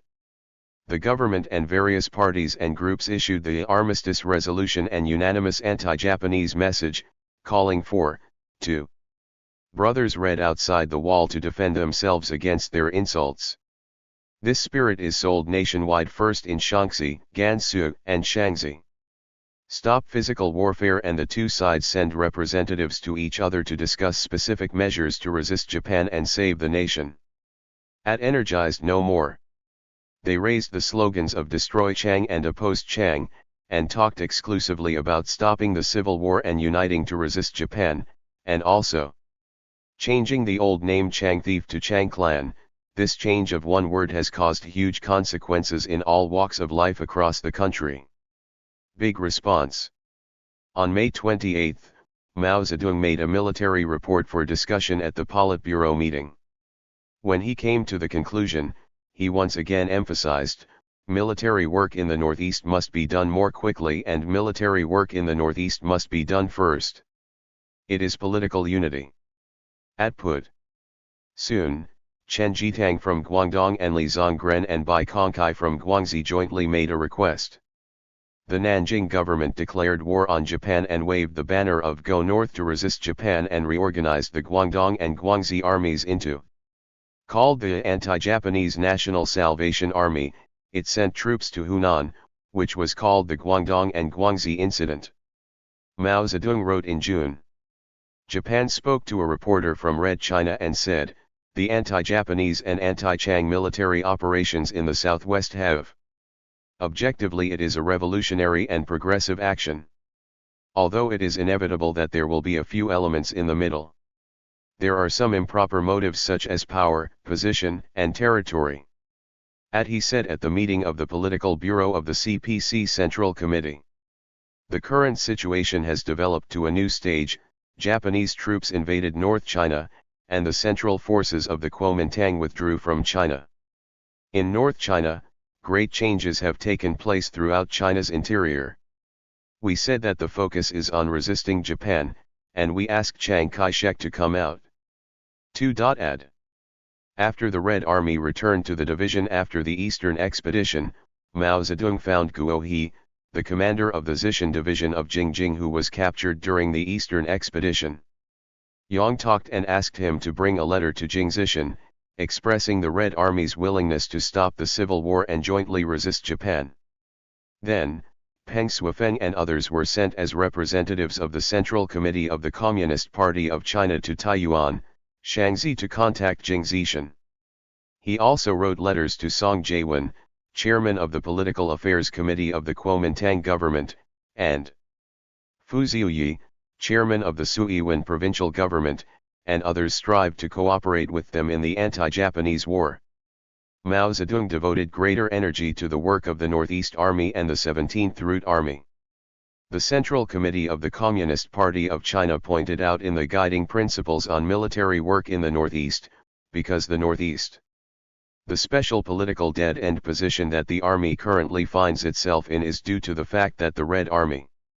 Regarding the revolutionary influence of the Northeast Army, it is very likely that the Northeast Army will transform into an anti-Japanese revolution of the Army. The goal of our work in the Northeast Army is not to disintegrate or split, nor to turn the Northeast Army into the Red Army, but to turn the Northeast Army into a friendly force of the Red Army, so that the Northeast Army implement the program of thoroughgoing resistance to Japan.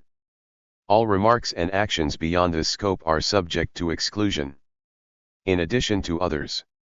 According to this principle, Mao Zedong called Peng Dihue, our relationship with the Northeast Army. There is now the possibility of further development, and in July and August, great efforts must be made at the corps, division, and regiment levels. In order to carry out the work, send more capable people to meet with army, division, and regiment commanders at different distances to discuss their ideas based on their ideas, degree and acceptance, and explain to them the rationale for cooperating in the fight against Japan. He specifically pointed out, this. The middle level is the hub, and currently the most important at. On July 27, the Political Bureau of the Central Committee held a meeting, and Zhou Enlai reported on the Northeast Army work of the Working Committee. Mao Zedong praised the work led by Zhou Enlai at the meeting. Can be a very good role model. And he also proposed that our work policy in the past was, first of all, in the West, establish base areas on the border, secondly launch guerrilla warfare in the East, and thirdly establish an anti-Japanese joint war line. The future work policy will still be the previous three, but the order will need to be changed. The first is contact. The expansion of the joint front should be given top priority. Against the Northeast Army, against Yang Huchin's troops, against the South. All troops in Beijing must establish working committees. Now everyone should take action, and should not be locked up. The door is coming. We should not only pay attention to the upper levels, but also pay close attention to the work of the middle levels. The actions of the Red Army also. We should cooperate with this work. At the meeting adopted Mao Zedong's proposal. Mao Zedong was very concerned about Zhang Shuiliang's complicated situation. He wrote a letter to Zhang Shuiliang on August 9. Zhang Shuiliang reminded him that as soon as Chiang Kai-shek solves the Southwest problem, it is very likely to attack the Northwest. No matter what, brother, don't go to Nanjing again, and be very guarded against Jiang's conspiracy at. After establishing contact with Yang Huchin's 17th Route Army, Mao Zedong wrote a letter to Yang Ruokan saying, "Sir, I agree with the United Front, and I appreciate your hospitality. Possibility of joining the anti-Japanese front. Therefore, the government adheres to the policy of unity and cannot use Mr. Xi's hesitant attitude. Do not change your policy slightly. However, whether we are friends or enemies, we must make it clear to Mr. Xi." On the same day, he wrote another letter to Du Wangsun, General Counselor of the 17th Route Army, hoping that he would continue pushing Yang Huchun to make up his mind to unite with the Communist Party to resist Japan. Mr. Wang said that he wanted to rejuvenate the country and hoped to accelerate the push. The various tribes in the northwest also hoped to use great force to attack the enemy.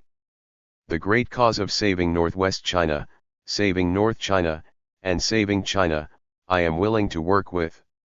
Mr. Yang Huchun was very moved after receiving Mao Zedong's letter and expressed his sincere acceptance. Accepted the idea of the Communist Party of China to unite to resist Japan and save the nation.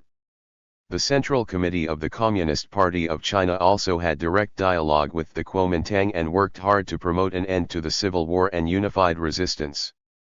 Day. On June 20, the Central Committee of the Communist Party of China's letter to the second plenary session of the Kuomintang Central Committee stated, as long as you immediately stop attacking the Red Army and Soviet areas, immediately mobilize the whole country to fight against Japan, and realize democracy, freedom, and sanctions against traitors, we and the Red Army will not only hinder your resistance to Japan, but also use them too. We will do everything we can to assist you and are willing to cooperate closely with you. We are always ready to cooperate with you. Your party, any organization, any Central Committee member, any military and political leader, have discussions on cooperation to save the country. Judgment. This letter came into being after it was announced at the second plenary session of the 5th Central Committee of the Kuomintang on July 10. Positive response. Chiang Kai-shek's report stated, the central government's minimum requirements for the diplomatic post. It is to maintain the integrity of territorial sovereignty.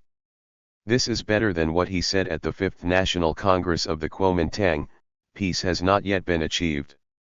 In a period of complete despair, peace will never be given up, and sacrifice will never be taken lightly until the last moment. Speaking of sacrifice, it was obviously a step forward. Then, Zhang Kun, Minister of Foreign Affairs of the Nanjing government, and Japan. The ambassador to China adopted a tough attitude during negotiations, which has not been the case since the September 18 incident. There has been. Japan is stepping up its aggression against China step by step, which not only seriously threatens the life of the Chinese nation. Its existence also seriously threatened the dominance of Chiang Kai-shek and the Nanjing government. Chiang Kai-shek and Nanjing. Many people within the government also have quite strong national sentiments. It turned out that they had always hoped that Japan's aggression can be stopped in moderation, and to a large extent, it is hoped that the international community can respond to Japan's. Japan imposed sanctions to prevent the situation from deteriorating further, but these hopes were in vain. The development of the North China incident, especially the introduction of the North China Autonomy movement directed by Japan, brought the Nanjing government reached a point where it had almost no way out. It was under this circumstance that the Nanjing government began to consider significantly adjusting its policy toward Japan. The domestic situation is developing rapidly, and many new situations have emerged. Central Committee of the Communist Party of China. The Standing Committee of the Political Bureau decided at the end of July that Mao Zedong would be responsible for the Northeast Army and the entire unified war. Leader of line work. On August 10, the Central Committee of the Communist Party of China held an administrative bureau meeting. This is an important decision. All fronts and other issues reporting. Report and conclusion. The report said, Chiang Kai-shek's basic policy towards Japan has not changed strategically. But he was preparing to hold a national defense conference and carry out local operations against Japan, and his tactics had changed. Since there are major changes, there may be moves that will affect their strategy in the future. The report said, we will submit in March. After formulating the 5 principles for negotiation, they proposed 4 methods in their reply in May. 1. Welcome the armed forces of the Communist Party to participate in the war against Japan. the treatment of the armed forces of the Communist Party participating in the anti-Japanese war is the same as that in China. Central Military Commission, if the Communist Party has any opinions, it can be submitted to the public opinion organ that will be established soon, the Communist Party. Only some areas can be selected to test its political and economic ideals at D. From this we can see that Chiang Kai-shek. There is a possibility of wavering. In their letter from the second plenary session of the Fifth Central Committee, they proposed 4 new provisions for the negotiations. Respect the three people. Doctrine: obey the command of Chairman Chiang, cancel the Red Army and reorganize it into the National Army. 4. Abolish the Soviets and replace them with local governments. These new 4 measures are the same as the 4 measures in May. There have been some changes. Now the emphasis is on unification and there is no mention of the Red Army going to Suiwan to fight against Japan. We are willing to negotiate with Nanjing, and we still continue this policy judging from Chiang Kai-shek's attitude. Now the general policy has changed, and now it is to consolidate his rule. We had no contact with each other in the past. Now there have been some changes, and now he is talking about the United Front. He may change it to a national defense government, but they need to unify their command to make the masses change their attitude towards them and make Japan regress. He wants to take advantage of this. A national movement, unwilling to stand in a hostile position. We should admit that Nanjing is a national movement. The great force of the movement must go through such an intermediate process in order to achieve true resistance against Japan. Cheng, we can negotiate with him. Our only demand is true resistance to Japan. At Mao Zedong. Dong Hui also pointed out in his conclusion, Ge Jiashi always said that we should reunify first and then resist Japan. We want him to do it first. It depends on how far democracy is given to the anti-Japanese people before we can talk about unity with them. We must resist Japan and we must reunify. To resist Japan, we must oppose Chiang Kai-shek. It is not suitable now. Now to be in. Oppose the traitors under the United Front. At the same time, it also pointed out that attention should be paid to improving the attitude towards allies. Be vigilant and adhere to the party's principle of independence. Zhang. The meeting unanimously agreed with Mao Zedong's report and conclusions, and determined that the Kuomintang and Xianzhi should. As the main opponent in future negotiations, it decided to issue a public declaration and secret documents. This time, the meeting marked the end of the transition from anti-Japanese and counter-borrowing to forcing Chiang to resist Japan and decided. The entire party implemented the policy of forced Chiang to resist Japan. After the meeting, Mao Zedong, Jiang Wenqian, Zhou Enlai, and others jointly called Zuda, Zhangqiakun. When Ren was weak, he informed the strategic policy decided by this Politburo meeting, recognize Nanjing as a. The necessity of waging a united front should be with the main opponents, including those in Nanjing and the people outside Nanjing. The various factions of the party are conducting negotiations simultaneously and separately, continue to negotiate an armistice and request Chiang Kai-shek's anti-Japanese products. The number is currently implemented. If he doesn't come to attack, I won't go and attack him. If he comes to attack, he will be resolute. On the way to the anti-Japanese march, we encountered Chiang Kai-shek's troops and other troops implement the policy of courtesy first, then military etc. At the public declaration decided at the meeting was the Communist Party of China drafted by Mao Zedong. Party letter to the Kuomintang of China, which describes the cessation of the Communist Party of China since the September 18 incident. Stop the civil war, resist Japan, and save the nation, and seriously criticize the Kuomintang and Chiang Kai-shek for embracing foreign policy. The misguided national policy of anti-domestic peace must first end its serious consequences of causing the loss of large areas of the motherland.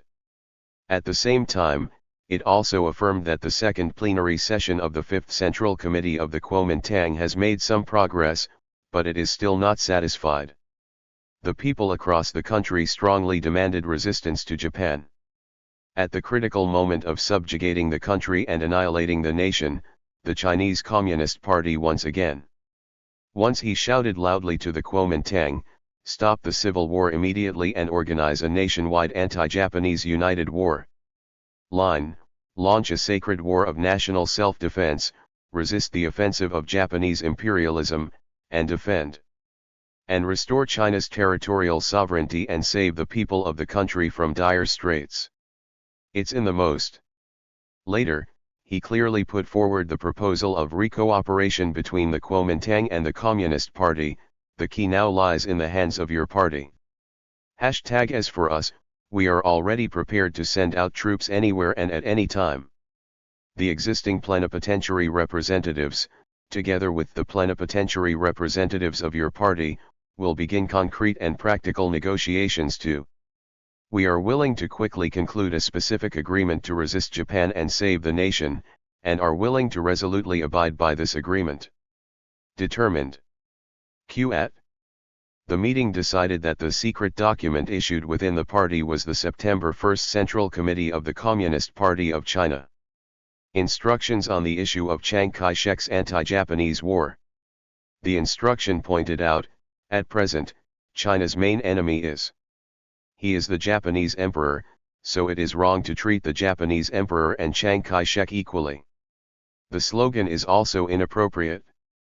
The instruction stated, as long as the Japanese Empire continues its offensive, the entire nation will.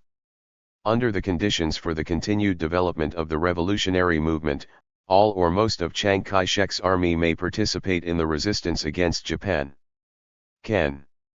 Our general policy should be to force Chiang to resist Japan. Our current central slogan is still, "Stop the civil war and unite to resist Japan." In mid-September, Mao Zedong discussed the current political situation at an enlarged meeting of the Political Bureau of the Central Committee. Situation and the United Front issue. He made 3 more long speeches, focusing on the Chinese Communist Party, the party's leadership of the United Front and the establishment of a democratic republic. He said, against national opposition. The leadership of Japan's United Front is not a matter of willingness or unwillingness, but whether it has the strength to lead or not. Measure leadership issues. The bourgeoisie of Western European countries is different from that of China. Our country is a semi-colonial country and the bourgeoisie is weak. We united during the Great Revolution. The current deepening economic crisis and Japanese oppression have caused the national bourgeoisie to transform again. Revolutionary possibilities. We re-proposed alliance with the bourgeoisie, including the Soviet areas and the Red Army. The existence of the Communist Party of China should be led by the Communist Party in order to achieve victory in the resistance against Japan. Facts have proved that also. Only the Communist Party has the strength to lead the anti-Japanese National United Front. However, such a leader is still. I have to fight for it, and now I am fighting for it. We must now use various methods to force Chiang to resist Japan. He also said, stepping up the united front work of all parties and factions outside the Nanjing government will be more effective. Force Chiang to go to the anti-Japanese war. In order to adapt to the new situation, the meeting decided to change the name of People's Republic to Democratic Republic and issued the Central Committee's notice on the new situation and democracy of the anti-Japanese and National Salvation Movement. Resolution of the Republic.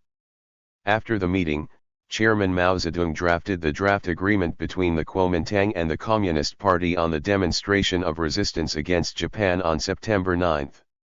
The manuscript will be finished around the 20th.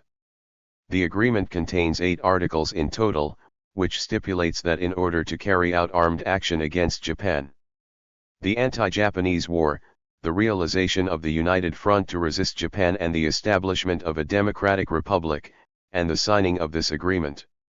As of that date, both sides will immediately cease military hostilities.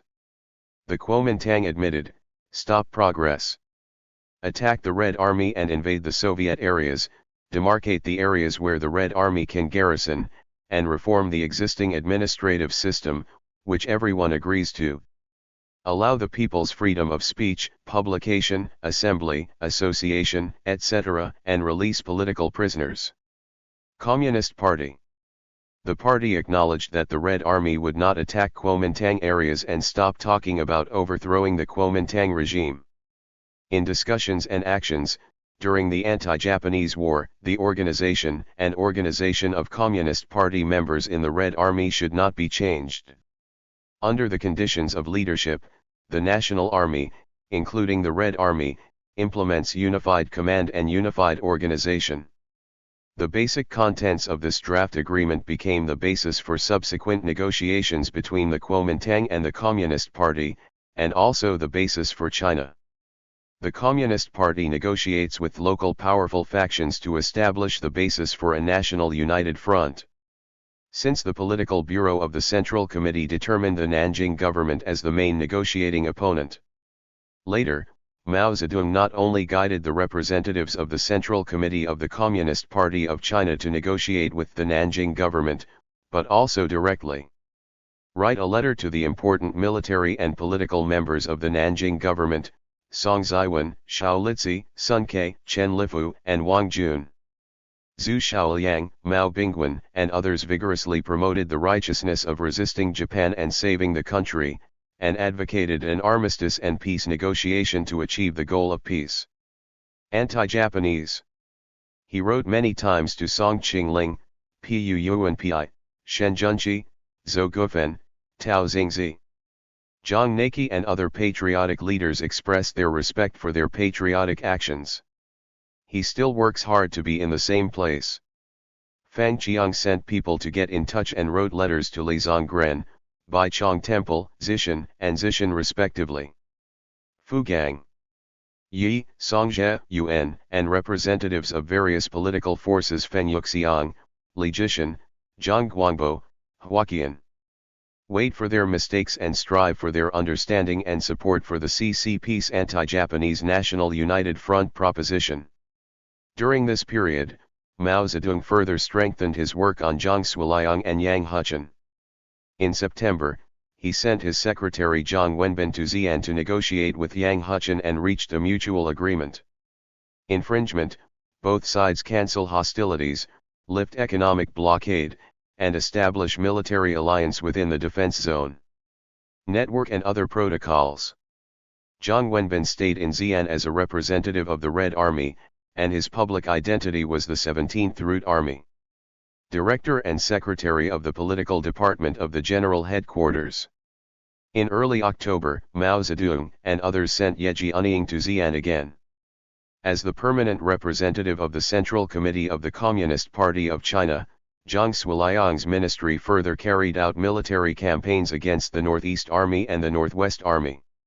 United Front work in prisons and throughout the Northwest region. By the late autumn of 1936, the relationship between the Red Army and the Northeast Army and the 17th Route Army had further developed, improved and become more consistent. In the Northwest region, the Red Army and the Northeast Army have been initially formed. The new situation of the Trinity of the 17th Route Army. Of course, the policy changes of the Nanjing government did not follow a straight path. There are many twists and turns. Chiang Kai-shek's suspicion of the Communist Party was too deep. In his opinion, the so-called solution to the CCP problem means that the Communist Party must surrender to the Kuomintang and be incorporated by them. This is naturally impossible to do. Therefore, if force can be used to force a solution, he still believes that it's the best policy and I still need to try it again. When the Guangdong and Guangxi incident was solved by the Nanjing government through political bribery and military justice. After the decisive battle, Chiang Kai-shek believed that he could once again be freed up to focus on dealing with the Red Army and the Communist Party. On the one hand, it invited Zhou Enlai to hold talks in Guangzhou or Hong Kong, and on the other hand, it mobilized troops to encircle and borrow the Red Army. At this time, Hu Zongnan's troops were transferred to the northwest to attack the Red Army, hoping to give the Red Army a huge blow. After the attack, conditions can be negotiated at the negotiation table. At the juncture of transition from civil war to anti-Japanese war, Mao Zedong was good at using flexible strategies. Carry out a tit-for-tat struggle against the various methods adopted by Chiang Kai-shek. In the military, he called Liu Yi, who was stationed at Zhang Suiliang's office, and told him, "Chiang Kai-shek is attacking northwest, and we have already. We should be quite prepared to attack them from a defensive position and promote their awakening. Politically, it should be." When Chiang Kai-shek invited Zhou Enlai to come for talks, Mao Zedong pointed out, first armistice, then negotiation. Zhang. The situation of Jiaxi's massive attack on the northwest made it impossible for Zhou Enlai to go, but the Central Committee of the Communist Party of China still sent. Pan Hanian went to Shanghai to negotiate with Nanjing. From mid-October to November 19, he had 3 meetings with Mr. Chen Li, representative of the Nanjing government. Chen Li based on Chiang Kai-shek's instructions. The order, with a very tough attitude, proposed that the political power in northern Shaanxi must be abolished, and the Red Army only had 3,000 left.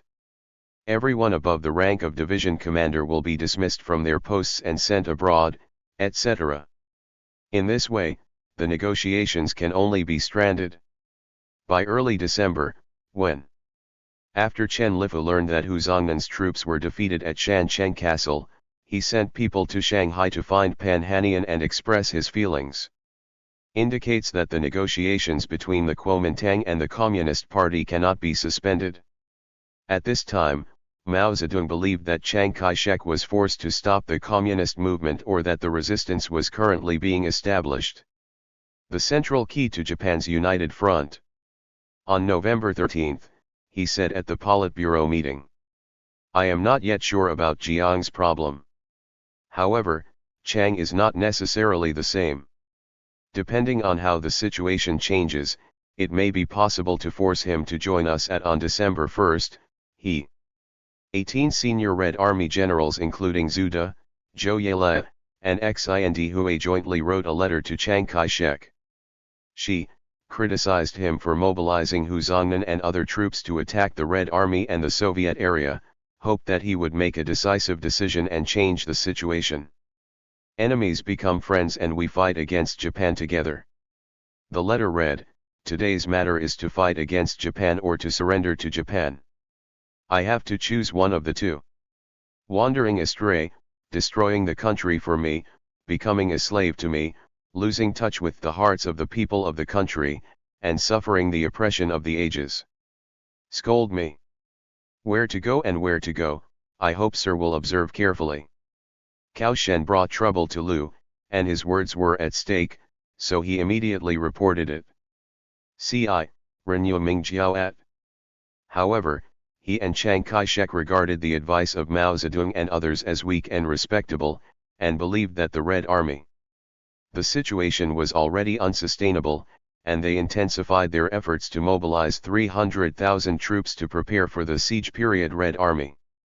In the army, Zhang Chanwen was the former enemy commander-in-chief of the Kikai commander-in-chief in the northwest, and the Wei Li Huang was the Shaanxi Gansu Suning border. As the district commander-in-chief, Chen Cheng, deputy director of the Ministry of Military and Political Affairs, is stationed at the front to supervise him. December 4, Chiang Kai-shek. She took this group of people and other important military and political officials to fly to Xi'an and imposed heavy pressure on Zhang Suiliang and Yang Huchen. Pressure. Chiang Kai-shek lived in a temporary camp near Huaqing Pool in Lintung and summoned Zhang Suiliang and Yang Huchen, proposed to them 2 plans in the form of an ultimatum: obey the Qigong order. Order: all the Northeastern Army and the 17th Route Army will be sent to the front line of Shaanxi Gansu to fight.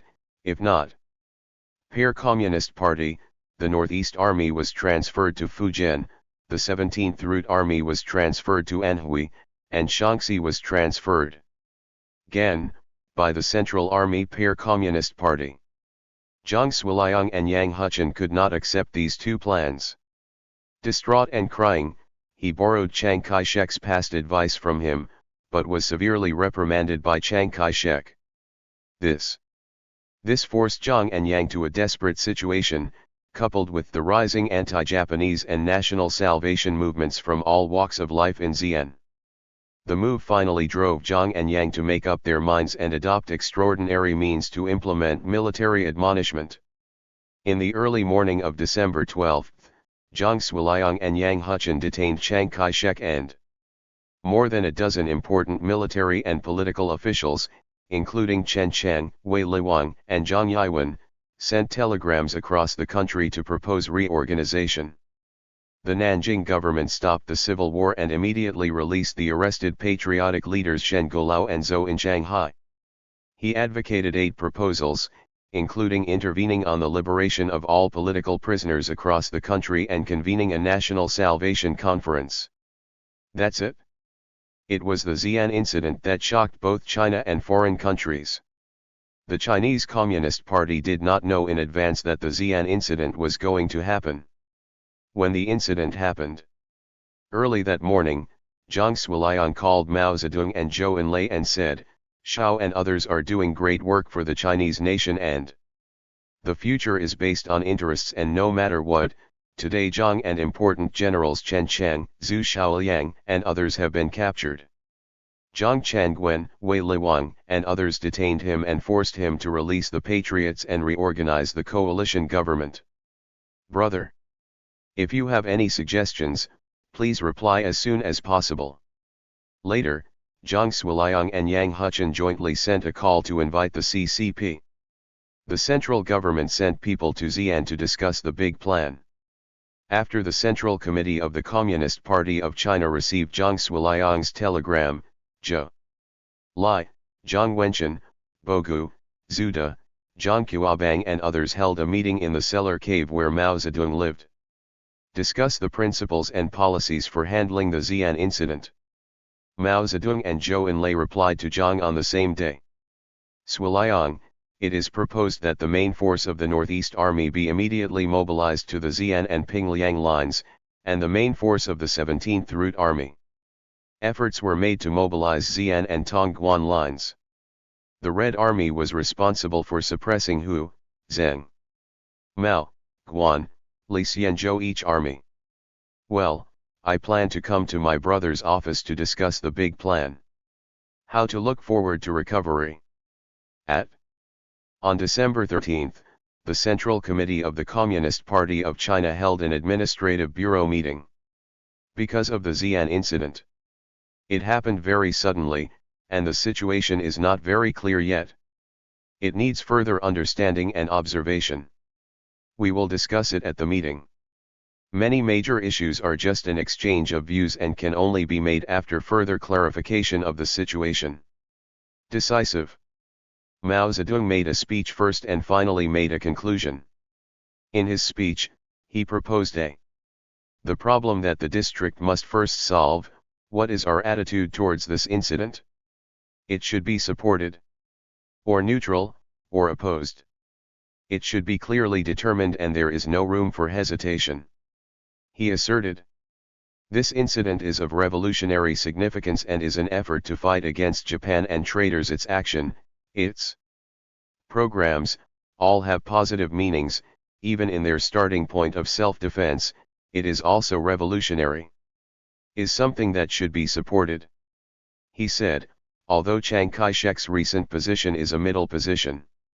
However, on the point of working together, I still side with Japan. The impact of this incident was huge. To break the previous situation of being completely controlled by Chiang Kai-shek, it is possible for his subordinates to split up and move to the west. On the security side, at the same time, it is also necessary to take into account that their forces, such as Hu Zongnan, Lu Ji, and others, attack the crossing and intimidate them. Threaten Xi'an. We should immediately deploy troops in strategic key points such as Lanzhou and Hanzhong.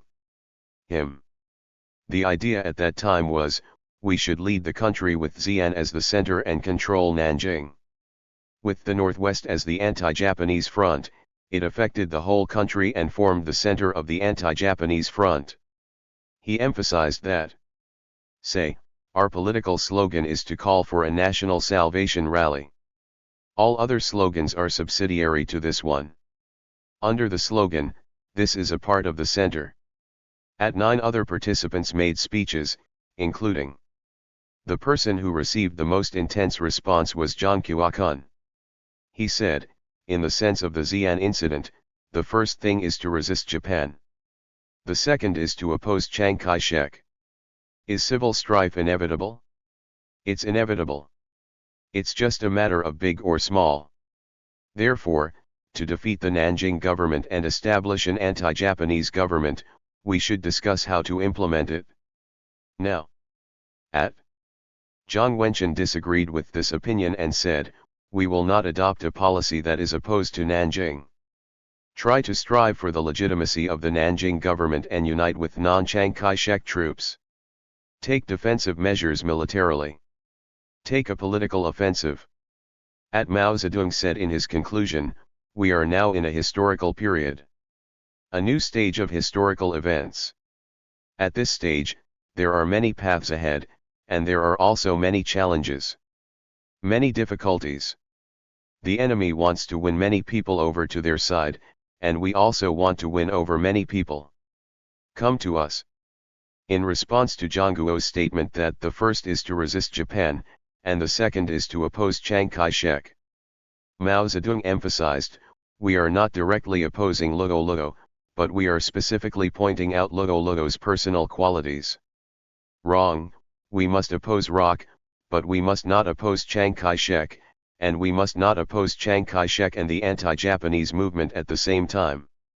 At noon, Mao Zedong and Zhou Enlai once again telegraphed to Zhang Shuiliang, I want to come to Xi'an to negotiate with my brother. Later, we plan to send a plane to Yan'an to pick him up. Zhou Enlai and others arrived in Yan'an first, on the 17th.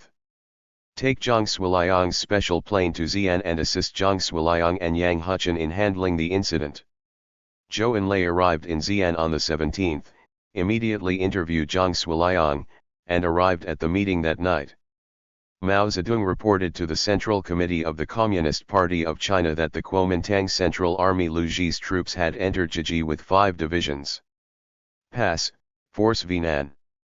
Zhang plans to use Yang's troops to control Xi'an, and the main force of the Northeast Army will gather north of the Weishui River to prepare for war and decide. Success will inevitably involve the participation of the Red Army. He has agreed with Zhang Shuiliang that the Red Army will go south to Yan'an and Xinjiang to connect with the front line. Defense. The telegram also reported that Chang Dingwen had been released and that with Chiang Kai-shek's letter to stop the civil war, Song Zi Wenming came to Xi'an on the same day. We agreed on the conditions, stop the civil war, and all the Central Army. Open out of Tongguan. Order the whole country to assist Suizhu in resisting Japan. Song Ziwen was responsible for the establishment of Nanjing. Underscore transitional government to eliminate all pro-Japanese factions. Establish an anti-Japanese coalition. Release policy. Cure criminals, realize democracy, arm the masses, hold a national salvation conference, and first hold a preparatory meeting in Xi'an. The next day, Zhou Enlai called twice more to report the situation. The pro-Japanese faction in Nanjing is aiming to cause chaos. Success, I am no longer saving and borrowing. Song Meiling wrote to Chiang Kai-shek, it is better to fight against Japan than to fight against the enemy.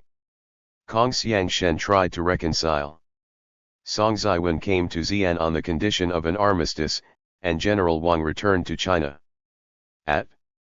These are all matters of the Central Committee of the Communist Party of China. Decision-making provides extremely important information and advice.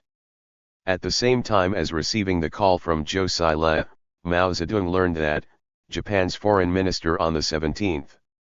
Chan said that if Nanjing compromises with Zhang and Yang, Japan will not be able to sit idly by, Japan's Kwantung Army announced.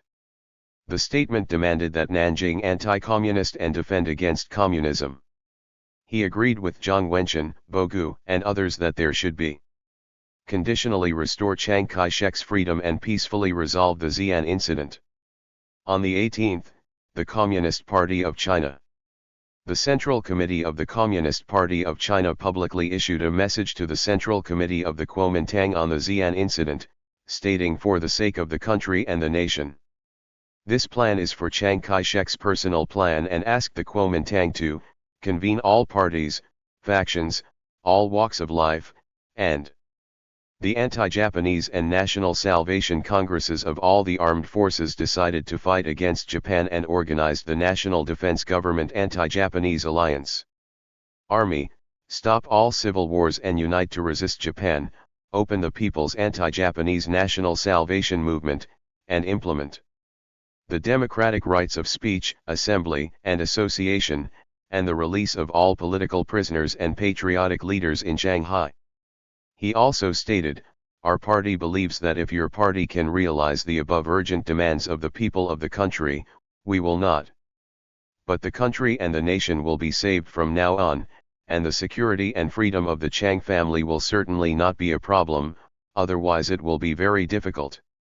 With bad model politics, the survival of the nation and the life of your party will be ruined by your party's wrong policies." Also, on December 19, Zhang Bantian chaired an enlarged meeting of the Political Bureau of the CPC Central Committee to discuss on the basic principles for resolving the Xi'an incident. At this time, various aspects of the situation after the Xi'an incident. The situation has become relatively clear, and it is no longer possible for the Central Committee of the Communist Party of China to clearly put forward its own policy. Mao Zedong made a report and conclusion at the meeting. He said in his report, after the Xi'an incident, South China, all Beijing's attention is focused on the Chiang Kai-shek issue and all forces are mobilized to deal with it. After arriving in Xi'an, they ignored all Zhang Yang's anti-Japanese claims and mobilized all troops to attack Zhang Yang.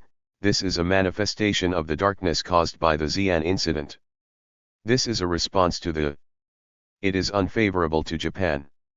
We must point out, the current problem is mainly the issue of anti-Japanese resistance, not It is completely wrong to use personal issues to support Chiang Kai-shek for personal purposes without asking about resistance to Japan, he said.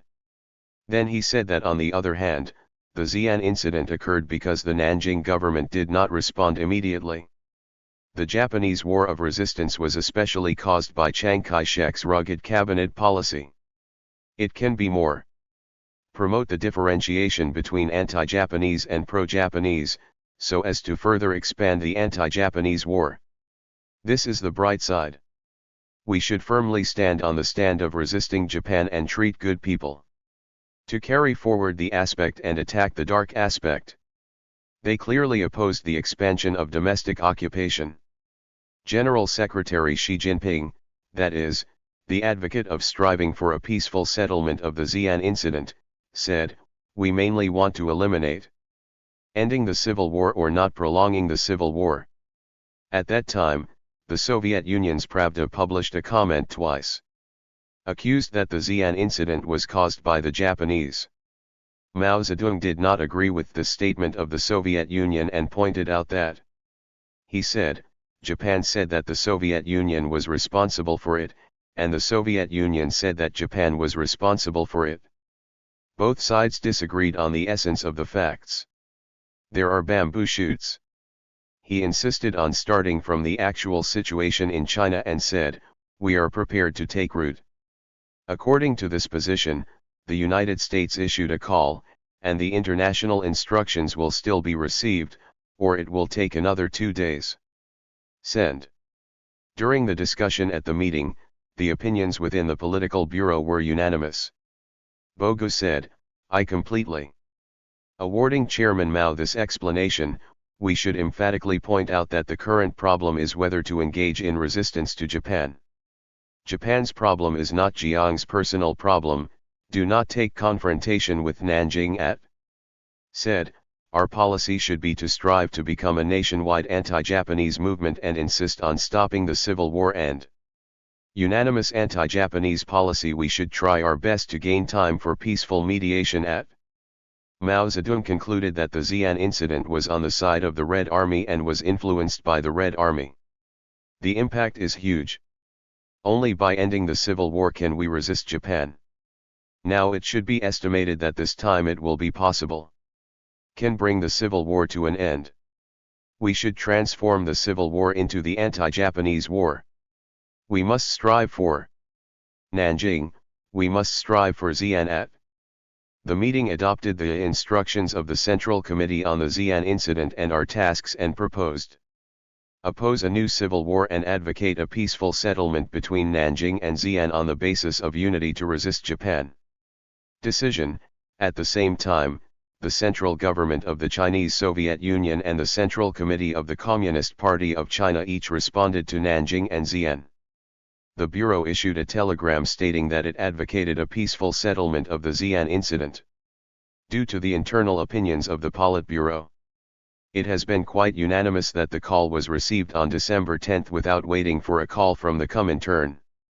In order to realize the Central Committee of the Communist Party of China's proposition of peacefully resolving the Xi'an incident, Mao Zedong. On this day, 14 telegrams were drafted and sent. Among them, it was sent to Zhou Enlai in Xi'an.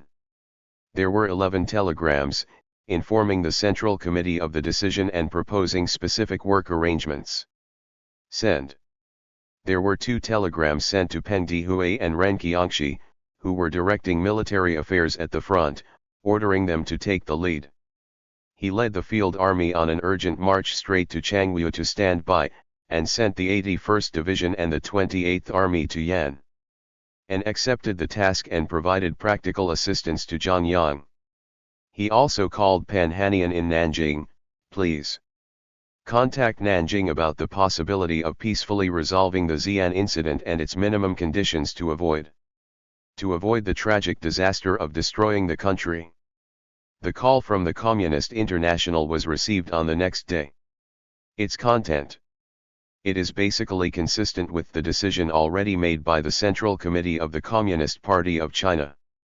Mao Zedong immediately put it at 8 o'clock that night. It was forwarded to Zhou Enlai. The full text of the call from the Communist International is as follows. Since the launch has become a fact, of course we should take into account the actual facts. China. On the basis of the following conditions, the Communist Party firmly advocates the use of the sum-square method to resolve this conflict. Sudden. A. Use it to absorb several representatives of the anti-Japanese movement, that is, those who support the reunification and independence of China. Elements to join the government to reorganize the government. B. Protect the people's democratic rights. Profit. C. Stop the policy of annihilating the Red Army and join forces with the Red Army to fight against Japan. Ding, same as. Establish cooperative relations with countries that support the Chinese people's resistance to Japanese aggression, but do not mention alliance. The slogan of the Soviet Union at. Pan Han was living in Song Ziwen's mansion in Nanjing at that time. This is because Chiang Kai-shek is in the West. After An was detained, Song Miling was eager to understand the CCP's attitude. After Quan Qingling's introduction, Pan. During the Han Dynasty, he moved from Shanghai to Nanjing and lived in the Song Dynasty mansion. He received the CCP on December 18. The Central Committee's message to the Kuomintang Central Committee regarding the Xi'an incident immediately handed it over to Song Ziwen for forwarding to the country. Democratic Party Central Committee. He also served from the sidelines in his special capacity as a representative of the Communist Party of China and the Communist Party of China.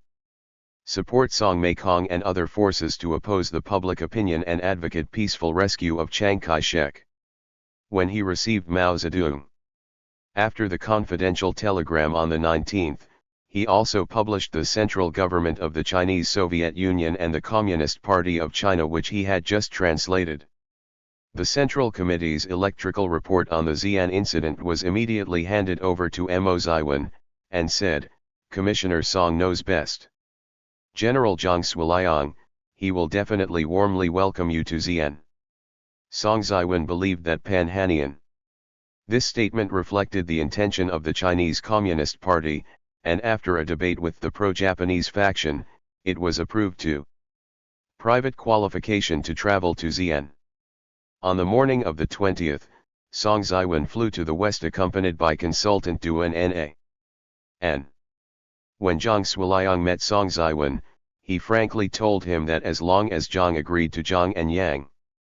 According to the 8 propositions in the electrification, the Northeast Army, the 17th Route Army and the Red Army will unanimously agree to release Chiang Kai-shek.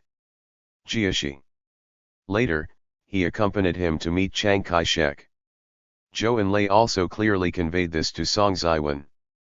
The Communist Party was not involved in this matter, and the people had to deal with it first.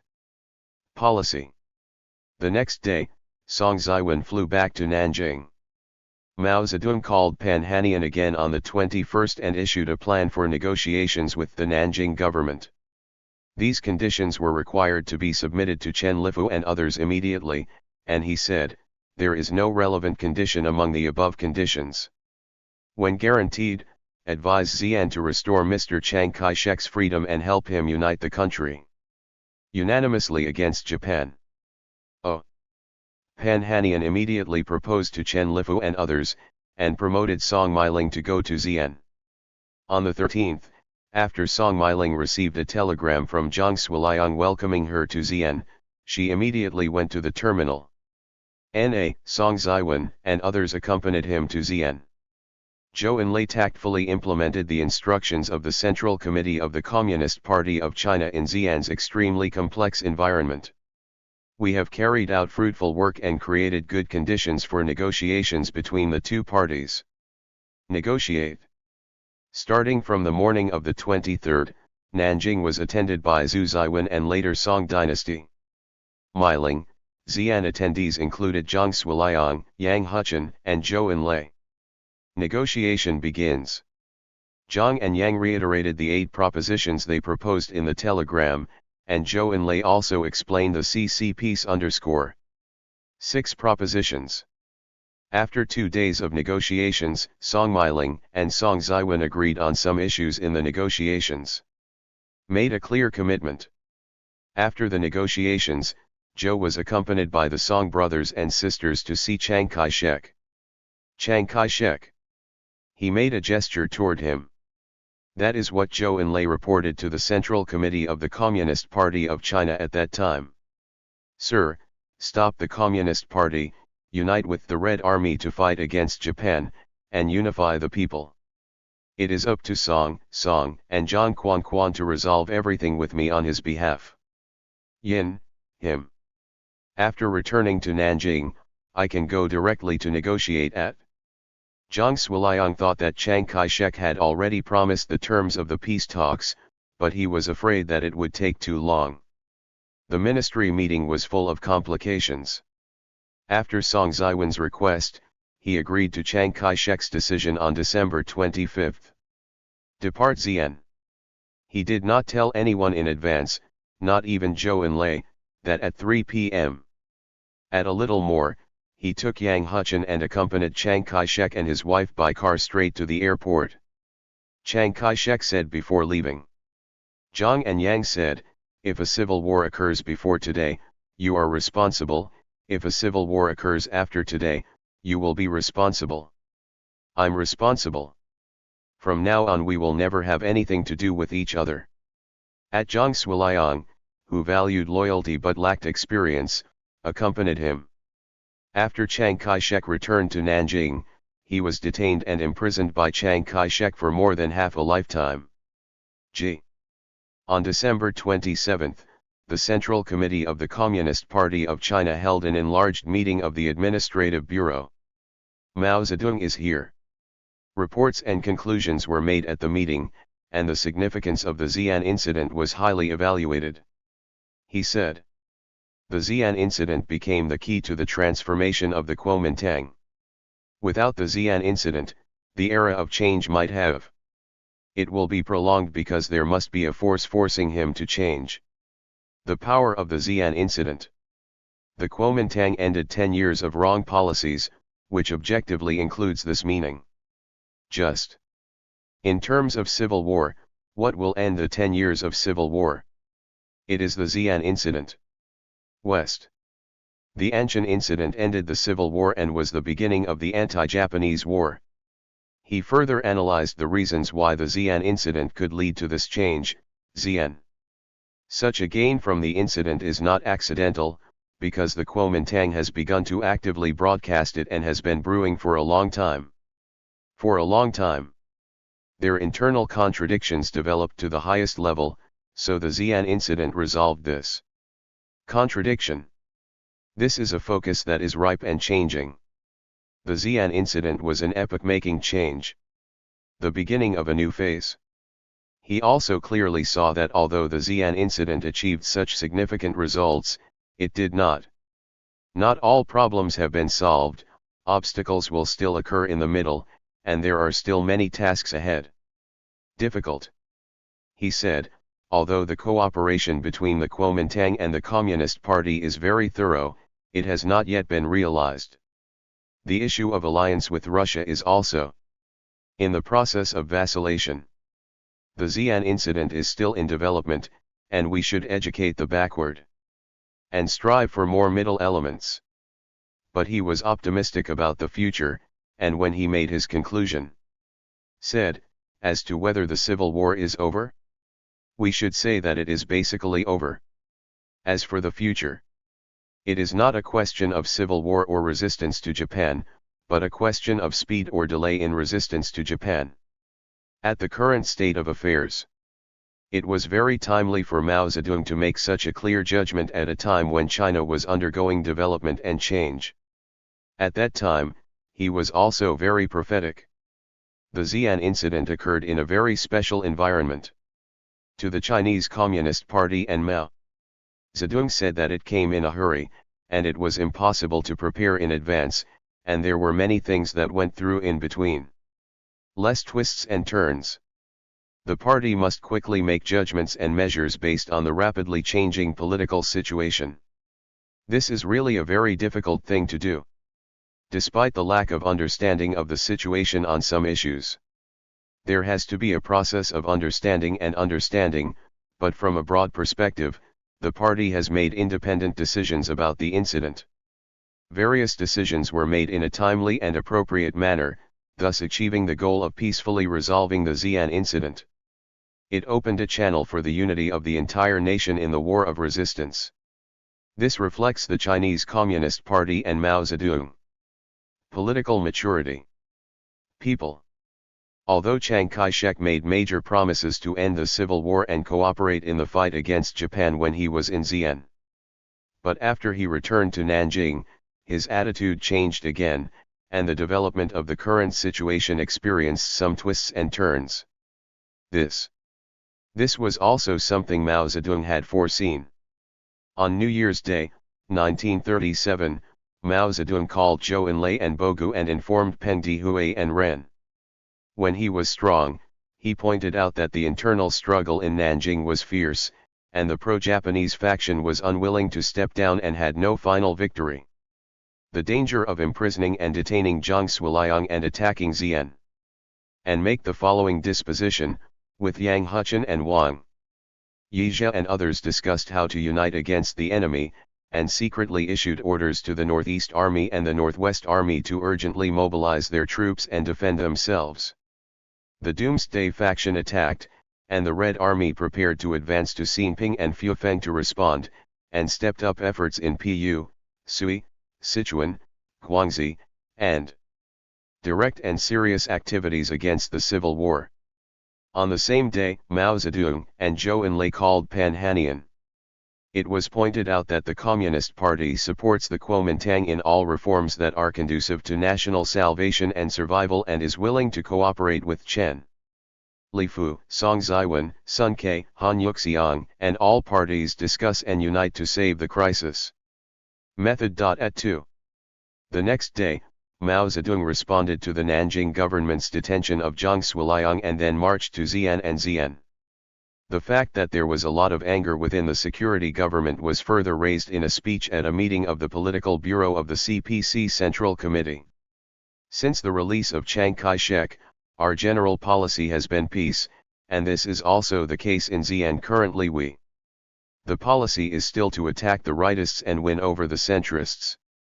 The difference is that the military should be prepared, and we must actively help and unite with Xi'an. Now it is not only an issue between Xi'an, but also an issue between Xi'an and Xi'an.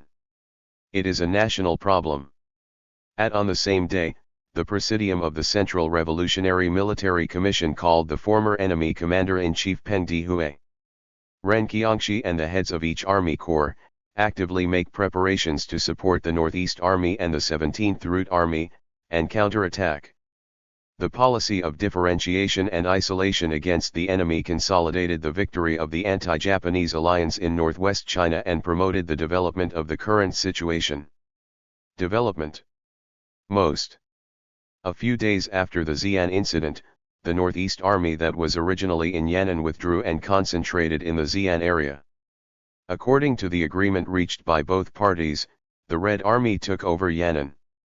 The Central Committee of the Communist Party of China immediately removed and moved to Yan'an. Mao Zedong also came to Yan'an together on January 13. They are on the road.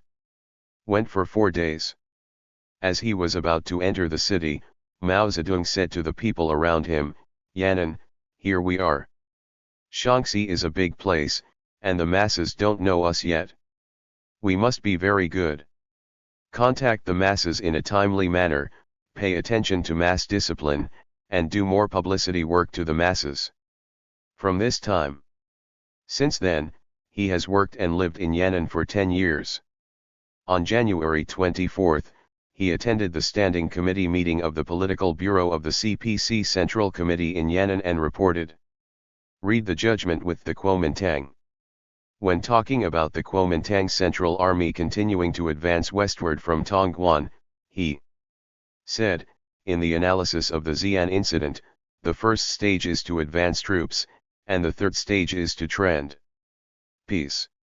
Therefore, the reason why we can move towards peace is because the Red Army is close to Zhangyang.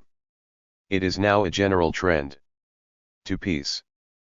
During the discussion, he spoke again and said that he was very interested in the upcoming 5th National Congress of the Kuomintang. The third plenary session of the Central Committee of the Communist Party of China should express its views and raise new issues. For example, explain that we want to build. What was established was not the People's Front like Spain, but the National Front, explaining the Xi'an incident. Our position in China is to resolve the issue peacefully. After Chiang Kai-shek is released, why should we send our troops there? In the interest of peace, affirming that we are willing to become a unified region without waiting for the establishment of a democratic republic. The Soviet area is special, but it is also under their jurisdiction.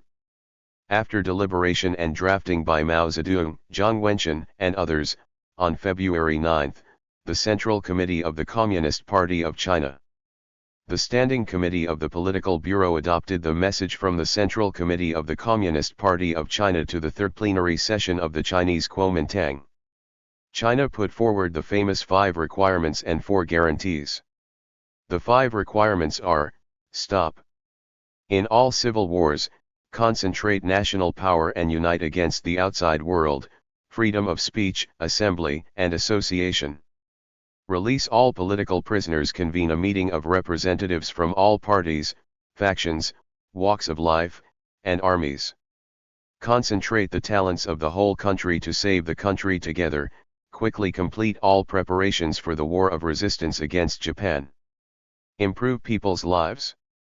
The telegram clearly stated that if the Kuomintang's Third Central Committee is completely defeated, the meeting will define these 5 requirements as national policies.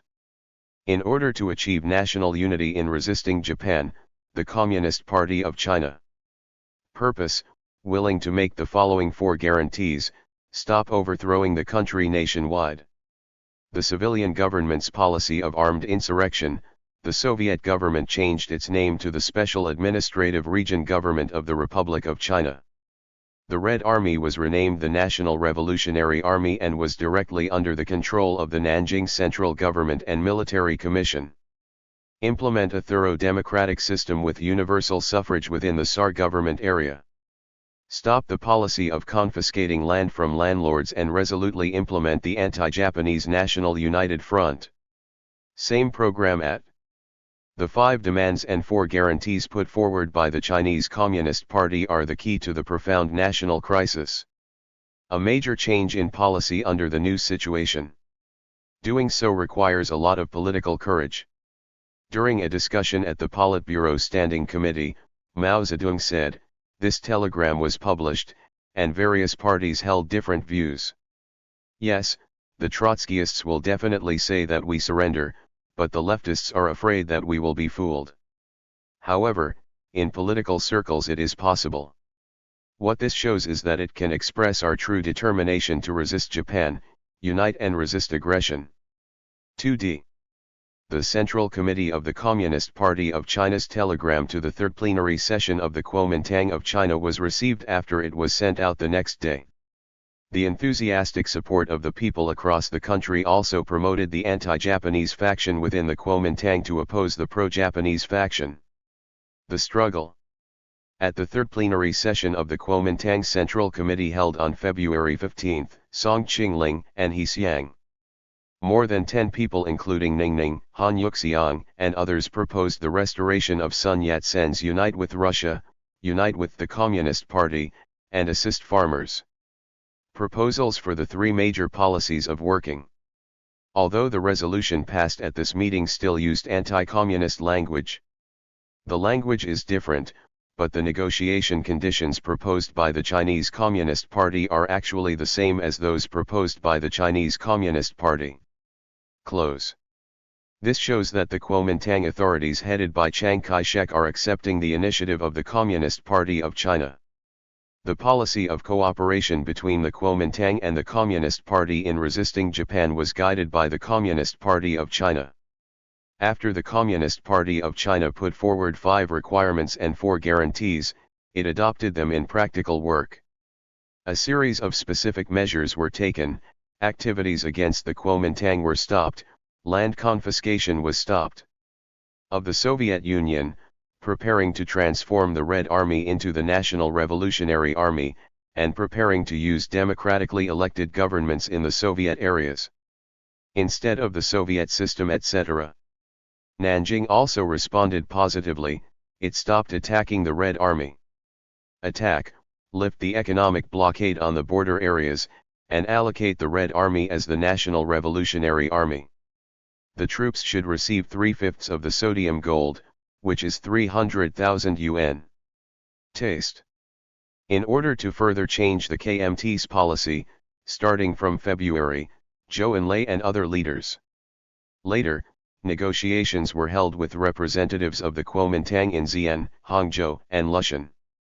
The focus of the negotiation. Focus on the organization, number of people, and equipment of the Red Army after the reorganization, whether there is a general headquarters, the status of the Soviet area, and the conduct of operations. The selection of the chief executive, the form and program of cooperation between the 2 parties, the time of the Communist Party's public activities, etc. Question on. When Zhou Enlai negotiated directly with Chiang Kai-shek in Hangzhou and returned to Yan'an, Mao Zedong once telegraphed to Peng Shuifeng, "Negotiate with Nanjing to ensure our safety in terms of the Red Army and the Soviet area." The principle of absolute leadership is the principle of ensuring the independence of our party in the relationship between the 2 parties. This is. There must be no concessions on these aspects, and the other party has fully acknowledged it. Q. Because Chiang Kai-shek still lacks sufficient. There is sufficient sincerity, but no results have been achieved on many major issues during the negotiations. In order to promote the realization of the policy of uniting with Chiang Kai-shek to resist Japan, Mao Zedong wrote or called many times to Chiang Kai-shek, Ge Zishan, Yang Huchen, Sun Weirui, Wang Yij, Song Jaewon, Li Zongren. Bai Kongzi, Lu Xiang, He Xiangning and others tried their best to express the righteousness of resisting Japan and saving the country. In May, he personally announced, arranged and received the first Kuomintang Central Committee examiner in the past 10 years who came to the Soviet area on a peace mission. The inspection team expressed the need to achieve cooperation between the Kuomintang and the Communist Party to defeat Japan and save China. During this period, Chi Zedong accepted many interviews with foreign reporters and introduced them to them. Introduced the Communist Party of China's propositions on the anti-Japanese National United Front. In early March, he met with American progressive writer and journalist Shi Mo at his residence in Fenghuang Mountain, Yan'an. Tella. Mao Zedong told her that our National United Front is for resistance to Japan, not for opposition. All imperialism, but only opposition to Japanese imperialism. We demand that Britain, the United States and France, other countries sympathize with China's anti-Japanese movement and at least maintain goodwill and neutrality. Some people say that the Communist Party advocates leading the People's Front. This is wrong. Because what the Communist Party of China advocates is the National Front, including the entire nation, all parties and all classes, except for the traitors. This is better than France or Spain's Popular Front is much broader. There is no doubt that the step of the Communist Party, it was a big concession to the Kuomintang, but this concession was based on a larger and more important. In principle, this is the necessity and urgency of resisting Japan and saving the nation. This is called letting both sides step forward, unite with each other, and fight against Japan as one. It is true that the change in the Kuomintang's policy has not been able to make a difference so far. People are satisfied, but it has already begun its transformation, as can be seen in the resolution of the third plenary session of the Central Committee of the Communist Party of China. Evidence that this transformation has begun. Regarding the attitude towards the three democratic principles, Mao Zedong said, "We have always been unfair. Believe in communism, and at the same time also believed in the three people's principles. Otherwise, why would we? Who was able to join the Kuomintang from 1925 to 1927? There were people in our party who. Several people are members of the Central Committee of the Kuomintang and members of the Provincial Party Department, and I am one of them. Now, our task now is to strive for the true realization of the revolutionary three democratic principles. This means that for the foreign war of resistance seeks independence and liberation of nationalism, and the domestic democracy and freedom seeks to establish universalism. Congressional system, civil rights of the democratic republic, and improvement of people's lives, seeking to lift the Great Depression. People's livelihood doctrine that makes the majority of people suffer. Such three principles of democracy are not consistent with our current political platform. All agree, we are asking the Kuomintang for these things. As for us, we still believe in communism. Doctrine is incompatible with each other. When Mr. Sun Yat-sen was still alive, he agreed that we should believe in it at the same time. Believe in communism. As long as the current revolutionary political platform is unanimous, it will form a basis for unity to save the country. The foundation can eliminate all suspicions and embark on the track of jointly fighting the national crisis at. Mao Zedong brought another copy of the transcript of this conversation to Edgar Snow, enclosed letter. Said that this represented several new steps in our policy and asked him to publicize it widely. Also, send a copy of this transcript to Fan Changjiang, a reporter from Shanghai's Ta Kung Pao, and ask him to report it when he can. Publish it when you can. A month later, Mao Zedong spoke with American journalist Wells in Yan'an. He said, "Country. Negotiations between the two parties are still ongoing, and the most important thing is the common political program of the two parties. This is a joint effort between the two parties. The basis for making The principles of the program are to realize the tasks of nation, democracy, and people's livelihood. In anti-Japanese, the issue of class struggle in war must be properly resolved. We want to have a direct confrontation with the Kuomintang. The common political program in the negotiations stated, give workers and peasants freedom of assembly, association, and speech. Universal suffrage, for workers, treatment and working conditions must be improved, for farmers. The people should reduce rents and taxes, and land issues should be resolved through legislation and other appropriate means. People. The democratic system is a necessary condition for victory in the war of resistance against Japan and is indispensable. There is no support for the broad masses of the people. If we demand and promote democratic movements, democratic politics will not be realized. All parties and factions from all walks of life across the country. We should unite to fight for democratic rights. The peaceful settlement of the Xi'an incident and the third plenary session of the Fifth Central Committee of the Kuomintang actually accepted the national. The policy of the two parties of the Communist Party of China to cooperate in the fight against Japan marked the entry into a new stage of development of alliance with Chiang Kai-shek to fight against Japan. Mao Zedong promptly proposed the tasks of the new stage. On February 11, 1937. After the Political Bureau of the Central Committee listened to Bogu's report on the Xi'an incident, Mao Zedong said, Most of our work in the past was used in the Northwest, and now the Xi'an incident has been peacefully resolved, and we have to deal with it. The layout of national work is even more necessary. He said, we sent a telegram to the third plenary session of the Kuomintang Central Committee. A big concession is a principled concession, for a big problem, that is, for the sake of doing something. As for the land issue, there will be no relaxation in the big stage, but at the current stage it is. Confiscation of land should be stopped. The struggle of the Soviet system in the past 10 years was right, now it needs to be changed. Change is not right either. This issue should be made clear theoretically, we have a clear explanation. Responsibility. At this time, a tragic loss was the failure of the Western Route Army in the Hexi Corridor.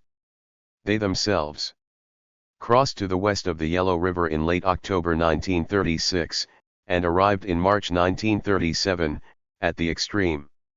Difficult conditions. Wang fought alone for 4 months and wiped out more than 20,000 enemies, which showed that he was not only difficult but also dangerous.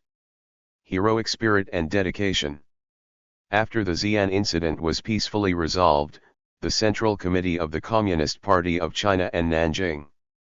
The government negotiated and asked them to order Ma Bufang's headquarters, which was continuously attacking the West Route Army in the Hexi Corridor. The armistice allowed China to defend itself, and it sent people to Qinghai to negotiate with Ma Bufang and ask them to stop attacking. Due to they have no sincerity and the negotiations have not achieved results. March 5, by Liu Bachan and Zhang Shi. He led his troops to aid the West and set out to march westward. Soon after, the Western Route Army lost control of our forces due to lack of control. Defeated, the aiding Western Army stopped advancing westward. From March 23 to 31, the Political Bureau of the CPC Central Committee held an enlarged meeting to discuss the tasks of the Communist Party under the new situation. Mao Zedong talked about 3 issues in his speech. First, regarding the conflicts between China and Japan and China's domestic conflicts. He said, there are many reasons. Then there is a need for further clarification. The contradiction between China and Japan is the main one, and domestic contradictions have been reduced to secondary status. In response to changes in domestic class relations, the December meeting of 135. And the main thing is, this estimate was confirmed in political events, and the third plenary session of the Kuomintang Central Committee was a clear proof. The main reasons for the changes in our policies and the changes in the Kuomintang's policies are. It is said that this is the main contradiction. 3. The revolutionary aspects of democracy and our present situation. Our political platforms are not conflicting, and we should pick up this weapon. 3. Democracy in theory. The above also needs to be changed. Class struggle should be based on the principle of taking into account the overall situation, and both labor and capital. This should be the case in all aspects and adoption of consultation methods. This kind of improvement is revolutionary. Agrarian revolution now. Not a dominant position. The third plenary session of the Kuomintang Central Committee began to discuss the policies of the Kuomintang. The transformation, judging from the resolutions passed, is from compromise to resistance, from dictatorship to democracy. This one. The change was due to Japan's aggression, the expansion of the anti-Japanese faction, and our political influence. From the beginning of transformation to complete transformation, it will take some time, and there will be many twists and turns. Second, regarding the issue of the transit stage. He said, the first stage of fighting for peace has been achieved. It's here, from the Xi'an incident to the beginning of the anti-Japanese war, it is the third stage. This stage is mainly about democracy. Problem, improve people's lives is not the main slogan, nor is resist Japan immediately. The main slogan is prepare to resist Japan. To fight against Japan, we must fight for democracy. This is the current priority. The main task is the main agenda of this political bureau meeting. Third, regarding the issue of leadership. He said, the bourgeoisie has always wanted to make the proletariat. The class obeys it and serves as its tail. This should be emphasized, and we should step up efforts to educate the masses. Of education. The current situation is more favorable to us. The political offensive is all on our side and the resistance against Japan is on our side. The National United Front, the Peace Movement, and the Democratic Movement were all founded by us at. This enlarged meeting of the Political Bureau also discussed the mistakes of the Zhongguo gang. Mao Zedong is speaking.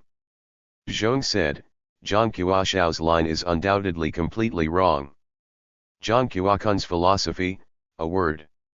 The first of these is chaos, the main ones being mechanism and empiricism. He only admits to seeing what he has obtained, therefore, his thoughts are anti-theoretical and anti-principle. He only saw part of it. I cannot see the whole, I only know that there is today, but I don't know that there is tomorrow. Due to scientific analysis, if we can predict the laws of movement, we have a strategic mind in the military. This is exactly what we need. What Zhongguo lacked was his strength. After the rendezvous, the Central Committee wanted to move north quickly, but he stood still. He wants. It is completely unfair to use the barrel of a gun to review the Central Committee's line and interfere with the Central Committee's composition and line. Yes, the organizational principle has been completely lost. Zhang Qiaosu made the final decision on the issue of splitting the Red Army. Big stain and sin. Since Zhang Qiaosu joined the party, there have been several stages in which he has followed the party's path. He works offline, but his historical problem of opportunism must be pointed out. Us. Zhang Qiaokun should be asked in a sincere manner to change, abandon his mistakes, and start over from the beginning. Starting at 31st, the meeting passed the decision of the Political Bureau of the Central Committee on the mistakes of Comrade Zhongguo. Proposal. After domestic peace was basically achieved, in order to welcome the new situation of the entire nation's resistance to Japan, the CCP. The Central Committee held the party's National Congress in Rangon in May 1937. Attend meetings.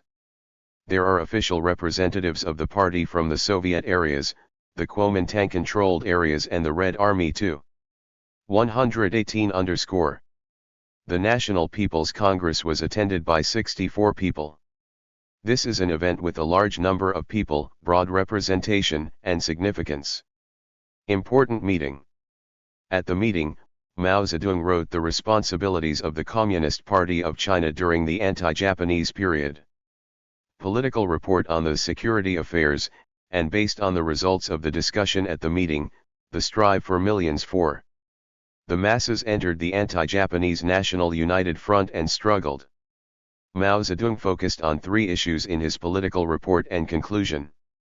First of all, he analyzed the relationship between ethnic conflicts and domestic conflicts since the September 18 incident. Based on the changing situation, the party's tasks and policies are determined. He said, due to the conflict between China and Japan, international contradictions arise when domestic contradictions become the main contradiction and are reduced to secondary and subordinate status. Relations and changes in domestic class relations have formed a new stage of development of the current situation. He pointed out keenly, the contradiction between China and Japan has changed the domestic class relations and made the bourgeoisie and other. Even the warlords have encountered problems of life and death, and conflicts have gradually arisen within them and their political parties. The process of changing political attitudes. This was put forward before the Communist Party of China and the Chinese people. The task of establishing an anti-Japanese national united front. Our united front includes the bourgeoisie. And all the people who agree to defend the motherland are the ones the whole country is united in facing the outside world. Sixth, he calmly said. It is estimated that although domestic conflicts have become secondary and subordinate, they still exist and need to be. It is necessary to make appropriate adjustments, which is why we must also put forward policies such as democratic politics and improving life. Come.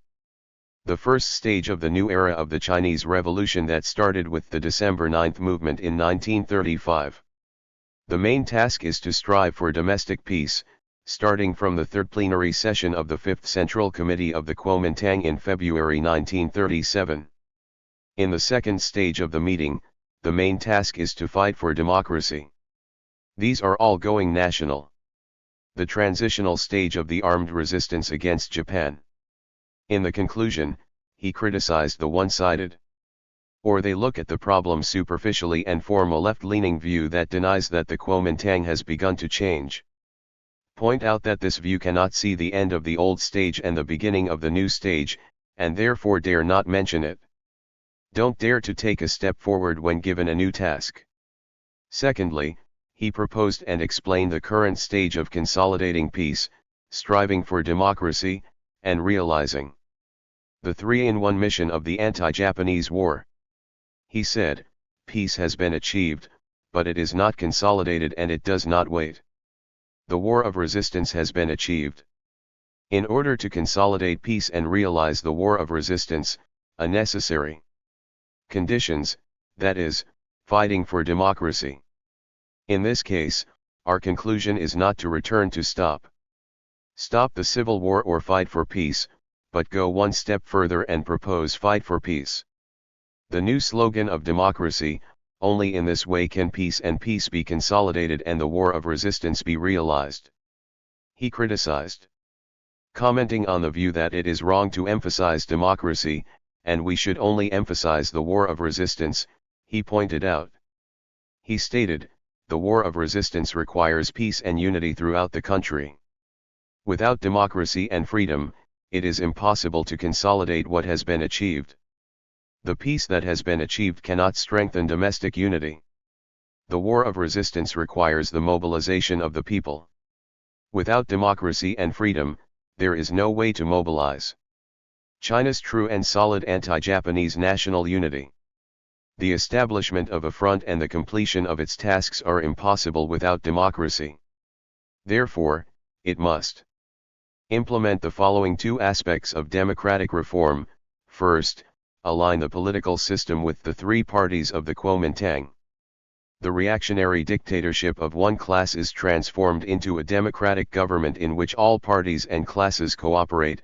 Chapter 1. To protect the people's freedom of speech, assembly, and association, including the release of political prisoners and the opening up of party ban, etc. Once again, we summarized the historical experience and lessons of the first cooperation between the Kuomintang and the Communist Party and clarified the importance of the people in the anti-Japanese war. It is extremely important to uphold the leadership of the proletariat in the National United Front. He pointedly proposed. Such a question is, should the proletariat follow the bourgeoisie, or should the bourgeoisie follow? What about the proletariat? This issue of the leadership responsibility of the Chinese Revolution is the key to the success or failure of the revolution. Key. Without the political leadership of the proletariat and its political parties, the anti-Japanese National United Front, if it cannot be established, the goals of peace, democracy, and the war of resistance cannot be achieved. What about the proletariat? To achieve political leadership through its political parties, Mao Zedong put forward 4 conditions. First, fundamental. Based on the historical development process, put forward basic political slogans and mobilize for the realization of political slogans. Slogan, as a specific goal for the unified action of the people across the country. Secondly, the proletariat and its political parties give full play to their unlimited enthusiasm and become the tasks set forth by political slogans. Third, on the principle of not losing the definite political goal, establish and consolidate and develop relations with allies. Fourth, the development of the Communist Party's ranks and the unification of ideas. 6. Strictness of discipline. Finally, he called on the whole party to continuously improve the level of Marxist-Leninist theory and to ensure peace, cultivate cadres with both ability and political integrity as soon as possible, strengthen unity within the party, and win over millions of people. Enter the anti-Japanese National United Front and fight. Certificate. The National Congress of the party approved Mao Zedong's report and the Central Committee of the Communist Party of China since the Zunyi Conference. The central government's political line. This meeting and the subsequent meeting of representatives of the White District convened by the Central Committee of the Communist Party of China provided a basis for to welcome the arrival of the national anti-Japanese war. Important preparations were made politically, ideologically, and organizationally. Prepare. After the Central Red Army arrived in northern Xianzhi, especially in the second half of 1936 and 193. In the first half of 2007, there was a period of time when Mao Zedong was able to focus more intensively on the party's historical experience. Carry out in-depth theoretical thinking and theoretical summary. Mao Zedong had a prominent feature in his approach to theoretical work, which was his emphasis on theory. Dependence on practice, the basis of theory is practice, and vice versa. Serve practice. In his view, only with correct theories can people understand things better. Stay at the primary perceptual stage, and the ability to see things clearly through the entire objective process. The nature of things and its internal regularity is used to consciously guide actions, and this. A correct theory. 1. Nothing can be separated from practice, it can only be derived from practice. Then go to practice to accept the test and continue to develop. The Communist Party of China has gone through a period of legend. The dangerous and tortuous road of sex. It has achieved great success in practice and has also experienced 1927 and 1934. 2 tragic failures have accumulated a lot of transcendence. The experience of previous generations also included leftist and the heavy lesson of the right person, among which Madara Ming is the 4 years of representative left dogmatism rule, and brought the party almost to the brink of destruction. The conclusion of the historic Zunyi Conference put an end to the left dogma represented by Wang Ming. Socialist rule, but it was under the leadership of the Red Army. Those who carry out the journey during the journey can only respond to the most pressing needs at the time. Military issues and central leadership agency issues. The title has been changed and other problems have not yet been solved. After arriving in northern Shaanxi, Mao Zedong When talking about Bogu at the Politburo meeting, he said, the Zunyi meeting corrected his mistakes, but it did not. Some people point out that sectarianism and adventurism are errors in the line at it can be seen that he is conducting a comprehensive review of various problems existing within the party from a fundamental perspective. At this time, people transition from civil war to anti-Japanese war, facing the complex and ever-changing domestic. Seeing that Director Luo was just doing this job, Lu Chuanjian must only meet Zitiao, a party member, and have knowledge of the unified workers. Make a scientific analysis of the situation and formulate correct routes and strategies. However, within the party, thoughts are not unified. Closed-doorism, adventurism, and action. The dogmatism of their common ideological foundation still hinders the party's correct line and strategy. The formulation and implementation of. If these problems cannot be solved from an ideological and theoretical level, the Chinese Revolution cannot move forward one step further. The relatively stable situation in northern Xianzhi, and some Marxist theories translated and published in China.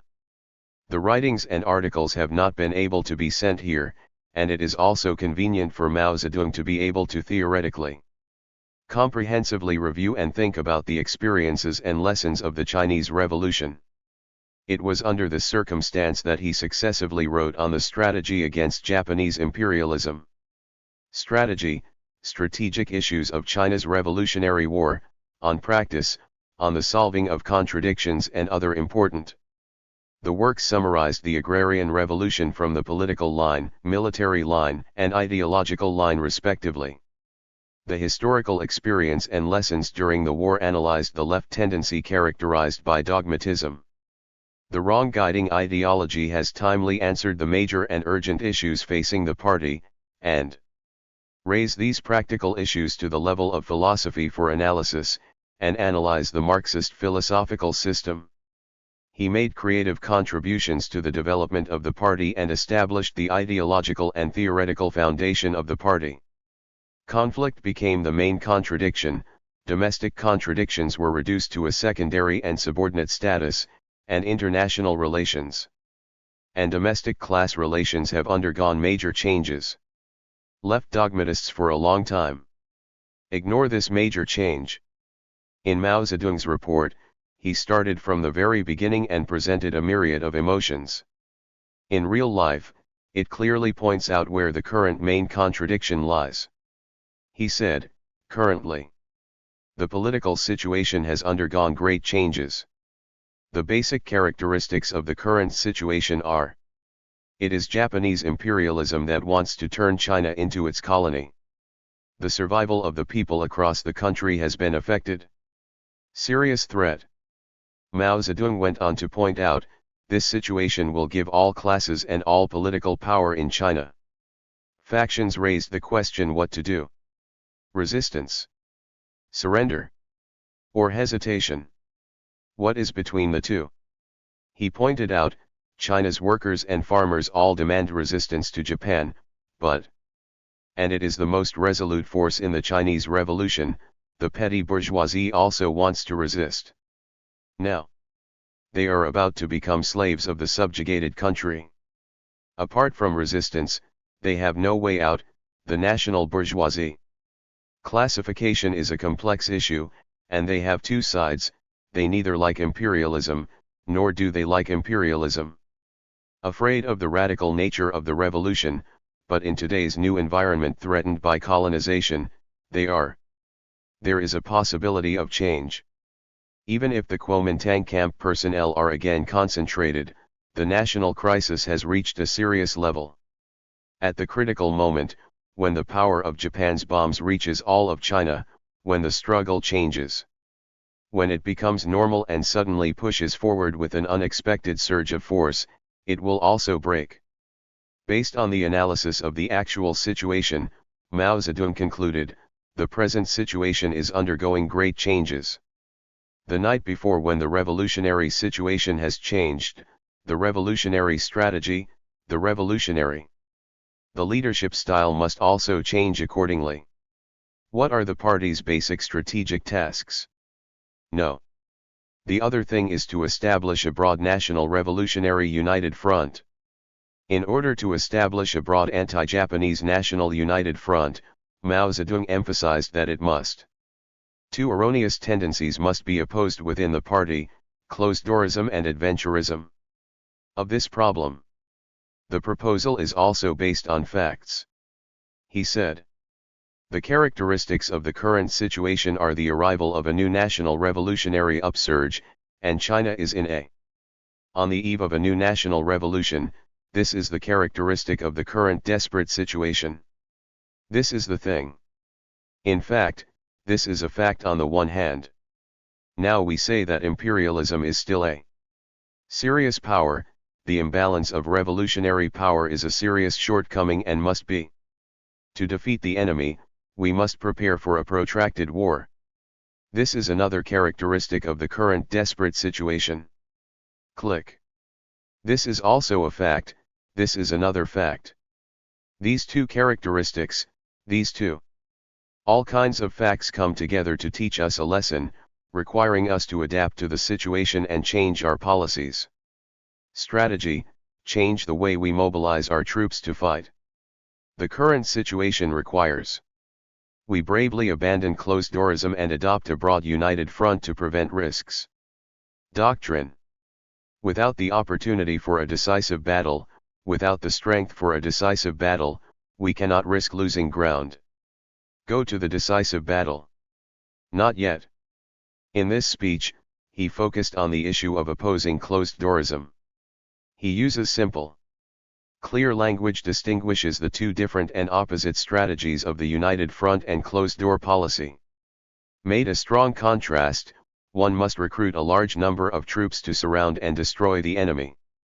After that, one relies on a single soldier to fight a powerful enemy. Which one? Is this strategy correct? He still uses facts to answer. The path of revolution is the same as the path of all things in the world. It is tortuous, not straight. The fronts between revolution and counter-revolution may change, and, like everything in the world, is subject to change. Japanese imperialism decided to change. The whole of China is its colony, and the current strength of the Chinese Revolution still has serious potential. Point: these two basic facts are the emergence of the party's new strategy, that is, the broad united front. Send some. Organizing tens of millions of people and mobilizing a mighty revolutionary army is what we need today. It is necessary for the Japanese Revolution to attack the counter-revolution. Only with this kind of power can we defeat the Japanese Revolution. In the future, imperialism, traitors will be defeated. This is a truth that is obvious to all. Therefore, only the strategy of the United Front is the strategy of Marxism-Leninism. Closed-door doctrine. His strategy is that of a lonely person. Closed-doorism drives fish away from the abyss and drives away bushes. Province, drive thousands and mighty to the enemy's side. Only to win the applause of the enemy, the so-called purity and dash of the Guanzhong principle. It is Marxism-Leninism that is breathing down its neck, but Japanese imperialism is struggling against it. Of commendation. Something. We definitely don't want closed-doorism, what we want is control Japanese imperialism. Respect. A fatal national revolutionary united front with traitors and traitors. At the report on the tactics of opposing Japanese imperialism written by Mao Zedong was very important too. A complete analysis was made of the proposal of the Communist Party of China to establish an anti-Japanese national united front. An exposition systematically solved the problem of the party's political line, and prepared the whole party for the entry into the anti-Japanese war. Made important ideological and theoretical preparations. His discussion is undergoing tremendous changes everywhere. Taking the objective facts as the starting point and taking the specific conditions of China's socio-economic, political and class relations. taking individual characteristics as the starting point and opposing the kind of solid and rigid dogmatism that ignores facts. Thought, combine Marxist materialist epistemology and dialectics with the practice of the Chinese Revolution. The skillful combination of practice and practice shows that his thoughts are further maturing. After settling the party's political line, Mao Zedong focused his attention on the party's military. Things are on the line. He said, the past revolutionary wars have proved that we not only need a horse, a correct Marxist political line, and a correct Marxist political line is needed. Military route. This requires a systematic summary of the historical experience of China's Revolutionary War, from make new theoretical generalizations. After a long period of preparation, on December 1936. In August, he wrote a paper on strategic issues in China's Revolutionary War at the Red Army University in northern Xianzhi. Report. This report was also the result of a major debate within the party on military issues. This game.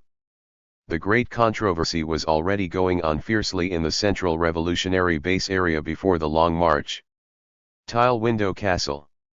After the meeting, Lida disagreed with the eastward military strategic policy adopted by the meeting. He is in A.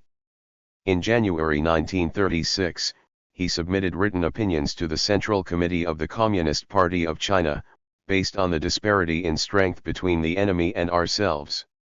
Situation, advocated consolidating and developing the Soviet area and creating new base areas, and arbitrarily believed that switching to the offensive is too early, political preparations are insufficient, and the result will be retreat and escape. Run, in order to oppose the policy of development and consolidation decided at the meeting. And said war. Before this happens, we should avoid actions on our side that could lead to conflict between the Soviet Union and Japan. Move. For fear of involving the Soviet Union in military conflicts. This kind of discussion can be discussed apart from development. The idea of consolidation is actually a repetition of what he said, which led to the failure of the fifth counter-encirclement of Pear War. That kind of purely defensive strategy failed. Judging from the actual situation in northern Shaanxi at that time, it was even more unsuitable. Appropriate. Mao Zedong immediately pointed out that it was a conservative and purely defensive war under a revolutionary offensive. Omitted. In March of this year, when the Political Bureau of the CPC Central Committee met in western Shaanxi, they discussed Lida's opinions. Many people criticized Lida's wrong ideas in their speeches and made resolutions. Strategic decisions are written by Chairman Mao.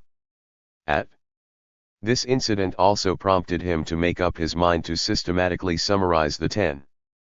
This book was written based on the experience and lessons learned in military struggles during the Civil War. Mao Zedong made very serious preparations for this work. Through various channels, the Kuomintang-ruled areas purchased a batch of military books. He read Marx repeatedly and intensively. Marxist military works, carefully study on war by Krausevio of Germany, Japanese. He wrote books on external warfare, etc., and also studied the ancient Chinese The Art of War. He later told many times that during the Zunyi conference, some people said that I fought in accordance with Sun Tzu. Actually, I had not read this book at that time, but I did not read it until I arrived in northern Shaanxi. Got this book. He also organized some cadres with rich practical experience to contact the Chinese Revolution. We ordered actual personnel to study and discuss these military theoretical issues. Through study, discussion, and research, the rich knowledge accumulated in China's Revolutionary War experience rises to theory. This is the origin of strategic issues in China's Revolutionary War. Mao Zedong pointed out in this work, war has laws. Strategic issues are research. The outcome of the East-West War, which examines the overall laws of war, not only depends on the military and military capabilities of both combatants. Political, economic, natural conditions, and also depends on the subjective guidance capabilities of both parties. Because, therefore, anyone who directs the war must study and solve this problem. He very emphasized that when studying the laws of war, one must understand the dialectical relationship between general and special. We are now engaged in war, our war is a revolutionary war, our revolution. The war was fought in China, a semi-colonial and semi-feudal country.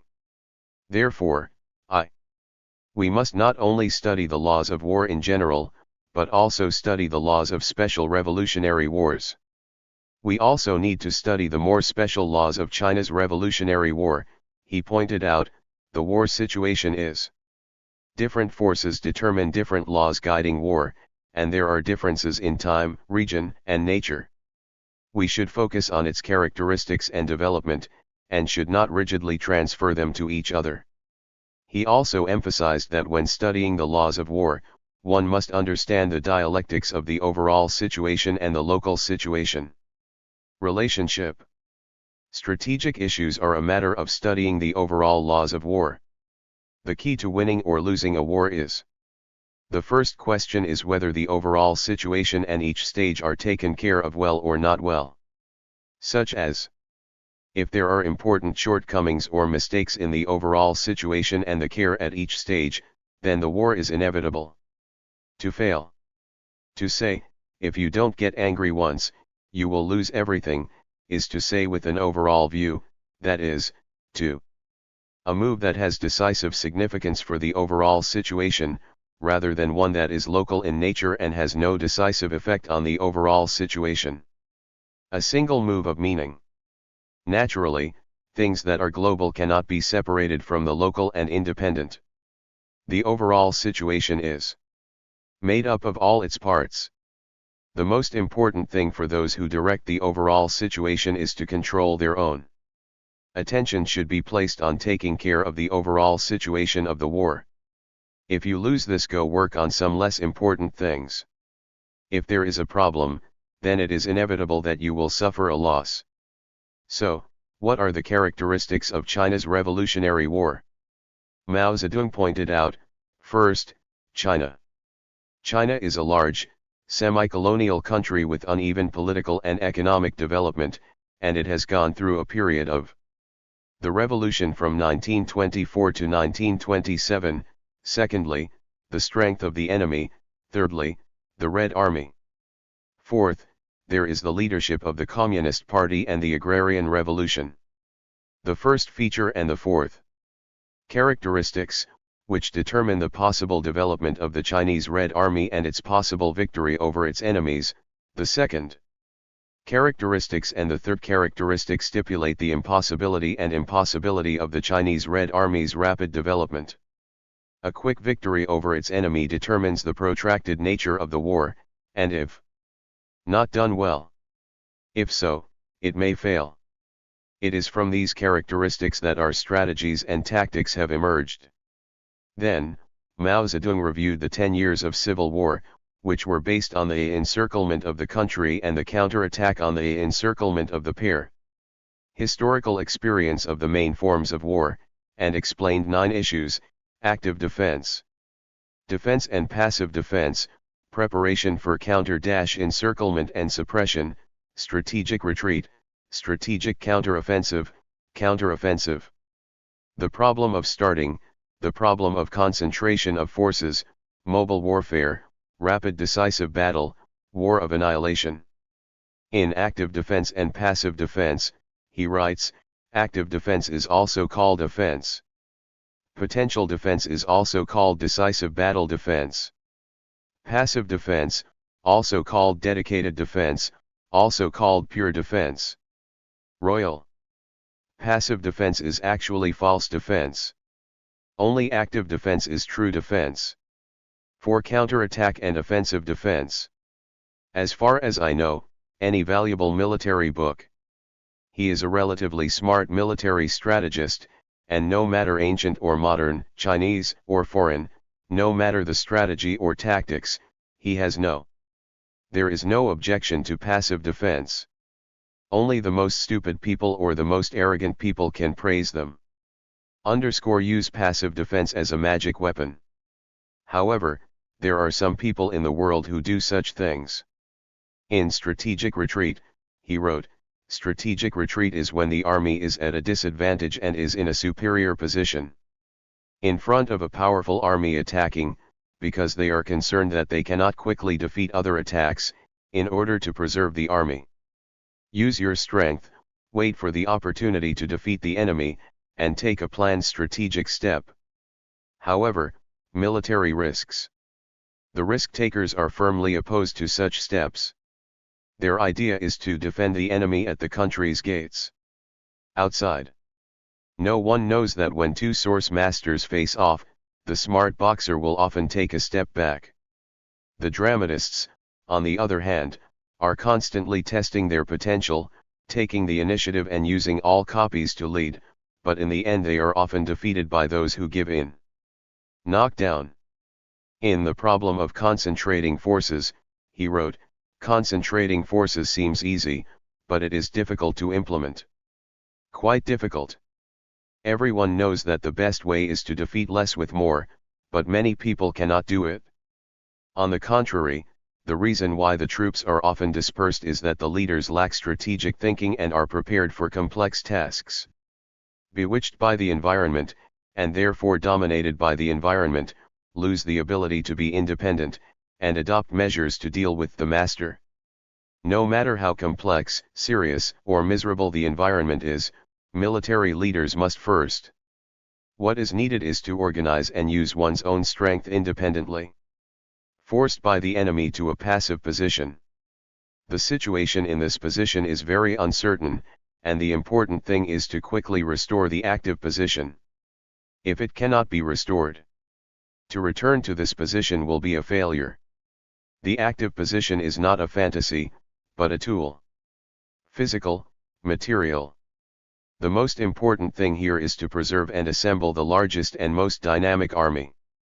Team. He also emphatically pointed out, our strategy is to take 1 against 10, our tactics are. It is 10 are equal to 1, this is one of the fundamental rules for us to defeat the enemy. In sports war, he wrote, fight if you can win, and leave if you can't win. This is the popular explanation of our sports battle today. All walks are for fight. All our strategic and campaign policies are based on the basic point of fighting. However, there are several situations in front of us that are difficult to fight. The first is that there are many enemies in front of us. It is not easy to fight.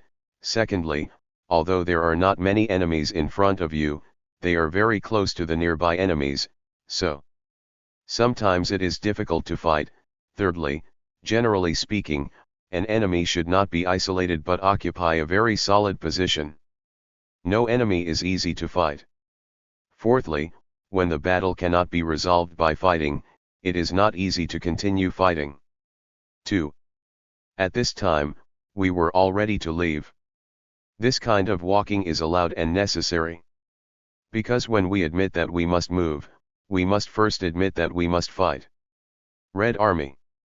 The basic characteristics of sports warfare are here. In the War of Annihilation, he wrote, the idea of fighting attrition is very important to the Chinese Red Army. It is not timely for the military. Comparing treasures is not a comparison between the Dragon King and the Dragon King, but a comparison between beggars and dragons. Wang Bai, it is inevitable to slip. For the Red Army, which surrendered almost everything to the enemy, the basic approach. The target is a war of annihilation. A war of defeat is not something that basically determines victory or defeat against a powerful enemy. West. Annihilating the enemy will immediately have a significant impact on any enemy. For people, hurt. It is better to cut off one of his 10 fingers, it is better to annihilate one of the enemy's divisions than to defeat his 10 divisions. A war of annihilation has the same meaning as concentrating superior forces and adopting tactics of encirclement and relocation. No after. The latter, there is no former.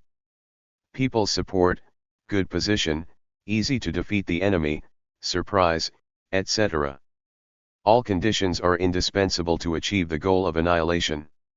How can we learn to guide the war correctly? Mao Zedong had a famous saying, "Reading is one thing. Learning and using are also learning, and they are more important learning." Learning War from War 11. This is our main approach. 1. Here, Mao Zedong particularly emphasized the consistency of subjectivity and objectivity. In directing war, people. The subjective initiative of the people is extremely important. To learn the guiding laws of the overall situation of war, we must use. Just think about it in your mind before you can do it. Because this kind of overall thing cannot be seen by the eyes, we can only when you use your mind to think about it can you understand. If you don't use your mind to think about it, you won't understand. But what he said? There is a prerequisite for thinking with your mind, which is that it must be consistent with the objective reality. Together. He wrote, why subjectively make mistakes? It is because of war or fighting. Deployment and command were not suitable for the local situation at that time, and subjective guidance and objective reality were inconsistent with each other. The situation is not consistent, wrong, or it is said that the contradiction between the subjective and the objective has not been resolved. The key here is to achieve a good match between the subjective and the objective. Mao Zedong described in detail the entire understanding of a military strategist in correctly guiding a war. Recognition process. The commander's correct deployment comes from the correct determination, and the correct determination comes from correct judgment, and correct judgment comes from thoughtful and necessary reconnaissance. And thoughts on connecting various reconnaissance materials. Commander uses everything available. Use capable and necessary reconnaissance methods to collect various materials on the enemy's situation obtained through reconnaissance. Add to this the thinking of removing the rough and getting the essence, removing the false and retaining the true, from one to that, from the outside to the inside, and then add your own situation to it to study the comparison and mutual relationship between the two parties. Therefore, judgments are made, determinations are made, and plans are made. This is what military strategists are doing. A complete understanding of the situation that precedes every plan for a strategy, campaign, or battle. The process of the situation. The process of understanding the situation not only exists before the military plan is established, but also exists after the military plan is established. When executing a certain plan, start execution from beginning to end, until the end of the war. This is another opportunity for you to understand the situation, that is, to implement it. Process. At this time, whether the things in the first process are consistent with the actual situation needs to be re-examined. New to check. If the plan and situation do not match, or do not match completely, then we must make new judgments based on each other's new understandings, make new determinations, and put the already determined decisions into practice. Change the plan to make it suitable for the new situation. Things that have partially changed are almost the same. Every battle has its own consequences, and everything that changes completely does not happen occasionally. And reckless home not. If you don't know how to change, or if you don't want to change, you just keep talking and do what you say, and the result is that you will hit a wall. The understanding process described by Mao Zedong here actually goes beyond the scope of military science. Diagram has general epistemological and methodological significance. It is the same as the later on practice. There is only one step between you and your discussion. Strategic issues in China's Revolutionary War is an important issue in the formation of Mao Zedong's military ideological system. Want flag.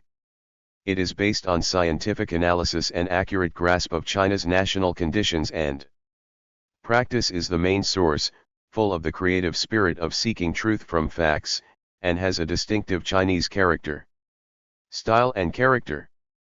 For a long time, China's Revolutionary War was fought in an environment where the enemy was strong and we were weak. Of Chen Yi made this comment in his speech at the 7th National Congress of the Communist Party of China, China's Revolutionary War. One of the important characteristics of China is to use the small to defeat the big and to use the weak to dominate the strong. He said, pick up and fall behind weapons and fight enemies with new weapons. We are weak and cannot fight. If you can't win by fighting with strength, we should pay attention to fighting by wit. Therefore, our strategic thinking is the most developed, and our heads have been overworked for a long time, and we rely on our heads for food. The weak defeat the strong, the small defeat the large. Strategic warfare. Technology has developed particularly. Why is this kind of military thought connected with Mao Zedong's name? That is, he was able to sum up experience based on these characteristics and express the genius of Comrade Mao Zedong. Talent. Whether it is a political line or a military line, both are inseparable from the correctness of the ideological line. And no. Mao Zedong clearly saw, all major political mistakes are made without dialectics. Physics theory. After Mao Zedong arrived in northern Xianzhi, he worked hard to read all kinds of philosophical books he could collect. After American journalist Edgar Snow went to Bayonne to interview him, he recorded, Mao Zedong is a person who seriously studies philosophy. For a while, I went to see him every night and interviewed him. In the history of the Communist Party of China, a guest once brought several new books on philosophy to him, so Mao Zedong asked me to reschedule the discussion. They spent 3 or 4 nights concentrating on reading these books. During this period, he seemed not to care about anything. The scope of his reading is not limited to Marx. I am an ideological philosopher, and I have also read some ancient Greek philosophers, Spinoza and Constance. After the Xi'an incident, Zhang Suiliang transferred the Northeast Army originally stationed in Yan'an to reinforce the Eastern Front and extend the and was taken over by the Red Army. On January 13, 1937, Mao Zedong and the leaders of the Central Committee of the Communist Party of China. The organization moved from Bayonne to Yan'an. After arriving in Yan'an, he squeezed out a lot of time, day and night. I worked hard and read many Marxist philosophy books. Mao Zedong is preserved now. Some of the philosophical books that were read and annotated during this period were Silikov and Xiao Moriba. A tutorial on dialectical materialism by E.T.A.L., Dialectical Materialism and History edited by Midden. Materialism, etc. The annotations he wrote in his previous book totaled about 12,000 words. The comments written in the latter book totaled more than 2,600 words.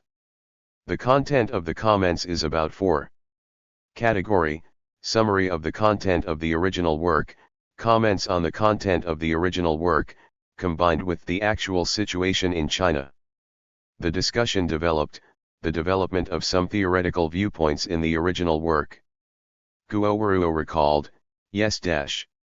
This time I was in Chairman Mao's office and saw a copy of Dialectics and Materialism lying on the table. Cheng. I opened it a second time and saw that at the beginning and in other blank spaces there were small ink characters written next to the content. They are all lessons learned from the line struggle in the Chinese Revolution. This gave me a preliminary understanding of Chairman Mao. It is to use Marxist-Leninist positions, viewpoints, and methods to analyze the practical problems of the Chinese Revolution, and to raise the practical experience of the Chinese Revolution to the theoretical level and enrich and develop Marxism-Leninism. Righteousness. These side comments of his later gradually developed into his glorious book Practice. On. Q. On July 1, 1937, Mao Zedong responded to the Red Army University.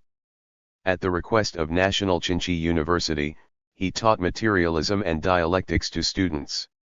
The General Political Department told him. The notes of the class were sorted out, and with his consent, several copies were printed. Later, Mao Zedong Two of the sections were sorted out and became practice included in selected works of Mao Zedong. On contradiction and on contradiction. This is his more profound and more profound review of China's revolutionary experience. A systematic philosophical summary, he combined the universal truth of Marxism-Leninism with China. An important achievement that combines revolution with concrete practice, it is also an important response to the long-term dominance within the party. These powerful criticisms of subjectivist ideas are based on status and belittle practical dogmatism. Mao Zedong, in the annotations of Dialectic Materialism tutorial, contacted the Chinese Revolution. Practically speaking, he wrote, "We do not start from concrete reality, but from empty theoretical propositions." Lili-Sanism and later military adventurism and military conservatism all made this mistake. Wrong. Not only is it not dialectics, but it is not materialism. ODS on practice is based on understanding. Taking the correct relationship with practice as the core, it comprehensively and systematically elaborates and develops dialectical materialism. The basic principles of communist epistemology. Mao Zedong started from the fundamental principle of materialism, the first nature of matter and the second nature of consciousness. Starting from this point of view, it emphasizes the dependence of understanding on practice. He pointed out, only people's society. Practice is the standard for people's understanding of the truth of the outside world. Social practice is the driving force behind.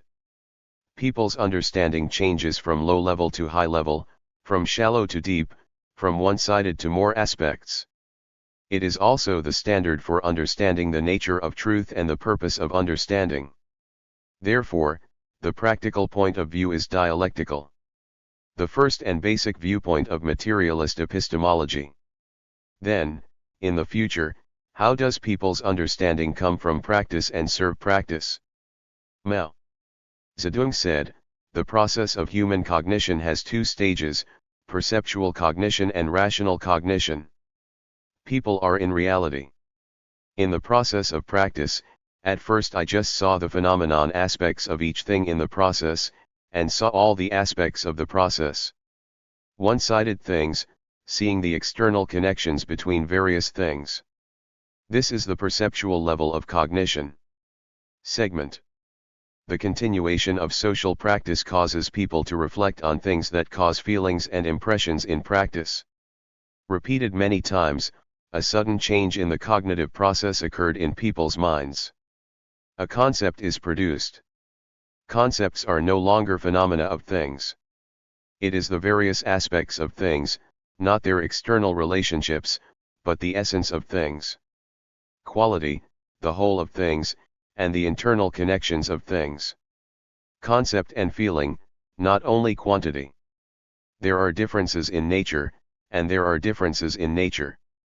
Follow this and continue, using to judge and reasoning. Methods can produce conclusions that are consistent with theory. This is the rational stage of understanding. Before. The former only solves the problem of phenomena, while the latter solves the problem of essence. Rational knowledge depends on perceptual knowledge. Perceptual knowledge needs to be developed into rational knowledge. Knowledge begins with experience. This is epistemological materialism. The perceptual stage of cognition needs to be developed to the rational stage. Paragraph 1, this is the dialectics of epistemology. Mao Zedong pointed out, dogmatism and empiricism both violate dialectical materialism. Epistemological. Dogmatists deny that knowledge begins with practice and deny the necessity of perceptual knowledge. Want sex.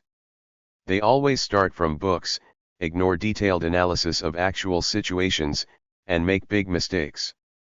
Quoting individual words and phrases from Marxism-Leninism books vividly to guide the revolution. Experience. Socialism is limited to one-sided perceptual understanding of one time and one place, and is complacent in the success and success achieved at one time. One-shot opinions, while ignoring the guiding role of theory. They are all in epistemology as a whole. Wrong. On Practice points out, moving from perceptual knowledge to rational knowledge does not mean knowledge. The completion of the process, it only tells half of the problem, and the half where right and wrong are very important. Marxist philosophy considers that the very important issue is not to understand the objective world. Regularity, so it can explain the world, but it lies in taking this kind of rules for the objective world. Legal understanding can dynamically transform the world. This is another step from rational understanding to revolutionary reality. Practicing a flying mother. Whether the theory is correct, whether it conforms to the regularity of the objective world, and whether it cannot be determined by how the party achieves subjectively, but it must be applied to practice to see whether it is able to achieve the expected results, test its truth in practice, and correct its incompleteness and errors. Practice is the standard for testing truth.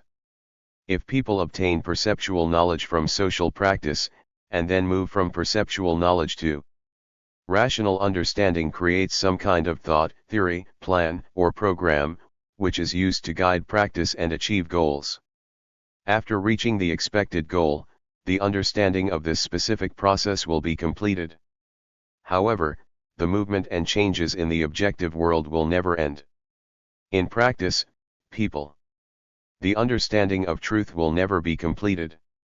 Mao Zedong said, Marxists admit that in the absolute overall development process of the universe, the development of each specific process is relative.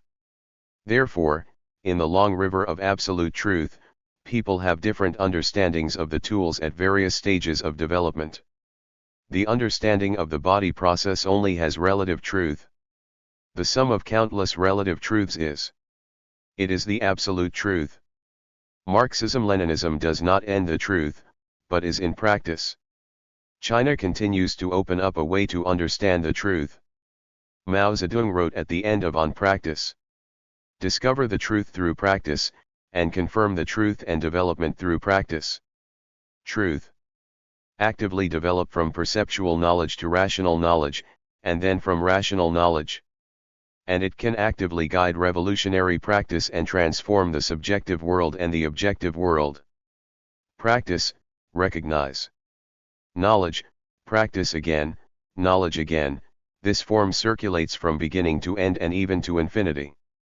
The content of each cycle of practice and understanding has been relatively advanced to a higher level.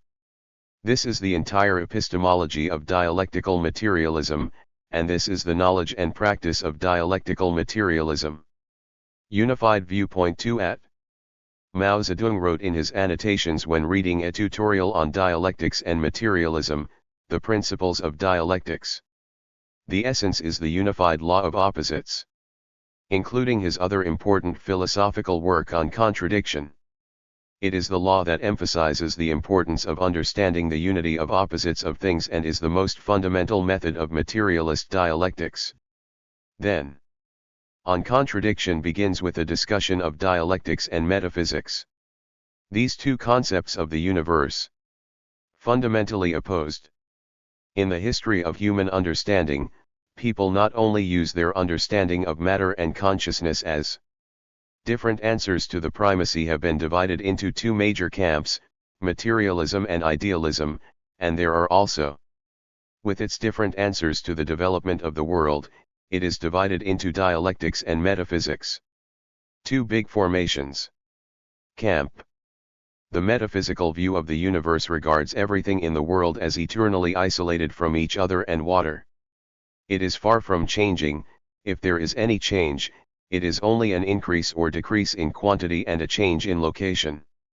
The cause is not inside the thing but outside the thing, that is, due to the promotion of external forces. And shape. On the contrary, materialist dialectics advocates looking at things from within, from one thing to other things. To study the development of things based on their relationship, that is, to regard the development of things as an internal necessity of things.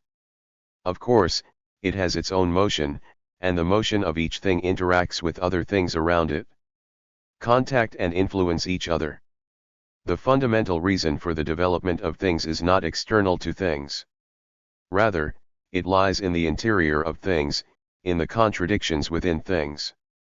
He concluded, exterior causes are the conditions for change, internal factors are the basis for changes, and external factors work through internal factors.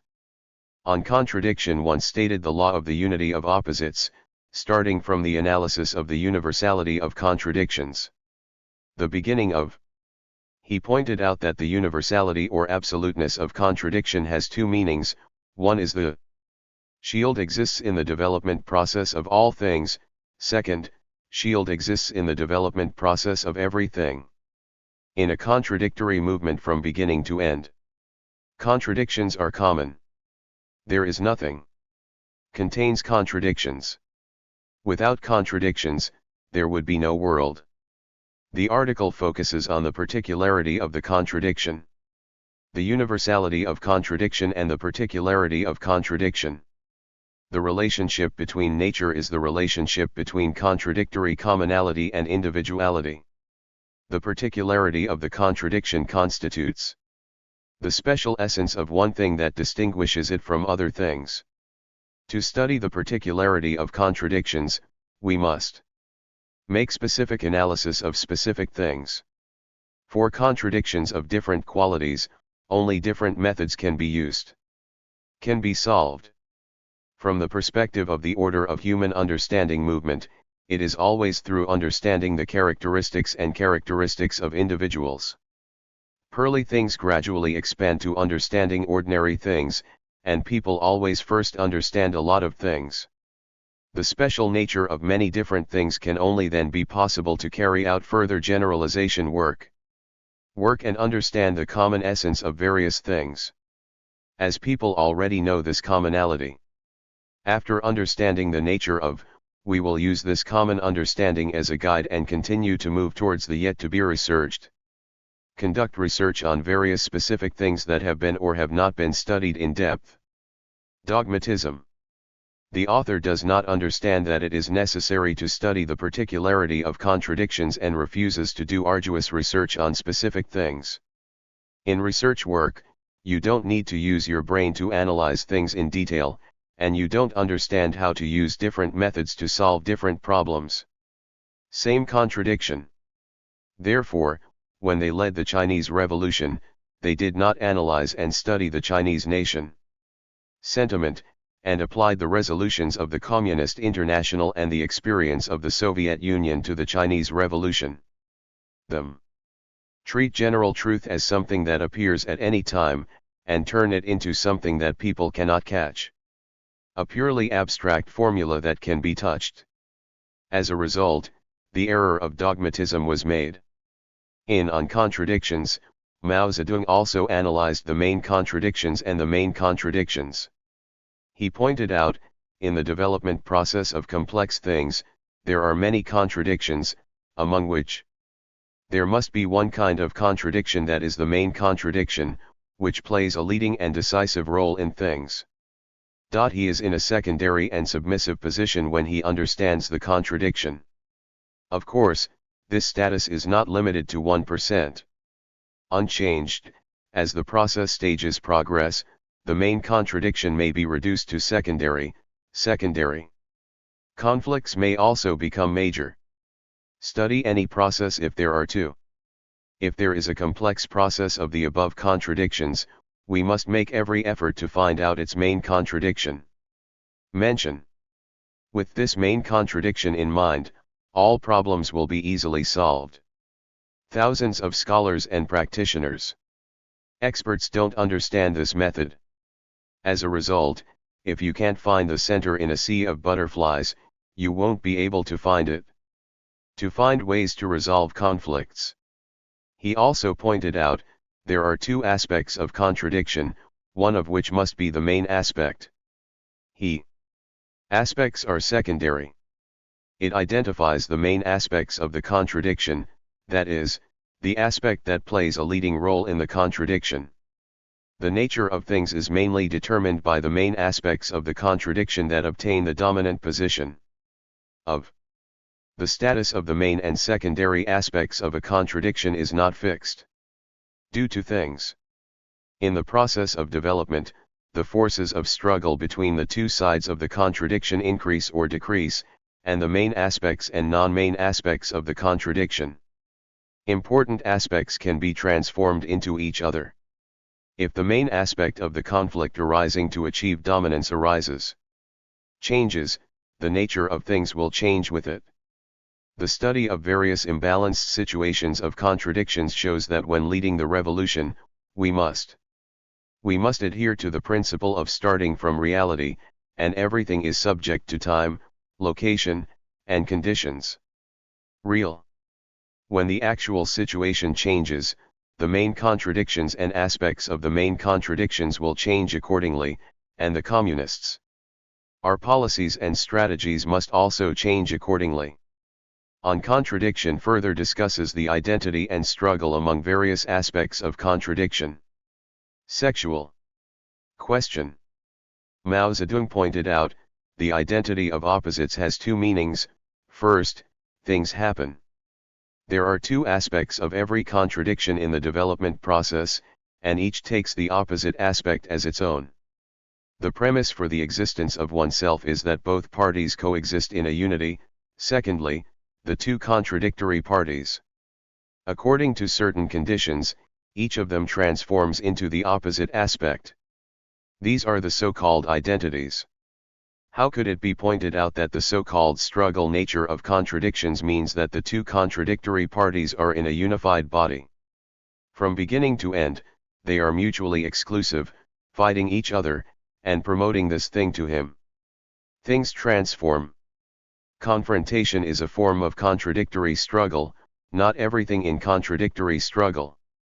Formal antagonistic contradictions and non-antagonistic contradictions can also transform into each other under certain conditions. On practice and on the solving of contradictions play an important role in the development of Mao Zedong thought. Historical status. These two papers demonstrated Marx's theory from the unity of theory and practice. The importance of integrating the universal truth of Leninism with China's revolutionary practice lays the foundation for future systems. Huang put forward the ideological line of seeking truth from facts and laid the theoretical foundation. These two papers are also based on thinking. It is necessary to point out the reasons for left and right deviations in the party from a high level of methodology and to extend the party's leadership. Important preparations were made for the rectification movement, especially the criticism of dogmatism.